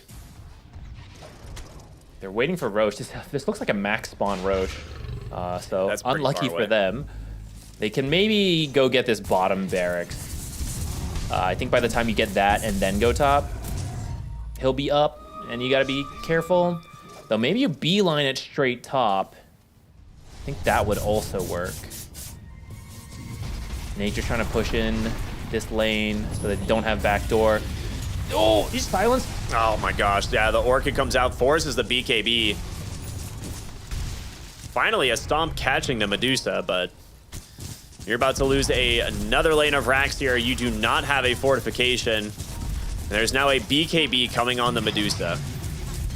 Nature's Prophet will come back. They want to see what they can find here. There's the blink, the roar, got the juice with BKB, instantly RPing the backside of the Ember Spirit, and of course, the escape act just keeping 23 Savage perfectly healthy. PMA tries to get Makoto, but no chance in hell. He is 5v1 triple kill for 23 Savage. This game's over, man. You cannot deal with this Medusa. Yeah. Avalanche toss. Makoto finds the Ember with the Orchid. That's going to be a very easy kill. Make it an Ultra. And the GGs come out. No answer to the Medusa in this draft. The last pick, Nature's Prophet, is not enough. And a very clean victory here from Talon in game number 1. Yeah, I gotta say, I think this is a conceptually very cool game. Even if the kills are pretty low, it feels like a slower and passive game. It's because it's very methodical. SEA, the region, not usually known for this type of style. There's a lot of greed and high fighting. But actually, this is a classic 4 protect 1 strat. Carefully get a huge lead for your Medusa and just go building to building to building. And Navi Jr. tried to operate that. I think they made a lot of great calls that are like 70 to 80% there. And I think the rest of it is even more creep cutting. You have to take those risks. I think they got too scared, and that's why it was a slow loss to the end. But you have to risk your life, cut mid, cut top a little bit more than just Nature's doing it. And that is what buys you enough time to maybe come back in here. But even from, where we are here, we see a lot of these plays did come from Talon. This is making the space for the Medusa. I'm really curious if we are going to see the final fighting. We are. So he gets the roar. Where's the nullifier? PMA didn't peek. Okay, PMA had nullifier. He just didn't use it. I saw the post-game screen and I'm like, wait, there's a nullifier on Beastmaster. How did this escape act come out? He blinks, roars, doesn't BKB, and then nullifies the Makoto Tiny instead of the Medusa. Like, if you nullify the Medusa there, I think you actually kill her with the Nature's Prophet. Like, you had everything at the moment. That was your only hope. But for a Beastmaster that spent literally the entire game farming, like, we were curious when he was going to join his team. Like, he farmed an Aghanim Scepter, still didn't join the team really. It was like he was 1-0 and 2 for like 25 minutes and finishes the game 1-2 and 2, right? Like, we didn't really see the Beastmaster get into this game at all. And maybe kind of a weird idea on what they wanted to do with the draft. Like I said, it felt like we had an idea, like the bounty hunter, you got to play quick around, but they just farmed instead. I don't know. I'm very, very confused about the different strategy this game. I think Talon just did a great job of not giving what Navi Jr. wanted. I think it's obvious when you see the bounty hunter and like the draft they're going for. It's like, okay, don't die, guys. Like, don't give them track kills, because that's how they get the gold lead and they take it away. So they did a good job of playing very carefully, patiently, avoid all of those. It leads to the slow farming game that they want to get the Medusa really strong, to become that unkillable wall that you just put on point. And you're like, you have to jump her, but we also have Blink RP, Ice Path, Wheel of Water. We have like all these saves, but you also have to jump the Medusa because we're all sitting in the back. I just think it was really well done from them. And then Navi Jr. tried to find an answer, but struggled because it's not the strength of their draft. Yeah, absolutely. Well, a very, very convincing game one here from Flipster Talon. We're going to see what happens in the final game here today. So we're going to go to a short break, and we'll be back with game number 2 here at DreamLeague Season 26. Stay tuned. We'll see you in a bit.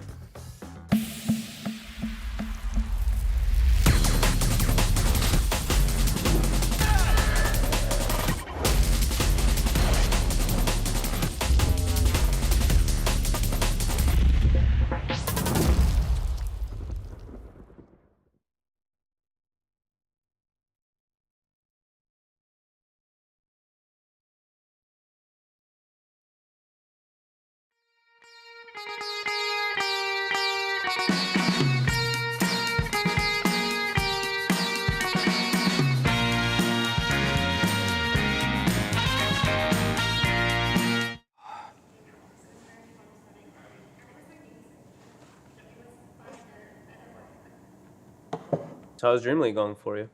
You mean like, am I enjoying the games, or? No, more like, do you think our casting's going well? You think about that? What do you mean? You don't?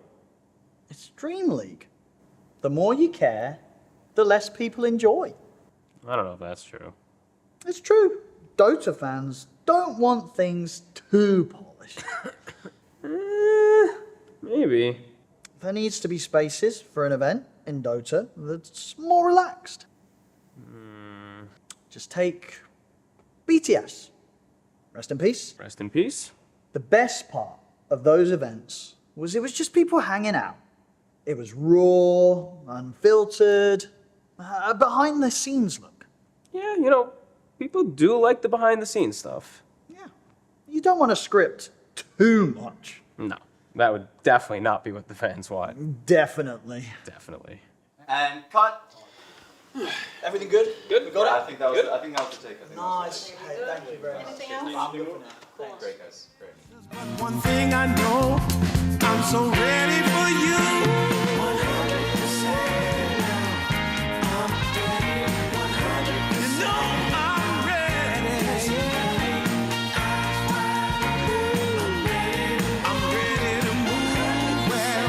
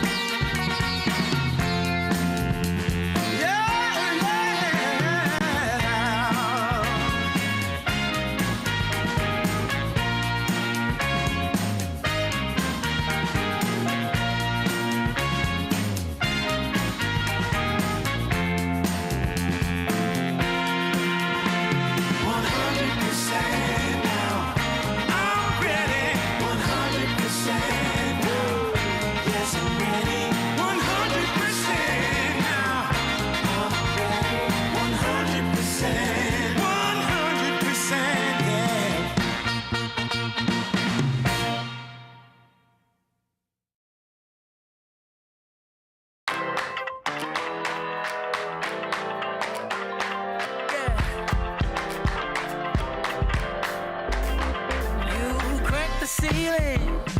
This love is an open sky. Can't shake this feeling. I want you to know I can't lie. These doors are open. Welcome, darling, won't you stay? And you got me hoping.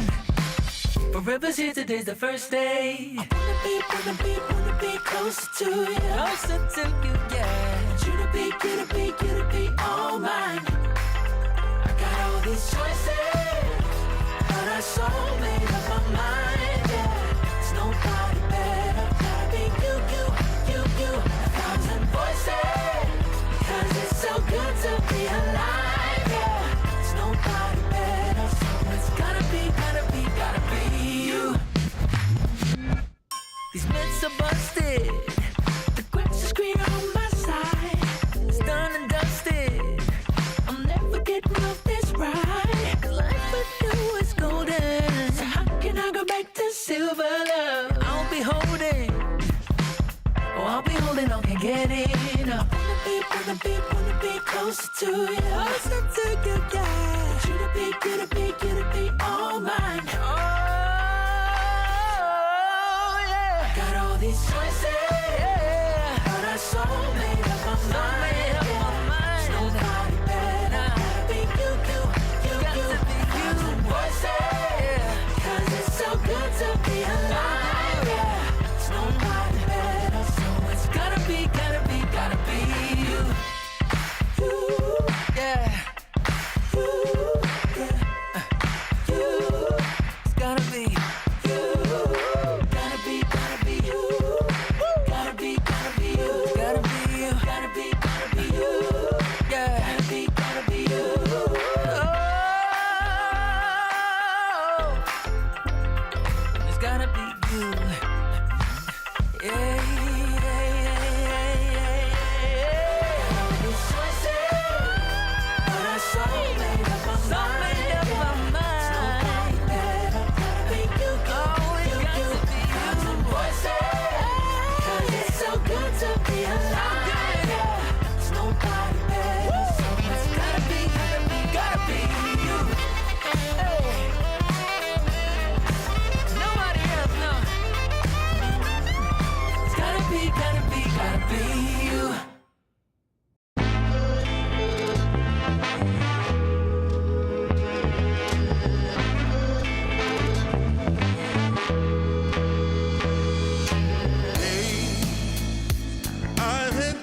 Struggle, nothing quite as rough as today. Hell, I've been held up. Nothing seemingly goes my way. Oh, I not a man for crying.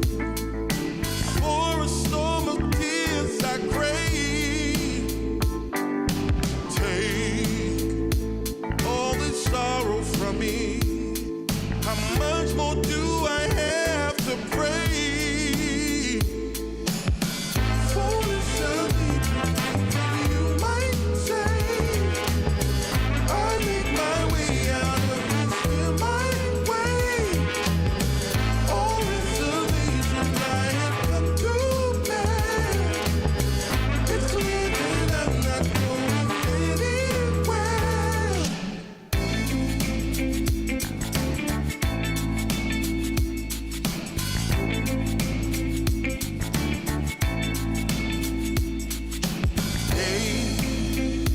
I've had days of struggle, nothing quite as rough as today.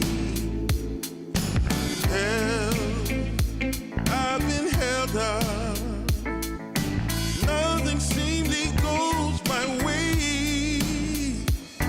Oh, I'm not a man for crying, for a storm of tears I crave. Take all this sorrow from me. How much more do I have to pray? Foolish of me, you might say. I make my way out of this here my way. All reservations I have come to bear. It's clear that I'm not going anywhere. Foolish of me, you might say. I make my way out of this here my way. All reservations I have come to bear. It's clear that I'm not going anywhere.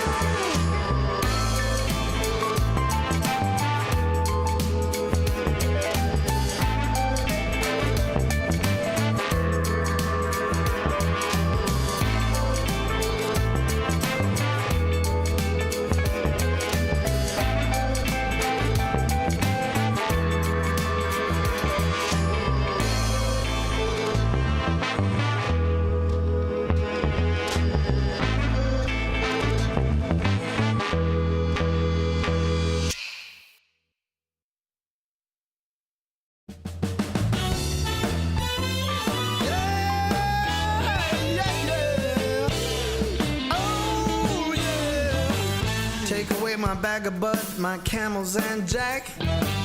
Go ahead and take them all, I don't want them back. Those nasty things mean really nothing to me. Cause lately it's so plain to see. All I want is you. Honey, is so true. Give it to me, baby. All I need is you. Yeah, yeah, yeah. Come on, you can take away my mint Cadillac. Take my Harley too, I don't need them back. I got an engine, Lord, it runs so right. As long as I get your loving each night. All I want is you.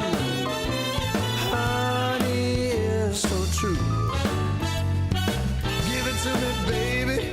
All I need is you. Yeah, yeah.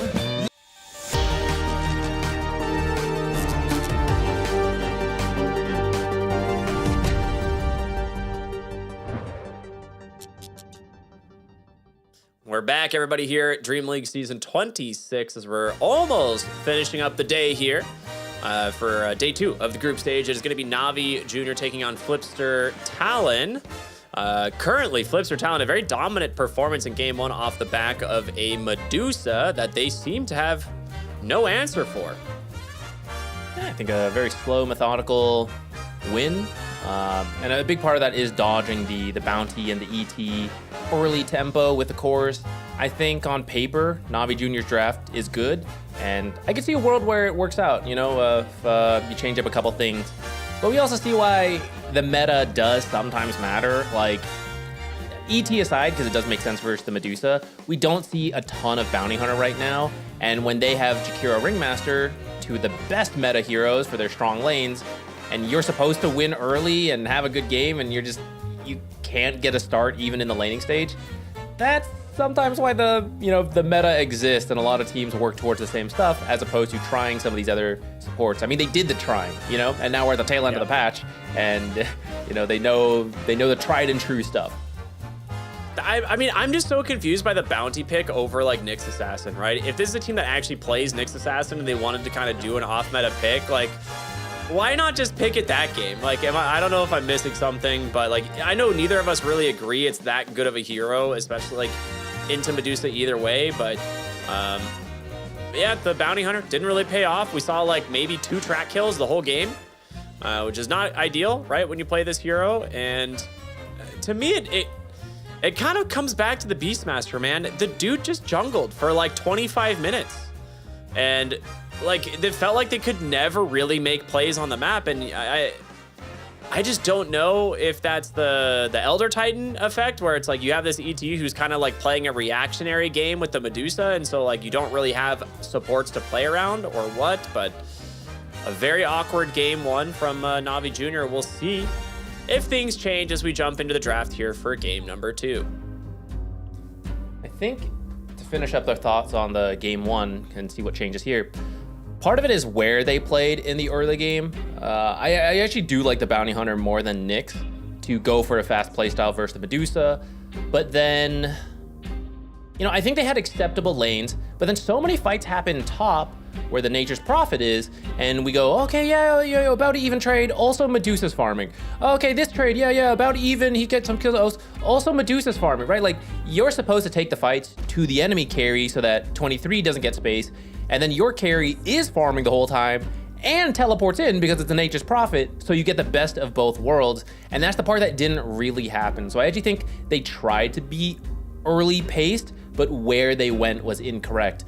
And then they lose some focus on that, right? The first Aegis actually goes to a Medusa team as opposed to a Beastmaster Ags team, right? Like that's kind of another miss on that. So I'm still fine with the draft overall.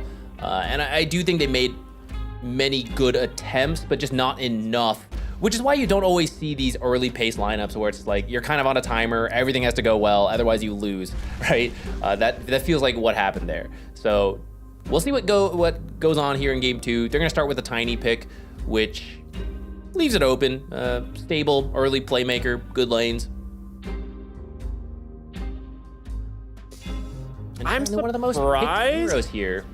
Yeah, I was gonna say, I'm surprised they go for this over the Beastmaster, because it's one of those things that like, I was thinking for a while, like maybe Tiny is the better hero, but like, there's also been a case where you just pick a Beastmaster and it crushes in any of the 3 lanes. And I don't think Tiny has that much of a presence in the map. So that's where I'm like a little bit concerned. Maybe Flips or Talon just picks the Beastmaster here. And you're already at a slightly more flexible, better draft, but I'd be up for it. The Monkey King is available. Wow. They're gonna go for the Ringmaster, which did have a good game. Yeah, I mean, he made some very essential escape act saves, and sometimes that's all you need. There wasn't even like a major Tame the Beast into, Wheel of Wonder combo, right? We saw it like used once with an RP to kill, I think, Beastmaster bottom or something, but like for the most part, it was pretty tame. See what I did there? Nice. From the Ringmaster. I mean, it was a lot of just the threat of it, exactly. Right? When you're sitting all behind Medusa, it's like, go jump Medusa, and then I will Wheel of Wonder. And that's just good patience to not get too excited to dive. That's the pub classic, right? Like, oh, Medusa's hitting buildings. Also, we could dive and throw people back. It's like, no, you don't need to do that. Just watch Medusa hit. And Talon was very, very disciplined in that regard. So that's why we don't see so many of the spell casts and the combos, but it's the threat of it. It could have happened.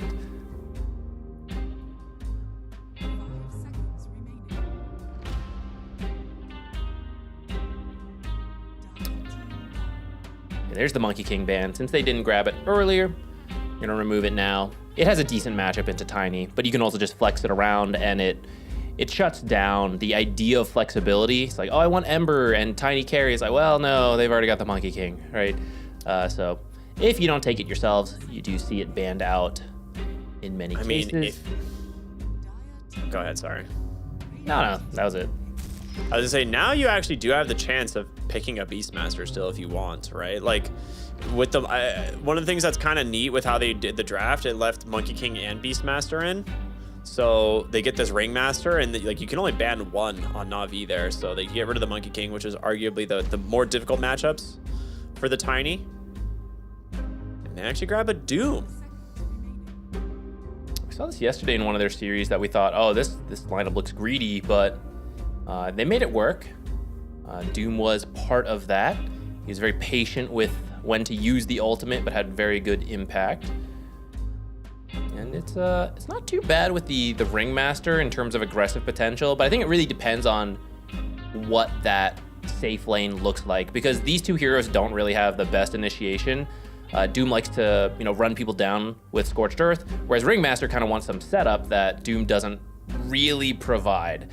So it can be a little tricky to get all the spells to land, but if you're playing versus slow heroes, then not so bad.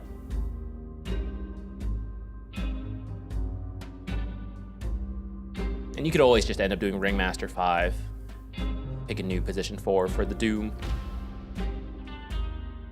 Keeper still in the pool. I wouldn't mind that with the Tiny, but Doom preventing spells is kind of decent versus that. See the Phoenix come out. I don't know. Yeah, this is. I mean, I don't think Phoenix is dead in the meta, but lower down. And especially when they've already got the Doom, the anti-heal, prevents a lot of the Phoenix healing.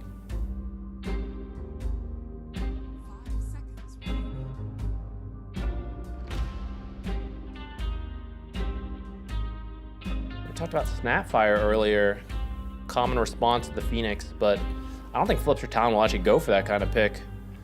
Na'Vi Jr. might, but I think you could do like Muerta now. Muerta versus Phoenix is pretty good. Got the silence, dead shots. Not too bad at killing the egg. Muerta Doom sounds like a decent lane. You could just do Ringmaster 5.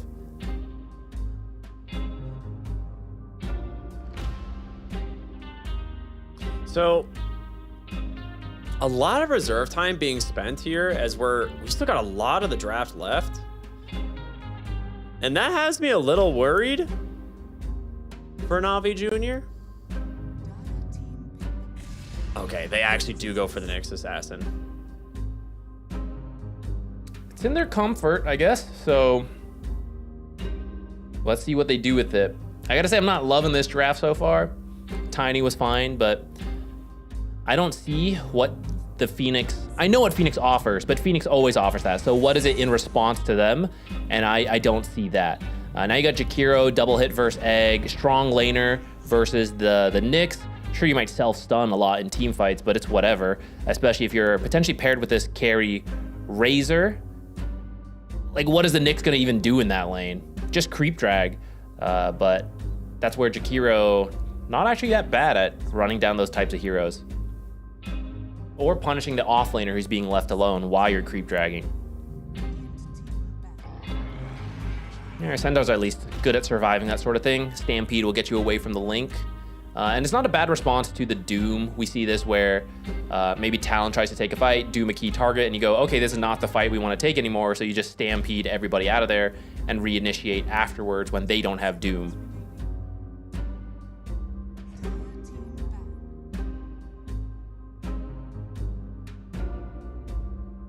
Lifestealer ban is pretty smart. I kind of like the idea of a mid-Razor for Makoto. I think it's open. You can see where this Tiny goes, because you're second pick, right? So yeah, exactly. Navi's got to reveal it first.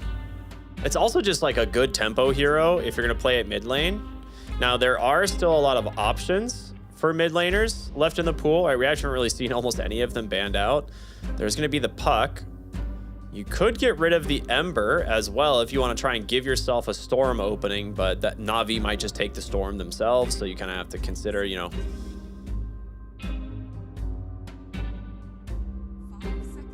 what you want to do there. The thing is, the Nyx Assassin kind of blocks an Ember pick for yourself because it is one of those things where he can always spike Carapace your Immolation Aura.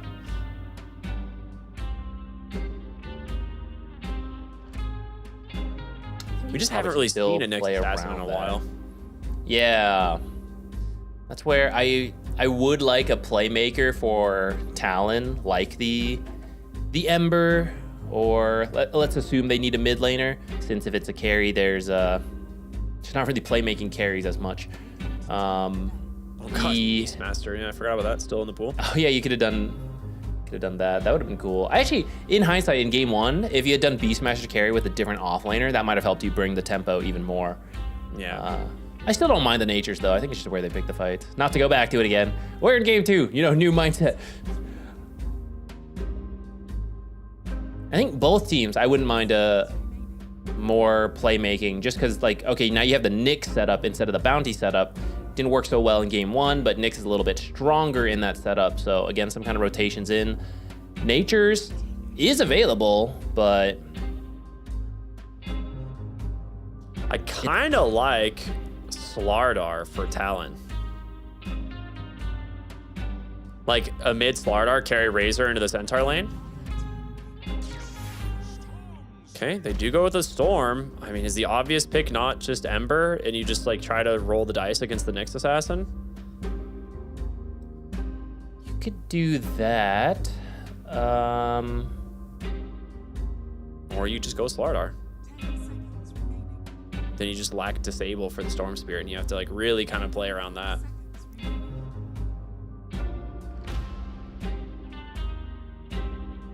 I think anyone that shuts down Storm would be good. Yeah, it is. Yeah, just the Ember. Yeah, I mean, it's the obvious counter for the game. It is unfortunate because you're playing this into the Nyx Assassin. So you always have to be careful about getting Spike Carapace just from Fog into an immediate, you know, burst of damage. Yeah, that's true. But you do have the save from the Ringmaster to help you out a little bit in these team fights. If you get some mobility on it, when Ember tries to go in, you can like jump in as well to try to save. And then all you need is one root from the Ember. He can get stunned up after that, but that root might give you enough time to land the Doom on, I'd say probably Storm is number 1. Maybe the Phoenix could be really good as well. Now we did talk about that Stampede response, so that's something Na'Vi has to play with. And I think their team fight, right, especially with the egg, is not bad. The pick-off potential with the Nyx Assassin, and then if you connect to the Storm, right, zip in, or maybe got the juice, the big burst off of the stun from Invis. I see the playmaking potential. I saw it last game as well, though. And hopefully, in between the games, they discuss like what went wrong, and I hope to see the plays put more pressure on the right target. Last game, it would have been the Medusa. This game, I mean, it's not bad to focus the carry, but also it's a Razor, so maybe actually it is a different target. I wouldn't mind Ember this game. Like, put more emphasis on the Ember in the laning stage, and then see how the game's going from there. I would agree. I think if you shut down the Ember Spirit, you're in a pretty good spot, but we'll see what happens as it is time. It is time to jump into game number 2 of Na'Vi versus Flipster Talon. My cat stepped on my headset there. We're fine. Almost choked myself, but we're good. Game number 2, Flipster Talon here versus Na'Vi. I think overall, the draft for me definitely would favor Flipster Talon here again. I think it's just, I have a lot more faith in the Razor here. I think it's a pretty decent Razor game in general, and they do have answers to this Storm Spirit. You and I aren't like massive believers in Nyx Assassin either, so we'll see if they can make it work. They're starting with the wraparound. Should be first blood on Cuckoo, right? There's pretty tanky, actually. That being said, a huge amount of damage coming out from the Razor and the Tame the Beast. They do get first blood for the Ringmaster, and Riddy's here on this Phoenix. Well, one auto attack into a slight. That is now a kill for Makoto as well. I actually thought they had 4 heroes with them on that smoke, so they do get a kill, but the first blood and the second kill go to Flipster Talon. You're going to get some souvenirs for Joachim as well. Let's see, the mirror, and we'll see what else he has later. Not a great start, I gotta say. Especially when you have the weaker laner like the Nyx Assassin. Man, yeah, that is about as rough as a start as I would imagine. Like, the thing is like the Ember, it's not the best in lane against the Storm Spirit, but the longer the game goes on, it just becomes, especially in that mid-game timing, once you have things like the Mage Slayer, like the game becomes so hard to play as the Storm. And now that Ember has first blood, so he's gonna get to even faster item timings. I guess not first blood, but that early kill. Yeah, it's enough to help you out to get a stronger start. Yeah, we see some of the bullying potential from the Jakiro versus the Nyx, who I think is going to run down a courier top. He just got one, so that means he's going to get the second courier as well. So there's no couriers for this top lane. I don't think he even has an observer up there. He's just looking for the creep dragon. They're not microing their couriers around enough. A little bit of a slip up from Talon there. Yeah. It's still catching on, like, caring about your couriers, you know? Like, some teams are pretty good about it, but it's really easy to just forget about and then see a courier massacre going on. Yeah, Dota's a complicated game. There's already so much happening. So with the Centaur in the off lane, we actually kind of saw this earlier paired with the Keeper of the Light, and the Keeper of the Light just left to go jungle. You can't really do that on a Nyx Assassin. He no longer can just one-shot creeps here with, you know, Mind Flayer like he used to. Not particularly known as a great jungle or stacking hero. So I am curious what their game plan is going to be with the Nyx Assassin in this lane. I think you should try to show up mid a lot for all the different runes. Like, sometimes we typically see you going for the 6-minute rune, but I think like 4 minutes, as early as that, like start influencing mid, because that's just what you can offer as this hero. Like, Jakiro is slow, doesn't have the same abilities. You can easily stun and guarantee the water rune goes your way rather than to the opponents. And we already talked about how we like Ember versus Storm, so you need to do something to help change that dynamic. Bottom lane, Juice taking a lot of damage. Not going to be able to finish the job, though. I feel like this lane is also pretty good here for the Dire side, right? Like, Doom Ringmaster has a lot of damage. Yeah, the percentage damage is pretty value versus a Tiny who's already sitting at 1,000 health. I guess Phoenix has, will have some heals later on. Maybe that can help balance things out. I do think Phoenix is a pretty good laning hero as you get more and more levels. Fire Spirits are just insane. Though I suppose 2 heroes, Doom and Ringmaster, where a lot of the harass does come from spells. Maybe we'll care a little less about the Fire Spirits.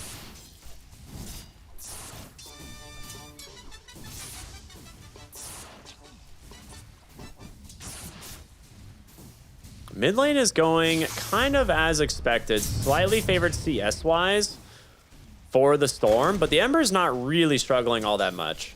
It's going to be this water rune that can decide a lot here. So both players making their way over. Makoto does have a decent chunk of stacks. We'll pop the Flame Guard. Searing Chains is available, and oh boy, that will be a kill. That's a big one. I mean, kind of just a joke, like who can click the water rune faster. I think even with the water rune going the way of the Storm there, I'm pretty sure the Ember wins that, baiting out the stick charges that he had. Yeah, we see Nyx did come mid to try to help with that, but Storm ends up going for that click trade, like you said, and maybe miscalculating just a little bit. the downside of going for the soul ring, right? It's like it's kind of a double-edged sword in those types of close fights where you need mana, but you're actually just gonna die first. So the net worth for the Ember, especially just in a straightforward Blightstone, a little easier to apply in that situation. Now, we'll see how the Ember can turn this momentum, right? Not only did he get the kill earlier, he gets that solo kill there. So in terms of XP, he's going to be quite far ahead. And his level 6, we might see him try to make some plays with, whereas the Storm kind of just has to jungle until he has level 6 now. So Ringmaster gonna scout him out. They want to try and punish. You know what Niku needs to do here, right? You just got to lane and jungle to get to 6. So Jokam maybe trying to check, like, is he jungling? Can I snipe him? It's a good idea.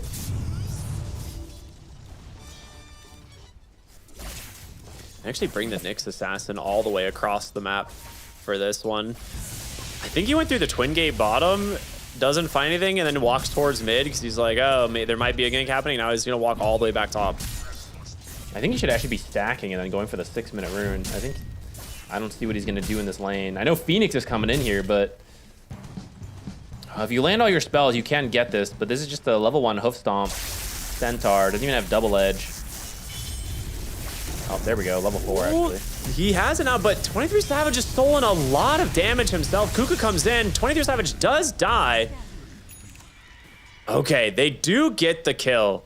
Very close for PMA going down there, but that is definitely worth it. Storm Spirit being punished in the mid lane, it looks like. Ember just chasing him, but okay. Ends up paying off. Really nice kill here in the top side.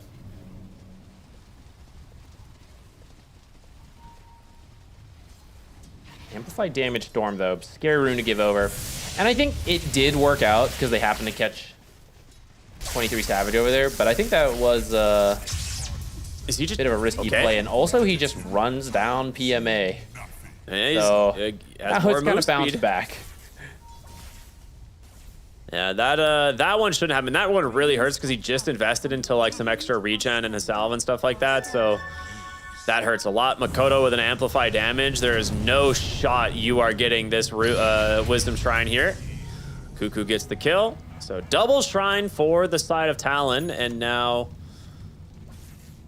with this amplified damage, we'll see what else he can get done. It might just be the full tower, honestly. It looks like it. I mean, with that's Cuckoo a direct here, result. right? With the Amplify, yeah. That's a direct result of going top for that gank. And yes, you kill 23 Savage, but you get a power rune for the Ember, who uses that power rune to now get the Wisdom Shrine. Right in the bottom. And off of that, goes to the tower, now going to the bottom. Big This is the fight same breaking out Amplified and- damage rune. Yeah. He's going to get himself a kill here onto the Tiny. Ah, that's the Ogre Axe so on the value. courier. Oh, that's All right, Juice's courier? We Okay, have that a hurts. serious level disadvantage here now. So the supports are both level 5 on Talon, and we are at level 3 and level 4 on the side of Navi Jr. Another rundown kill on the Centaur, who's not 6 yet, so that Stampede counter against Link, against Doom, not yet there. He's just short. He's gonna feel a little bad. I think like one more creep and he'd have it. They should have the oh, a strongman's tonic comes out, saves the Jakiro, and Cuckoo will be just fine. Well, I say that for now, maybe less fine, as they jump back in to try and finish the kill here with the help of that Phoenix.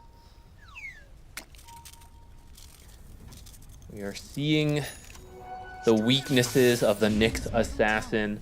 I hope we see the strength soon. Like, you're gonna have to get your way to level 6.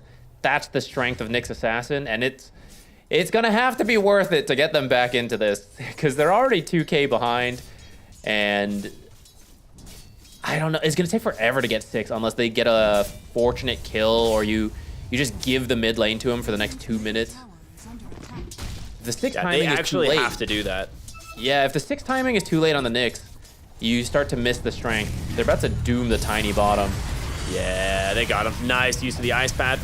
Stampede buys him a little bit of space, but this is still so much damage, so much percentage damage, really, between the Ringmaster and the Doom.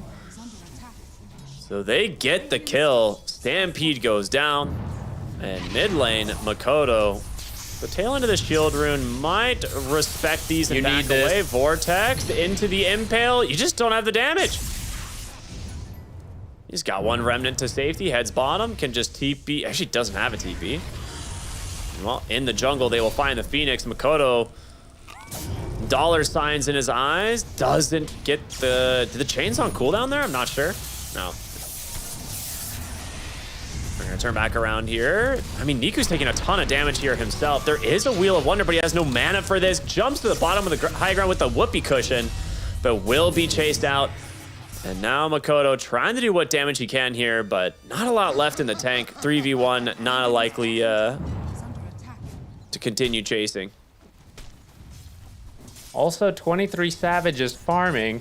Feels very similar to last game. Though, you know, it's slightly different here. Oh, man. They need a kill on Makoto so badly. That is an incredibly fortunate chain onto RNG there, because if that doesn't connect, or if it doesn't hit the creeps, he actually just kills Storm immediately. The turnaround, Impale, the Lotus actually saving his life. You're kidding me. The Lotus force feed from the Razor keeps them alive, and 23 Savage is now another kill under his belt.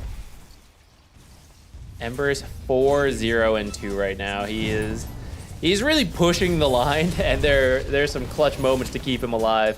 But this is Makoto, peak Makoto for Talon, right? Like, true. When he's on these playmakers and he's having a good game, he's just all over the place, always pushing the limits.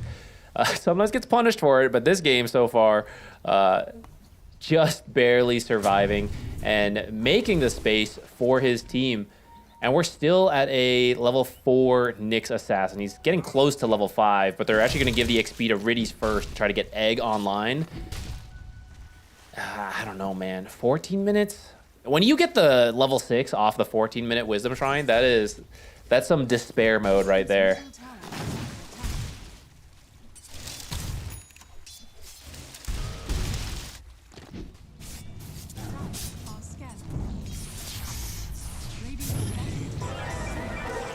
Ringmaster, Wheel of oh, actually off the mark with the placement. That does catch Zayak, but much rather have the Storm Spirit. Impale out. Impalement Arts off the mark again.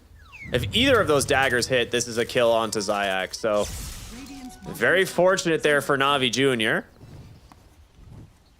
It is another Arcane Rune, or Power Rune secured in the form of an Arcane Rune for this Ember who's already having such a good game. 23 Savage zoning out a Centaur. Not usually what you want to see for a Centaur. He's got his Maelstrom coming as well. They actually smoke up on Na'Vi Jr. here. They're going to try and find 23 Savage in the jungle, but good read from him to back away. They know Zayak is still trying to soak mid here on this Nyx Assassin, but there's going to be the Stampede, and that's what they want because they've got themselves potentially this Razor on the top side. 23 Savage does go down, but here comes Makoto. Do you get away from the Ember? Yeah, I don't know, man. Riddy's going for the TP. Second Sleight of Fist gets the job. Now Ember unable to join here for the kill onto the Storm Spirit, likely, but... Oh, dude, that Impalement Art's hit? Okay. Soul Ring, dash away.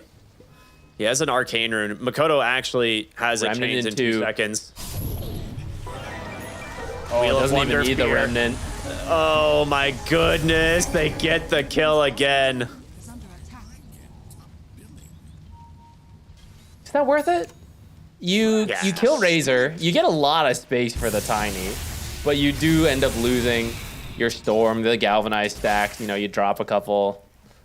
Oh, I thought you were asking. Considering you're 5K behind, though, that might be okay. Dude, there's no way that's okay. Your Storm's dead again. It can't be good. There's a Doom that's also quietly farming. Like, while we're saying, yeah, Tiny's having a good time, Doom has also got drums and on his way to Asajj and Yasha. You know what's more despair than getting 6 off of Wisdom Shrine? What? Not getting 6 because you don't get your Wisdom Shrine. Okay, the joke is that this is the second Wisdom Shrine. Normally you're like, oh, I'm going to get 6 off my Wisdom Shrine in 7 minutes. Like, that'll be huge. And then you're just like, oh. All right, you need every Vendetta to get you a big kill. Like at this point, so the first Vendetta's out. Doom will never expect the 14-minute Vendetta timing. They will, in fact, connect, but here comes Ringmaster immediately, and the smoke is going to cut them off. They're running right into an Ember Spirit. The chains is out. Doom hits onto the Storm. They just walk away and look elsewhere. Zayak, well, he survived for the moment, but the Mage Slayer will burn him down. 2 kills. I know you just said something about the Vendetta. Do you want to rehash that a little bit? Second time's the charm. 17-minute Vendetta timing to get back into this. Replay. Oh, yeah. Well, thank you, production. So I mean, they get the start on the Doom, but I mean, look how farmed he is, right? He even has a Sange, so he's so healthy. They get like half the health, but that's just not enough at this point. And that's why if you imagine we change the timing, take this game back 5 minutes, Doom does not have a Sange, right? So he's within like, I don't know, 1,500 health. That's much more doable. You can get that kill, get out. And that's why like the power spike timing of all this matters so much, and why Nyx losing the creep insta-kill, which got him the consistent level 6, now he doesn't have that. Still a shit laner. You run into these situations way more often as the Nyx assassin. Razor doing what he does best, taking Tormentor, just reducing its armor with the Eye of the Storm initially. Just kind of softening it up for the team as they will come in, clean this up. And first, Shard, I mean, whichever one gets it, it's really good. It goes to the Ringmaster. It's not like the best Spotlight game, but there is a Nyx Assassin Vendetta that now might get scouted, which is really funny if you think about it. It's useful on the tower pushes, and your Tiny is not a hero that hits a lot, so actually if he does miss one of his few attacks, it actually is kind of meaningful when we clearly see there's some damage issues coming in already. Every hit needs to land. Yeah, Mjolnir, Razor coming up, really embracing the Lightning Revenant. This is all, unironically, been one of my favorite builds for Razor since Dota 1. Like in Dota 1, you would build Maelstrom on this hero, like every time. And it's lightning hero, cool lightning item. Yeah, it's kind of cool to see it back into the meta. When will Storms build Maelstroms? He's more of a, I don't know. He's more of a wind hero, kind of. I don't know. Maybe not. Get out of here. You're telling me this is a wind hero? I don't know. He's like, Storm Spirit? I guess he is kind of like Storm Spirit? I mean, it's the idea of like storms, like there's Static Remnant, Electric Vortex, Overload, Ball, Lightning? I don't know, sounds very windy to me. Okay. I'll stop trolling. Another kill for Makoto as they just quickly take down the Storm Spirit. That's killed by his wind brother, Ember Spirit. Yeah, no, Ember, not as much as I don't think he's wind. It's a hard one. I'll think about what he really is. It needs to be oxygen for fires. Do we have a wind item? Yeah, Wind Waker. Oh, yeah. That's like very canonically Storm Spirit, right? It's a literal cyclone. Like that's what's, I feel like that's fair. Well, Nyx is going to work on a Yule. So he'll become a wind hero. Needs 600 more gold. Is that right? He'll get there, surely. Sitting in a sentry, just trying to scout the power rune spawning. They'll at least know there's vision there. All right, the 20-minute Vendetta timing. Hear me out. The 20-minute Vendetta timing. That's when we're going to see it. Oh, right? They saw it. Let me tell you. They saw the Vendetta timing. That's part of the problem. It needs to be the unsuspected Vendetta timing.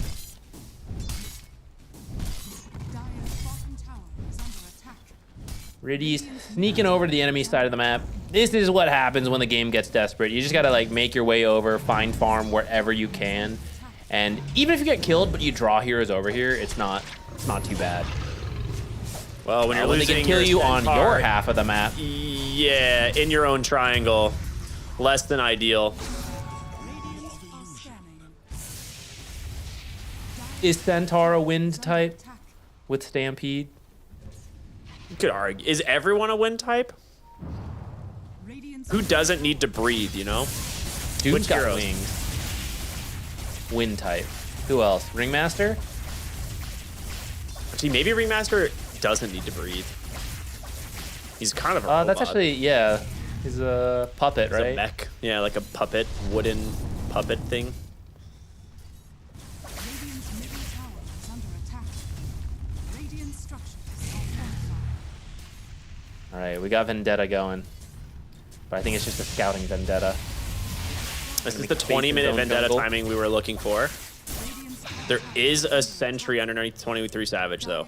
The thing is they're really just not going to allow this Nyx Assassin to ever find a target.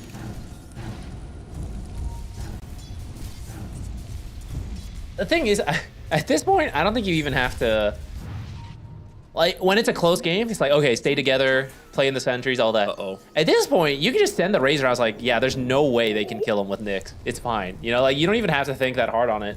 The further and further it goes into being a bad timing. This is the thing with the Nyx as a burst hero, right? There's a certain threshold you have to keep hitting. You have to keep being able to burst people. And as soon as you fall behind that, your game is so difficult. Stampede comes out to try and bail out Juice here. Now 23 Savage going in, a nice impale. Will buy them some space there, but the Glimmer Cape's just topping 23 Savage off, and now with the Eye of the Storm just getting the job done, the Wheel of Wonder onto 2, a godlike spree for Makoto. And well, Zayak, gonna be scary if these chains hit you. He might just burn anyway. Makoto not gonna go for the chase. He had no mana. I really thought that 20-minute Vendetta timing would catch him off guard. That was a nice double stun. It did. But we did. see the damage is just lacking now. And the Stampede comes out, but the Wheel of Wonder is actually already in place. So you're running real fast, but in place. So you just die once it's over. No. Have we seen an egg yet? Now that I think about it, they're gonna find Ringmaster. Escape back to buy him a moment. Strongman tonic, hold up. Glimmer Cape. Dude, there's surely no way. Whoopee cushion out. Oh boy. Well, when the Ringmaster survives that gank, and now an Atos into the Tame the Beast and Ice Path. He dies to a neutral creep though, huge! Can we get a replay of that neutral creep? I want to follow Who did that? Which one did it? Yeah, there's so many there. Dude, this is all off. Oh, yes. Okay. Well, I think it's the troll on the left. It's the small troll, bro. Okay, no, it's the trapper on the left side. That's pretty good. Nicely done there. Calculated death, I'm sure. Biggest Navi Jr. fan in that right there.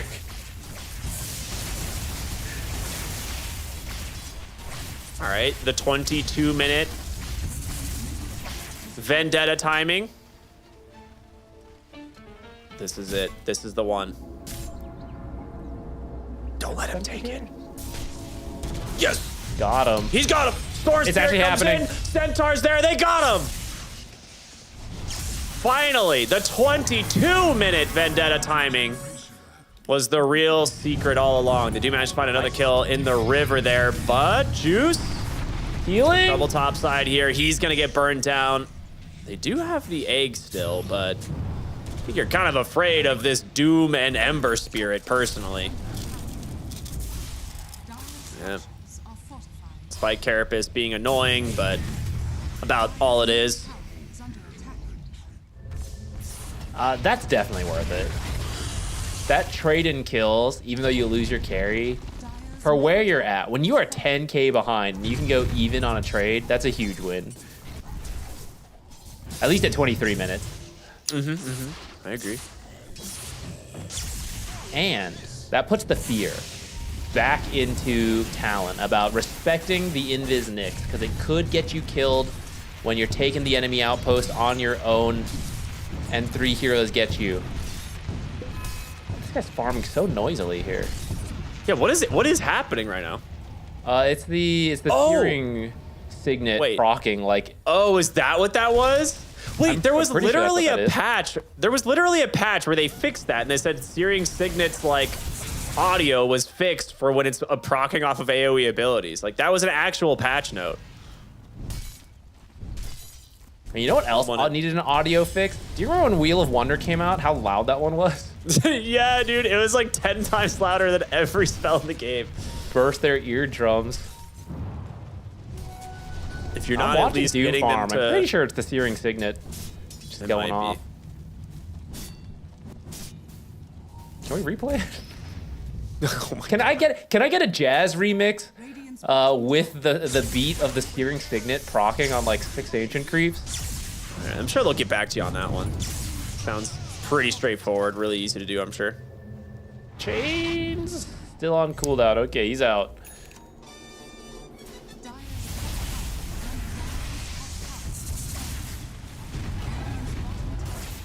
All right, bottom tier 2 tower being taken down by 23 Savage. He has his Sange now, so less likely to get found. Meanwhile, WS looking for that juice top side here. If he connects onto the Doom, which he should.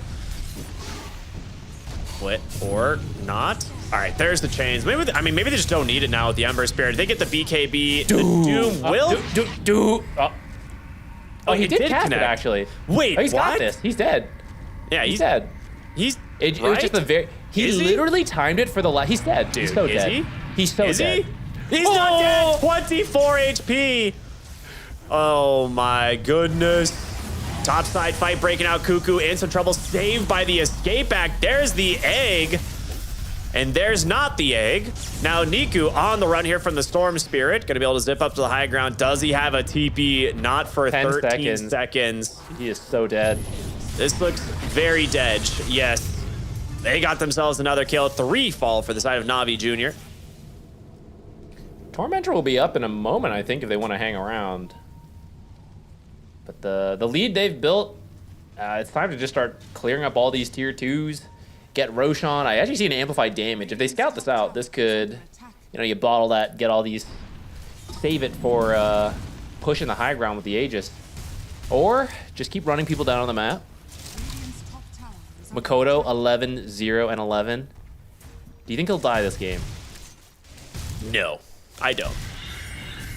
He just needs, if he buys like a BKB or honestly like any form of a defensive item, I don't think he dies. He does have the BKB queued up. He's got the Sange and Yasha.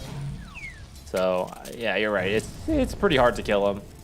Oh, he did go Sange and Yasha. Okay, I was gonna mention, I was like, maybe you just go Sange and Yasha on the Ember, but yeah, that's cool. I mean, it fits his play style a lot, right? Yeah. Makoto is constantly going in first for his team and baiting things out, which is what an Ember Spirit wants to do. And they do have ways to chain stun and kill him, especially if you get caught off guard by that Nyx, like you were talking about, Spike Carapace from Invis. If you get caught now, you got the status resistance, so you're more likely to be able to remnant out. You also have the gem now, so you're not likely to get surprised by the spiked Carapace. They get right onto the backside of this fight, get both supports very low. Makoto has an amplified damage. Get in there, buddy. Don't let this stop you. Okay, he's not going to go in. He realized he's 11, 0, and 11. He's like, whoa, whoa, whoa.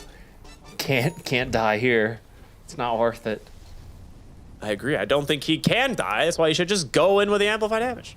Now we'll see a potential fight breaking out bottom lane as Doom and Ember are trying to intercept. Zayak here on the Nyx Assassin. Needs to be a little bit careful. He's going to take a lot of damage from this. He walked right into a ward sentry. Oh, God. Oh, God. It's also unfortunate. He spiked Carapace just as Scorched Earth ended. TMA, instant trouble being chased down here from 23 Savage, but slowed up for the moment. Another static link that doesn't really do much here for 23 Savage, but they are still just completely dominating the map. And they're going to TP top immediately and look for the Tiny. Little Nyx roleplay there. Invis Jakiro gets the stun. Got the juice. No TP. Has to walk home. This is going to be a very... Ooh, there's the BKB. But again, 23 Savage. What can you do to this, man? You can't get away from the Razor. PMA going to try and just TP out under his BKB. He will be fine, but up onto the high ground will be Riddies. Sunray almost sniped there by the Ringmaster. Very good attempt, but tier 3 tower starting to take a little damage. 128 stolen damage, so yeah, already down to 50% on this top tower. Makoto's going to come over and start helping out too. So this will be the top barracks. The back door broken by the mid creeps. 17k lead now for Talon. I gotta say, they played really well this series. Yeah, this was the best we've seen them. Yeah, I can't see how Navi's gonna climb back into this one. They've been playing really fast-paced around their heroes. Actually, it's a very different style, right? Game 1 was a slow pace around the Medusa. Let her get super farmed. The other heroes played fast to make space, and then they completely switched it very patient behind the Medusa. This game, they just went all out, win your lanes, and as soon as they were stronger, just full aggression everywhere. That's where you're maybe regretting that Storm pick, right? Like, you know that Ember Spirit's going to come out, and you're really banking on this Nyx Assassin contributing a ton to shut down this Ember Spirit, and it just never happened. And it definitely reflects in his scoreline.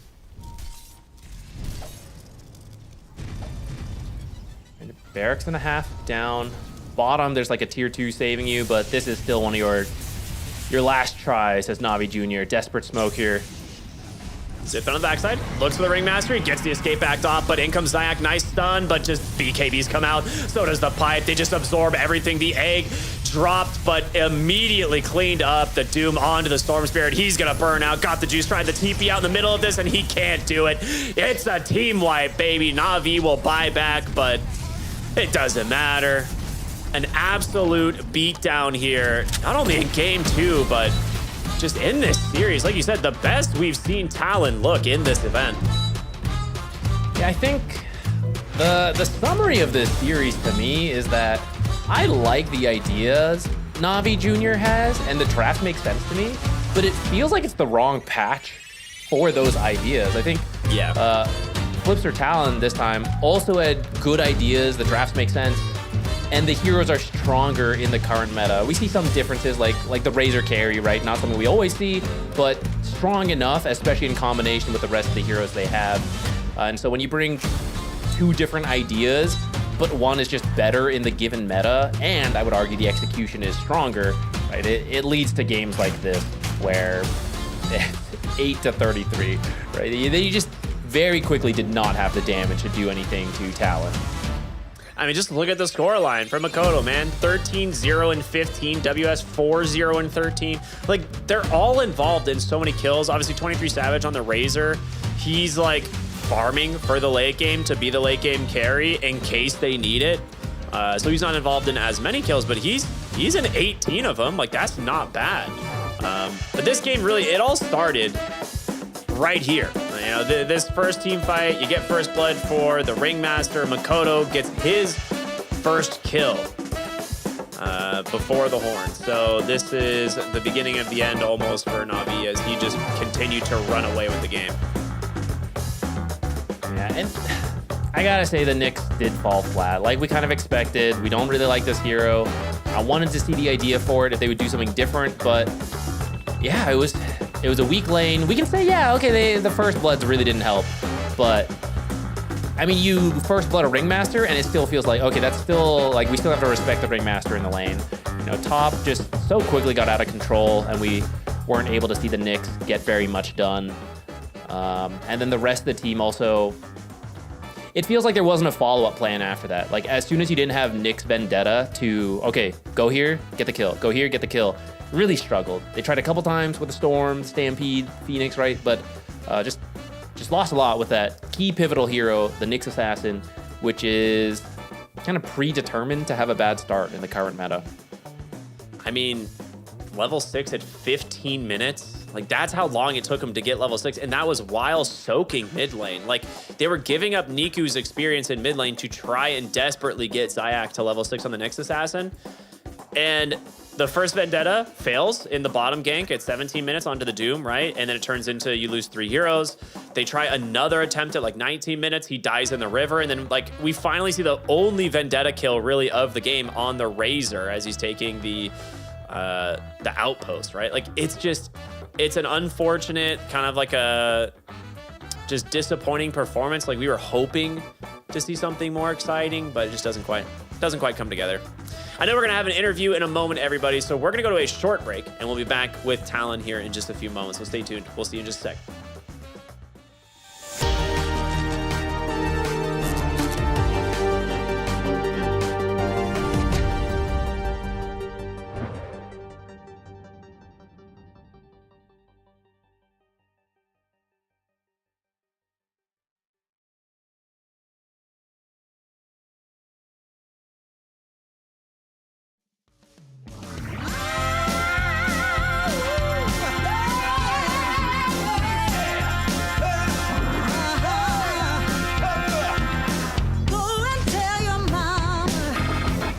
to get up off her seat.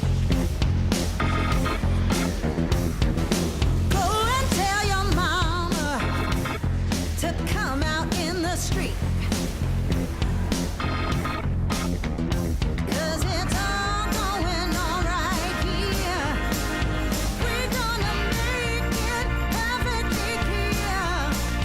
When you hear our voices ringing in your ear. Yeah, yeah, yeah, yeah. Go and tell your mama she better come around. Yeah. We got the mother of all parties, and it's about to go down. Yeah. Yes, we're having a celebration. We're gonna rock the entire nation. It's a win-win situation, so come and lay it down. Yeah, yeah, yeah.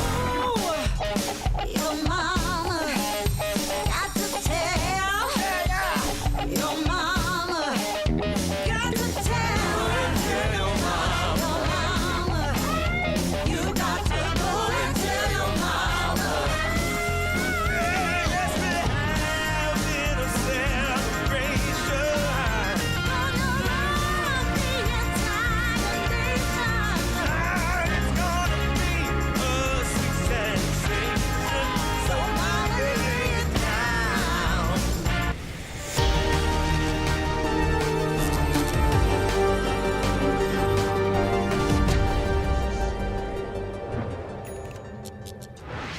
Welcome back, everybody. As promised, we will be here with an interview shortly, but let's talk a little bit more about what happened in this series, because you and I both agree, like, this was some of the best performances we've seen from Talon, I think, in this group stage.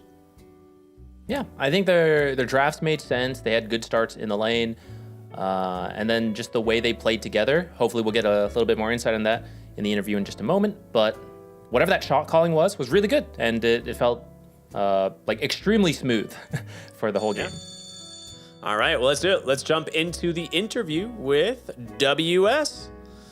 Hello, guys. Hello, how you doing? Congratulations. A really, honestly, sick win from you guys. Thank you. Yeah, so how's the team feeling? Because we were looking at the cameras after game 1 and then after game 2, and you guys are laughing. Like, these looked like very fun games for you guys. Yeah, because we lose the first series against Falcon today. Mm-hmm. And we make a reset and let's say just play, don't get depressed by the games. So everyone just play like super happy. Awesome. On the second series. So a little bit of a spoiler, but this 2-0 has put you guys in 4th place. So you're now in the top half of the group, no matter what else happens today. So you guys are in a good spot. So looking forward to, going into the last day for you guys. I know Zach's got some questions for you, so I'll let him take it away. Yeah, I just wanted to ask you about how the team communicates when, like, let's say in game 1, you guys start making a lot of space for Medusa, and then at some point you switch to a very patient playstyle, just sitting behind Medusa. How do you guys identify, like, when is it time to do that? Who's making that call? The call is from our carry, the 23 Savage. So basically he's saying he's super strong on the game, so we don't need to do anything move, just need to follow him. He will carry the game. Got it. Yeah, it's good to have a carry who can share their strength like that. And then I wanted to ask something you just said about you lost your earlier series, so you just tried to have a good mental reset. That's something, a lot of us don't get to see as much. How important do you think that is going into the series in a good mood versus a bad mood? How much can you feel how much of a difference it makes to your gameplay? Yeah. If the modes will sometimes affect your gameplay. If you have a bad mode in the game, you don't talk a lot, you don't communicate with your team, so maybe that's why that maybe will make your game lose. is there anything you like to do to make sure you're in a good mood going into a series? Like listen to music, or you eat something beforehand? Yeah. Before the game, maybe I will listen music like 5 minutes and take some deep breath before the games. Yeah. Awesome. Yeah, great to hear. Like that's the stuff that we don't get to talk about as much in Dota, but very, very important. Thank you for sharing. So I've got one final question, right? Like it's kind of similar to like what Zach asked. Like in game 2, you guys have a kind of a different strategy, but it kind of played out the same way where it was very early oriented, but this time it's Makoto just kind of like going ham on the Ember Spirit. So do you guys, like, who makes the adjustments in these types of games where it's like you end up playing a really fast draft, but around a completely different style, I suppose? I'm not sure about this one, but basically every game, if we're trying to let Mikoto have a good game, so he will carry us. Like you see his performance or Ember Spirit or Storm Spirit. Yeah. I just need to buy Pipe or Crimson for him. I see. That makes sense. So do you guys, we've seen Makoto have some like pretty amazing games so far. Is it pretty important that you guys have like more attention focused on the mid lane than like maybe some of your side lanes? Like, does that frustrate your gameplay as all as the offlaner? Like they just leave you to do your best as they your supports go and help Makoto? Yeah, sometimes I will tell them to go. I love it. Well, I just want to say, WS, it's a pleasure talking with you, and obviously a really solid 2-0 for you guys. Puts you in a really good position going into day 3. So, yeah, want to wish you the best of luck, and thanks for joining us. All right, guys, thank you very much. Thank you. Bye. All right. Well, that is day 2 of the group stage now coming to a close for, at least for our stream. There are some other games still happening. So if you guys have, if you're still wanting to watch a little bit more Dota, it will be available. But let's go ahead and take a look at the groups. Zach, do you want to take this one? Yeah, in Group A, so still games to be played. I don't think any of this is locked in quite yet, but we do see starting to build a bigger difference. Got Aurora, Nigma, Bet Boom, and Boom currently in the top half, which means Extreme, Liquid, Shopify Rebellion, and OG they're the ones starting to feel the pressure. They might get eliminated here, but they do still have 2 more days to get some wins to get back into the top 4 teams. For Group B, Paravision, Yakult Brothers, Gaming Gladiators, and Flipster Town that we just saw in that top half, with the Falcons maybe a bit of a surprise there. Navi, Junior, Edge, and Avalis could be at risk of the elimination. Yeah, it wouldn't be a DreamLeague if Liquid made it through the group stage, honestly. So we'll see if they, if it continues to be their curse, or if they will bounce back in Group A. But let's go and take a look at the leaderboard for EWC and see where these teams kind of stack off. We've already got 5 teams already confirmed for the main event, right? Paravision, Spirit, Bet Boom, Falcons, and Liquid. But there is a lot of points still on the table to be claimed to secure these additional slots, and Tundra, they're not here. This would have been a great event for them to pick up a few extra points, but a lot of these teams, right, are fighting for that next spot. Yeah, and I think it's especially Avalis, Nigma, and Shopify looking to make the biggest difference. So not only getting out of this group stage, but making it further into the tournament. Good for qualifying through points, which is the much more relaxing way to make it to this rather than having to go through qualifiers. But of course you need to play well, because you don't want to qualify and then go lose there, right? So of course just learning to play well and have a chance to beat some of these top teams is the bigger picture for these teams. Yeah. Well, let's take a look at what we have lined up for tomorrow's schedule. It will be Boom Esports versus Nigma Galaxy in the morning, Edge versus Falcons, followed by Liquid versus Boom Esports, and we'll be ending the day with Team Falcons versus Avalis. So kind of day 3 is kind of the make or break day for a lot of teams, right? Now things are starting to split in the groups a little bit, But this is really like your last chance at keeping your tournament life aligned or for securing your position in group stage 2. So we'll see how that ends up going. Dream crushing time is tomorrow. Dude, I love crushing dreams. Love watching. I'm not the one crushing the dreams, man. I'm watching and talking about dreams being crushed. That's fair. That's fair. Well, it's been a lot of fun here.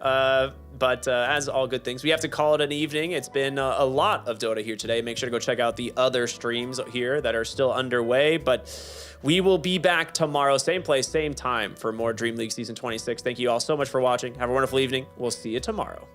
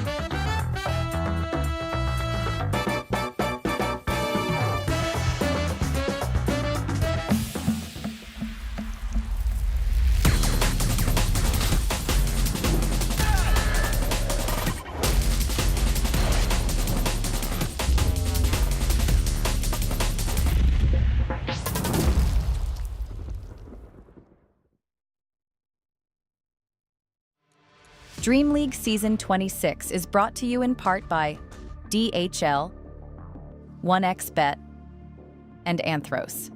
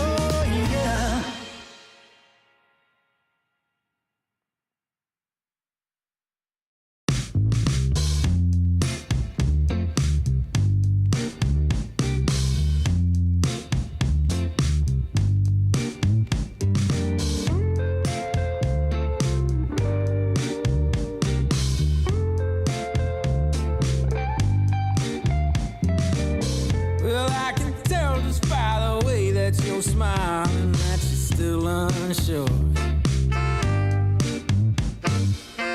And I can tell just by the look in your eyes that you've been hurt before. But baby, no one can promise you forever. Right now I only know that we should be together. Because it's now or it's never, so won't you take a chance on me? Well, it's fine if all your previous guys they made you run away. You can bet you'd only have one regret, and that's if you didn't stay. Walk my way. 'Cause baby, no one can promise you tomorrow. But today you take away all of my sorrows. You know I'd beg and I'd borrow for you, so won't you take a chance on me?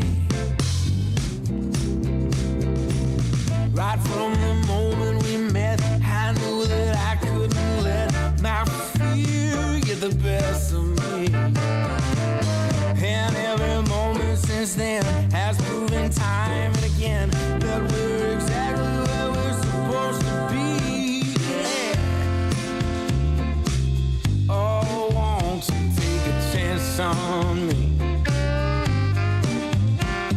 Ooh, oh, won't you take a chance on me?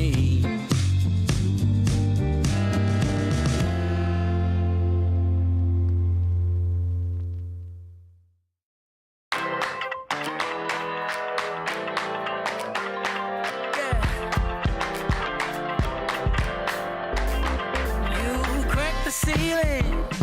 This love is an open sky. Can't shake this feeling. I want you to know I can't lie. These doors are open. Welcome, darling, won't you stay? And you got me hoping. Forever's here, today's the first day. I wanna be closer to you. Closer to you, yeah. You to be all mine. I got all these choices, but I so made up my mind, yeah. There's nobody better, gotta be you. A thousand voices, 'cause it's so good to be alive, yeah. There's nobody better, so it's gotta be you. These myths are busted, the grass is greener on my side. It's done and dusted, I'm never getting off this ride. 'Cause life with you is golden, so how can I go back to silver love? I'll be holding on, can't get enough. Wanna be closer to you. Closer to you, yeah. You to be all mine. Oh, yeah. I got all these choices, yeah. But I so made